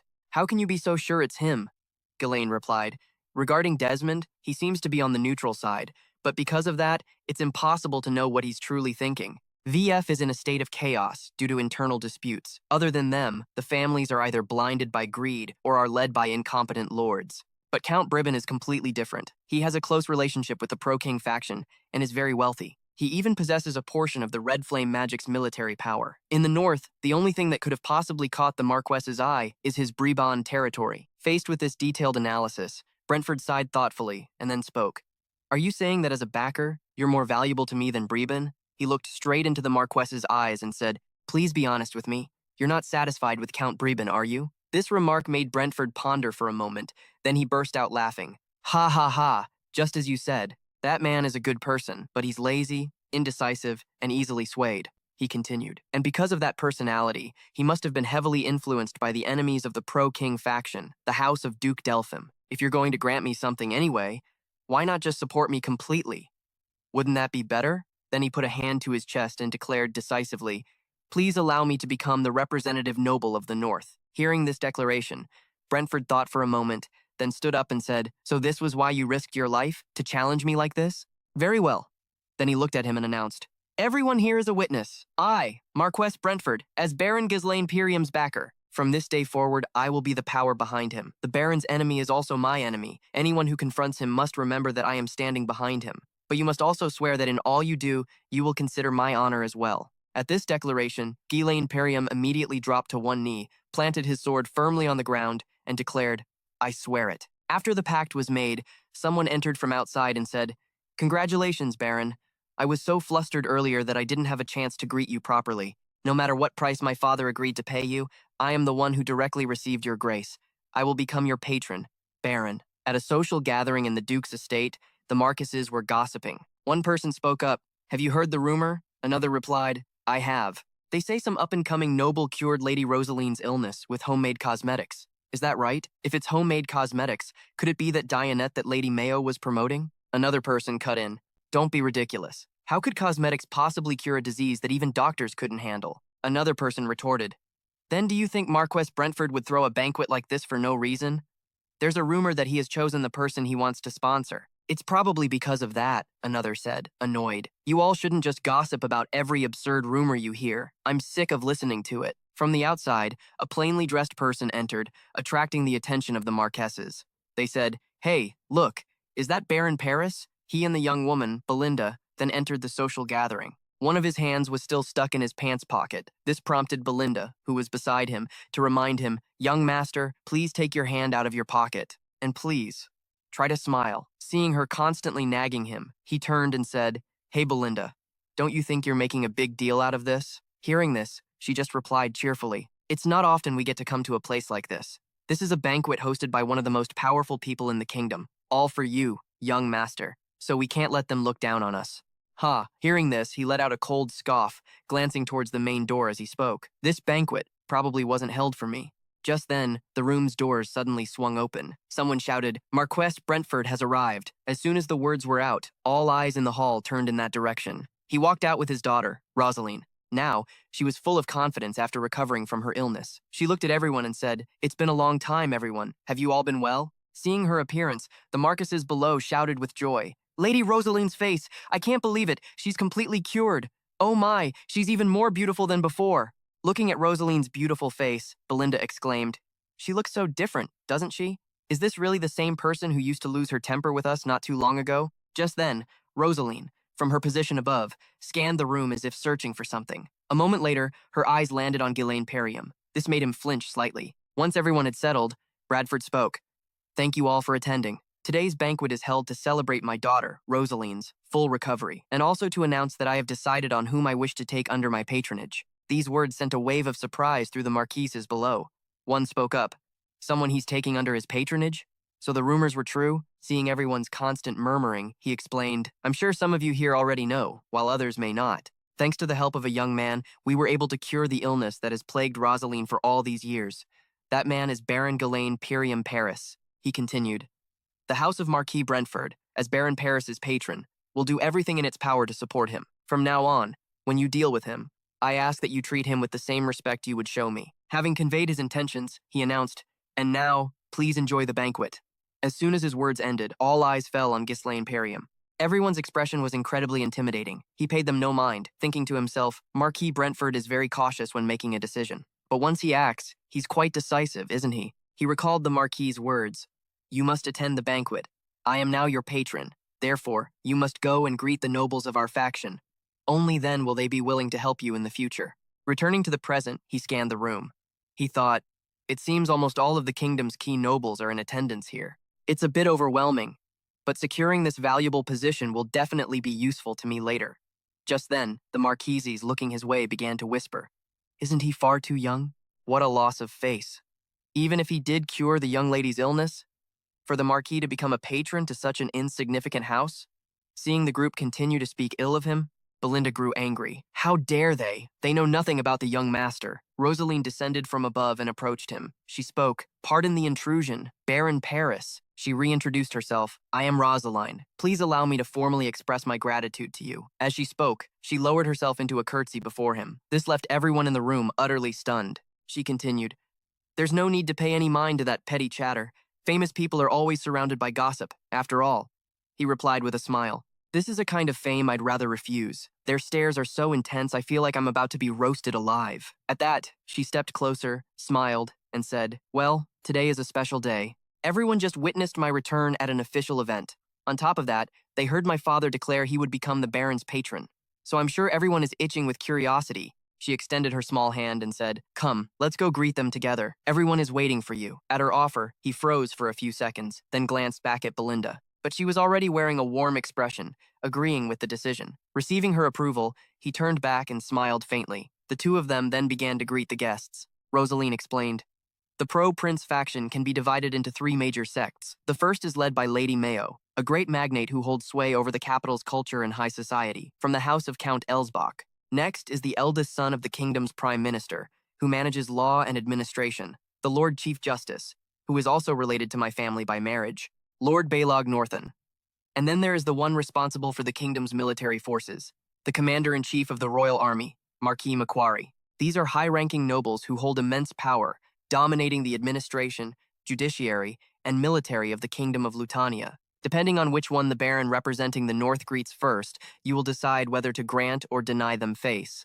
At that moment, his expression grew tense as he recalled Brentford's words, "Do not forget, the world you are about to enter will be very different from before." Facing the kingdom's most powerful figures, Ghislaine Perriam let out a soft sigh, then let his gaze sweep over everyone. He then placed a hand on his chest and announced, "I am Baron Paris." The first person he approached to greet was Count Elsbach. He spoke, "I look forward to being in your care from now on." Seeing him greet Elsbach first, Macquarie's eyes filled with fury. Elizabeth came forward and placed a hand on his shoulder warmly. "Ah, that's right. It is I who should be asking for your favor. Lately, thanks to you, my wife has been able to hold her head high. If you ever need help, you can come to me anytime." Mayo, standing beside them, chimed in, "My dear little brother, you truly are a man of integrity." But at these overly friendly words, Ghislaine Perriam furrowed his brow in warning. "In such a public place, my lady, you probably shouldn't address me that way, should you?" She smiled and replied, "What does it matter between us? In any case, thank you for saving face for my family." Seeing them talk for quite a while, Macquarie, from his side, raised a hand and coughed dryly a few times. A man in green behind him spoke up. As the son of a border count, shouldn't he naturally come to greet Marquis Macquarie, the commander-in-chief of the royal army? The man next to him added, "It seems Marquis Bradford is getting on in years, to the point where his judgment of character has declined so much." Hearing the noise from behind, Ghislaine Perriam shot a quick glance at their group and then walked over. When he arrived before them, he walked right past the three of them, much to Macquarie's utter astonishment. He proceeded to greet Baylog. Introducing himself, he said, "I am Baron Paris." Baylog smiled and replied, "I truly thank you for treating Lady Rosaline. Thanks to you, I can finally breathe a sigh of relief. I've heard from the Marquis. You're planning to rescue the dwarven and elven slaves, are you not? Leave the legal matters concerning the slaves and taxes to me. So please, do not worry." At these words, he bowed his head and spoke, "Thank you, my lord."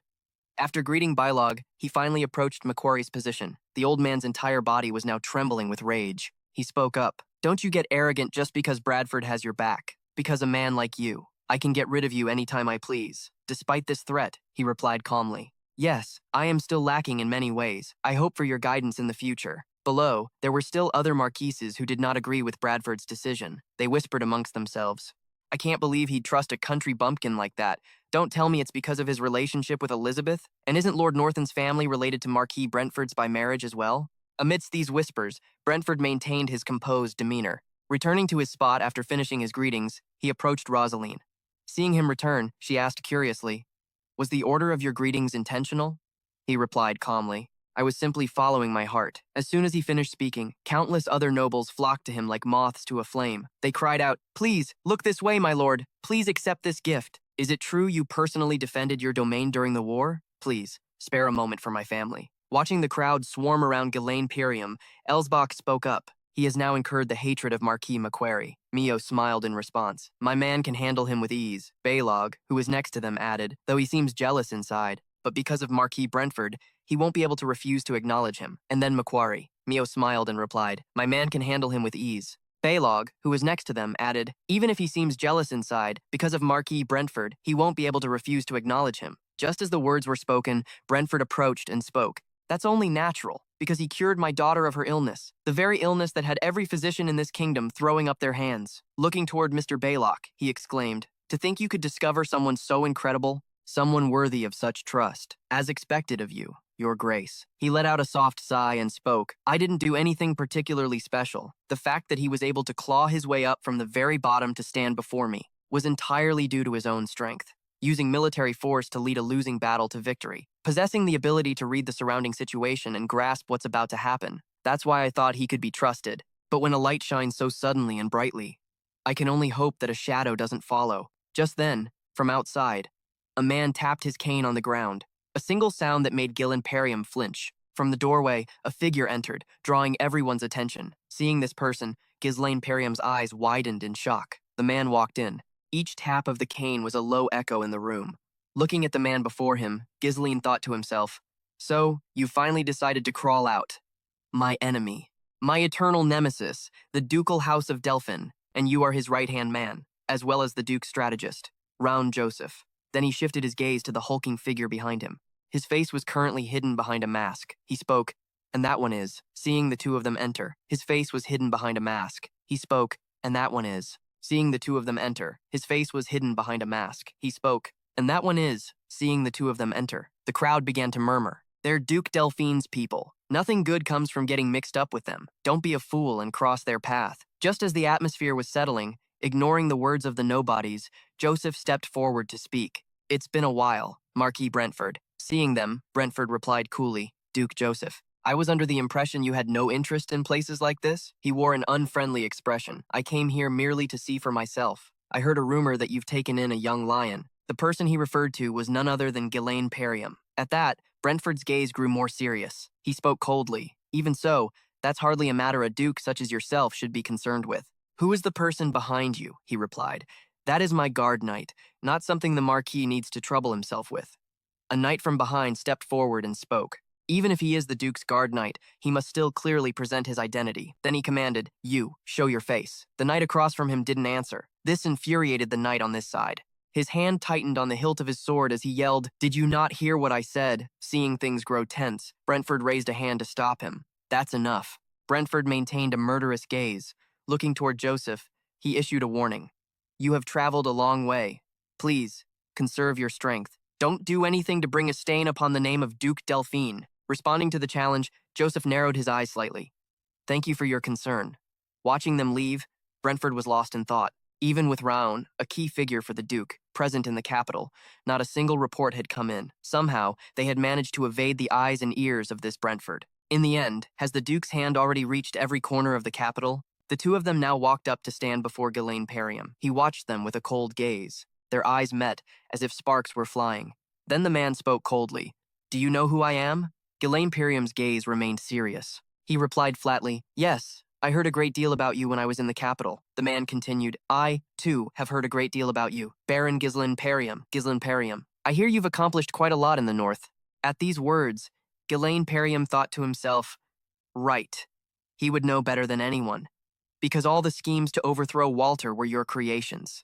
He remained silent, lost in thought. The man continued, All right, Ghislaine Perium, that's enough for greetings. Shall we talk somewhere else? I have a matter to discuss with you in private. After that, the two moved to a tea table in a quiet spot. He spoke coldly. I will get straight to the point. We are interested in the cosmetic you've created. I heard that a product so effective it restored the vitality of Lady Rosaline's skin had appeared, so I came to the capital myself. In fact, we are also developing a similar product. Ghislaine Perium wasn't focused on his story at all, his gaze constantly fixed on the guard behind him. Then he spoke up. If you're about to talk about an exclusive contract or technology sharing, first of all, allow me to refuse. The man cut him off. No, I have no intention of discussing such boring matters. What I want to talk about is a young man, as brilliant as yourself, having to rot away in a backwater place like the North, and yet, thanks to a certain incident, you suddenly shined. leading your troops to victory in the war, and established a firm foothold in the capital. Was that luck, or your own strength? His words carried a threatening undertone, but Ghislaine Perium showed no fear, replying, I just bothered to study a little, that's all. To this sharp reply, the man said, Is that so? Then come to Duke Delphin. Talent and ability have an expiration date, you know. If you stay in a harsh place like the North, before you even have a chance to show your talent, you'll be tormented by the Manzi, or by wars, and that will be the end of you. Outstanding young people like you, getting buried like that. I've seen it happen more than once or twice. He extended a hand in invitation. If you take refuge with the Duke, you won't have to worry about things like that anymore, because we hold the power to make that a reality. To these tempting words, Ghislaine Perium replied bluntly, I have already joined the prince's faction. The man continued to persuade him. But to say you've fully committed yourself is a bit of a stretch. You've only just dipped your toes in. I can grant the South a worthy domain, and your father too, of course. Even Count Perium struggles to protect the kingdom from the northern Manji. Am I wrong? You can't just be on the defensive forever. It's time to live a more comfortable life. These honeyed words were not outside of Ghislaine Perium's expectations, he thought angrily. Of course he'd use that tone. Even though I've already sided with the prince's faction, which opposes the Duke, he's still trying to poach me. I heard that a product so effective it restored the vitality of Lady Rosaline's skin had appeared, so I came to the capital myself. In fact, we are also developing a similar product. Ghislaine Perium wasn't focused on his story at all, his gaze constantly fixed on the guard behind him. Then he spoke up. If you're about to talk about an exclusive contract or technology sharing, first, allow me to refuse. He cut him off. No, I have no intention of discussing such boring matters. What I want to talk about is, why should a brilliant young man like yourself have to rot away in a backwater place like the Duke's house? Care to come over to my side? A simple proposition, but it made Joseph narrow his eyes slightly. After the negotiations were over, the two of them got into a carriage and left the ducal castle. In the carriage, a guard spoke up. What did you think, my lord? What was your impression of that Ghislaine Perium fellow after meeting him in person? He was quiet for a moment before replying. He has a strange look in his eyes. It makes me want to gouge them out, the guard said. That bastard intended to kill you. I could feel his killing intent. He was constantly probing my strength, probably trying to figure out how to get past me and kill you. He and I were practically in an invisible duel, trading blows non-stop. I felt his killing intent. He was constantly probing my strength, probably trying to figure out how to get past me and kill you. It was like we were locked in an invisible battle, trading moves without end. One attacks, one takes a defensive stance. Their gazes were locked, not breaking for a single moment. After trading blows, Ghislaine Perium spoke. Duke, would you consider joining my side? But Joseph contemplated the unexpected offer, a cryptic smile spreading across his face. He spoke, the man who tamed Marquis Brentford. Then, he stood up, turned to leave, and said, It was a pleasure meeting you. If fate allows, we shall meet again. Ghislaine Perium replied coldly, Indeed.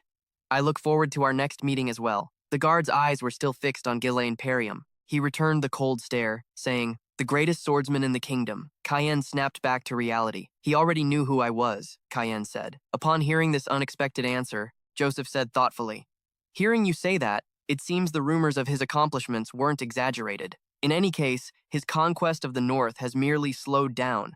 It hasn't evaporated into thin air. There are still other ways. I'll have to give Desmond a clear warning. Tell him that when he faces Ghislaine Perium, he must treat him as if he were facing the knight commander of an entire fiefdom, and plan accordingly.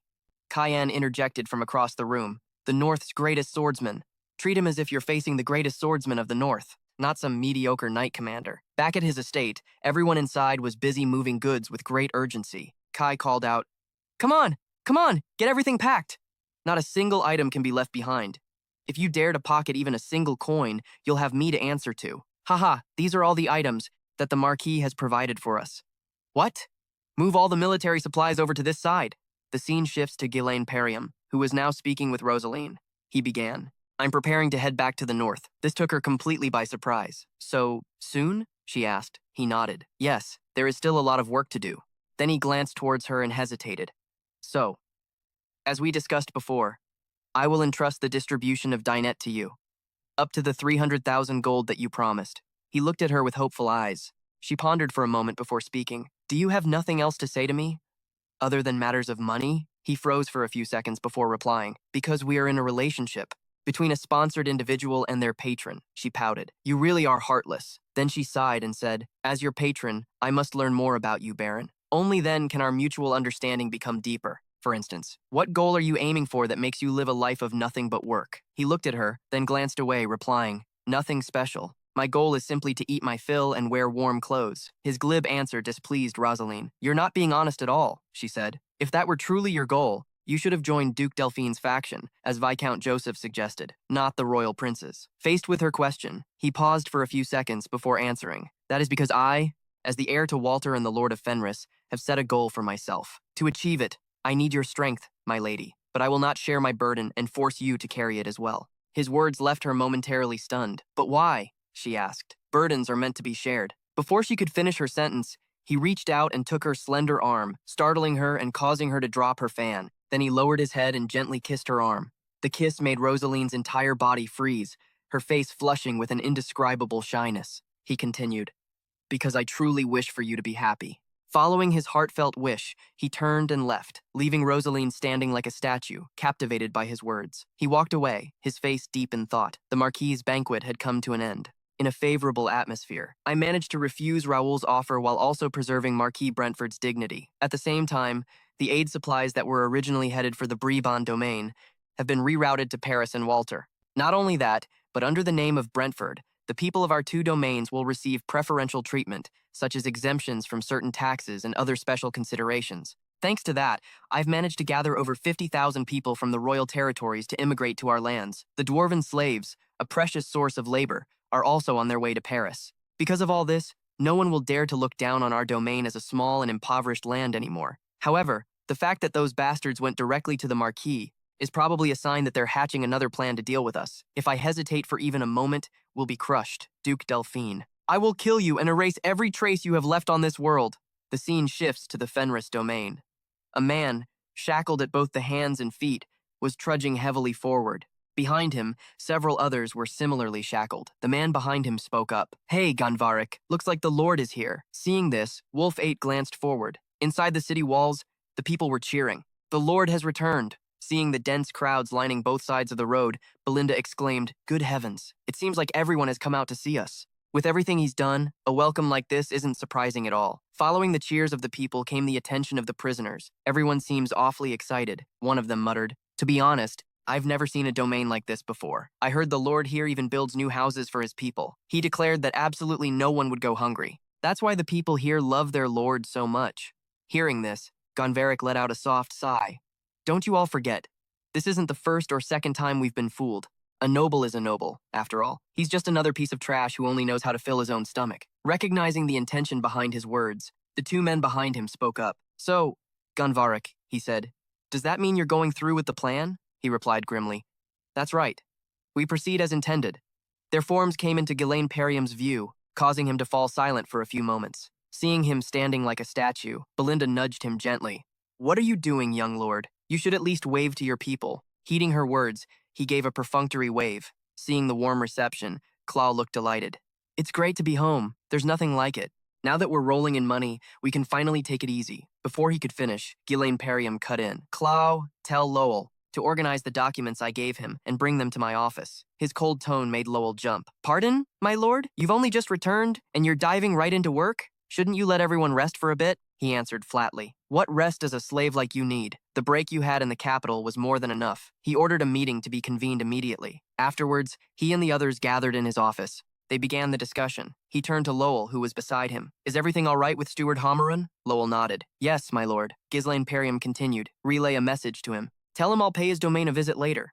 Then, he returned to the main topic. "Report on the situation while I was away." Lowell looked down at the ledger in his hands. "Regarding the domain's operations, I have carried out your instructions exactly as you ordered before you left for the capital." Ghislaine Perium then asked, "And what of the construction of the domain's primary infrastructure? I caught a glimpse of it on the way here. It seems that while Vanessa and I were away, the repairs to the roads and canals have all been completed, correct?" Vanessa, who was standing beside him, tapped her staff with a thud, reminding him, "You need to use formal language, my lord," Lowell continued. "In addition, the workshops and the granary are also nearly finished. If we put the new slaves from Homerun that we brought back from the capital to work, the remaining construction will be completed quickly.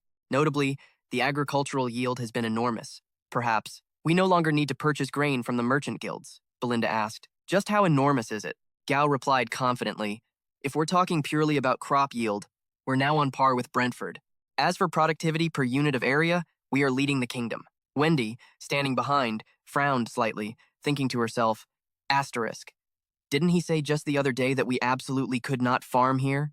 Asterisk. Hearing these words, Belinda was thrilled. At this rate, our young master will soon become a great lord. And we're even backed by the pro-prince faction, Gillian added. Just as you said before, my lord, our goal of revitalizing the fiefdom is slowly becoming a reality. But despite everyone's excitement, Ghislaine Perium remained lost in thought. Asterisk. Although this place has the basic appearance of a fiefdom, this alone is not enough. Asterisk. He spoke. Continue purchasing provisions until I say to stop. I also need to expand the residential area, so prepare the land in advance. His words startled Cloud, who asked, What do you mean by that, my lord? He continued, From now on, we will prepare for war. His words shocked the entire room, and they shouted in unison, War! Gao yelled. Wait a minute. What do you mean by that? Who would dare attack the fiefdom of a lord who has joined the pro-prince faction and received the protection of Marquis Brentford? His voice turned cold. Desmond or Jiff, read that document first. Looking at the stack of papers, Cloud stammered, The Desmond fiefdom is mobilizing troops and training knights on a large scale. They're even recruiting freelance knights. Trade records show they are buying large quantities of weapons and iron ore. He added, That's the investigation report on the Count's movements, before we left for the capital. The key point is that they are also acquiring a massive amount of iron ore, good quality stuff from Kabandi's territory. Gillian stroked his chin. The most important supplies for war preparations are food, soldiers, and weapons. Iron ore is an essential resource for forging and repairing weapons. But you're saying the quantity they're buying is disproportionate, far too much for peacetime. Is that right? Cloud continued. In short, a war could really break out, couldn't it? Someone clutched their head and swore, God damn it, we have to fight in that godforsaken way again. Is that so? Vanessa mused, her expression worried after reading the report. Cloud spoke up. If Desmond monopolizes the iron ore like that, confronting them will be extremely difficult. To improve the overall level of our fiefdom, iron ore is indispensable. But as you know, Kabandi would never sell to us, right? He nodded. Correct. At this point, we can assume Kabandi has already sided with Duke Delphin's faction. But if we go looking for iron ore now, they might have already finished their preparations for the Fief War. He continued. All in all, our current situation is a bit awkward. His words made everyone fall into a contemplative silence. Then he spoke up. All right, I will now tell you the plan. Everyone's eyes turned to him, full of anticipation. He smiled. We will attack Kabandi's fiefdom. As soon as the words left his lips, a shockwave seemed to ripple through the room. He smiled. We will attack Kabandi's fiefdom. The moment he finished speaking, it was as if an earthquake had struck the room. All eyes were fixed on him. The scene shifts to Kabandi's fiefdom.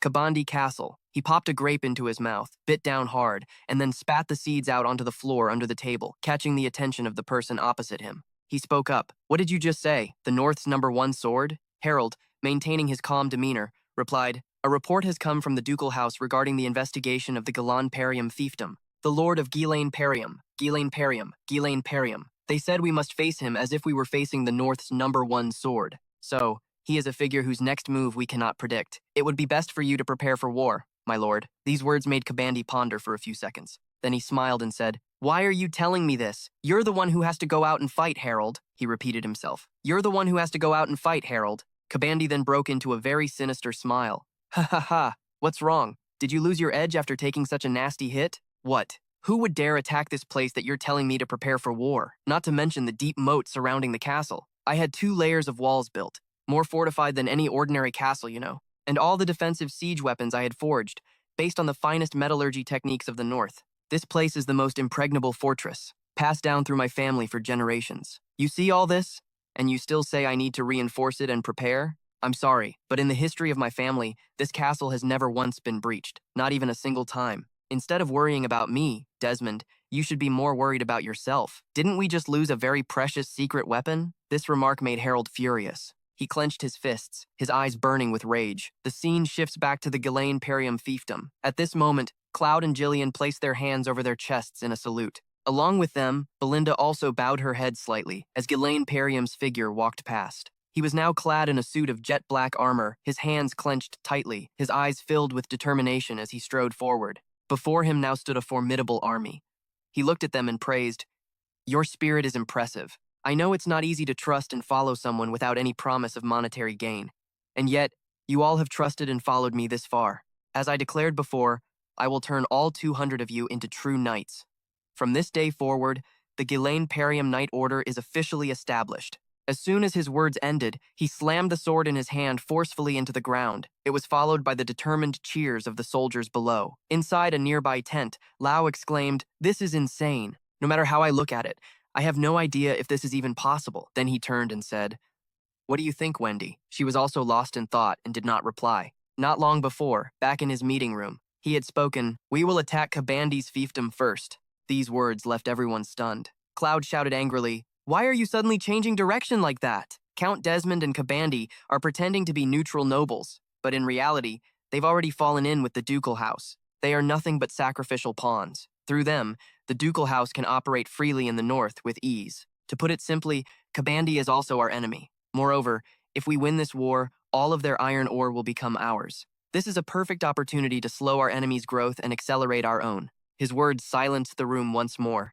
After thinking for a moment, Cloud asked, "So then, how do you intend to attack them, my lord?" Gillian added, "The armed forces of the Kabandi fiefdom are known to be at the highest level in the north." Cloud nodded in confirmation. "That's right. Besides, leaving everything else aside, our military strength is already insufficient for a fief war, both in terms of numbers and quality." Aware of everyone's concerns, he spoke. "That is why I will turn all 200 mercenaries we currently have into knights who can use mana. They say that one properly trained knight can exert the combat power of 100 regular soldiers. If we create a knight order of 200 men, it means we will possess a fighting force equivalent to 20,000 soldiers." This made Belinda, who was standing beside him, extremely curious. "But how is that possible, sir? To master mana, doesn't it normally take years?" He didn't answer, instead turning to Vanessa. "Could you bring that here for me?" She nodded in agreement. "Yes, my lord." Soon after, 3 large barrels filled with magic scrolls were placed before everyone. Looking at them, Number 5 spoke up. "Are you planning to use a mana-boosting circle? Did you use all of our runestones to create this?" He picked up one of the magic scrolls and nodded in confirmation. "If we use this, the training method is a bit different from the orthodox path, but you can still cultivate mana quickly. Moreover, I've modified the Pyrium family's mana cultivation technique to make it easier to practice. So, 1 month should be enough." Looking on, Belinda narrowed her eyes and spoke. "To arbitrarily change the family's cultivation technique, young master." The Lord said nothing, only replying, "It's better to be forgiven for teaching them than to let them die in ignorance." This action made Gillian extremely curious. However, if we're just training soldiers, it'll be very difficult to take Kabani Castle. Based on my memories of entering Count Kabani's castle back when I was a mercenary, it has reinforced double-layered walls built on high ground, a deep moat surrounding it, and all sorts of defensive weapons packed tightly together, and so on and so forth.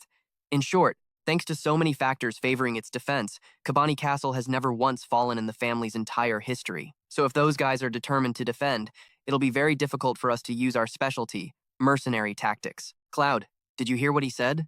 We should give up on the idea of a preemptive strike. Let's just focus on stopping Desmond, okay? Even if it takes a bit more effort, we should try to find iron ore in another area. Seeing them trying to back out, he spoke up. "Want to bet on whether we'll win or lose?" Hearing him bring up his gambling habits, Cloud yelled angrily, "No, you're always trying to gamble with the fate of our territory. Is that so?" In response to his worry, Ghislaine spoke confidently. "You don't need to worry so much. I've already planned everything." From below, Gordon voiced his doubts. "But to become a knight, you have to know how to use mana. And I've heard that even the fastest learners take several years. So how are we supposed to learn to use mana?" He replied. "As you all know, to learn mana and practice the cultivation methods properly, it takes at least a few years of training. But I will help you learn to use mana in just 1 month." This made Gordon extremely puzzled. 1 month later, he explained, "I will teach you in a way that's extremely easy to understand." Then, he and the group of knights began the training process. Now, countless knights were lying scattered on the ground, panting from exhaustion. He explained, "I will teach you in a way that's extremely easy to understand." Then, he and the group of knights began the training process. Now, countless knights were lying scattered on the ground, panting from exhaustion in the center. Ghislaine Perium was now circulating mana through Gordon's body, causing him to cry out in pain. He shouted, "Endure it! When you compress years of training into 1 month, the burden you have to bear will be proportionally massive. Through the mana-boosting circle, you will temporarily be able to feel mana. You must then gather the mana particles from the air into your core to form a mana nucleus. Imagine its flow, like a spool of thread being wound." Following his words, a small point of light from the gathered mana appeared between Gordon's palms. This made him incredibly excited, and he laughed so loudly it shook the entire territory. After finishing his work, the Lord went back outside. Just then, Belinda approached to check on him. "You've worked hard, young master," he replied. "It's fine. Take all of our people back to the dormitory. You'll have to keep an eye on them for a while, Lowell. From now on, we will craft our own battle armor for the Night Order. How are those malformed slaves doing?" "Yes, sir. The elves aren't here yet, but the homunculi are already waiting at the dormitory in the territory." He narrowed his eyes and asked, "The dormitory times in times the territory?" He looked up at the distant sky, lost in thought, and murmured, "Looks like the moon won't be rising tonight." Outside the territory, in a clearing, the ground began to shake violently. Then, a hand reached up from beneath the earth. Following it was Gonvarik and a few others. He looked down and said to the group, "Everyone, hurry up." One of them asked doubtfully, "Gonvarik, are you sure? If we just escape this kingdom, we'll be free?" He replied, "I heard that in another kingdom, there's a secret autonomous zone where the malformed slaves live together. So we'll definitely be free. Let's go, the border is right ahead." But after he spoke, the group didn't move. They just trembled uncontrollably, as if they'd seen something terrifying. Seeing this, he shouted angrily, "What are you waiting for? Let's go!" After coming this far, are you guys still attached to your lives as slaves? If you're scared, then get lost. I can't live my whole life like this, being a dog for the noble's entertainment. But he had no idea that a figure had already appeared behind him. One of them pointed behind him. "No, it's not that. Look behind you." Following the direction he pointed, Ganvarik looked back and discovered Ghislaine Perium had appeared there at some point without him realizing. He spoke coolly. "You all know that running is pointless." The group gasped in shock. "Our escape plan. Did he know about it all along?" Ganvarik ground his teeth in anger. "How did you find us so quickly?" Then, as if realizing something, he said, "Wait, did you come here alone?" He nodded. "Just me." The group of demi-humans turned to each other, whispering amongst themselves. Then they all turned to look at him with murderous intent, speaking threateningly. "In that case, if you disappear, we'll be free."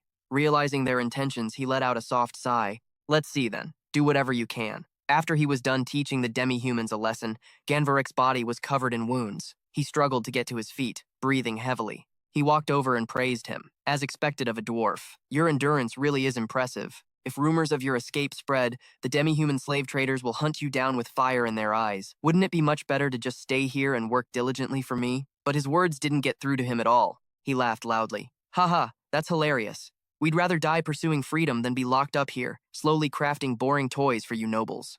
If you think we're going to obediently work for you, you'd better give up now." This resistance was exactly what he wanted, causing the corners of his mouth to curve into an amused smile. He thought to himself, "This stubbornness suits me just fine, worthy of the man who will be known as the legendary blacksmith of the future." He then made an offer. "If you agree to cooperate with me obediently for 15 years, I will create a separate autonomous zone for the dwarves within this territory, and, at the same time, free you from your status as slaves." This offer startled the men behind him. They exclaimed, "What did he say? Give us freedom? Is that for real?" Gonvarik gritted his teeth and said, "Absurd! That's completely absurd. The laws of this kingdom state that we are slaves. Do you think a lord from a poor-ass place like this has the right? You think you can change the laws of this kingdom? Stop spouting such nonsense. You might as well kill us instead of trying to deceive us." "To grant freedom to the slaves," he replied, "laws are also things created by people. If you want to, you can just amend them." A man from behind stepped forward and spoke. "Ganvarik, don't you forget that those rules are backed by the royal faction. He might actually be able to do it." These words made Ganvarik ponder for a moment. He clenched his fist so tightly it trembled. Realizing his intention, he spoke up. "I have no interest in tasteless toys, technological products, or luxury goods. What I want you to create is far more interesting than all of that." Gonvarik asked, puzzled. "Interesting?" He directed his gaze up to the sky above and said, "I want to fly in the sky." Scene changed to 1 month later at Kabandi Castle. He sat in his room, holding the letter Ghislaine Perium had sent. The letter read, "To Kabandi. I am writing to inform you that you are disrupting the fairness of the entire northern iron ore market by exclusively and unfairly trading iron with a specific family. If you do not open the iron market to Fanris and the neighboring territories, you will regret it. Signed, Baron Ghislaine Perium." After reading the letter, he exclaimed, "What the hell is this?" One of the men explained, "The letter was sent by Baron Fanris, sir. That insolent, disrespectful punk who doesn't know his place. It seems his head isn't screwed on right." Kabandi stared at the letter and spoke. This method of sending threatening letters is only effective when it's done by those with power. The Fanris clan. What kind of position do they think they're in, sending me a blunt little note like this?" The man in yellow spoke up. "As far as I know, they are still purchasing large quantities of food from other domains. They're even willing to pay a higher price to trade for food with our merchant guild," another man added. It seems they have taken in a large number of migrated subjects, sent by the royal faction. That's why their food supply has become so severely depleted. The man in blue spoke up. That's why I can't understand it. Why do they keep taking actions that harm themselves like this? Why can't they just endure it for a little while? The harvest season is coming. The prices will drop soon enough. The brown-haired man added, why are you even trying to understand? That's a common trait among brats. They only believe in their youthful passion and act blindly. Kabandi held the letter up to a candle. Then he burned it, speaking coldly. A new domain that is still struggling to survive suddenly wants to expand its scale. It's only natural that this would happen, and it's truly a pity that I won't be able to witness your end with my own eyes. The scene changes to the Marquis of Brentford's family. He entered his study at that moment and took off his cloak. Then, his eyes suddenly narrowed, as if he had discovered something. A letter had appeared on his desk. This made him pause in thought for a few seconds. He walked over and picked up the letter. He opened it and read, it was a letter from Ghislaine Perium. It read, Marquise, please advise the nobles of the royal faction to stockpile food, enough for 15 days, because soon a great famine will arrive, so severe, it will shake the entire kingdom. Those words startled him. Those words startled him. Those words startled him. He then looked pensively towards the window. Very quickly, dawn broke. Rosaline entered, her eyes half open, and said, Father, did you call for me? I heard you didn't return to your room to rest yesterday. He was still standing with his back to her, looking at the family crest. He didn't answer, then turned around and said, Rosaline, relay a message to my vassals and the nobles. Cool of the royal faction. I want to convene an emergency meeting immediately. After I sent that letter to Marquis Brentford, it surely wouldn't be long after that. An unprecedented famine would spread across the kingdom. The climate turned harsh and arid. Rivers ran dry, and crops withered and died. The starving died in droves, and naturally, a great chaos erupted. To fight over food. It was a great disaster. A calamity that was recorded in history. In his study, he mulled it over for a moment, then muttered to himself, It's time. Over with Duke Kabandi, he yelled. The signs of instability are appearing everywhere. It's definitely a drought. Food prices are still skyrocketing. How could the climate become so abnormal like this, without any prior warning? Those nobles from the royal faction, they already stockpiled food? There are also rumors that the harvest in the Ghislaine Perium territory is still bountiful, despite facing the drought. He slammed the table in anger. Damn it! In the end, what is that Desmond fellow dawdling for? He should have attacked Ghislaine Perium sooner, to plunder their food and land. A man replied, Regarding that, Desmond's side asks for our patience for a little while longer. It seems Desmond's side is also busy dealing with their own problems, so they've missed the opportunity to attack. This made Kabandi grind his teeth in anger, cursing, That stupid, damn fool. Just when in the hell are those people going to send us food? The brown-haired man spoke up. My lord, there is still one way for us to quickly acquire more food. That is to trade the amount of iron Ghislaine Perium wants in exchange for their food. This immediately enraged the other barons. The man in yellow spoke up. Hey, what did you just say? Ghislaine Perium is part of the royal faction. If we give him iron, wouldn't that displease the Duke's family? Another man added. Besides, the aid is only a little late. The Duke's family and Desmond have promised to send aid, so let's just wait a bit longer. We have to be able to hold out to wait. But requisitioning food from our own lands has already reached its limit. We're having to use the knightly order to forcefully suppress the people. But he's not wrong. Whether it's the Duke's family or whatever else, at this rate, who knows if we can hold out until reinforcements arrive. Not to mention, if the food runs out and the soldiers begin to starve, this fortress, which has never once been breached in the entire history of the Kabandi family, will be destroyed by a riot erupting from within. These words were also what Kabandi wanted to say. What Kabandi wanted to say. He looked down and spoke. It's come to this. And you're telling me I have to bow down to that brat? He bit his lip gently, sweat pouring down his face.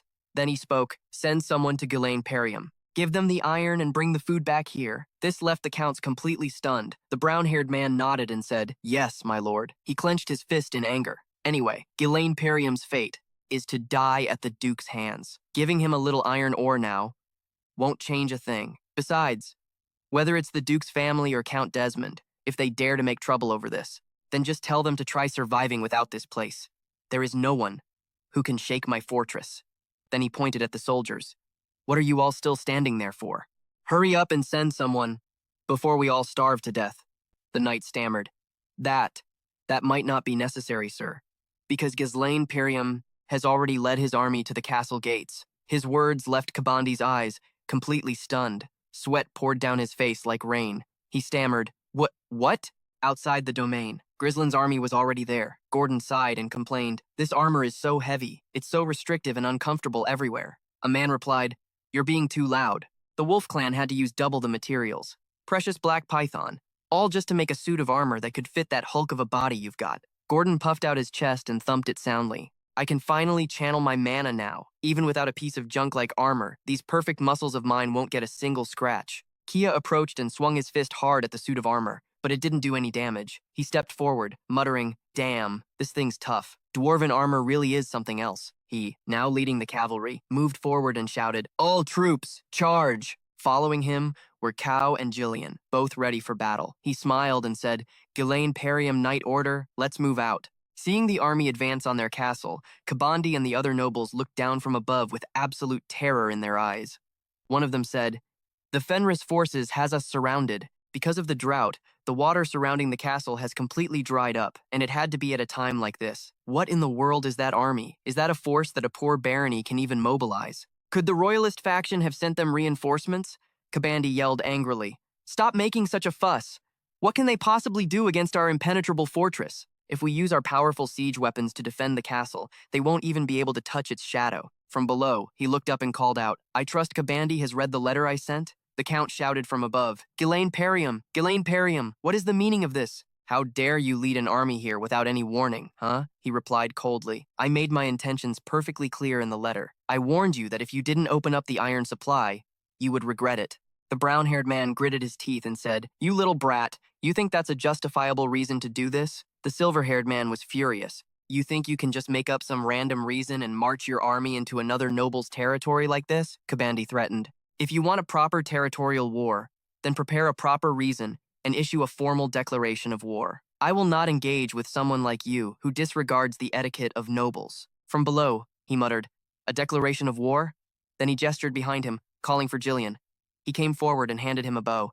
He drew the bow, preparing to shoot at the castle wall. Seeing this, Kabandi immediately called for his soldiers to stand in front of him as shields. He screamed, That madman! All of you, raise your shields and protect the count! Jillian exclaimed. That castle wall is very high. He seemed to have a plan already. He held the arrow tightly, had his horse lower its center of gravity, and then released, firing the arrow straight ahead. The arrow soared towards Kabandi. It pierced through a shield, then through a soldier's head, and then took off one of Kabandi's ears. This caused him to freeze completely, his face turning pale. From below, he declared, This is my declaration of war. The scene shifts to the capital, Cadenia. In Brentford's room, an emergency meeting was taking place. Someone spoke up. Baron Fenris has initiated a territorial war. The man in the hat said, Thanks to his advice, we were able to survive the famine with our stored food. But the man in black replied, So why would he start a war at a time like this? Brentford rested his chin on his hand and asked, Under what pretext is he waging war? Number 2 replied, It is because Kabandi did not open the iron market to Fenris and the neighboring regions. Through this incident, we have discovered that Kabandi has been conducting nearly exclusive iron trade with Count Desmond. The man in the hat replied, Tsk. If he wanted to, he could have. Created some pretext to declare war anyway. The man in red added, What is there to hesitate about? Before this incident gets any more serious, we must kick him out of the royalist faction. The man in blue nodded in agreement. We must do it immediately. Another man added, While we must devote all our efforts to recovering from the damage caused by the drought, that guy is just busy getting himself into pointless wars. The white-haired man said sarcastically, It seems to me that you have a strong prejudice against him. Am I wrong? This statement made the brown-haired man shout in anger. What did you say? Seeing things were about to get out of hand, Rosaline stepped forward and said, Everyone, please calm down. What we need to do now is find a solution to resolve this tense situation in the north. What's done is done, and a meaningless war of words will only waste more of our time, the brown-haired man snorted coldly. I am so calm right now, words can't even describe it. Anyone can see that what he's doing is just giving the ducal family the perfect excuse to criticize us, isn't it? A person entered from outside, speaking in agreement. I agree with that statement. My dear nobles of the royalist faction.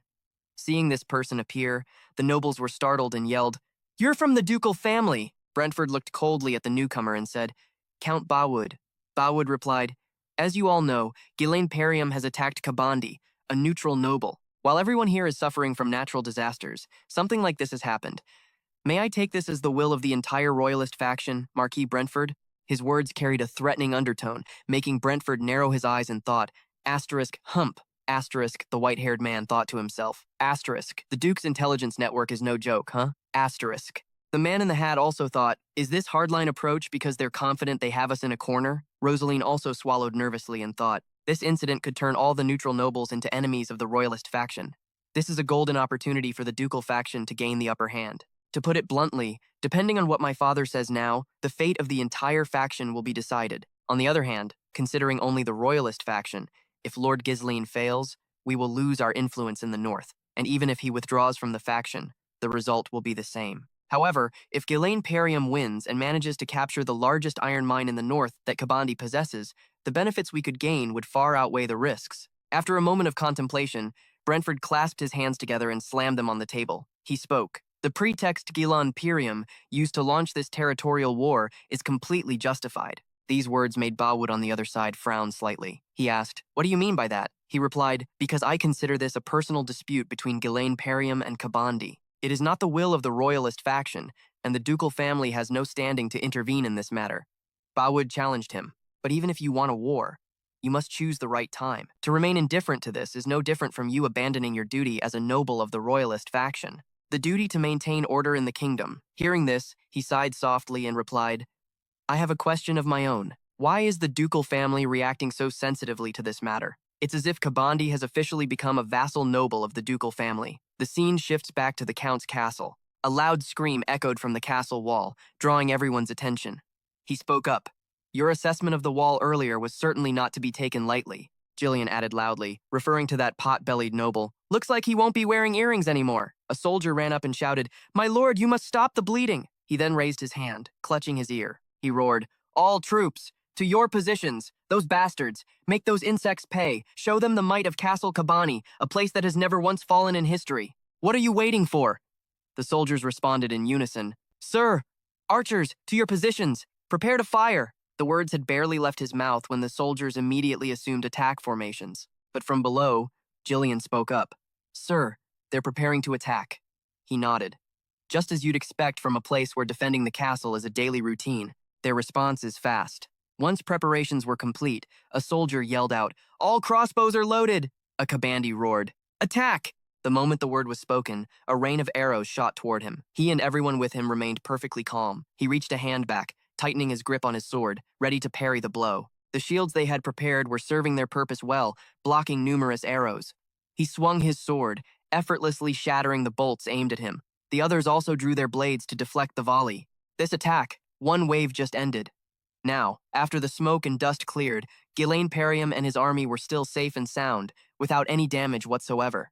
This made Kabandi, who was watching from above, grit his teeth in anger. He glanced behind him and spoke with scorn. Is that all you've got? Then he turned his horse and said, All troops, withdraw to the main camp. Prepare for the next operation. He slumped his head onto the table, lamenting. If that's how it's going to be, then why did he even bother bringing a bunch of mages like us along? Durlau chimed in. So what? Either way. Slaves like us. Cass. No. Either way, mages have to contribute to building the garrison. You've had a tough day, too. Just get some rest. It's been a while since we've had it this easy, just sitting around doing nothing in the rear. This is the life, really. Then he looked over at Ivan and made a suggestion. If you've got nothing to do, how about a round? Running into a gambling addict. Ivan immediately agreed. So, how much do you want to bet? Just as they were about to start, Ghislaine Perium walked in from outside, saying, Cloud, get out here. Seeing him appear, the man jumped to his feet in surprise and asked, You've returned, my lord? Ghislaine Perium didn't answer, turning to speak to Ivan instead. You.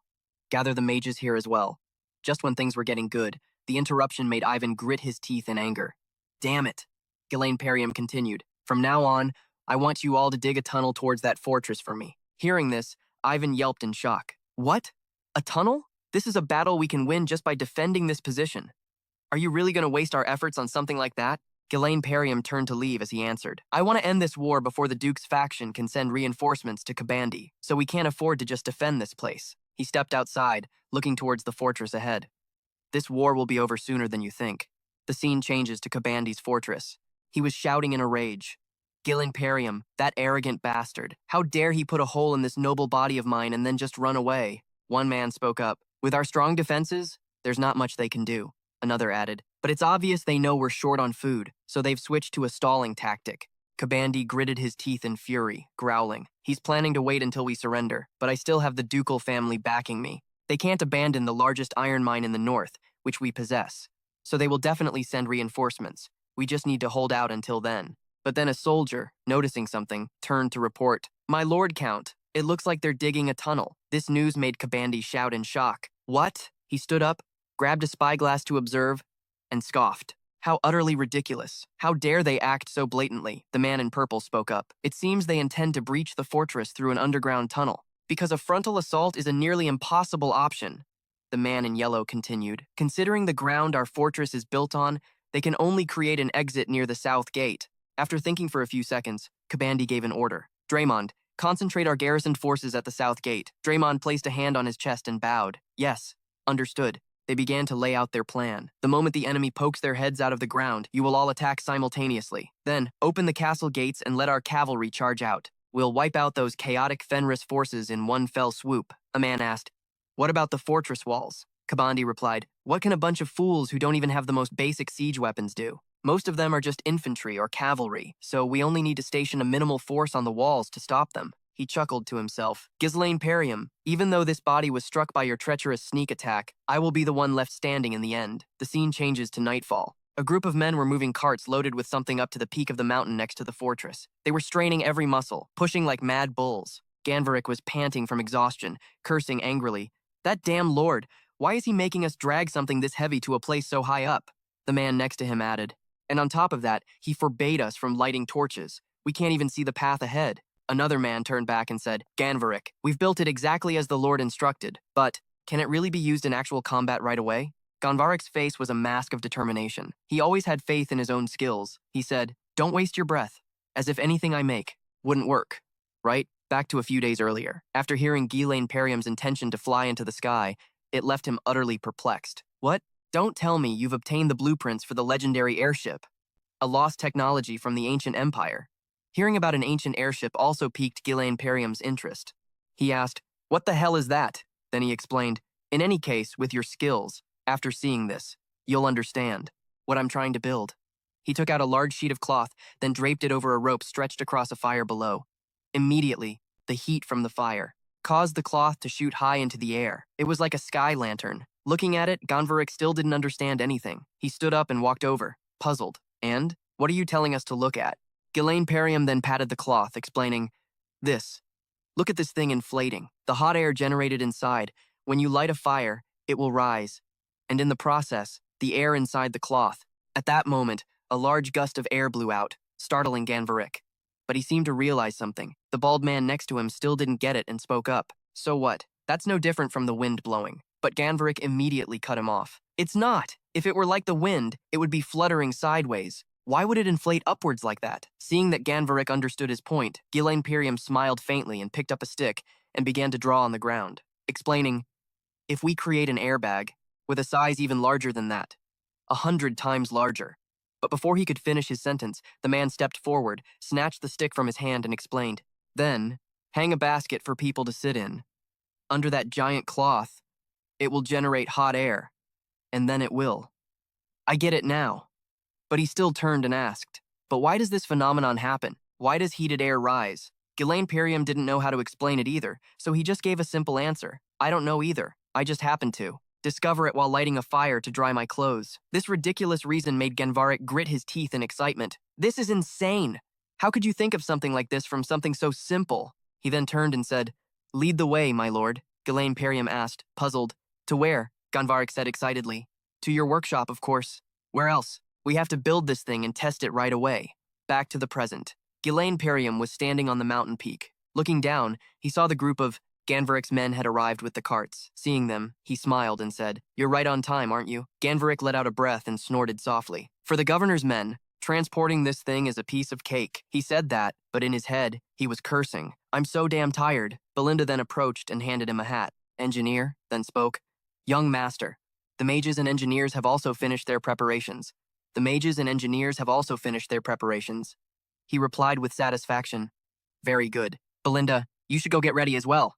Over on this side, someone shouted in anger. This son of a bitch! If you were going to do it like this, then what the hell did you have us dig a tunnel for? Gordon immediately moved in to hold him down, threatening him. You'd better watch your mouth, or I'll cut your tongue out. At this point, everything was ready. He confidently stepped forward, walking past everyone, then looked down at Kabandi's base. He announced, from now on, we will proceed with a raid on the center of the enemy's formation, just as we've trained. After infiltrating the fortress and capturing the inner city, we must quickly open the main gate of the outer city, so the Jillian Night Order can enter smoothly. That is the core of this operation. You must remember, the Kabandi army, that is the best equipped in the north. Even if you've mastered how to use mana, you won't be able to deal with them easily.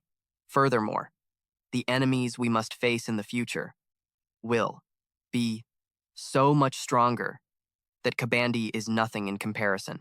So, if we can't even dominate a battle of this level, then we have no future.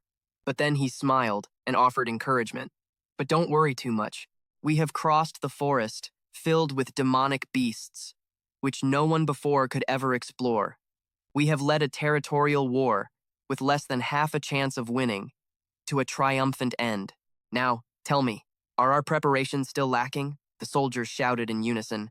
Not at all, he continued to shout. Are you afraid? The soldiers replied. We are not afraid. After boosting the soldiers' morale, he put on his mask. That's right. You have all grown at a speed no one could have imagined. Now, fly. Vanessa, who was now in one of the hot air balloons, used her magic to create fire to fuel them. Inside the fortress, the soldiers remained extremely calm. One, looking through a pair of binoculars, said, Those weirdos were digging like crazy during the day, but why aren't they doing anything now? The man next to him clicked his tongue. They have to sleep at night, too. Then two soldiers approached from a distance and spoke. It's time for the shift change. Anything unusual? The soldier here replied, Nah. I wonder how many days it's been already. Are they even really planning to attack? An artillery soldier said, Finally, I can get some shut-eye. It's because of those bastards that we have to live like this.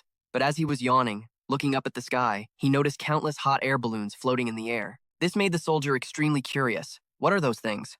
In the sky, there are some round objects heading towards us. Could they be monsters? But at that moment, a figure suddenly appeared from nowhere, shooting towards them. As soon as she landed, Ghislaine swung her sword and struck each man once, sending one to the next world. In a flash, he saw his comrade get cut in half. The remaining soldier was terrified. His sword then continued its charge, splitting him into two pieces. After finishing them off, Belinda's group began to descend the city walls. I'll take the lead again this time. Kill them all, spare no one. Inside the fortress, down a hallway, 3 knights were walking in a great hurry. The one in the lead was the captain of the Night Order, Leslie. He and 2 others were heading to the Lord's chambers. When he saw him arrive, a guard said, Greetings, Captain, he asked hurriedly. Where is the Lord? The soldier replied. The Lord is still asleep. Without hesitation, he kicked the door open with great force and stepped inside the room. This startled Kabandi, who shot up and looked at him, asking, Leslie, what are you doing? He immediately explained. This is an emergency. My lord, they have infiltrated the city. These words were like a lightning strike, making Kabandi jump in shock. Outside, countless hot air balloons were floating in the sky, heading towards the fortress.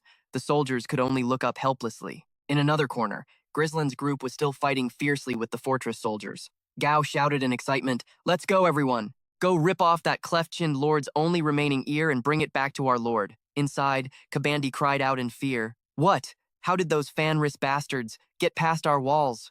Did they use the tunnels? Leslie explained. According to the soldiers' reports, they rode on some kind of unidentified spherical objects and flew in from the sky. This left Kabandi utterly astonished. Flew from the sky? What the hell are you talking about, Leslie? He continued. How they got in here doesn't matter anymore. The enemy's momentum is too strong, and they are capturing the fortress at an incredible speed. My lord, we must act immediately. He then laid out a plan. I will go directly to the underground tunnel that leads to the outer city and defend the gate to the death. By doing that, I can also summon the main forces stationed at the south gate to surround them. After considering for a moment, Kabandi said, I was targeting their tunnels, and on the contrary, I had even set traps waiting for them to enter. But it turns out I was tricked by their diversion tactic. He trembled as he spoke. This fortress of mine, a place that has never once fallen. Can it be that the Kabandi bloodline will end with my generation? Seeing his lord gradually losing his composure, Leslie came forward and placed his hands on the lord's shoulders, encouraging him, Please, my lord, go with your retainers and escape through the secret passage first. Then, Send a message for reinforcements. I will stay here to protect this fortress." His voice lowered. "But if the situation still doesn't stabilize, then you must bring him out." In another corner of the fortress, the soldiers cried out in shock. Enemy attack. But how did they get in? Not giving them a chance to defend, Ghislaine Perium tightened his grip on his sword, dashed forward like the wind, and unleashed clean slashes, quickly sending 2 soldiers to their graves. The remaining soldier wanted to take the initiative and charged forward, swinging his sword straight at him. But the difference in skill was too great. He easily countered the attack. He then lowered his body and unleashed a slash at the waist, cutting the man's body in half. 3 more men ran up from somewhere, shouting, "What are you all just standing there for? Snap out of it. If you have time to panic, then start shooting arrows." There are only a few of them. Then one soldier pointed to the sky and yelled, "Squad leader, up there!" At that moment in the sky, a hot air balloon was wobbling, about to fall. It immediately crashed hard onto the fortress wall. This somewhat accidental collision managed to take out a few soldiers. 2 people crawled out from the hot air balloon. It was none other than Gordon's group. He exclaimed angrily, "You idiotic muscle-bound pig. I told you not to get on because you're too heavy." Gordon replied wearily, "Please, sir, don't yell at me anymore." While the 2 of them were talking, 2 soldiers ran up from behind and attacked with their weapons. "Die!" Just as they finished speaking, 2 blades flew from nowhere, piercing straight through their throats, killing the 2 soldiers instantly. It was Ghislaine Perium's group. He walked over and asked, "Are you hurt?" Gao, beside him, added to Gordon, "You're a knight now, but you still act the same as you always did." Hearing these sarcastic remarks, Gordon awkwardly scratched his head and just laughed. Haha. Then, a loud noise erupted from inside the fortress, catching both of their attention. The soldiers inside the fortress yelled, "Defend the gate! The enemy has infiltrated!" The soldiers immediately got into position, ready for battle. Watching their frantic movements, Cao exclaimed, "What's this? They're already on the defensive?" He continued, "They're reacting faster than I thought. Looks like there's still someone formidable inside this fortress. Sharp," he thought to himself. "The enemy's forces were scattered by my earlier tunneling tactic. They're probably regrouping as we speak. We have to move fast." He then turned to his men. "Is everyone down?" The soldiers responded in unison. "Yes." He began to assign tasks. "Cao, you'll hold off the soldiers on the walls and destroy all the siege weapons. Belinda, you go find 3 cubits Kabandi." They both nodded in acknowledgement. As for himself, he looked straight ahead and declared, "I will clear a path to the main gate. Is everyone ready?" The soldiers raised their swords and roared in unison, "Ready." He put his mask back on and commanded, "Knights of Fanris, engage." Then, everyone moved into their assigned positions. At the main gate, the defenders saw Ghislaine's group charging at them.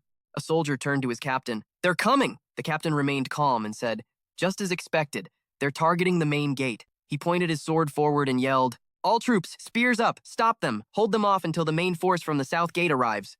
On his command, the 2 sides clashed in a fiercely brutal battle. But with Ghislaine leading the charge, the disparity in strength between the 2 forces became painfully obvious. This made Leslie's eyes widen in utter disbelief. His soldiers were clearly outmatched by Grislind's group.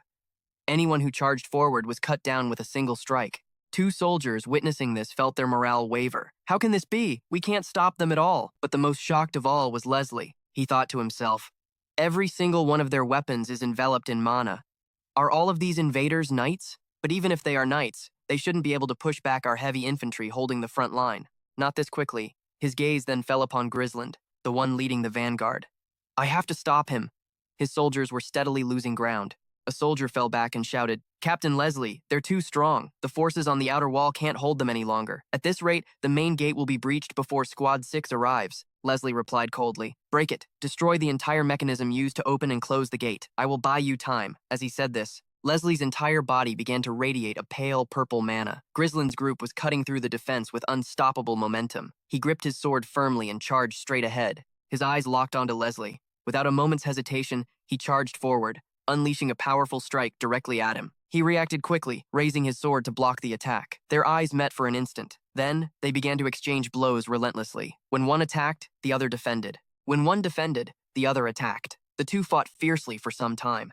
As soon as he spotted an opening, Leslie thrust his sword straight forward.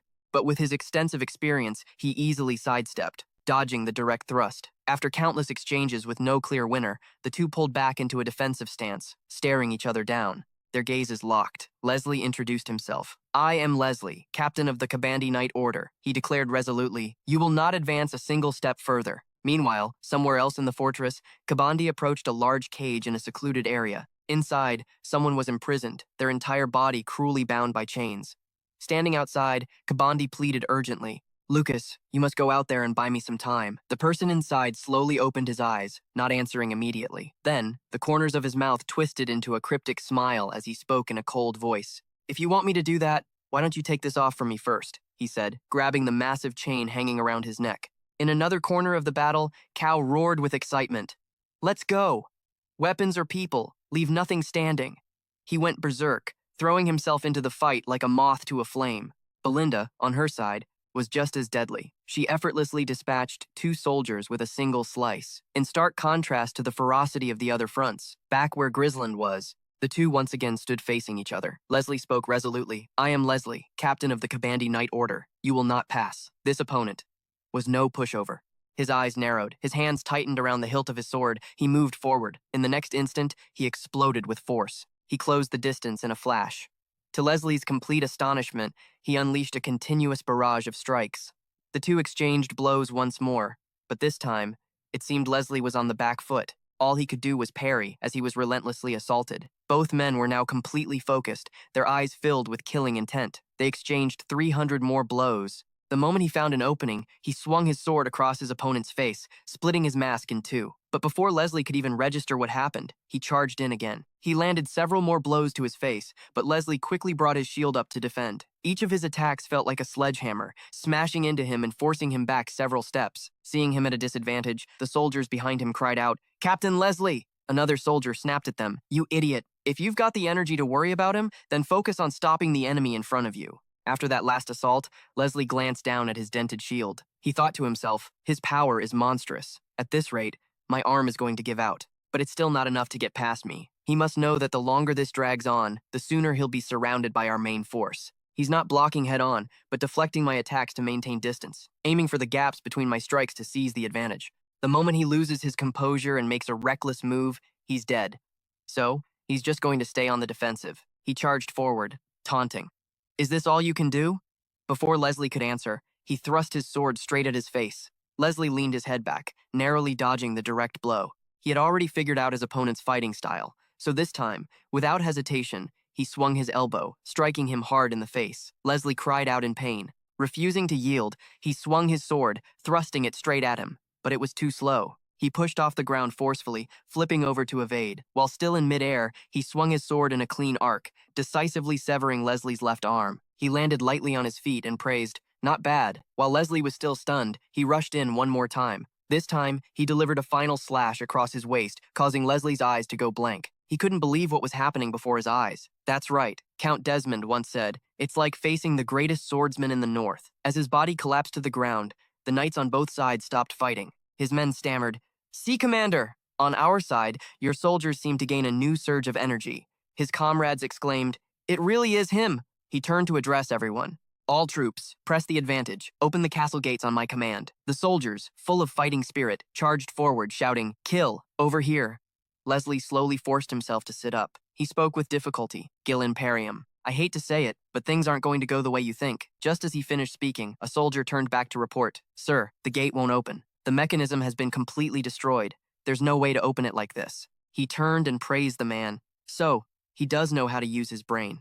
That guy explained, Look over there. The main Kabandi army is approaching. No matter how strong you are, if you're surrounded by overwhelming numbers, you're finished. As long as we protect this final gate, victory will belong to us.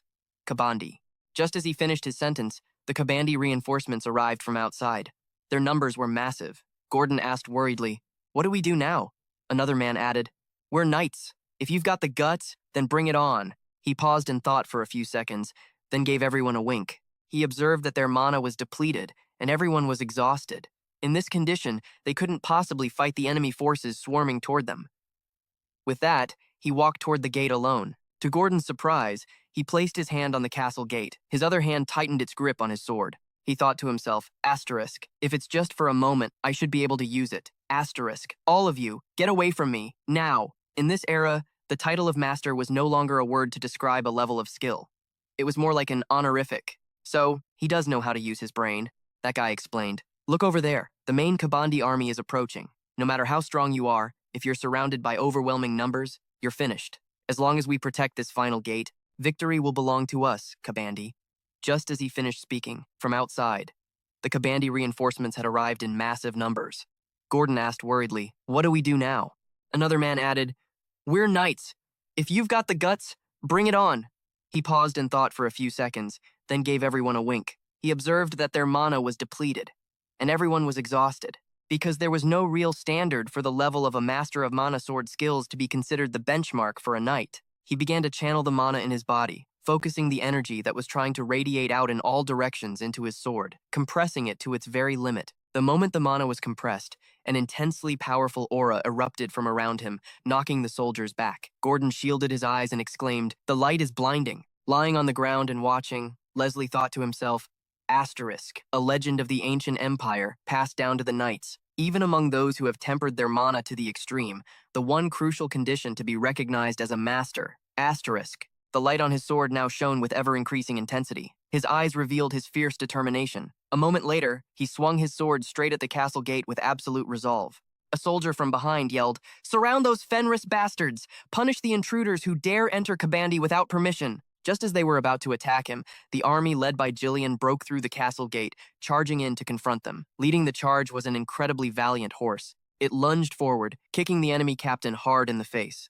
And then, it let out a triumphant neigh. He, now slightly out of breath, turned to Jillian and said, "Why did you bring him along?" He smiled and replied, "He insisted on following." Over on the other side, Leslie's men exclaimed, "The castle gate was split in two?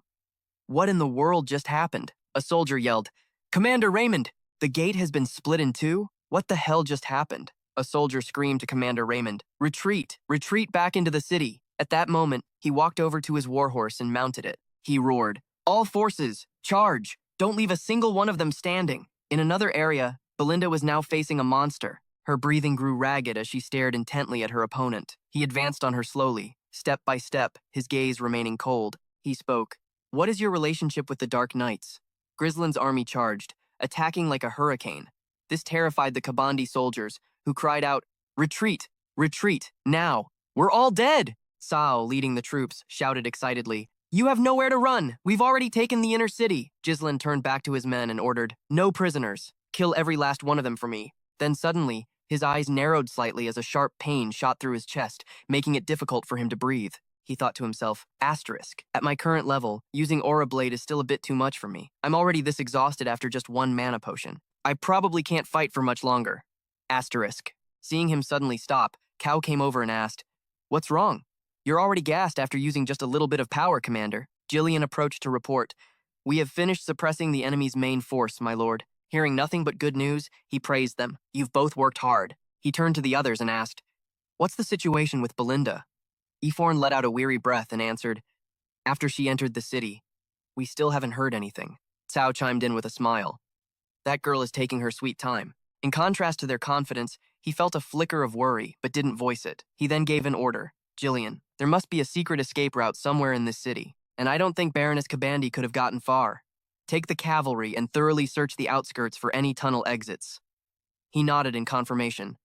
"Yes, my lord," he continued. "As for Belinda, I'll go find her myself." As soon as the words left his mouth, he darted deep into the castle. The scene shifts to Belinda. She was currently at a disadvantage against Lucas. He questioned her, "What is your connection to the Dark Knight's order?" She was completely taken aback by this question. "I repeat, how do you know that name?" He pondered for a few seconds. Suddenly, a sword flew from a distance, heading straight for him. But with his lightning-fast reflexes, he easily raised his spear and deflected the sneak attack. Seizing the moment while her opponent was distracted, Belinda leaped high into the air. Then, she spun and delivered a devastating kick downwards. He immediately raised both arms to block it. Belinda shouted, "Answer me!" But Lucas remained silent. The two continued to clash for what felt like another 300 rounds.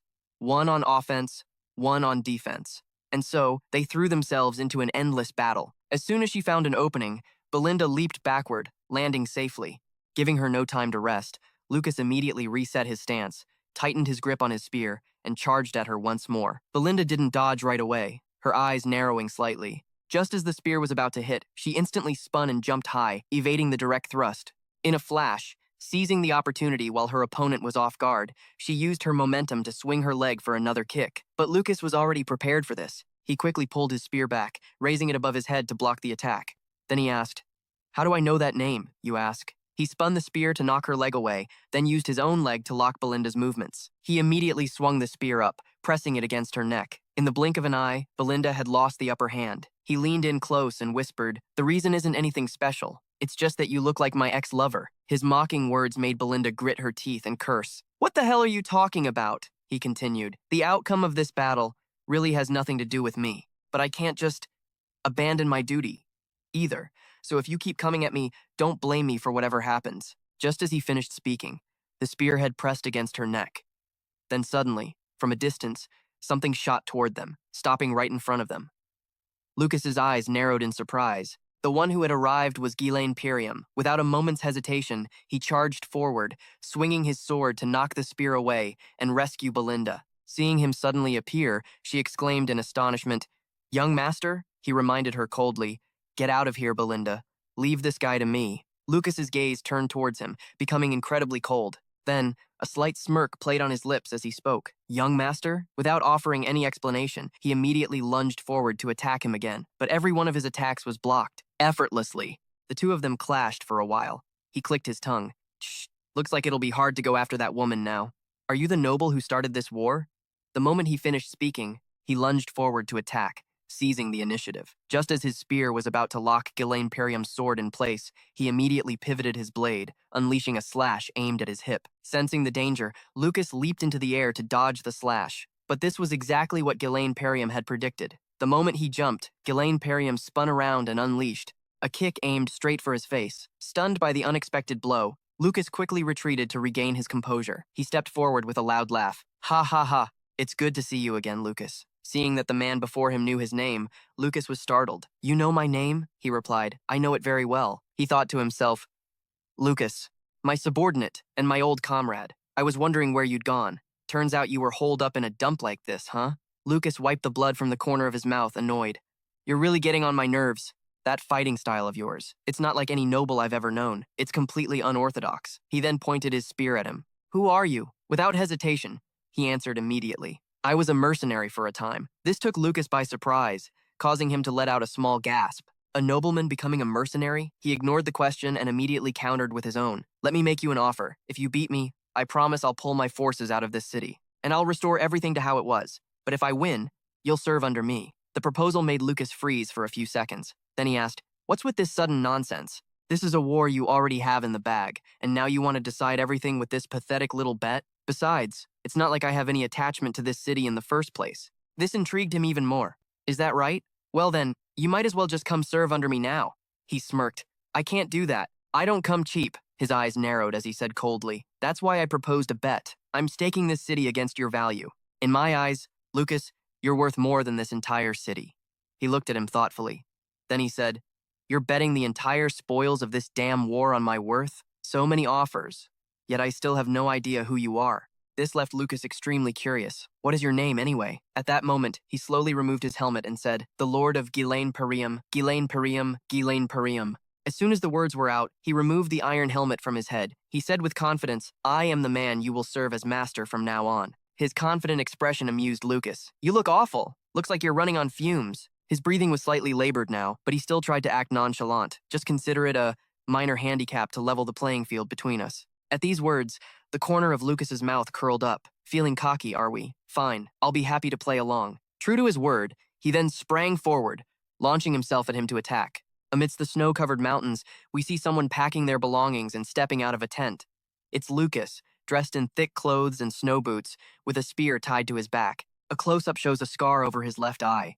As he leaves, he runs into Ghislaine and says, "From this day on, I am no longer your subordinate. Do you understand? 15 years have passed since the Moriana was acknowledged. The contract has expired. This is a memory from Ghislaine's previous life." Ghislaine let out a sigh and replied, "Time flies. Is it that time already? You're not going to renew?"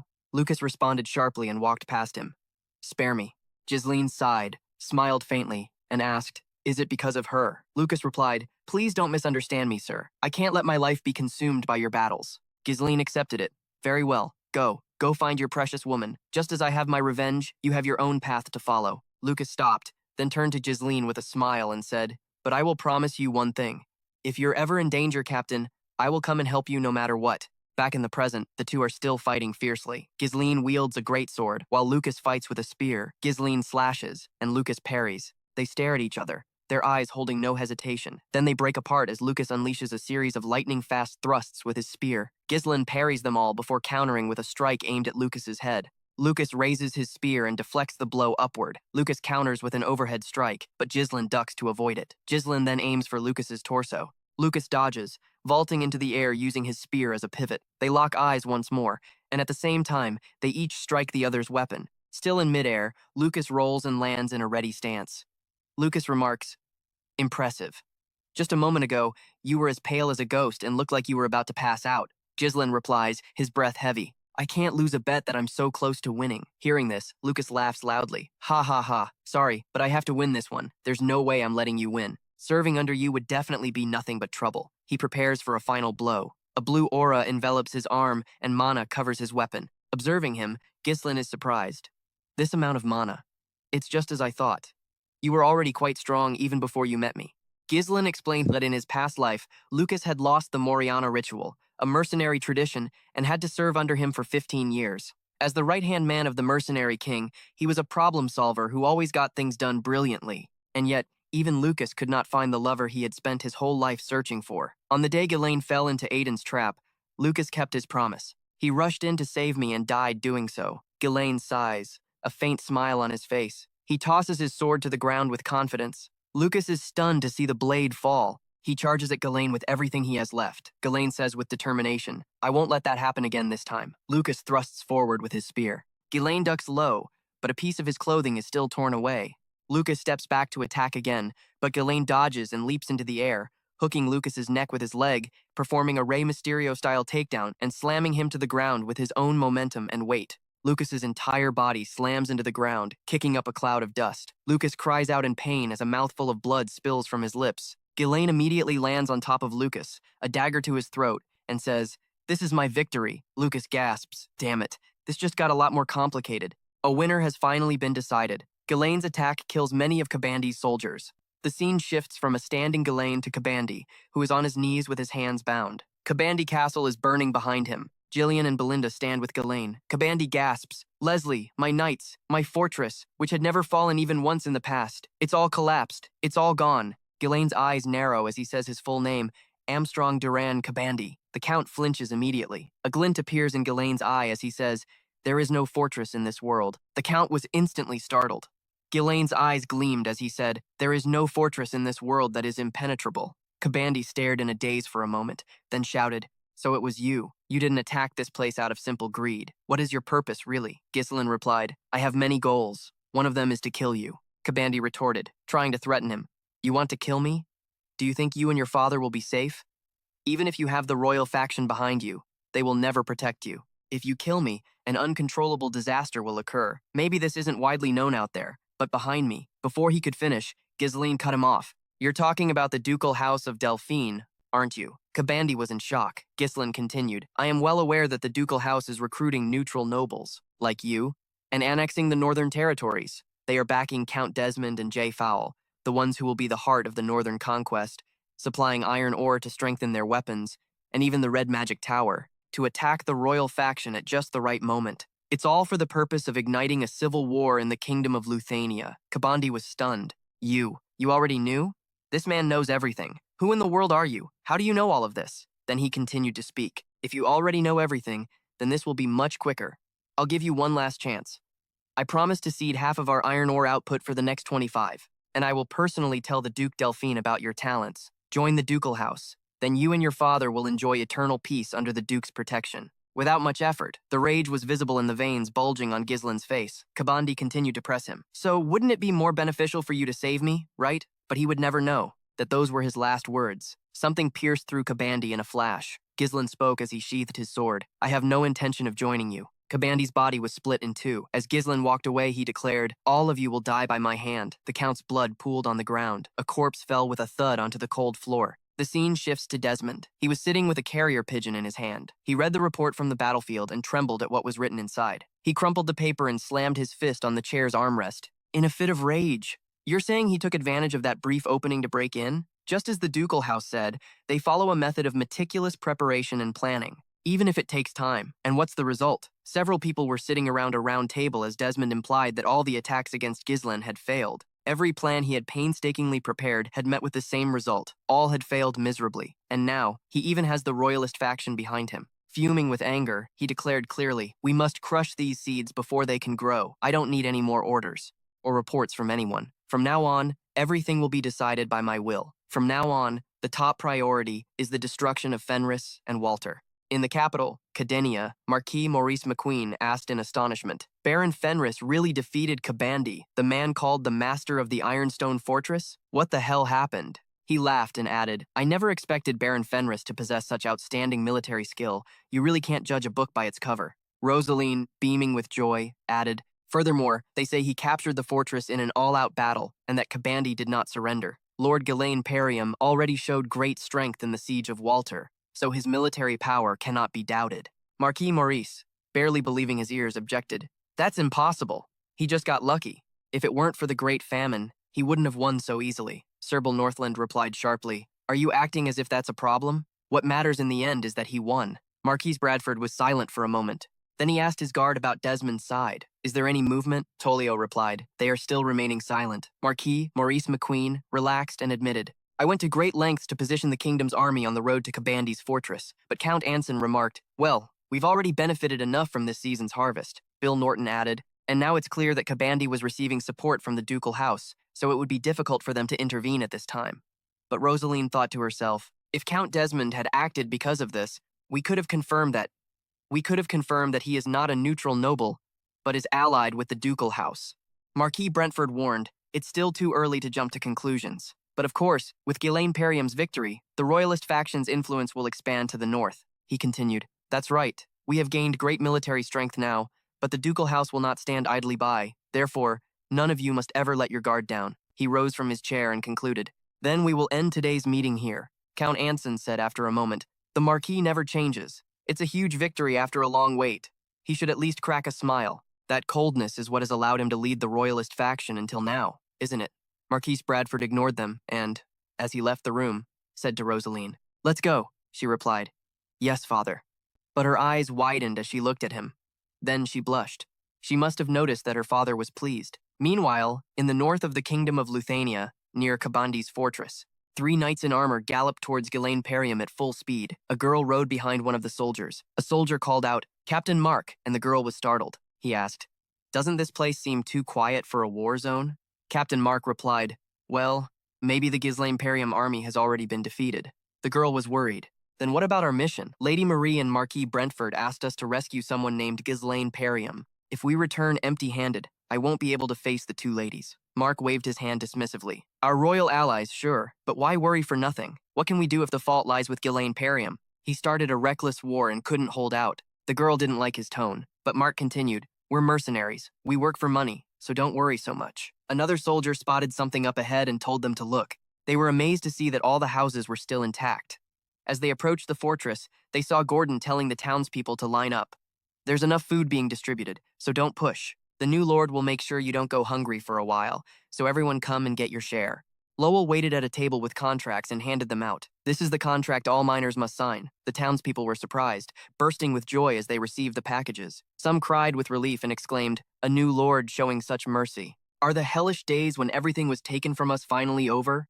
Maybe there will be no more unpaid labor." The scene shifts to Ganvarik and the dwarves hauling lumber, where Ganvarik was teasing Alphonse. "Hey kid, you're too weak. Can you even carry a log properly?" The exhausted Alphonse struggled and grumbled, "Damn dwarves! I'm not a laborer. I'm supposed to be a mage." Meanwhile, the 3 soldiers and the nun saw that all the mercenaries in Ghislaine Perium's camp were busy. "Move all the materials needed for the temporary shelters over here. If you don't hurry up, the Lord will get angry." Captain Mark asked in surprise, "What's going on here?" "Hey kid, you're too weak. Can you even carry a single log properly?" Alphonse struggled, exhausted and snapping. "Damn dwarves. I'm not a laborer. I'm supposed to be a mage." Meanwhile, the 3 soldiers and the nun saw all the mercenaries in Grislind's camp. They were all busy moving the necessary materials for the temporary shelter. "If you don't hurry up, the Lord will be angry." Captain Mack asked in surprise, "What's going on here?" "If you guys don't hurry up, the Lord will be furious." Captain Mack asked in surprise, "What's going on here? Is the war really over?" The priestess was just as astonished. Suddenly, someone shouted, "Kabandi! How much loot did you hide?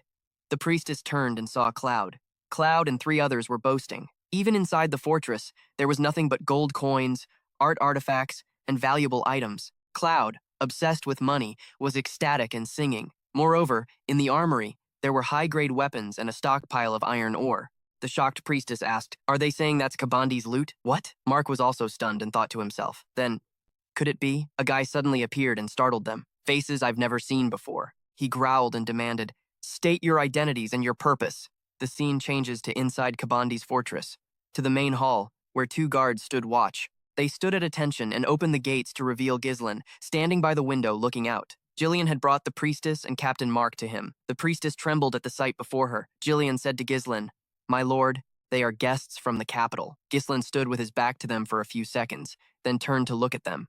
Mark sized him up, thinking that his long life as a mercenary had taught him how to read a person's worth through their posture and the scent of blood not yet dry from war. From his disciplined movements, he concluded, "This man is Ghislain Perium." Ghislain studied them expressionlessly and asked, "And who are you?" The priestess and Mark bowed respectfully. Mark replied, "It is an honor to meet you for the first time, Ghislain Perium. My name is Mark, and I was sent by Marquis Brentford. I came on a mission to rescue you by any means necessary. I came on a mission to rescue you by any means necessary. I came on a mission to rescue you by any means necessary. If you were in danger," Ghislain looked at him and smiled, "You're late." Mark tried to explain. "We rushed on our way as fast as we could. The mission was the priority, but we didn't expect the war to end so quickly." As expected of the rising star of the royalist faction, Ghislain interrupted. "So, where do you plan on going now?" Mark began to tremble, wanting to leave. Ghislain explained, "The war has just ended, and we're short-handed, so you'll have to work a little," Mark protested.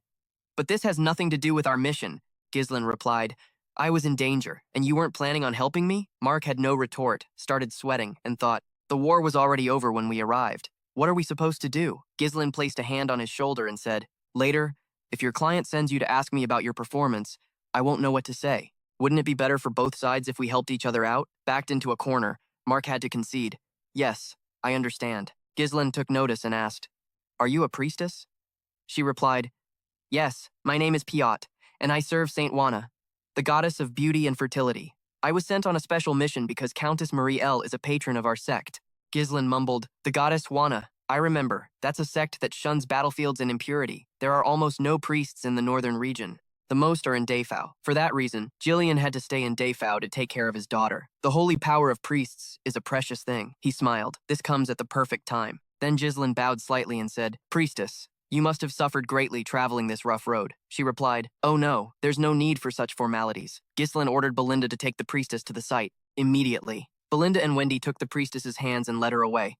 As she protested, "I didn't come here to work," Belinda replied. "There are many miserable people who need your holy power. This way, if you please, priestess." Jillian approached Ghislain and remarked, "A priestess, what an unexpected advantage." Ghislain replied, "Indeed. I didn't expect the royalist faction to mobilize the church as well. With this, I can act more freely." Then he ordered, "And now, bring that man here." The scene shifts to Sao, who is being beaten by someone. It's Lucas. The mercenaries couldn't believe their eyes and cried out, "Captain Sao has been defeated." Lucas stepped forward and provoked him. "You're the master's right-hand man? Doesn't look like it to me." Unable to bear the taunts and Lucas's arrogant smile, Cao charged again like a cornered beast. He gritted his teeth, casting all reason aside, letting only his indignation guide him. Seeing Cao charge so recklessly, the corners of Lucas's lips curled into a malicious grin. Finally, the stupid fish took the bait. He lowered his center of gravity, preparing to punish that foolish outburst. But just as the two were a breath away from each other, a large shadow suddenly moved between them.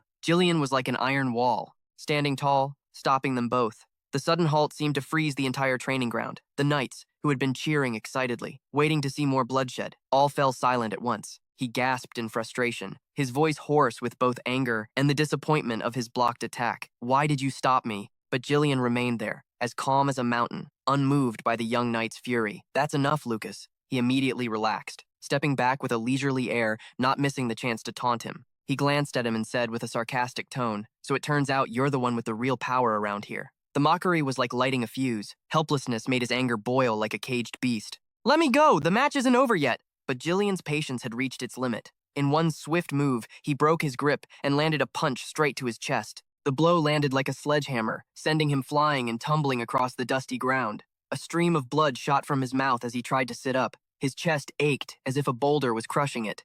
Jillian walked over, looking down at him with ice-cold eyes. No matter who you're facing, you must maintain your dignity. Jillian then turned and called, "Lucas, let's go. The Lord is looking for you." Lucas shrugged and followed, a faint smile still on his lips. He watched their retreating figures with eyes burning with despair. He dug his fingers into the ground, clenching them tightly, his face twisted in helplessness. Before disappearing completely, Jillian glanced back and clearly saw that bitterness. As they entered the quiet corridor, Lucas suddenly burst out laughing. Jillian glanced at him and asked, "What's so funny?"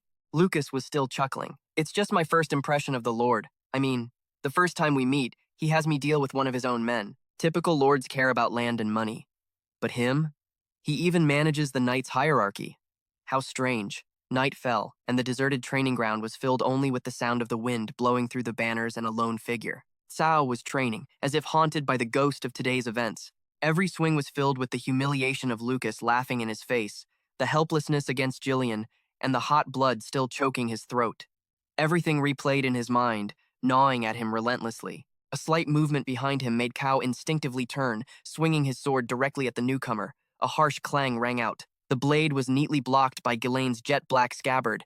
He hadn't even drawn his sword. His sharp gaze seemed to see through every thought. "I heard you lost to the new guy, huh?" Cao bit his lip and turned away. "If you came to mock me, then please leave. You're a busy man, after all. You don't have time to bother with someone like me." But Ghislaine paid no mind to his attitude, and his face even showed a clear satisfaction. Ghislaine reached into his cloak, took out a small object, and threw it towards Cao. His reflexes were still good enough to catch it instantly. It was a leather-bound notebook, the writing inside entirely handwritten. "A mana cultivation method and swordsmanship style I've modified to suit you. Study it carefully." Cao was about to show more attitude, but when he opened the notebook and skimmed through the pages, the moonlight shining on the meticulously written notes left him stunned. The intricate diagrams, the pathways for mana circulation, the profound theories, it was all far beyond anything he had ever learned. Cao's eyes widened, his skepticism vanishing without a trace. A wave of shame immediately washed over him, leaving him flustered.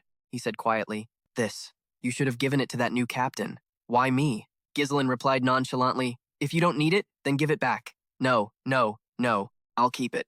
Ghislaine lowered her hands, sighed softly, and then said bluntly, "The reason you lost is simple. It's only because your fundamentals are too weak. Experience and instinct have their limits." After those words, he turned and walked away, disappearing into the darkness. Cao called out after him, his once arrogant pride suddenly shattered. "Captain!" He bowed his head deeply. His voice trembled. "Thank you.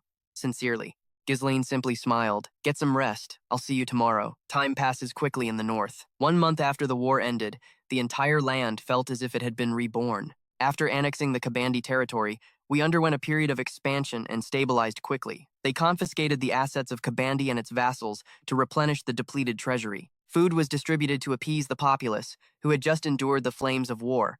The largest iron mine in the north was seized to boost production and equip the French army. From an impoverished land, it was transforming into a power that no one dared to underestimate. In the meeting room, Grisland and his close aides sat around a table. The atmosphere was thick with victory. Thanks to everyone, French will no longer be underestimated. Strategist Lau, as usual, slammed his hand on the table. "Of course, we even took Walter. That means 1/3 of the north belongs to us. In terms of population and military strength, we're second to none. If Desmond or Almond want to fight, let them come." He put his feet up, sighed, and immediately glanced at Johanna. Johanna tugged an invisible thread on her finger. "Gok, gok." His throat tightened. He could only gasp for air like a fish out of water. Berinda shook her head in exasperation. This guy never knows when to shut up. But Gilbert ignored the commotion, focusing on a more important matter. It's too soon to celebrate. The danger is still present. When Johanna let go, he coughed violently, clutching his bright red neck. "Can't I have even 1 season of peace?" Vanessa then stood up timidly. "My lord, our mages, they're exhausted. They say they can't take it anymore." Ghislaine Perium blinked. "But they're slaves." His ice-cold words made Vanessa choke up, her face turning pale. But Ghislaine Perium smiled lightly. "Don't worry, we have priests." In the makeshift infirmary, the sound of chanted prayers echoed like a judgment. Bios placed her hand on iPhone, and a sacred light spread in the name of the goddess Joanna. "Arise. Don't heal me anymore." iPhone shot up and grabbed her clothes, his face a mess of tears and snot. "Please, don't heal me anymore. I don't want to work anymore." But the knights held him down like a goat. "Lie still and accept the treatment." Bios panicked. "Oh goddess." Using sacred power to restore the exhausted, just so they can continue to labor. Can this be right? When will the Lord let me go home? Suddenly, Ghislaine Perium's voice sounded from behind her, making her jump. Priestess. Ghislaine Perium observed for a moment before speaking. Your sacred power has increased. Bios's eyes widened as she looked at her hands. Really? Ghislaine Perium mused. Unlike mana, sacred power cannot be trained. Only those who are blessed can possess it. And Bios was clearly no ordinary priestess. You don't find it unpleasant here, do you? But Bios stammered. Not exactly. It's just, when will I be able to return to the church? Ghislaine gave a gentle smile that stunned her. You can go back now. She almost wanted to kneel in gratitude. My domain, Fenris, has received immense help from you, so I wish to offer a small token in return. Meanwhile, in the capital city of Kadena, news of Fenris's victory spread everywhere. The street-side taverns were rife with rumors. Some said Ghislaine flew in and destroyed the castle gate. Others said he split the gate in two with his sword aura. Some scoffed, while others believed wholeheartedly. But the name Fenris was appearing everywhere. The day Ghislaine arrived at the Brentford estate, Lady Rosaline greeted him in the middle of the luxurious grand hall. Upon seeing her, Gielyn's face, usually as cold as ice, suddenly softened. My lady, have you been well? Rosaline blushed and replied, as long as you've returned safely, that's all that matters. Ghislaine bowed his head in thanks. The people you sent were a great help to us. Rosaline smiled in return. I'm very happy to hear you say that. She then turned to Piot. Priest, you may return to the church starting today. Piot cried with joy. Thank you, my lady Marquess. My first dispatch is over. The Fenris domain is truly a good place to live. But mentally, it was truly exhausting. From behind, someone stepped forward and announced, Baron, Marquess Brentford is waiting for you. He turned to Rosaline, standing closer than necessary. May I see you alone later? Rosaline blinked, her face flushing red to her ears. Of course. In the royal faction's meeting room, the atmosphere was completely different, tense and heavy. Marquess Brentford sat at the head of the table and said coldly, You're late. Ghislaine bowed just enough. I was delayed because stabilizing the domain took longer than calculated. The Marquess frowned in annoyance. To dare to be late in a situation like this. A magistrate chuckled and gently reminded him, Maintain your composure. The Marquess signaled for silence, then looked at Ghislaine with eyes as sharp as daggers. I have told you before, every action you take reflects on my honor. If you had failed against Kabandi, the royal faction and I would have been humiliated. The ducal house would have seized the opportunity to gain the upper hand. He leaned toward Ghislaine. Do not think I will tolerate your unauthorized actions just because I am your patron, he ordered. Give me a full report on that battle. Try and convince me. The meeting room fell deathly silent, as if time had stopped. Ghislaine said calmly, I never fight a battle I cannot win. I saw an opportunity, and I acted. He paused, his gaze unwavering. I did not come here to recount the past. I came to discuss the next step for the future. Marquess Brantford was slightly taken aback by his directness. Ghislaine sat down, his voice low and steady, as if he had prepared his whole life for this moment. I ask you, my lord, to appoint me as the commander of the Northern Army. The moment Ghislaine finished speaking, the atmosphere in the room suddenly became heavy and suffocating. Count Ansbury and a high-ranking official standing nearby felt their throats tighten. Their eyes were wide with shock. Even the Supreme Commander, a man seasoned in discipline and experience, couldn't control his surprise and emotion. His composure cracked, his mouth agape. What? Because of Ghislaine's sudden and near-impossible request, the Marquess's gaze hardened, turning into shards of cold ice. He stared intently at the young man before him, searching for any trace of a jest, but found none. Then, their intense gazes met, locking in a silent battle of wills. Breaking the silence, the Marquess rose from his lavish chair and called his name Ghislaine Perium Walter. He paced slowly, his hands clasped behind his back, and said, Ever since you arrived, the royal faction has changed. The Marquess could also feel a new wind blowing within the royal faction, a wind of disruption, of a power shift. With unwavering pride, Ghislaine Perium said to the Marquess, I will become the wind at your back. The Marquess continued, his voice lowering. Commander of the Northern Army is a meaningless title in peacetime, a sword in its sheath, but it is a position of immense power in times of war. Gravely, Marquess Brentford stopped pacing and asked Ghislaine Perium, Are you asking me to place such great power in the hands of someone as unpredictable as you? With a confident tone and not a moment's hesitation, Ghislaine Perium replied, Yes. The Lutanian army is organized into 4 corps, and regional commanders are pre-selected to strategize for various situations. As Marquis Brentford said, the position is merely symbolic in times of peace, but in war, it becomes a completely different matter, for it grants the authority to summon all the lords in the region. Ghislaine Perium then gave a slight respectful bow. I know that the seat of the commander of the Northern Army is still vacant. If someone has to fill it anyway, then please, let it be me. After hearing Ghislaine Perium's declaration, the Marquis thought for a moment. The room fell into silence. The Marquis studied the young man, calculating the risks and rewards. Then he sat down, leaning back in his chair. Why is that seat vacant? If it were simply about filling a position, anyone could take it.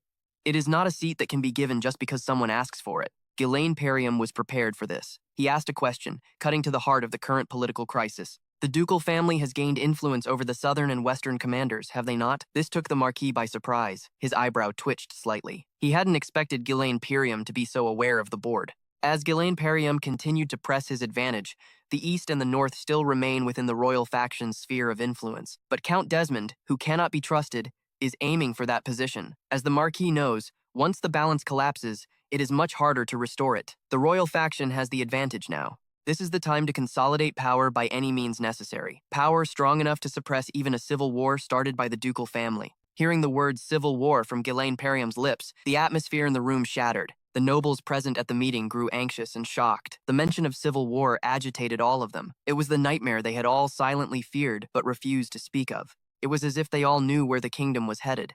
Because of the ducal family's ambition, now, thanks to Ghislaine's mention of it, it had become more real. Though the nobles present were shocked and trembling, the Marquis remained calm, with a subtle smile lingering on his lips. The Marquis asked Ghislaine, "How dare you jest with me?"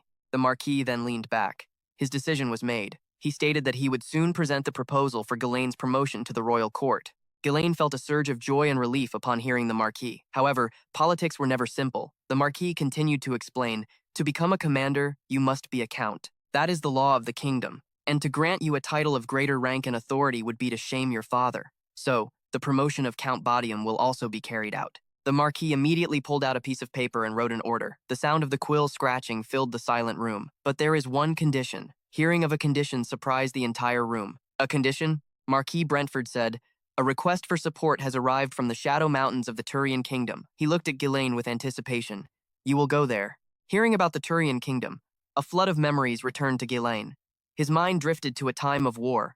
The Turian Kingdom, the land of knights, a nation whose territory was mostly the Shadow Mountains, an unimaginably harsh place with powerful monsters constantly pouring down from the peaks. Because of that constant threat, its people valued strength and combat skill above all else. All of their culture was forged in battle, and their knights were among the strongest. On 6 continents, Ghislaine Perium had hunted and trained there in the past. He knew the brutality of the place. If the problem required outside hunters to deal with monsters, then something serious had happened, something catastrophic. The Marquis interrupted Ghislaine Perium's thoughts and said, "It seems they're having difficulty preparing for this year's monster wave. For someone like you, who flew over castle walls and split a fortress gate with sword aura, this should be nothing." Ghislaine Perium was taken aback, realizing, the Marquis knows every detail of my recent exploits. The Marquis's information network was terrifying. Ghislaine Perium then regained his composure and said, "I understand, but Ben is a seasoned strategist.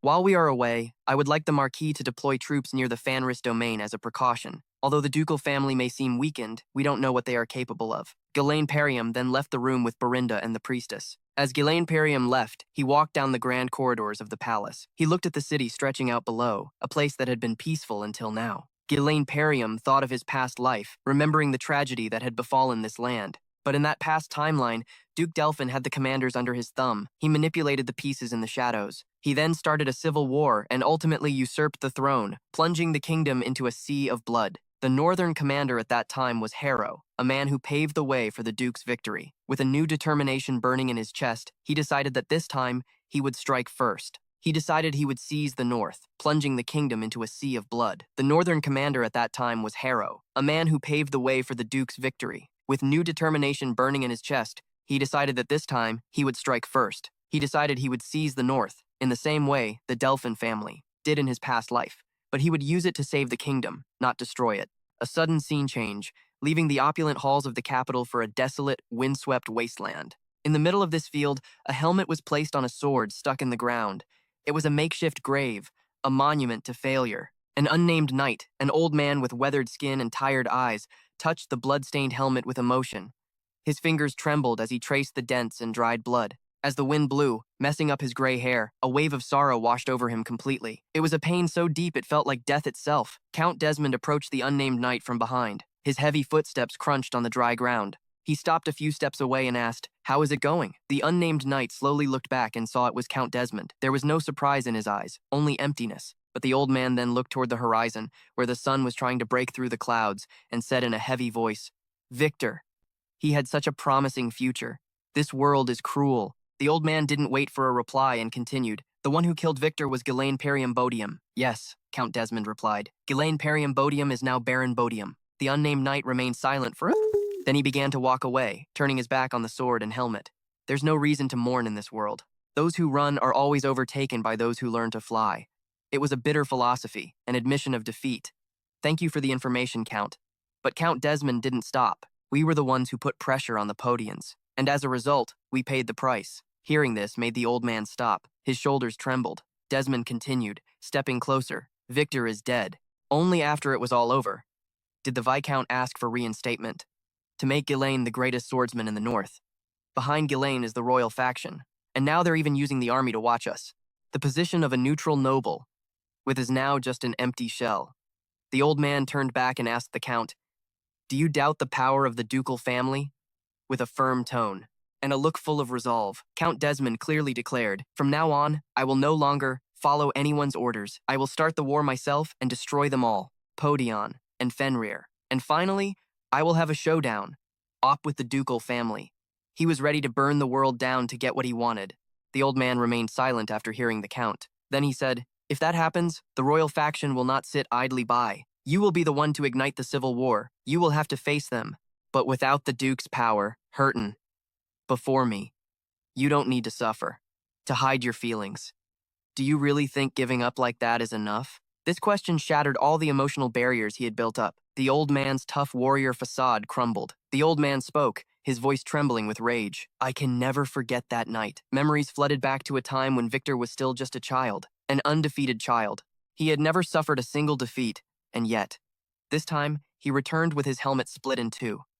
Tears streamed down the old man's face, hot and angry. That precious child.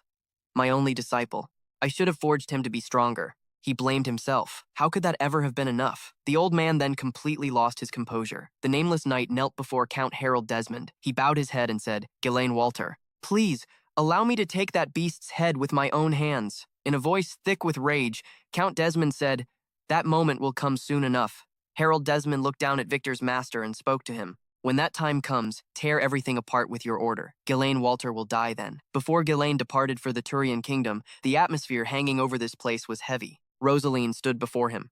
Her delicate eyebrows were knitted into a deep line. With unconcealed worry in her eyes, she asked softly, "Are you really going to the Turian kingdom?" Ghislaine calmly adjusted the strap of his iron gauntlet. His expression was serene. "Yes, it's an order from the Marquis. I am bound to obey." Rosaline's anxiety only grew upon hearing his confirmation. She stepped closer, her voice trembling slightly. "To go to such a dangerous place. The last war hasn't even been over that long." But before she could finish, Ghislaine interrupted. "It seems they still don't fully trust what I've achieved. Perhaps they want me to prove myself with this mission." With a warm gaze that melted the icy tension of his departure, Ghislaine looked deep into her eyes and told her, "Don't worry.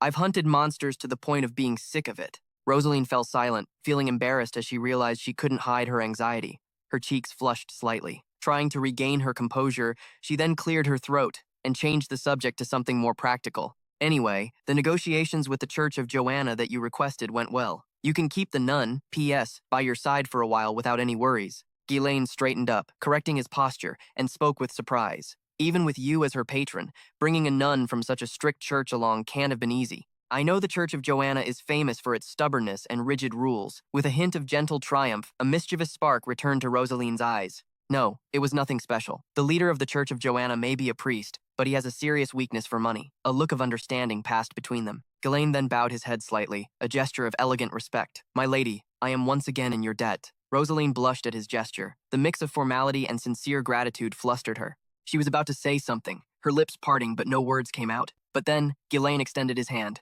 It was an invitation, a classic knightly custom. Rosaline placed her hand in his. In a truly romantic scene, under the morning light, Ghislaine placed a kiss upon Rosaline's hand. He lingered there for a second before looking up, meeting her gaze directly. "My lady, I will always pray for your happiness." Time passed, the scenery changing rapidly. They were now far from the comforts of home. At the foot of the Turian kingdom's shadowy mountains, the air was thin and bone-chillingly cold. Ghislaine and his companions pressed forward. The terrain was rugged, the sky a grim shade of gray. Suddenly, Berinda pointed ahead, Her sharp voice cut through the wind. Here they come! A terrifying horde of monsters charged down at them, screeching and clawing. The air exploded into chaos. Ghislaine's group began to slaughter the monsters, quite easily. It was a massacre, not a battle. Ghislaine cut through the monsters as if they were made of tofu. His blade moved so fast it was a blur. It met no resistance at all. As it sliced through beastly bone and hide, his horse seemed even more excited than its rider. It reared up and tore at them with its teeth, charging into the fray with a frenzy. Lucas eliminated monsters with his lightning-fast spear. His weapon shot out like a cobra, piercing hearts and throats with deadly precision. Cao, with the new martial arts gifted to him by the Lord, was also ecstatic. He moved with a newfound power, his body flowing through the forms he had painstakingly. The exhilaration of battle consumed him. Cao began to laugh loudly, a manic sound that echoed off the cliff walls. He roared a challenge, sent at the monsters, drunk on his own power. Suddenly, Berinda, clearly annoyed by the noise, threw out a chained hook. It flew with absolute precision and lodged itself right in Cao's mouth. She yanked the chain hard, pulling him backward onto his horse. Cao fell onto his saddle with a thud. Clutching his aching cheek, he asked angrily, "Hey, why'd you hook my mouth?" Berinda, meanwhile, casually retracted her chain. She looked at him with soulless eyes. "Next time, you want me to hook it somewhere else?" Cao was speechless. He looked at her cold expression and realized he shouldn't argue. Women, especially times this, times one. He rubbed his cheek, muttering to himself. Have we been running into monsters this whole way? Is this some kind of wasteland filled with powerful beasts? Just then, Lucas seized the opportunity for a sarcastic jab. You knew that and still tagged along. I can't tell if you're brave or just plain stupid. Cao's face turned red, and he tried to ignore Lucas's taunt. Say whatever you want. In a stern tone, Ghislaine told them, Stop it. Get ready. We're almost there. Ghislaine's mind drifted back a few days ago, during the preparation phase in the Paris territory. The room then was warm, a stark contrast to their current frigid journey. Ghislaine stood before his vassals and outlined the plan. He explained the reason. He had to go to the Turian kingdom personally, and reassured them, I won't be gone for long. Hearing Ghislaine was about to leave, Cloud was overjoyed internally. Their minds were screaming at the thought of it. They thought it was finally time to slack off, without the Lord's terrifying gaze upon them. On the outside, however, they maintained an air of composure, hiding their glee with a bit of feigned concern. Cloud could barely hold back his laughter. His shoulders trembled slightly. He had to press a hand to his face to hide his excitement and began to put on a show. If the Lord isn't here, what are we supposed to do? Ivan played along. Well, if that's the case, we have no choice but to take a break. Endure. Ghislaine ignored their act. He turned to the most reliable person in the room. Giselle, manage the domain in my absence. He pointed a sharp finger at Cloud and Ivan. Make sure these two don't get lazy. The joy instantly evaporated from their faces. Giselle nodded miserably. I understand, my lord, Ghislaine continued, his expression darkening. I have stationed troops near the territory, from the kingdom's forces. But the truth is, we don't know how Desmond will act. Since we've cornered them, they might launch an all-out attack. In a commanding voice, Ghislaine said, If Desmond attacks, do not fight. Retreat immediately. It was a shocking order for a warrior, but Ghislaine understood his master's intent. Preserving lives is more important than honor. He bowed deeply to accept the order. Then Ghislaine stood up. The meeting was over. He told Berinda and Lucas, let's go. As they were preparing to leave, Cao ran up to stop them in desperation. He begged to go with them. Hearing Cao's words, Lucas was stunned. Why would anyone volunteer for this kind of suffering? Lucas asked, Why is that punk refusing? The easy life this time? Lucas was back to his sarcastic habits. It's a hard place to survive with only mediocre skills. The Lord was being considerate of you. Just stay safe in the territory. Cao immediately threw a punch at Lucas in anger, but Ghislaine caught the fist in time, easily. Despite his punch being blocked, Cao glared past Ghislaine toward Lucas. Our last match isn't over, and this time, the result will be different. Lucas raised an eyebrow, amused. Oh, really? Ghislaine looked into Cao's eyes, which were burning with determination. He was then asked for his assessment. Ghislaine answered with certainty. I alone am more than enough. With a faint smile, he acknowledged his subordinate's growth. Ghislaine said, Good, Cao, you're coming with me. Back in the present, the memory fades as reality hits. Ghislaine's group has arrived at their destination. A massive structure of stone and iron emerges a fortress. Iron Cliff, part of the Shadow Mountain range. The atmosphere inside was suffocating, thick with the stench of sweat, rust, and old blood. As they stepped inside, the other hunters glanced over, sizing up the newcomers with gazes like predators, judging their gear and confidence. Berinda scanned the grim faces and the colossal architecture. She scoffed. Lucas looked around with a hint of nostalgia. This place hasn't changed at all. Cao sensed the hostility, noticing one guy staring like he wanted to eat them alive. Why the hell are they all staring like that? Ghislaine quickly stopped Cao. Don't be the one to start trouble, Berinda asked. Are we unloading and going straight to hunt monsters? Ghislaine shook his head. No. To hunt here, you have to register as a hunter at the guild over there first. Berinda frowned. Weren't we sent here on a royal relief request? We should have some kind of special privileges. Why do we have to deal with this bureaucratic crap? With a smile, Ghislaine said, Don't get your hopes up. Those are the rules here. They walked into the guild hall. The inside was dim and full of the low muttering of ruffians. Ghislaine addressed the sleepy receptionist.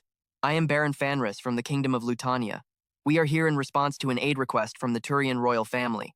The receptionist was completely unfazed. He slowly opened his unimpressed eyes. Here to register as hunters? Noble titles mean nothing here. Inside this fortress, everyone's the same. Berinda flared up. What did you just say? The receptionist completely ignored her and began writing in a ledger. The scratching of the quill was the only sound he made. Don't try to pull rank here, or you'll just make enemies for no reason. The knights of the Turian kingdom only manage this fortress enough to keep it running. As for trouble between hunters, you handle that yourselves. He looked up, adding, just as long as you don't kill each other. After all, you came here to hunt monsters, right? Cao scoffed. How ridiculous. You mean you're so lazy you're telling us to just deal with it ourselves? The receptionist answered bluntly, yes. Then he threw 4 badges onto the wooden table, where they clattered. With these, you can hunt anywhere in the Shadow Mountain range. Make sure you keep them on you at all times. He looked at them with an almost mocking gaze. Have fun, you hunters from afar. Ghislaine picked up the badges, his expression unchanging. Let's go. As Berinda kicked a stone in frustration. Seriously, they beg for help, and this is how they treat us. If we were in Lutania, but before she could finish, a voice called out from behind. Well, hello there, new friends. 3 hunters were blocking their path. They were crude, scarred, and reeked of arrogance. The one in the middle stepped forward, his tone falsely polite. Welcome to Iron Cliff. You far-off nobles just finished registering? Ghislaine responded indifferently. Who knows? He turned to walk away. No time for empty words. Cao glared at them. Piss off. We're busy. The man quickly blocked them again, flicking his cloak aside to reveal a special insignia. The King of Iron Cliff. Under his patronage, I'm a member of the Hunters' Rights Protection Council. Cao sighed. Seems like no matter where you go, there's always some idiot playing king. He looked the man up and down. So, what if we're new? The man pointed back at the guild hall. The kingdom's knights don't get involved, so we hunters have to work together to keep the peace. That's why we help newcomers get settled in. He lowered his voice to a whisper. Just pay a small association fee, and you can focus on your hunting without being bothered by anyone. Lucas looked to his lord, awaiting an order. Berinda narrowed her eyes. Are you trying to shake us down? Ghislaine stood still for a moment, then turned to Cao. Listen up. When you come to a new place, there's one thing you always have to do first. Especially in a lawless shithole like this. The hunter who was shaking them down smirked, thinking Ghislaine was about to yield. Seems you're a sharp one. You know how to read the situation. He nodded approvingly. Whether you like it or not, we'll be seeing plenty of each other around here. It's best we avoid any friction. He held out his hand, waiting for the money. In a blur of motion too fast to follow, Ghislaine slammed his fist right into the hunter's face. There was a horrifyingly sharp crack. The force of the punch sent the man flying backward, collapsing in a heap of dust, out cold before he even hit the ground. The other 2 goons were frozen in shock. Ghislaine casually shook his hand as he looked at Cao. And that's the end of the lesson. Fists come before words. Here, the strong are the law. The 2 remaining hunters, whose triumphant expressions had vanished, immediately drew their weapons. Ha, you absolute moron. I gave you a chance to get on Lord Doncat's good side, and instead you dug your own grave. But Ghislaine's response was instant. He instantly whipped out 2 daggers from hidden sheaths strapped to his thighs. The blades sliced through the air, aimed directly at his enemy's vital points with pinpoint accuracy. Berinda and Cao attacked in unison before the enemies could even touch Ghislaine. The brawl was chaotic and wild. Tables were flipped over. The sound of shattering wood filled the room. Watching the furniture get completely destroyed, the Turian knight at the reception desk could no longer stay quiet. He stood up, his armor clanking as he spoke. That's enough. Are you going to pay for all this damage? Berinda looked at the knight with contempt. Oh, I thought you weren't supposed to get involved. Meanwhile, Cao was starting to understand the team's dynamic. A fierce smile spread across his lips as he glanced at the wreckage, then back at Ghislaine. Now I understand what you meant, Captain. You meant we should stop messing around with petty tricks and just prove our worth here with pure strength, right? Upon hearing Cao's words, a faint smile touched Ghislaine's lips. As the dust began to settle, Lucas looked at Ghislaine searchingly. You seem quite familiar with this place, my lord. Have you been here before? Ghislaine answered in a low, brief tone. Yeah, something like that. His answer stunned Berinda. She had known the young master since he was a little boy. had watched him grow up with her own eyes. In all those years, she had never once seen Ghislaine leave the Walter domain. After Lucas's question, Ghislaine's mind wandered back to the memories of his past life. He remembered that the most unique of the 7 strongest people, one of the 6 greats, had once lived in this very kingdom of Turia. A legendary figure.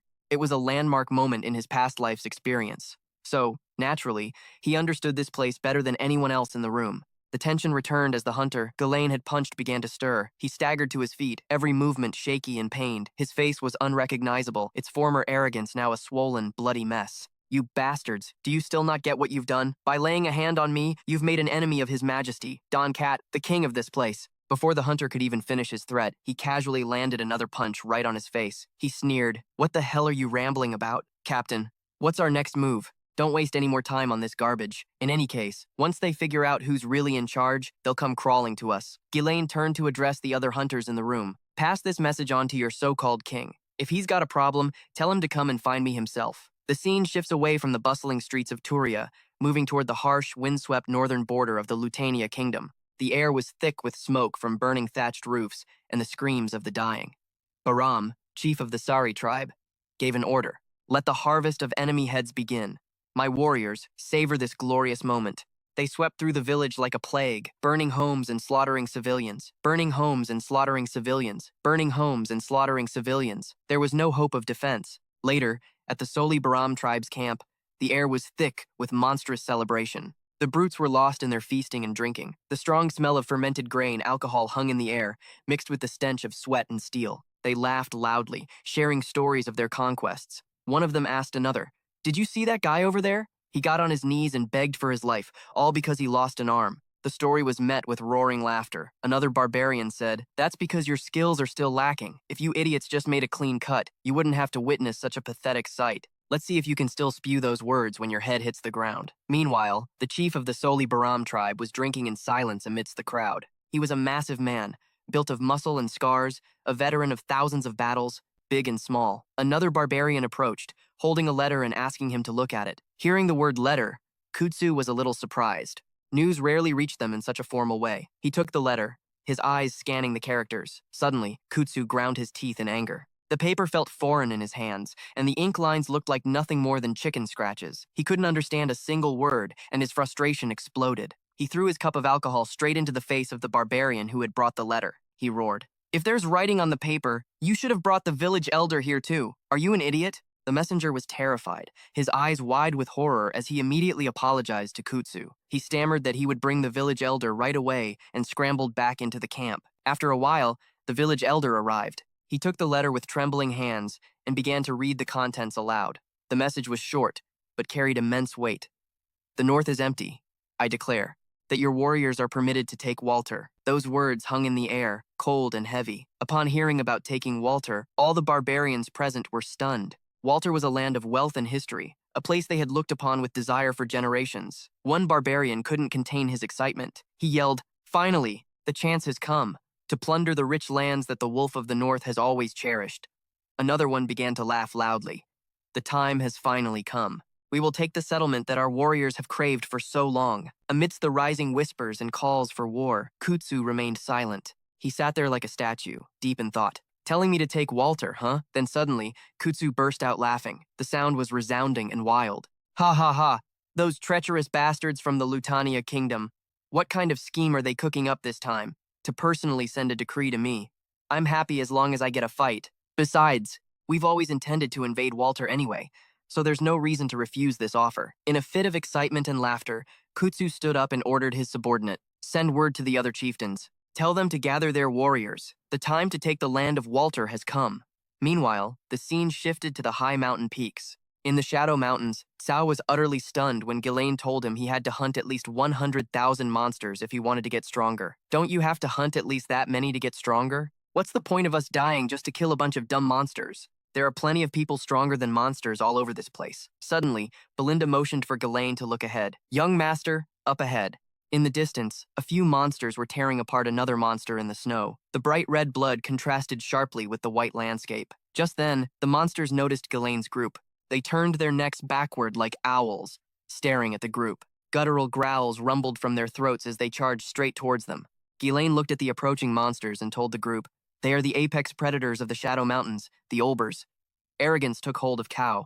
All he saw were beasts, not a threat. Whenever you make a fuss, these monsters show up. I'll handle them. It doesn't matter if there are 10,000 or 100,000 of them. But before he could finish his sentence, Ghislaine punched him off his horse. In that very moment, before he could even hit the ground, an Olber crushed his horse. The massive monster had closed the distance with horrifying speed. Ghislaine spoke calmly. "Never take your eyes off these Olbers. They make no sound when they move." Cao quickly got to his feet, his heart pounding in his chest. "You should have told me about them sooner." Cao approached the first Olber and swung his sword. He realized he had only cut through empty air. The owlbear easily dodged Cao's attack with an agility that defied its massive size. It countered immediately, kicking Cao with its huge legs. Cao was forced onto the defensive, struggling to block its powerful kicks.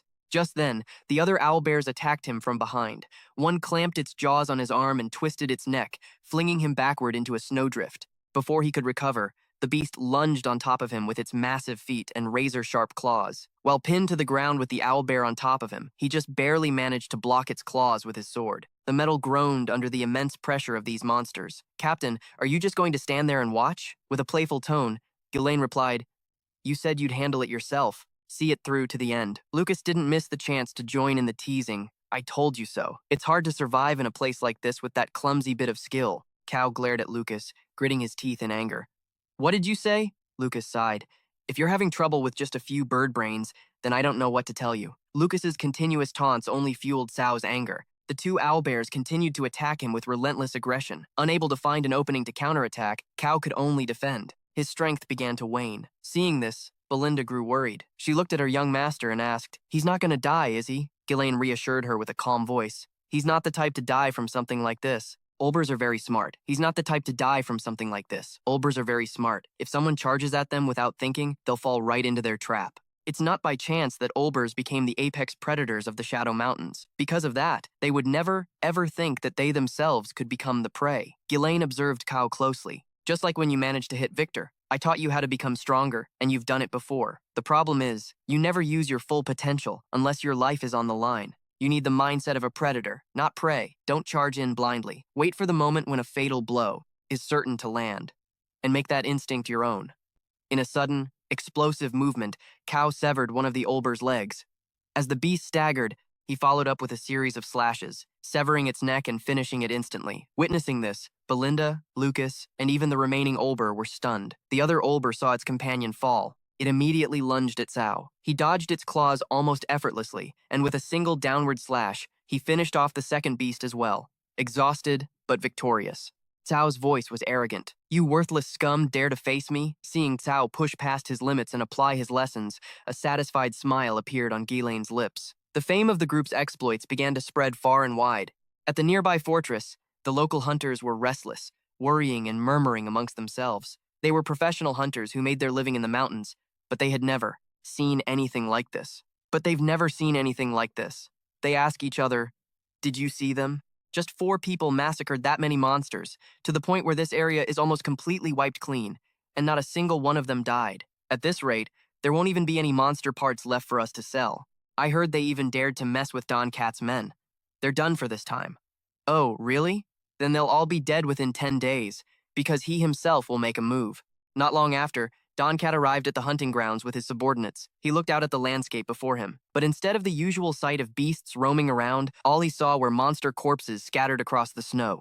Not a single living monster was left in the vicinity. Don Cat took a deep breath, the cold air filling his chest. "I was going to let them off for that little scuffle with my men, but now they dare to poach from my plate?" As he held his giant weapon, the metal glinted faintly in the light. Don Cat spoke in a chillingly cold voice. "Get ready, hunters. It's time to hunt." After the battle, Grislin's group stood in the middle of the battlefield, littered with monster corpses piled up like small hills. Gao casually observed and remarked, "Well, we caught quite a haul, didn't we?" He turned to remind the cleanup crew, "Hey, old-timers, hurry up and clean this mess so we can get going before more monsters show up. If you dare lose even a single piece of material, I won't let it slide." The men hurriedly replied in fear. "Ah, yes, of course, sir. Haha. Ah, yes, of course, sir. Haha." Seeing this, Lucas spoke up. "Stop pressuring them all the time. Watch out, you don't get stabbed in the back." Gao just snorted in reply. If they've got the guts, let them try." He continued with a contemptuous tone. "Is there any need to be so polite to a bunch of losers who just throw around some guy's name? Don Ka or whatever, to act tough. No one's dared to mess with us these past few days anyway. Even if that what's-his-name wanted to show his face, he'd feel the pressure. Grisland silently surveyed the scene, his eyes glinting with a contemplative look. Gao turned to ask his lord, "What are you going to do with this mountain of stuff? The amount of monster materials piled up in the warehouse is already huge, and now we have all this." Grisland made his decision. "We'll have to split it up and send some back to the territory, to Ghislaine Perium, and to Kabandi's side.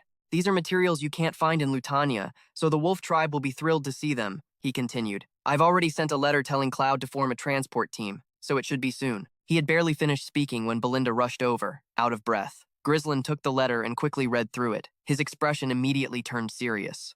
"A letter from my father says Perdium is under attack?" At the fortress, a rain of arrows poured down relentlessly, mixed with the ferocious war cries of the enemy. Castillo commanded loudly, "Fire! Do not let the filthy heels of those Manji trample our land." On the opposing side, Chieftain Cut Shu, leading on horseback, roared, "Warriors, scale the walls!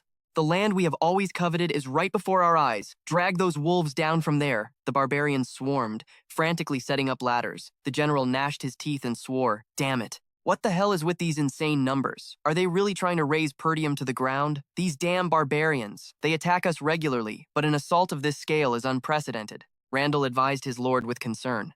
"This attack of theirs, it's truly not normal. Perhaps you should request aid from the young master? Send a letter asking him for reinforcements." Castillo immediately cut him off, his voice firm. "Absolutely not. This is not Lord Ghislaine Perium's battle. It is a matter for the Lord of Perdium, the Wolf of the North. We must handle this ourselves," he emphasized. "No reinforcements are needed." Back with Grisland's group, they stood in the middle of the snowy field, discussing the matter urgently. Grisland analyzed in a low voice. "According to the war dispatch, 6 barbarian tribes have formed an alliance and are attacking the northern fortress of Perdium.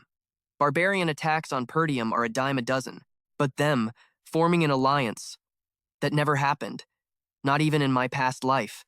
He frowned, thinking, "Moreover, father is asking me to dispatch half of Ghislaine Perium's military strength to Perdium." "What?" Grisland continued to reason. "Father isn't the type to send a war dispatch over trivial matters like this. Although, if 6 barbarian tribes truly have allied, it wouldn't be entirely unreasonable. But," his eyes sharpened, "something's not right." Belinda asked worriedly. "Young master, what will you do?" Gao just grumbled, "Tch," and I was just starting to relax a little. Grisland gave a decisive order. "For now, we retreat for the day. The truth behind this dispatch is still unclear. Let's return to the inn and figure it out." Suddenly, he sensed danger. "Scatter." The group immediately leaped into the air, dodging a volley of arrows and ranged attacks. A group of assassins wielding hammers and axes appeared unexpectedly. They quickly surrounded them. Grisland drew his sword, blocking a heavy hammer blow. The battle erupted violently against the white snow. He ducked to avoid a treacherous strike from behind. Belinda, Gao, and Lucas counterattacked in unison, swiftly taking down the surrounding enemies. Suddenly, a giant hand appeared, gripping a massive stone pillar. Don Ka materialized, slamming the pillar into the ground, creating a tremendous shockwave. Snow and debris exploded, obscuring their vision. Gao exclaimed in shock. "An avalanche?" Belinda called out in alarm. "Young master!" Grisland stood firm, his sword radiating a cold aura. "Everyone, get behind me!" The two forces collided, creating a massive explosion. As the snow dust settled, Don Ka's colossal figure was revealed, his eyes filled with contempt. "It seems you came here very well prepared, didn't you?" Gao yelled. "Who the hell are you bastards?" Don K replied coldly. "That was a good opportunity just now. For you to die peacefully. A shame you missed it. I suppose I don't need to explain why I came here myself, do I?" Grisland's reply was calm but sharp. "That's right. Because I sent a message with that lackey of yours. Told you to come find me yourself. I didn't think you'd actually come when called. Just like a dog," Don Ka sneered. "Ah, so you're the idiot playing king and acting like a general around here?" Gao chimed in. "But I heard the rule here is to limit killing. You're hailed as the king. So you think you're above the law?" He replied with false sincerity. "Of course the rules are very important. Besides, I never said I was going to kill you." His smile turned sinister. "However, we are in the Shadow Mountain Arena. This is a place where it's not strange for 1 or 2 people to die every day. You all know that well enough," Gao muttered. "What a pretentious bastard," Donka asked. "Who's the leader here?" Gao was about to speak when Grisland lightly tapped his shoulder. "This guy. He's also the one who'll become the king of Iron Cliff in the future," Donka snorted. "Humph. And not you?" Grisland replied nonchalantly. "Unfortunately, something urgent has come up for me." Gao understood and smiled faintly. He brandished his weapon. "Go take care of your business, my lord. I'll take good care of that bastard lord myself." Grisland called out, "Let's go. Lucas, Belinda." Before leaving, he added, "Don't you die on me. The assassins roared and charged forward to stop them. How dare those bastards! Who gave you permission to retreat? Gao tightened his grip on his weapon. With a single clean slash, two assassins fell into a pool of their own blood. Don't look away. Your opponent is me, you bastards. Donka gave a faint smile. Quite confident, aren't we? Fine, let's humor him. The assassins charged forward in unison. Gao calmly observed them. He spun to block a sneak attack, then countered decisively. He was like a savage beast, surrounded. One by one, they fell. Donka suddenly leaped down, swinging the stone pillar to attack. Gao continuously dodged. Using all that agility just to deal with me? Ha ha ha, redhead. You're not bad for a guy fighting all alone. Why don't you come work for me? I'll treat you well. If it were us, we'd definitely make a great team. Cao stands tall. His gaze is unwavering. A wolf. How could it ever work? Under a pig? With a defiant smirk, he declares, "From this day forward, I will become the king of this place." The scene opens on a mountain forest, submerged in a blanket of white snow, so silent it's suffocating, as if all of nature is holding its breath, waiting for the coming storm. Suddenly, a series of violent explosions rings out in the snowy woods. Blinding flashes of light tear through the cold mist. On that pure white snow, warriors clash in a brutal, fierce battle. Every blow carries a killing intent, as cold as the blizzard itself. Cao appears in a combat-ready stance, facing off against a colossal enemy who exudes a dangerous aura. Donka swings a giant stone pillar, like a true weapon. Every swing creates a violent impact, making the ground tremble.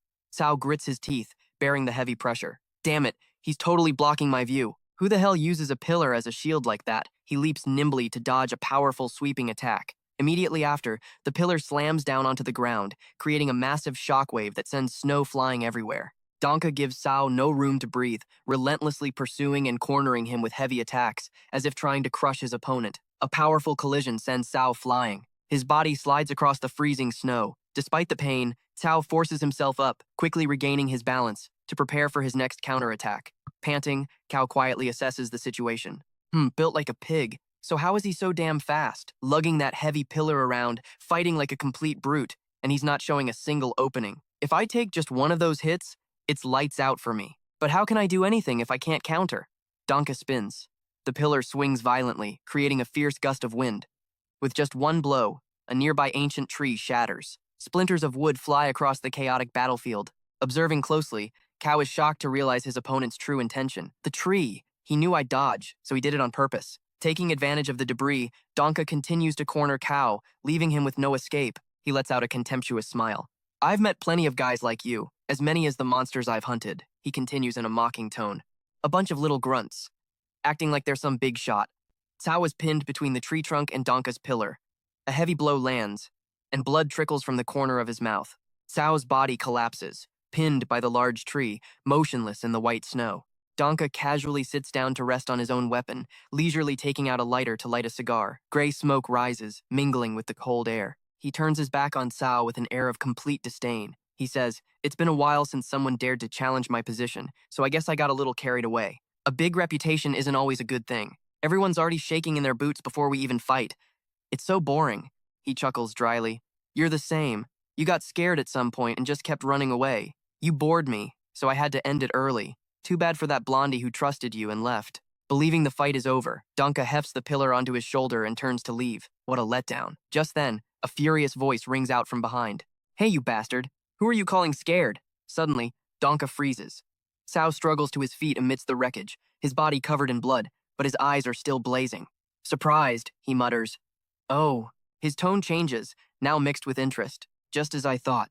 How about you reconsider my earlier offer? Come and serve under me. It's not too late. You can't eat your pride, can you? Isn't it better to be a well-fed pig than a starving wolf?" Cao's face is stained with blood, his eyes colder than ever. Though his hand trembles from the pain, he tightens his grip on the hilt of his sword. "One of us is going to die today, and it won't be me." Donka smirks contemptuously. A green killing aura begins to radiate from his body. "Fool, once you're dead, it'll be too late for regrets." Cao can clearly feel his body is practically shattered. Damn it.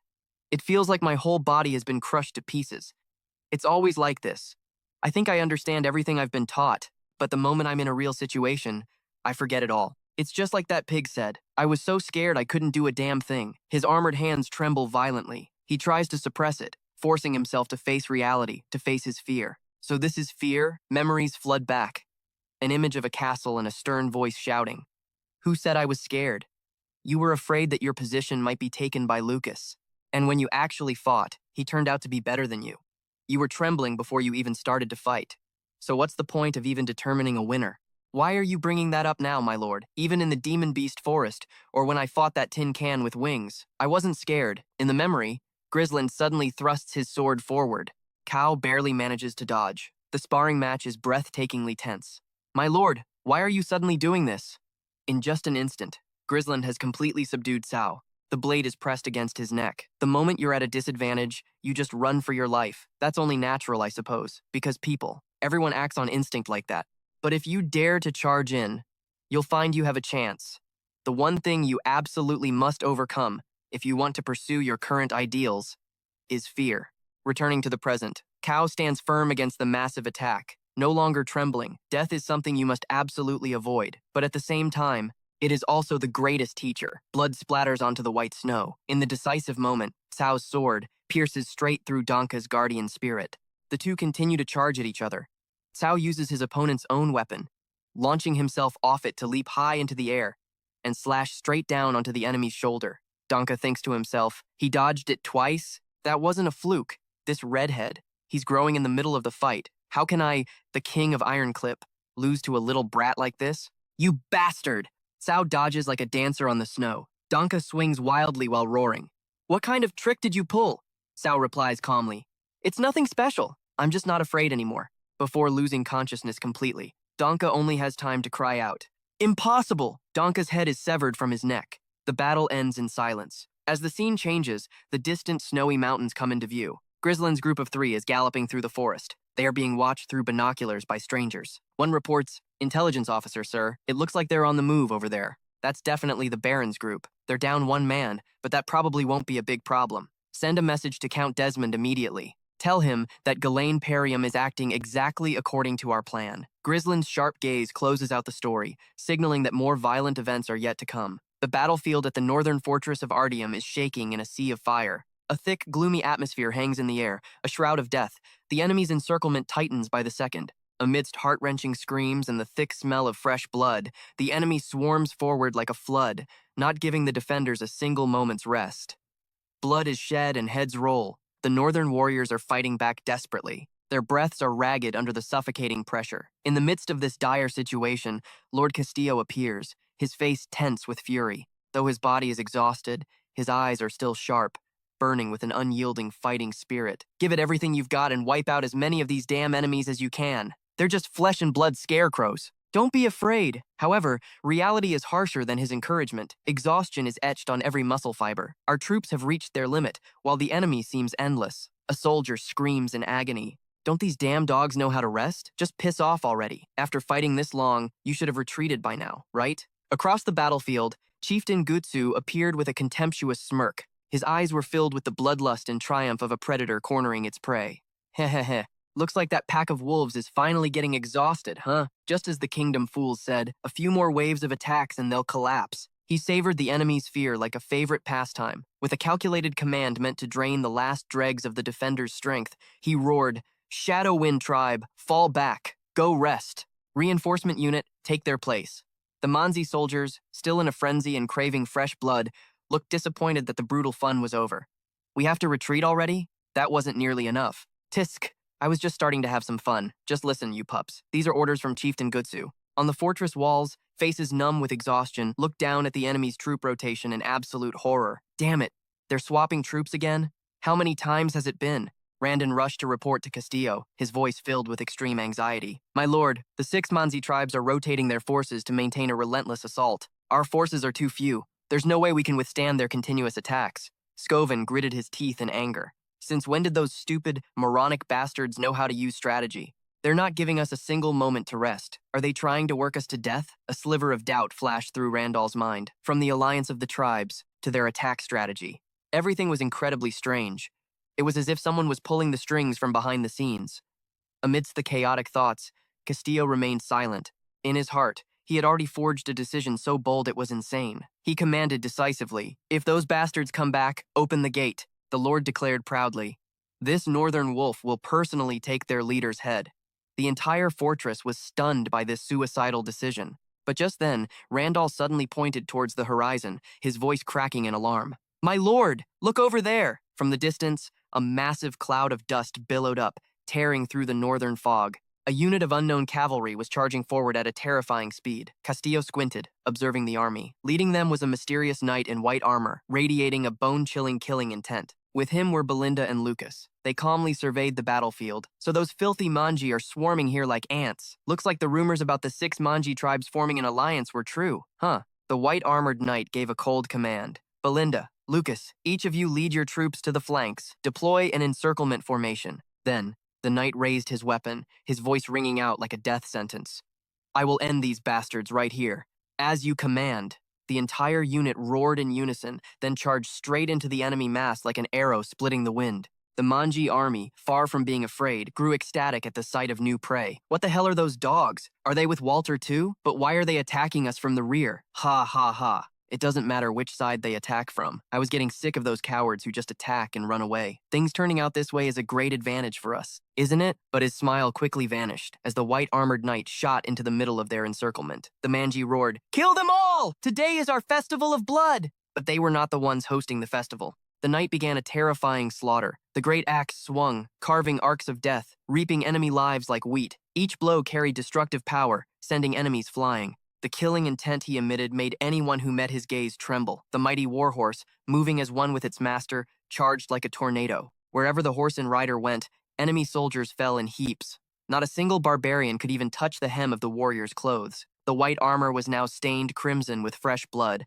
a truly gruesome sight. The Manji soldiers began to panic. "He was right in front of us in a flash. I can't believe a warrior like this exists in Bodiam. Drag that bastard off his horse. Stop him. Run." Chieftain Gutsu sensed a bad omen. He roared to calm his soldiers. "What the hell are you all doing? Are the great warriors of the Shadow Wind tribe really afraid of some little punk?" Just then, a soldier ran over, breathless. "Chieftain, we're in big trouble. Belinda is attacking from above, coordinating seamlessly with her comrades. The enemy is pressing our warriors from both sides." Lucas also thrust his spear through trembling chests, and behind them, the Northern Wolf has already led his soldiers out of the fortress gates. Castillo had led his men out, forming a perfect pincer attack. Gutsu gritted his teeth in fury. The Northern Wolf. He's never opened the gates before, not even once. And yet he chooses this very moment. Even so, he still trusted in his superior numbers. No matter how they struggle, our warriors still outnumber them. "Warriors, just sweep through them for me!" But his soldiers no longer obeyed his command. One soldier looked at the blood-drenched knight, his lips trembling. That thing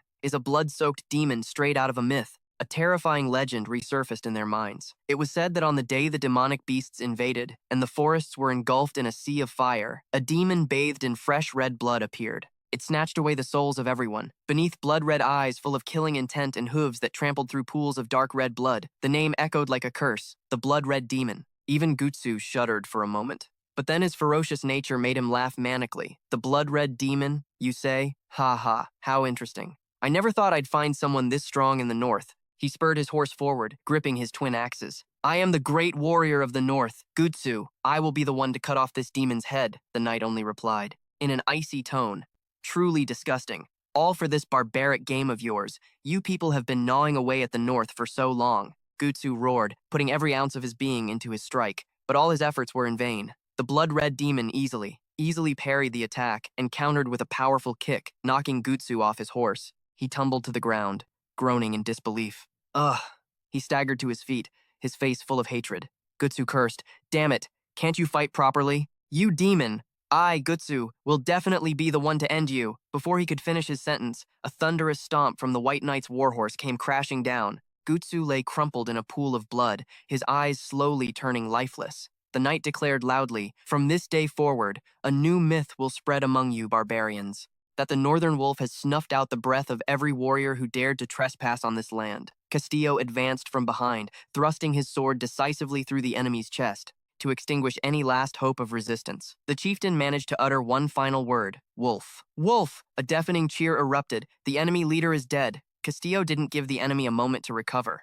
"Wipe out the remnants of these barbarians. Make them never dare to eye Walter again." As the dust settled, the blood-red demon dismounted and approached the Lord. Under the twilight sky, the blood-soaked armor looked even more majestic and terrifying. Castillo said softly, "It's been a long time, my son." The helmet was slowly removed, revealing Gislin's face. He replied calmly, "Yes, I'm a little late." Randon joyfully embraced him. "You were incredible, young master." "No, Ghislaine Perium. Thanks to you, we can finally breathe a little easier." Castillo looked at his son, his eyes full of contemplation. "How did you know to come here? And you even brought troops with you." Ghislaine produced a letter with a seal. "I received a call for aid. It was stamped with the Walter seal, so I came." The letter said that everyone was under attack by barbarians. It said to dispatch a portion of the Paris forces as reinforcements immediately. "Father, wasn't this call to arms sent by you?" Castillo looked at Randon in shock. He quickly denied it. "It wasn't me, my lord. You gave specific orders not to send anything out." "Then, who sent this summons?" Castillo mumbled. Ghislaine was silent for a moment. His gaze became more resolute than ever. "Father, please listen carefully to what I am about to say." The strategic map lit up with key strongholds: Paris, Stonehaven Fortress, Walter, and Count Desmond. An aerial view captured the entire encampment of the Royal Army's Second Corps in the dead of night. The camp was especially bright, illuminated by thousands of torches and storm lanterns. Tents were pitched close together, forming a labyrinth of light. Inside one, soldiers were killing time with a game of cards. One soldier slammed his cards on the table in frustration, sighing, "Damn it, there goes my week's pay again." They turned to their commander with weary voices. "This is so boring, Commander. When are we ever going home? I'm sick and tired of this place." Another soldier chimed in. "I'm starting to miss Cadenia, too." Doran, the calm commander of the Second Corps, just smiled faintly at his subordinates' complaints. He replied nonchalantly, "We'll go home when the higher-ups order a withdrawal. I heard we're stationed here to guard against an attack on Paris from Count Desmond, right?" he said, smirking. There hasn't been any major movement this whole time, and with the Royal Army standing guard, who would dare attack? Doran reassured his soldiers with his sharp analysis. He stated firmly, "Don't worry, Count Desmond is by no means a reckless man. If he were to mobilize his army now, wouldn't that make him an enemy of the kingdom? Even if he is the most powerful great lord of the north, unless he's gone mad, he'd never dare make such a move." But just as Doran finished speaking, a horrifying sight appeared on the distant hilltop. A mass of dark figures emerged, blotting out the starry night sky. It was a vast, silent army, exuding an aura of death, staring down at the camp like a pack of predators. The peace was shattered in an instant. A guard burst into the tent, screaming in absolute panic. "Commander, we're in big trouble!" He stammered out the news. "Count Desmond's army is launching a surprise attack on us." Desmond's cavalry charged forward like a flash flood, crushing everything in its path. Doran yelled orders to his men. "Form a line at the front! Prepare for battle!" On the Royal Army's side, commanders shouted amidst the chaos. "Spearmen to the front! Use a dense formation to stop them!" The thundering of hooves shook the ground. The royal soldiers tightened their grip on their spears, bracing themselves for death as they prepared to meet the charge. But the power of the northern cavalry was too immense. The lead rider swung a glowing sword, shattering the defensive line and sending the unfortunate soldiers flying into the air. The battlefield turned into a slaughterhouse, blood-staining armor as Desmond's forces mercilessly cut down anyone in their way. The Second Corps' formation crumbled. The camp was trampled under the enemy's hooves, all order lost. Panic spread like a plague. Screams echoed everywhere. "Damn it, we can't hold on, Commander. We can't maintain the formation anymore." The Royal Army, composed of the kingdom's elite, had collapsed in the blink of an eye. Like this, realizing the situation was hopeless, Doran screamed the order to retreat, to abandon the fight. Retreat towards Paris, send a messenger to Cadenia. But just as they were about to turn, a ferocious attack rained down from behind, cutting off their only path to survival. Another group of Desmond's cavalry had appeared out of nowhere, closing the encirclement. The royal soldiers were in despair. "Desmond's cavalry is behind us too? Our escape route is cut off." Doran realized with a shock that he had fallen into a trap. He mumbled in horror, his face pale. "Draw our attention to the front, then time it perfectly to block our retreat from the rear. We've been trapped." A large horse approached, casting a deadly shadow over Doran. Harold Desmond. He looked down on the defeated commander with a contemptuous gaze and offered a mocking greeting. "A pleasure to meet you, Viscount Doran." He sat on his horse, his sword still dripping with blood, radiating the aura of a brutal conqueror. "Desmond!" Doran screamed through gritted teeth, filled with helplessness and rage. "Are you insane, Harold Desmond?" Meanwhile, at Ghislaine Perium Castle, the news of the attack had arrived like a storm. Bewilderment was clear on their faces. Everyone present exclaimed in shock. "Count Desmond has wiped out the Royal Army's Second Corps?" The messenger trembled as he continued his report, spreading even more fear. "Yes, and what's more, he hasn't stopped. He's heading straight for this location." Everyone in the meeting hall was stunned into silence. iPhone clutched his head and shouted, "Damn it, not another war." Beside him, the young priestess was also trembling. "A war?" An official turned to Cloud, the chief steward. "What are you going to do now?" The Lord instructed that if Count Desmond attacks, we are to destroy critical facilities and move supplies and troops into inner Paris. Jillian's face was grim as he pondered. Now is the time to act on his lordship's orders, iPhone shouted, urging everyone to run. What are you all still doing here? Hurry up and pack your things and get out of here. This place is done for. Golden and Genvarik looked at iPhone's cowardly display with disdain. Vanessa remained standing. Her hand gripped her staff tightly. Her expression was calm, but held an underlying resolve. iPhone screamed, "You people! The most powerful great lord of the North is marching here to kill us! Why are you just sitting there? Hurry up and pack. Yes, sir, right away." Suddenly, a voice cut through iPhone's clamor. No. Vanessa opened her eyes, her gaze sharp. I will use magic. I will find a way to stop the enemy at all costs. Her declaration stunned iPhone and the others. The merchant stammered in protest. What kind of foolishness are you talking about? Staying here is a death sentence. Vanessa retorted immediately. If we leave, won't everything we've built just be taken by the enemy? Who said anything about abandoning this place? Jillian tried to explain. I'm saying we need to survive first. Knowing the Lord's personality, he will surely find a way to take this place back later. But Vanessa's voice rang out with conviction. We have accomplished impossible things time and time again. So, if we fight with all our might, we can stop them. Gonvarik stepped forward, his deep voice supportive. From the forges and critical facilities built by the dwarves and the mage corps, to the peace established through the efforts of the knights, to the citizens who have found new lives here, this place holds the Lord's dream. Before the image of the magnificent castle, Vanessa walked, her skirt fluttering. She affirmed once more, that is why I will protect it. The priestess Phi watched her, her eyes filled with emotion and admiration. Cloud approached Vanessa, his expression serious. Lady Vanessa, if you truly intend to stay, I will provide you with vital intelligence. The reported size of Desmond's army alone is 30,000 men, with 8 siege towers and 12 catapults. In addition, Count Desmond has his own personal mage, and from what I know, that mage is a 6th class. The information about a 6th class mage made Jillian's jaw drop in horror. A 6th class? Even Vanessa's face showed a flicker of concern. Jillian continued his pessimistic analysis of the situation. Our forces are currently spread thin in Walter, so if the siege begins, forget 1 week, I fear we won't even last 3 days. Our city will fall before the Lord can even return. Vanessa hesitated, but Jillian's iron gauntleted hand clenched, trembling with restrained emotion. He stood up and turned his back to everyone. A deep, muffled voice rang out. The Lord's command is absolute. Everyone, take your supplies and evacuate. Pausing for a moment, he added, I will remain. Vanessa's eyes widened in surprise. Ivan frowned at Jillian as if he were insane. Did you not hear what I just said? Jillian calmly explained. I did. But if we're at Stonehaven Fortress, the gateway to the Kabandi region, we can slow the advance of Desmond's army. It seems that while he was alive, Kabandi was quite wary of Desmond. He clenched his fist. His voice was filled with conviction. The Lord will definitely make it in time. I will stay here and buy time until then. The Goth blacksmiths also stepped forward, a hearty smile on their faces. We'll take this chance to forge as much better equipment as we can. Looks like there won't be any time to rest from now on. Seeing this, Golden couldn't just sit still either. He stepped forward. I will stay as well. Ivan frantically called out Golden's name. The other soldiers also clenched their fists, full of fighting spirit. If we tuck tail and run now, what would Commander Cao say? It's better to fight and die than to be mocked by him as a coward for the rest of our lives. The spirit spread throughout the room. A sea of arms raised their weapons high. I'll stay too. We worked so hard to get here. Those bastards. Tell them to bring it on. Witnessing this scene, Ivan couldn't contain his anger. He broke out in a cold sweat, cursing silently. These people barely got a chance to escape. What is wrong with all of you? How can I possibly leave now? Vanessa placed a hand on her chest, smiling happily as she looked at her comrades. The northern fortress of Walter, a place shrouded in white smoke.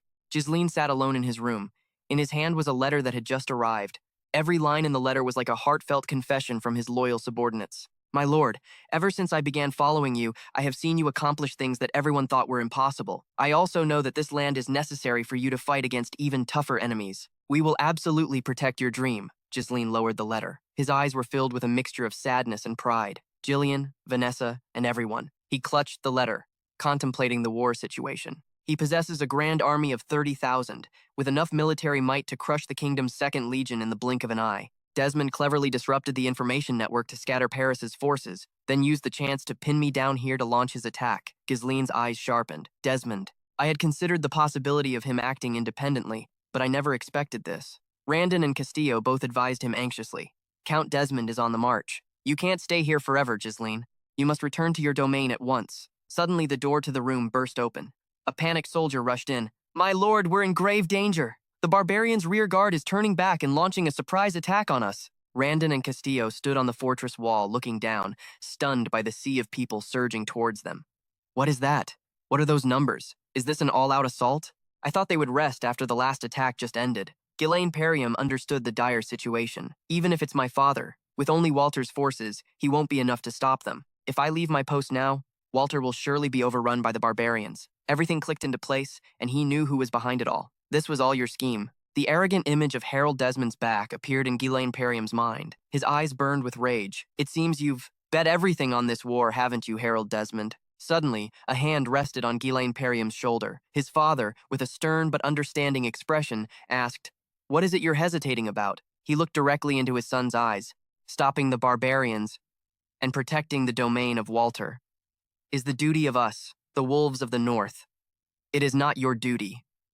Ghislaine Perriam was stunned. His father smiled. His eyes were full of pride and trust. "You are also the lord of a territory now. Aren't the people you need to protect waiting for you? You just need to fulfill your own duty." Hearing his father's words, the hesitation in Ghislaine Perriam's eyes vanished, replaced by an iron will. Outside, the soldiers of Walter were ready to fight to the death. The commander's voice roared, "All troops, prepare to fire! If we don't stop them here, our homeland will be trampled underfoot. That will never happen, you damned barbarians. Let's see who the real winner is." Ghislaine Perriam's father turned his back and walked towards the battlefield, leaving one last message. "Go and do your part, Ghislaine Perriam." Ghislaine Perriam stood silently, watching his father's departing figure. He thought to himself, "You're right, father. They are the people I must protect." But at the same time, Ghislaine Perriam suddenly stepped forward to stand beside his father. His hand tightened on the hilt of the weapon on his back. He then continued his unfinished thought. "They are also the people I trust the most." Ghislaine Perriam swung his battle axe forcefully. The weapon radiated a brilliant blue energy. He gave an order to his two most trusted subordinates, Belinda and Lucas. "We will resolve this situation as quickly as possible and return to our domain today." Ghislaine Perriam's eyes gleamed with a cold, killing intent. He declared a death sentence on the enemy at Stonehaven Fortress, where a fierce battle was about to unfold. Inside the fortress walls, a tense atmosphere prevailed. Shouts echoed everywhere as soldiers hastily transported equipment. "Load the supplies! Bring more stones! Place the arrows here!" Jillian was commanding and urging the soldiers on. "Move it! Once you're ready, assemble." As he was directing them, a voice called out from behind, making him pause. It was Ganvarik, the dwarf blacksmith. Holding a helmet in his hand, he walked over and asked, "Have all the soldiers been equipped with that armor?" Jillian looked down at the soldiers being armed to the teeth and nodded. "Yes, the quality is truly excellent. So, who made it? Not even an arrow could possibly pierce it. And most importantly, it's light, so it's less draining." Ganvarik explained further. "The knight's armor has also had magic circles inscribed on it, thanks to the mage's support, and the enhancements are complete. Just by pumping mana into it, they can temporarily boost the power of the magic circles." The suits of knight armor were now glowing, with magical circles. Hearing this, Jillian turned to look at his old friend. His voice lowered. "Ganvarik, you are a precious talent. Are you sure it's all right for you to stay here?" Ganvarik was silent for a moment, then smirked. At the very least, I won't die. This kingdom is full of nobles who want our people." He tilted his head back to look at the sky, his gaze resolute. "If I have to live as a slave anyway, I might as well bet my life on the freedom the Lord promised after 15 days. Ganvarik turned and handed the helmet to Jillian. "What's the point if the Lord isn't here by then?" Receiving the helmet from Ganvarik, a faint smile crossed the old man's bearded face. Regaining his solemn demeanor, Jillian stood high on the wall and shouted, "Is everyone assembled?" Below, thousands of spears stood erect like a forest of blades. The soldiers roared in unison. "Sir," Jillian began the roll call of the priest forces. One priest stood there. His face was dotted with sweat from the tension. "Mages, 10! Vanessa stood proudly, holding her staff. Beside her was Ivan, who was tremblingly adjusting his glasses. "Knights, 100, the most elite warriors, their sharp eyes at the ready. Soldiers, 1,000. And finally, the core force of the fortress." Jillian turned his back. His gaze was fixed on the distant horizon, where dust was beginning to swirl. From afar, an army, as numerous as ants, was marching forward thunderously, surrounding the small fortress. A vast expanse of land was covered by the enemy's shadow. The sound of their footsteps shook the very ground. Jillian squinted, estimating 30,000. The enemy was armed to the teeth, with enormous siege engines. Leading the charge were the knights. Their armor gleamed, but the most striking was Hurton, with his cold blue hair, mounted on his horse. Towering siege towers were slowly advancing, signaling an uneven fight. From above, the sea of people below looked as if it wanted to swallow the fortress whole. A soldier's face went pale, drained of all blood. He stammered, "We're outnumbered 31 to 1. A soldier beside him forced a laugh. "Heh, this is really insane." A panicked soldier started to turn and run. It's better to just run. Knowing the Lord's personality, there's no way he'd want us to die, right? Damn it, it's too late. But Vanessa had already grabbed him by the collar and yanked him back. Although the ranks held, the trembling of the soldiers facing imminent death could not be hidden. Jillian turned around. His voice was deep and warm, yet it boomed. "Are you scared?" he declared loudly. "Our purpose is not to defeat them. It's to hold out until the Lord arrives. If this place falls, the enemy will seize the territory in the blink of an eye." He reminded them of what lay behind them, the businesses, families, the homes you've built. It's the same for me. Thanks to the Lord giving me a new life, I was able to hold on to my dream. Dude. With that, Jillian slowly put on his lion-headed helmet. His eyes blazed from behind the iron visor. This time, it's our turn to protect the Lord's dream. His words were like a flame, igniting their will to fight. Fear vanished, replaced by a resolve to fight to the death. Vanessa also clenched her fists. Her eyes became more determined than ever. From the other side of the battlefield, Hurton coolly observed the fortress. A knight reported to Hurton, "Count, all catapults are loaded." But Hurton didn't turn his head, merely calling softly, "Willow." Immediately, a magic staff was slammed into the ground with a dry thud. Willow, Count Desmond's personal mage, a master of the 6 circles, answered respectfully. "You called for me, my lord?" Hurton asked. "Have you found the wormstone traps they used in the last siege?" Willow replied, "I have confirmed that there is absolutely no trace of wormstone energy in this area. This was a surprise attack, so they certainly wouldn't have had time to prepare." "Excellent." He drew the sword at his side, pointed it straight at the fortress, and commanded, "Fire." The moment the order was given, the cry to fire rang out, followed by massive boulders soaring into the sky. A volley of catapults operated at full capacity, raining a storm of boulders down on Stonehaven Fortress. The dark stones plummeted with terrifying speed, aimed directly at Jillian and his soldiers. He didn't flinch, raising his shield and shouting, "Everyone brace for impact!" Loud explosions echoed as the stones crashed against the walls. Dust filled the air, giving the enemy no time to breathe. Hurton immediately ordered the cavalry and infantry to advance. On the wall, Jillian dusted off his shoulder while a soldier reported, "Jillian, they're coming." He calmly commanded, "Clear away the damaged artillery. Ballista squads, to your positions." On his command, the archers took their places. After the signal, a rain of giant bolts was fired, whistling towards the enemy army. The enemy infantry advanced, shouting, "Shields up! Don't stop advancing. Try to get to the base of the wall." Hurton observed the wall, still standing after the bombardment, and thought to himself, "Those walls are sturdy." Even after mobilizing all 12 catapults, they don't seem to be significantly damaged. They reacted faster than expected. "I heard the prince's faction acquired elf slaves. Did they use their techniques to fortify the walls?" Below the wall, the enemy commander ordered, "Archer squads 1 and 4, begin firing." Arrows tore through the wind, flying upwards. The enemy below screamed furiously, "Sweep the walls clean for me!" However, something strange happened. The arrows that hit the soldiers all bounced off, unable to penetrate their armor. Hurton watched the scene with a look of complete surprise. The soldiers on the wall were also incredibly shocked. "This armor just deflects every arrow, doesn't it? What in the world did those VKP guys make?" Hearing the praise, Ganvarek smiled smugly. The firing orders were given. "Arrows like this won't do a thing." The bolts continued to rain down. Hurton grit his teeth and gave his next order, "Willow." A murderous glint shone in his eyes. "Make it rain fire." Willow raised his staff high, and magical energy began to flow. The mages behind him also began to chant in unison. He gave a sinister smile. "As you wish." On the wall, Ganvarek pointed in panic. Hey, Jillian's over there!" Jillian looked up, noticing something was wrong. Something was not right with the sky. Pitch black clouds were swirling together. A massive, swirling vortex of purple and red magic was forming right above the fortress. Jillian's eyes widened in horror. The enemy mage stood on the ramparts, arms outstretched as if embracing the sky. "Oh, that's right." He looked up at his masterpiece, his voice dripping with mockery. "Watch your heads." His face twisted in a manic excitement for the coming rain that would incinerate everything. Instantly, a barrage of giant, meteor-like fireballs poured down from the magical storm onto the fortress. The soldiers were in absolute panic. "Damn it! Our armor can stop arrows!" But this kind of wide-area magic, it can't be blocked.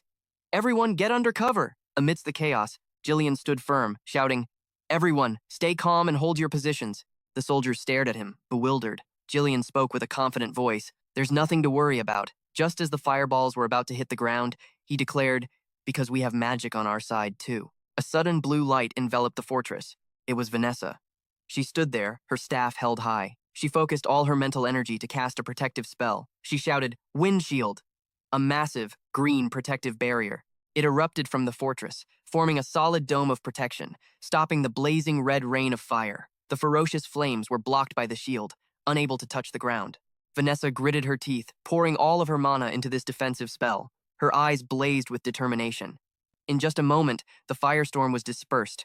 The sky became clear and blue again, as if nothing had happened. Jillian looked up at the clear sky, smiling with satisfaction beneath his helmet. The soldiers were all stunned, not believing their eyes at the power they had just witnessed. On the ground, Willow was sweating profusely, his face pale. That magic. Willow recognized the caster as the mage who had wiped out the forces sent to Galatas. On the wall, Vanessa panted, clutching her chest from exhaustion. Ivan sighed. Damn it. I have to rely on the mana pouch again. Vanessa reminded Ivan. Don't lose focus. We have to prepare for the next attack. Seeing the attack fail, the commanding knight turned to Count Hurton. Please give your next command. But Hurton remained silent. My lord, the knight called again, seeing his master lost in thought. In Hurton's mind, he was piecing everything together. The catapult attack was blocked by reinforced walls. Arrows were blocked by armor. Magic was countered with magic. He realized it. His opponent had prepared thoroughly for every scenario. He blamed himself, even after crushing Fergus's forces, even when Fergus was gone. They still don't have a single opening to exploit. A battle waged without time to arrange orders from the Duke, nor time to sort out relations with the prince's faction. I haven't been thinking clearly this whole time. This isn't like me. Suddenly, a cold smile appeared on his lips. This must be fate, he thought. Hurton tightened his grip on the hilt of his sword. If I don't act now, I fear we will never be able to break their position. This is actually a stroke of luck. He turned and gave an order to his commanding knight. No more probing attacks. The man was surprised. What do you mean, my lord? Hurton enunciated each word. Gather the entire army. His eyes blazed with a vicious light. We're wiping that fortress off the map right now. The real battle was just beginning. Hurton spurred his warhorse, leading the Legion of Swords. He unsheathed his blade, pointing it straight at the bleak gray sky. His roar thundered across the heavens. The entire army charged. A ground-shaking roar answered their commander. Thousands of warriors surged forward as one. Their sole objective was the fortified castle, standing imposingly over the fortress. At that very moment, a dense rain of black arrows began to fall.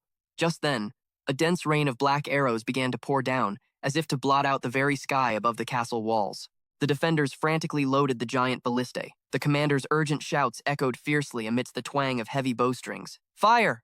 Fire! At the foot of the wall, the attacking army huddled behind steel shields, trying to withstand the storm of metal sweeping over them. We have to hold the enemy back for as long as we can. Suddenly, a soldier pointed frantically at the sky, his voice cracking with terror.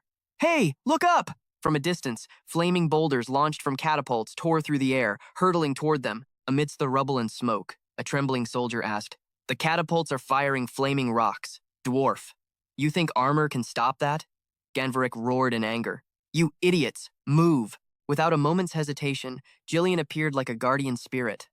He swung his massive battle axe in a wind-cleaving arc, batting away the flaming boulder that was hurtling straight for them. Seeing their commanders in action, the soldiers' morale surged. In another corner, Ivan was trembling, leaning on his staff in the midst of the arrow storm. Vanessa unleashed a magical blast, deflecting the incoming boulder to protect her cowardly comrade. Try to be more careful, you useless chicken, truly worthy of the title of knights. But their relief was short-lived. Massive, mobile towers were already looming over the castle walls. The siege towers are right on top of us. They're trying to overwhelm us with numbers. Jillian, wearing a majestic helmet shaped like a white lion's head, spoke reassuringly. All troops, do not fear. Trust in your comrades and hold your ground. Fenris forces, to your positions. He tightened his grip on his weapon. A fiery aura enveloped his powerful frame as he prepared for close-quarters combat. His gaze was steady, watching the enemy swarm upwards like a flood. The first wave will be brutal, and this first clash would decide the course of the war. Like a beast unleashed, Jillian charged straight into the enemy ranks. Every swing of his axe cleaved enemies in two.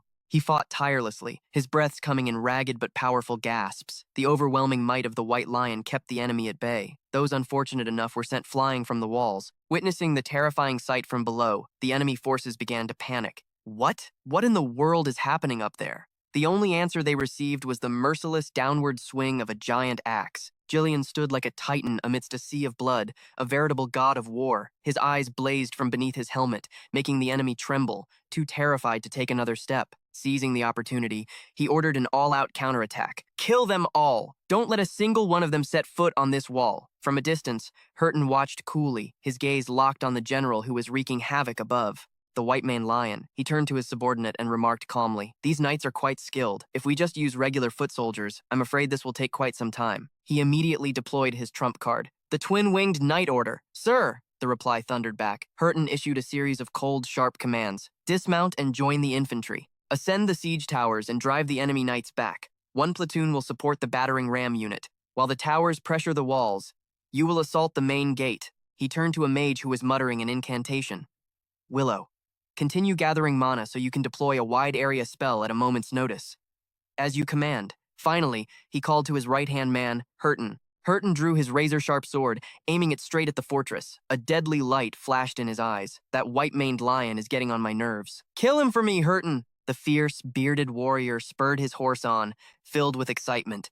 "Your subordinate has been waiting for your orders, my lord." While the battlefield raged in the capital of Cadonia, the atmosphere in the meeting room was just as suffocatingly tense. Count Paulius was sweating profusely under the immense pressure from the pro-prince faction. Brentford sat with a solemn air, frowning at Paulius. "What's the reason for this?" Paulius stammered evasively. What do you mean, your grace?" Brentford slammed the report down on the table, his voice hardening. "Count Desmond has wiped out our 2nd Legion and attacked the Baron, a man who just recently joined the Crown Prince's faction. He acted unilaterally, without so much as a pretense. Is this the will of the ducal house of Delphine?" Paulius quickly denied it. "That's absurd. I understand your frustration, your highness, but what could a neutral count like Desmond possibly have to do with us?" Rosaline cut off his clumsy excuse with a sharp glare. "Stop playing dumb. Our investigation following the Cavandi War made it perfectly clear that Count Desmond was acting in concert with the ducal house. Did you think we mobilized the 2nd Legion for no reason?" Miles added with a cold warning. "Choose your next words carefully. The price for provoking the royal army is not a small one." And Paulwood gritted his teeth in frustration. "I can't believe they're being this blatant with their discontent." He cursed inwardly. "That damn Viscount Raoul, he's the one who cornered me. How dare he push this mess onto me?" He lowered his voice, trying to be conciliatory. "Please, remain calm, my lords of the Crown Prince's faction. The one responsible for this is Count Desmond as an individual, not the ducal house. We promise that our house will not interfere in this matter. We would never carry out a pincer attack against Ghislaine Perium." But Brentford was unmoved. "You're on the same side, yet you feign ignorance, and you refuse to take responsibility?" Paulwood tried a veiled threat. "We also refrained from interfering in the matter with Count Cavandi last time, did we not? Just as we did then, it would be best for your highness to stay out of this conflict." Paul's face contorted with anger at their unyielding stance. "You are only complicating matters." Brentford rose to his feet, declaring forcefully, "The fall of Ghislaine Perium is already a foregone conclusion. Are you using Desmond to provoke us? If the Crown Prince's faction attacks, the royal army will be weakened.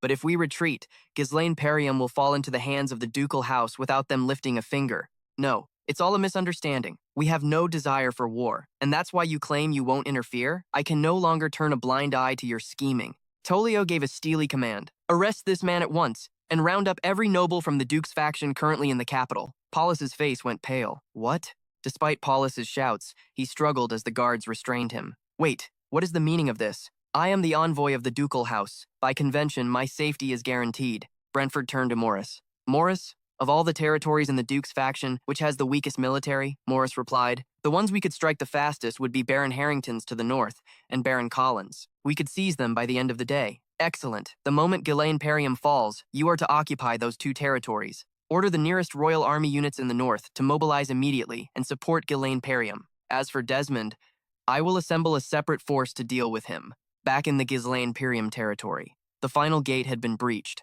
A desperate scream rang out. "The twin-winged knights! They've broken through the inner wall!" But waiting for them right there was Gordon, with his enormous war scythe. "Come on, you bastards! Since you brought those flat-topped helmets here, I'll be happy to flatten them for you." A harsh clang of steel rang out as Gordon clashed with the twin-winged knights. A devastating blow forced a grunt from Gordon. Ugh! Just as his opponent's blade was about to find its mark, Jillian appeared in the nick of time, parrying the weapon and saving his comrade. "That was a little too close, Gordon. You almost lost your head." Just then, another knight charged in like a tempest, only to be blocked and countered by Jillian, who sent him flying. "I heard Ghislaine Perium's men were mostly mercenaries, but this guy is an absolute monster." Model. Who are you?" He stood proudly, drew his sword, and declared his name. "I am Hurton, captain of the Twin-Wing Knights Brigade. State your name, you white-maned beast." Jillian retorted with utter arrogance. "My name is not worthy of being revealed to just anyone. I am merely a weapon of Lord Ghislaine Perium." "Come on, Desmond's hound!" Hurton burst out laughing, thrilled by the sheer arrogance.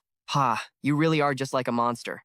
The battlefield was a sea of fire and screams. The enemy army charged forward like a raging tide. They roared wildly. Annihilate those Galaimperium bastards. A colossal siege engine loomed, inching closer to the main gate. The creaking of wood was drowned out by the commander's bellow. Siege team, advance and break the gate. Looking up from below at the towering castle walls, now there was only thick smoke and fire obscuring the sky. The invading army's morale was boiling over, determined to level any obstacle and capture the fortress. A burst of purple energy exploded. The deafening clash of metal echoed as the battle axe and the greatsword collided. Jillian swung his axe straight down at the enemy commander's head, but he managed to block it just in time. One wasted move. The eyes of the two powerful warriors locked onto each other, radiating killing intent. Power surged from the swirling purple aura as Jillian poured his strength into the blow. While Hareton was not one to be outdone, he held his sword firm, resisting the enormous weapon. One attacked, the other defended. Jillian moved with the elusiveness of a wolf, his body cloaked in a purple aura. He constantly changed direction, delivering deadly, unpredictable strikes. Hareton narrowed his eyes slightly. He let out a cold, disdainful snort. Again, brute strength and masterclass technique collided head-on, creating a shockwave that shook the very ground. The two were locked in a fierce struggle, neither willing to give an inch. Using the momentum of his weapon, Jillian leaped high and unleashed a sweeping kick that cut through the air. Hareton dodged it by a hair's breadth. Jillian moved with the elusiveness of an alpha wolf, his body shrouded in a purple aura.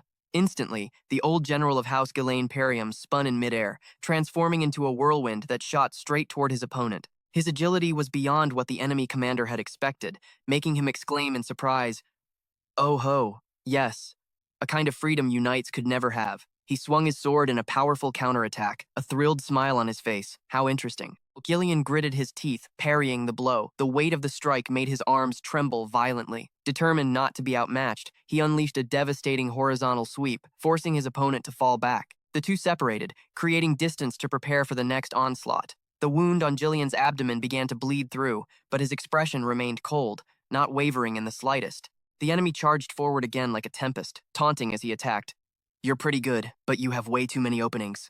A spray of blood shot out, a testament to the ferocity of the duel. The scene changes. Hareton, with his distinctive blue hair, watched silently from a distance. He spoke in a cold voice. "That's enough." He signaled for his soldiers to pull back the siege engine. "Willow, break the gate!" Having waited for the order for a long time, Willow immediately replied, "Understood." On the fortress walls, the soldiers descended into chaos as they witnessed the horrifying scene. "Look!" A massive blazing fireball appeared, radiating a heat that scorched the very air. Sweat poured like rain down the mage's face as he channeled all of his magical power. Willow grinned triumphantly. "It won't be as easy to stop as last time," he roared. "Activate ultimate magic. Solaris!" The destructive fireball descended directly on its target, under immense pressure. Under the immense pressure, Gordon and Yvonne were frozen solid, their eyes wide with horror. Meanwhile, Vanessa kept her eyes tightly shut, focusing her entire mind on chanting the spell, *boom. A world-shattering explosion rocked the area. Dust and rubble flew everywhere as the fortified gate was blasted to pieces. Hareton curled his lip in a satisfied smirk. His eyes were sharp and cold. "It's over." The gate collapsed. The enemy army flooded in like a torrent. The main gate is breached. Infantry, cavalry, advance and take the fortress. In another corner, Jillian was still being held up by the enemy commander. Their duel was still undecided. Hareton suddenly noticed his opponent's strange move. "Oh, drawing a sword from your back?" The two weapons locked together once more. Jillian swung his sword in a relentless barrage of attacks. However, every single one of his strikes was effortlessly parried. He spoke of his former student as they fought. What a waste. If I had been the one to train him, he could have become a much greater warrior. Promising kids like Victor, they always die young. He glanced toward the broken gate and chuckled dryly. "Looks like the fortress will fall before this fight is over. Do you still want to continue?" Jillian remained silent. His eyes were pensive but showed no sign of wavering. In his mind, he recalled Claw's instructions. Before the operation began, Claw sat majestically in his chair, his sharp gaze sweeping across the room. "If you truly wish to proceed, then you will obey the orders of the general manager of the Galaimperium family." Yvonne's eyes widened in surprise. "What? Weren't you a slave?" Claw replied with a provocative smile. "I am the general manager, and I am also the Lord's representative. Unlike some people, they've mobilized national-level forces to launch an all-out assault. No matter how good our internal structure is, we cannot withstand this overwhelming difference in numbers." So, Klaus smiled confidently as he laid out the strategic map. "From this moment on, I will brief you on the plan. The operation will begin the moment the outer wall is breached. The image of the battle shifts to a grayscale tone. Clow pointed to the escape route. Soldiers and mages, as soon as the enemy climbs the walls, retreat as quickly as possible through the rear gate. Fighting on would be a pointless death. The knights will draw their attention for a moment, then retreat on Jillian's signal. Back in the present, Jillian suddenly spoke, causing Hurton to pause. Was Victor your disciple? He offered a taunting smile. A mediocre fool who didn't know fear, who dared to challenge the Lord only to die young. As his master, you must not be much better. Hurton's eyes went wide as he roared in fury. You bastard! How dare you? Before he could finish, Jillian lunged forward and grabbed him by the collar. Asterisk. Crack. Asterisk. A powerful headbutt sent Hurton reeling. Jillian roughly shoved him away. Then, quick as a flash,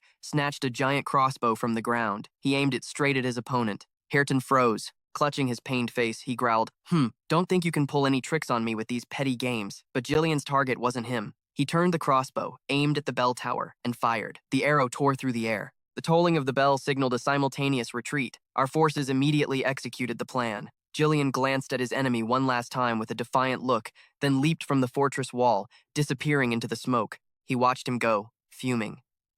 Tucking your tail between your legs in front of the enemy. You are not worthy of being called knights. But then, a sense of unease washed over him. He looked down at the castle courtyard below, where a bloody battlefield should have been. There was no one there.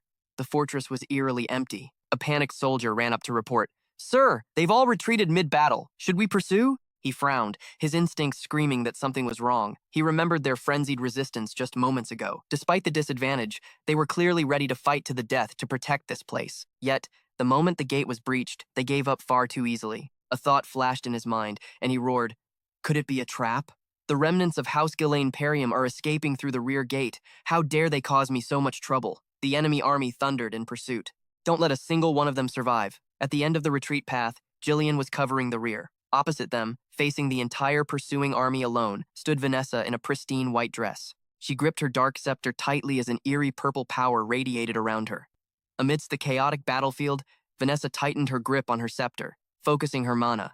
A colossal amount of magical power began to flow through her hands, making the space around her tremble. A giant, glowing magic circle materialized at her feet. A pillar of blue light shot straight up into the heavens. From the sky above, a barrage of lightning bolts rained down on the enemy formation like the wrath of the gods, giving them no time to react. Vanessa's eyes glowed with an eerie purple light. She screamed the name of her ultimate spell, Inferno Lance. The devastating power of the attack left the enemy commanders, including Hurton, staring wide-eyed in absolute shock. An earth-shattering explosion erupted. Crimson flames engulfed a massive area. From afar, a stunned Hurton watched the destruction unfold. His face, now twisted and covered in soot, was a mask of horror. He stood rooted to the spot, watching the fire incinerate his soldiers. The hooded commander broke out in a cold sweat, stammering in utter panic. No way. This amount of mana. Could it be a runestone? The sea of fire swallowed the unfortunate souls. Screams echoed everywhere. Ah! It's so hot! Amidst the chaos, Hurton tried to restore order, roaring, All troops, retreat from the castle, now! The Knight Division charged in to rescue the wounded and take a head count. Hurton spurred his horse through the curtain of fire. The Count called out, Hurton! He replied, My Lord Count.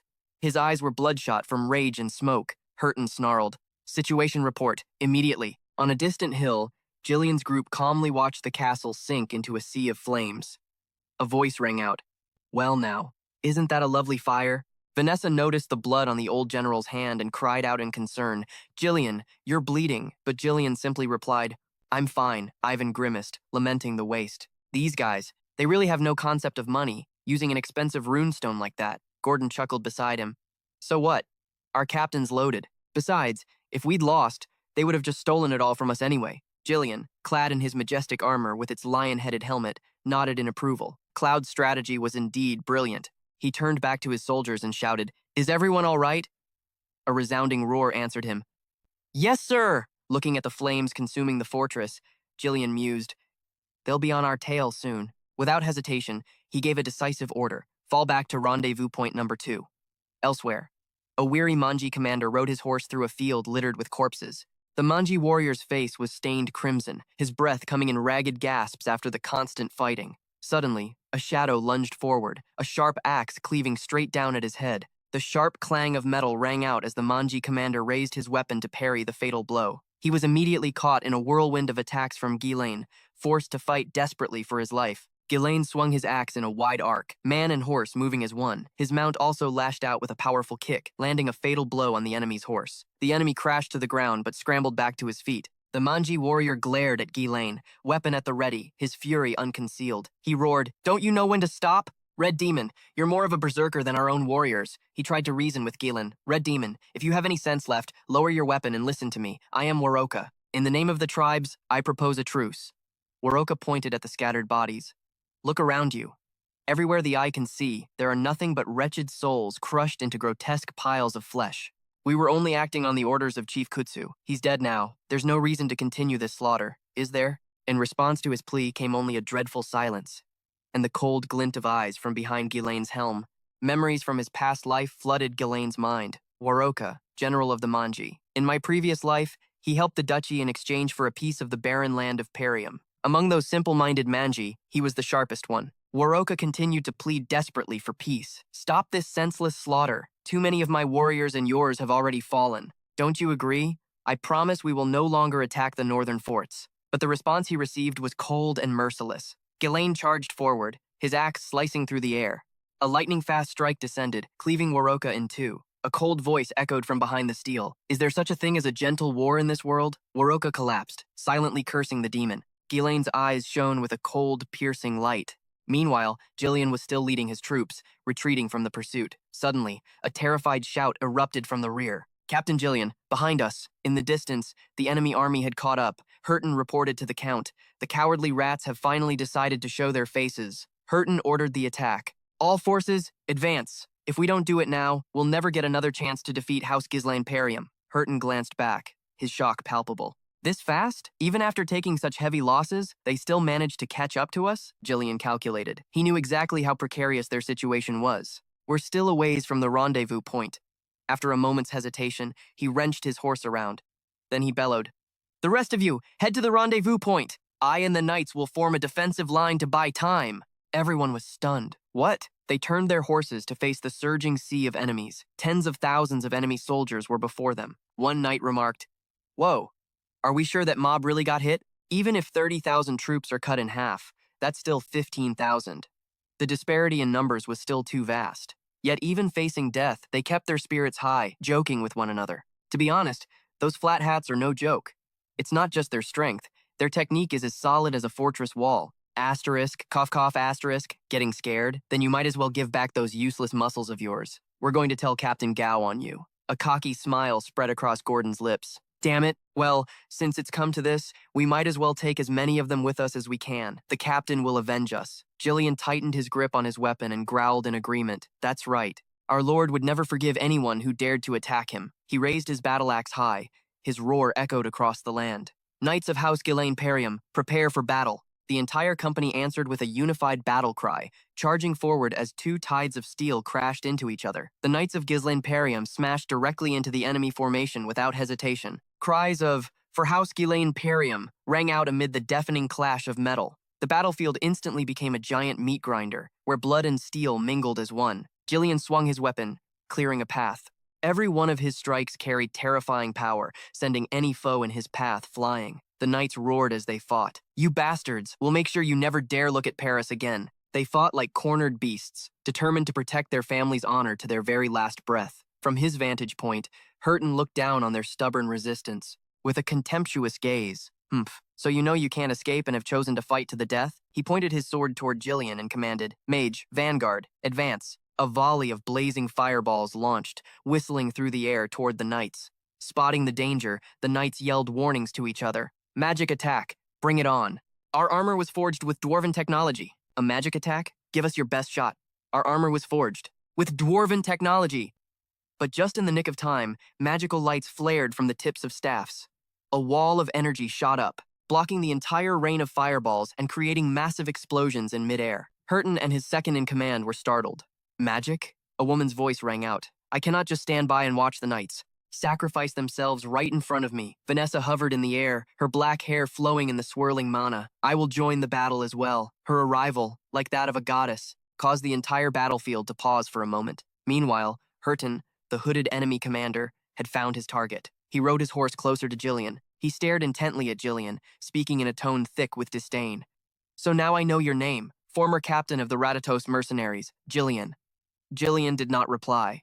Only his eyes were cold and sharp, staring back at his enemy through the slit of a lion-headed helm. Herton. As I recall, they were a band of mercenaries, one we did a lot of business with, thanks to their exceptional skills. But then they suddenly vanished, so I'd all but forgotten about them, he scoffed. Why would you throw your life away for Ghislaine Perium? Do you think just by playing knight, you can wash away the stench of a mercenary? If you really believe that bastard Ghislaine Perium can rule the North, then let me give you some advice. He snarled, word by word. It's all just a pipe dream. Jillian remained calm in the face of his taunts. He replied slowly, his voice deep and steady. The mercenary I once was is dead. Gripping the axe in his hand, he declared, Lord Ghislaine Perium gave me a new life.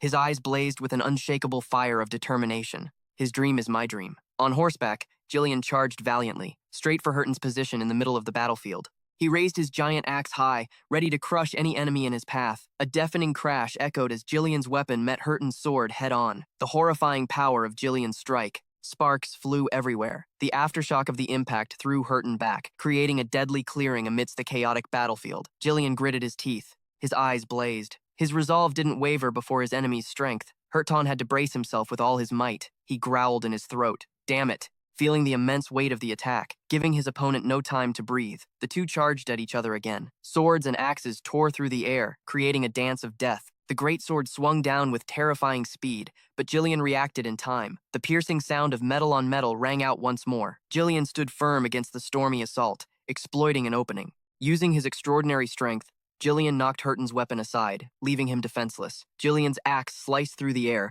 landing a powerful blow on Herton. Herton took the hit, blood spurting out. He cried out in shock. Ugh! At this sudden, overwhelming power. The blow was so powerful it sent both Herton and his horse tumbling to the ground in a cloud of dust. In agony, Herton realized with a shock that this strength was completely different from before. If we're just talking sheer numbers, we're completely outmatched. He's already seriously wounded, so where is he getting this incredible strength from? He looked up at his opponent, his eyes filled with doubt.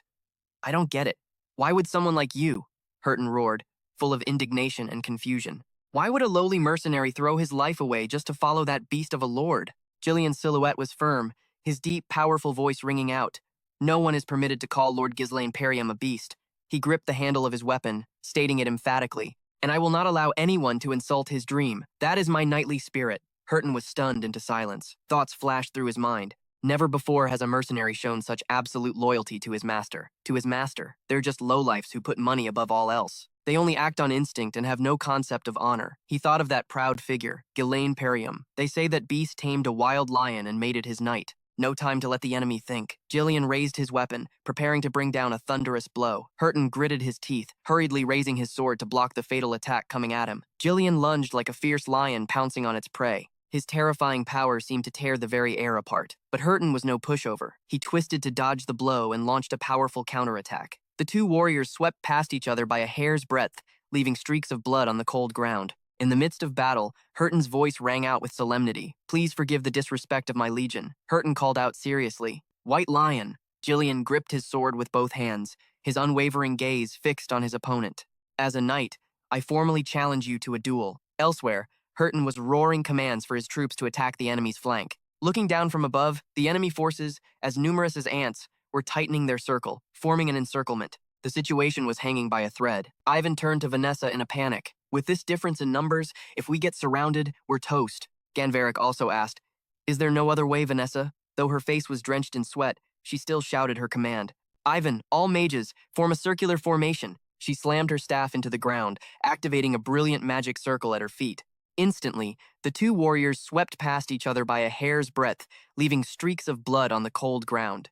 In the midst of battle, Herton's voice rang out with solemnity. Please forgive the disrespect of my legion. Herton called out seriously. White Lion. Jillian gripped his sword with both hands, his unwavering gaze fixed on his opponent. As a knight, I formally challenge you to a duel. Giant pillars of ice erupted from the ground, forming a solid wall of protection around the army. The enemy forces were stunned by the towering ice wall. They've sealed themselves off? How are we supposed to surround them now? Herton gritted his teeth, his sharp eyes glaring at the enemy. What an eyesore. So troublesome. He immediately ordered his subordinate, Willow, deploy your magic. Willow replied. Understood. The enemy's armored cavalry began to charge forward en masse. Second Company of the Twin Wing Knights, break through the front, prioritize taking out those mages, go! Dawn and the other knights bravely rushed out to block the way. Don't you dare! Stop them! The battlefield descended into chaos with the clash of steel and the sound of screams echoing everywhere.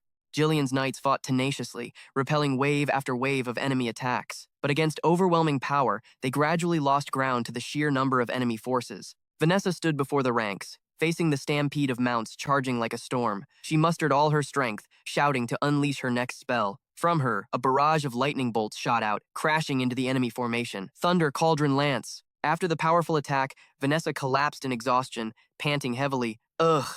Someone fighting turned and shouted, Vanessa! If you keep using high-cost magic like that, you're going to die. Hey, are you okay? Vanessa trembled, clenching her fists, her gaze still resolute. Forget about me. For now, worry about the knights. Suddenly, Vanessa's pupils constricted. She saw a terrifying amount of energy gathering on the other side. Jillian also sensed something was wrong. In the midst of the tense battle, the mage, Willow, was channeling his power, creating a massive, blazing ball of energy. In the sky, a fireball with terrifying, destructive heat. It struck fear into everyone. That's the spell that shattered the gates of Sao Fortress. Damn it, if that thing hits, whether it's the ice wall or anything else, it'll all be vaporized. Even Jillian broke out in a cold sweat. Faced with such destructive power, taking advantage of Jillian's distraction, Hurton, tap, launched a powerful strike that forced him back. Asterisk, cough, asterisk, Hurton roared. Jillian had to turn back to the fight. Aren't you supposed to be dueling me? The enemy mage smirked smugly under the brilliant light of his spell. Ghislaine Perium's mage, thanks to you, I've had an epiphany. No matter how brilliant you are, once you've chosen the wrong side, you'll just end up as a pile of ashes. His face twisted in madness. It's over! Jillian let out a world-shaking roar, pouring all his strength into a decisive blow. He threw Hurton back with all his might. He drew a blade from his back and threw it. The blade tore through the air at an unbelievable speed. From the tip of Jillian's sword, a sharp wave of sword energy shot straight towards the mage. Hovering in the air, the mage's eyes widened in terror as he saw the wave of sword energy rushing at him. Right in front of his face, the sword energy pierced through him, cutting off his flow of mana, making him fall helplessly to the ground. The energy sphere, now out of control, exploded. Across the sky, a deadly fireworks display bloomed, but it left the army below unharmed. The blinding light vanished, leaving behind a silent night sky. Hurton stared up, stunned, unable to believe his eyes. Gordon and the soldiers roared with joy. We're alive! Captain Jillian just delivered a critical blow. Tears welled in Vanessa's eyes as she silently thanked Captain Jillian. Even after unleashing that all-out attack, Jillian didn't forget his duty. He roared to reassure his troops. Hold the circle formation! Everyone, hold your positions! But just then, a cold voice rang out from behind him. Such a futile act. A sharp blade pierced clean through Jillian's chest. Blood sprayed violently from his back. Vanessa froze, her face deathly pale with horror. Hurton leaned close to his opponent's ear and whispered cruelly, "This is the price you pay for daring to let your guard down in a divine duel." Jillian gritted his teeth. His eyes blazed one last time. Even as life drained from his body, he forced all his strength into pushing Hurton away, then swung his axe in a wide arc to create distance from his foe. Giving his opponent no chance, Hurton lunged forward again with a flurry of brutal slashes. Jillian struggled to parry the blows, but his strength was failing him. He was completely overwhelmed. Another fatal blow tore through the old general's sturdy armor. Fresh blood dyed his armor red. Hurton looked down at his vanquished foe, a flicker of regret in his eyes. I didn't want it to end this way either, but the situation gave me no choice. It is what it is. The battlefield never plays out the way we imagine. The massive body of Jillian, the White Lion, slowly collapsed onto the cold ground. Cries of agony erupted from his comrades. Vanessa screamed in despair, tears streaming down her face, while Hurton roared in triumph. Jillian lay motionless. The battlefield raged around him. His breathing grew shallow. His vision blurred. He felt the chill of death creeping into his very flesh. Memories of glorious past battles came flooding back. He had been an invincible warrior who had struck down countless foes. He remembered his comrades who had faced life and death with him. Vanessa, Anfin, Scovin. A final thought formed in his mind. It ends here. A clear image of his young master formed in his mind. The day he had knelt to pledge his loyalty, Ghislaine had smiled gently. Just keep moving forward and never look back. Jillian's eyes stirred. This new life I received from my master. The days we lived as a family.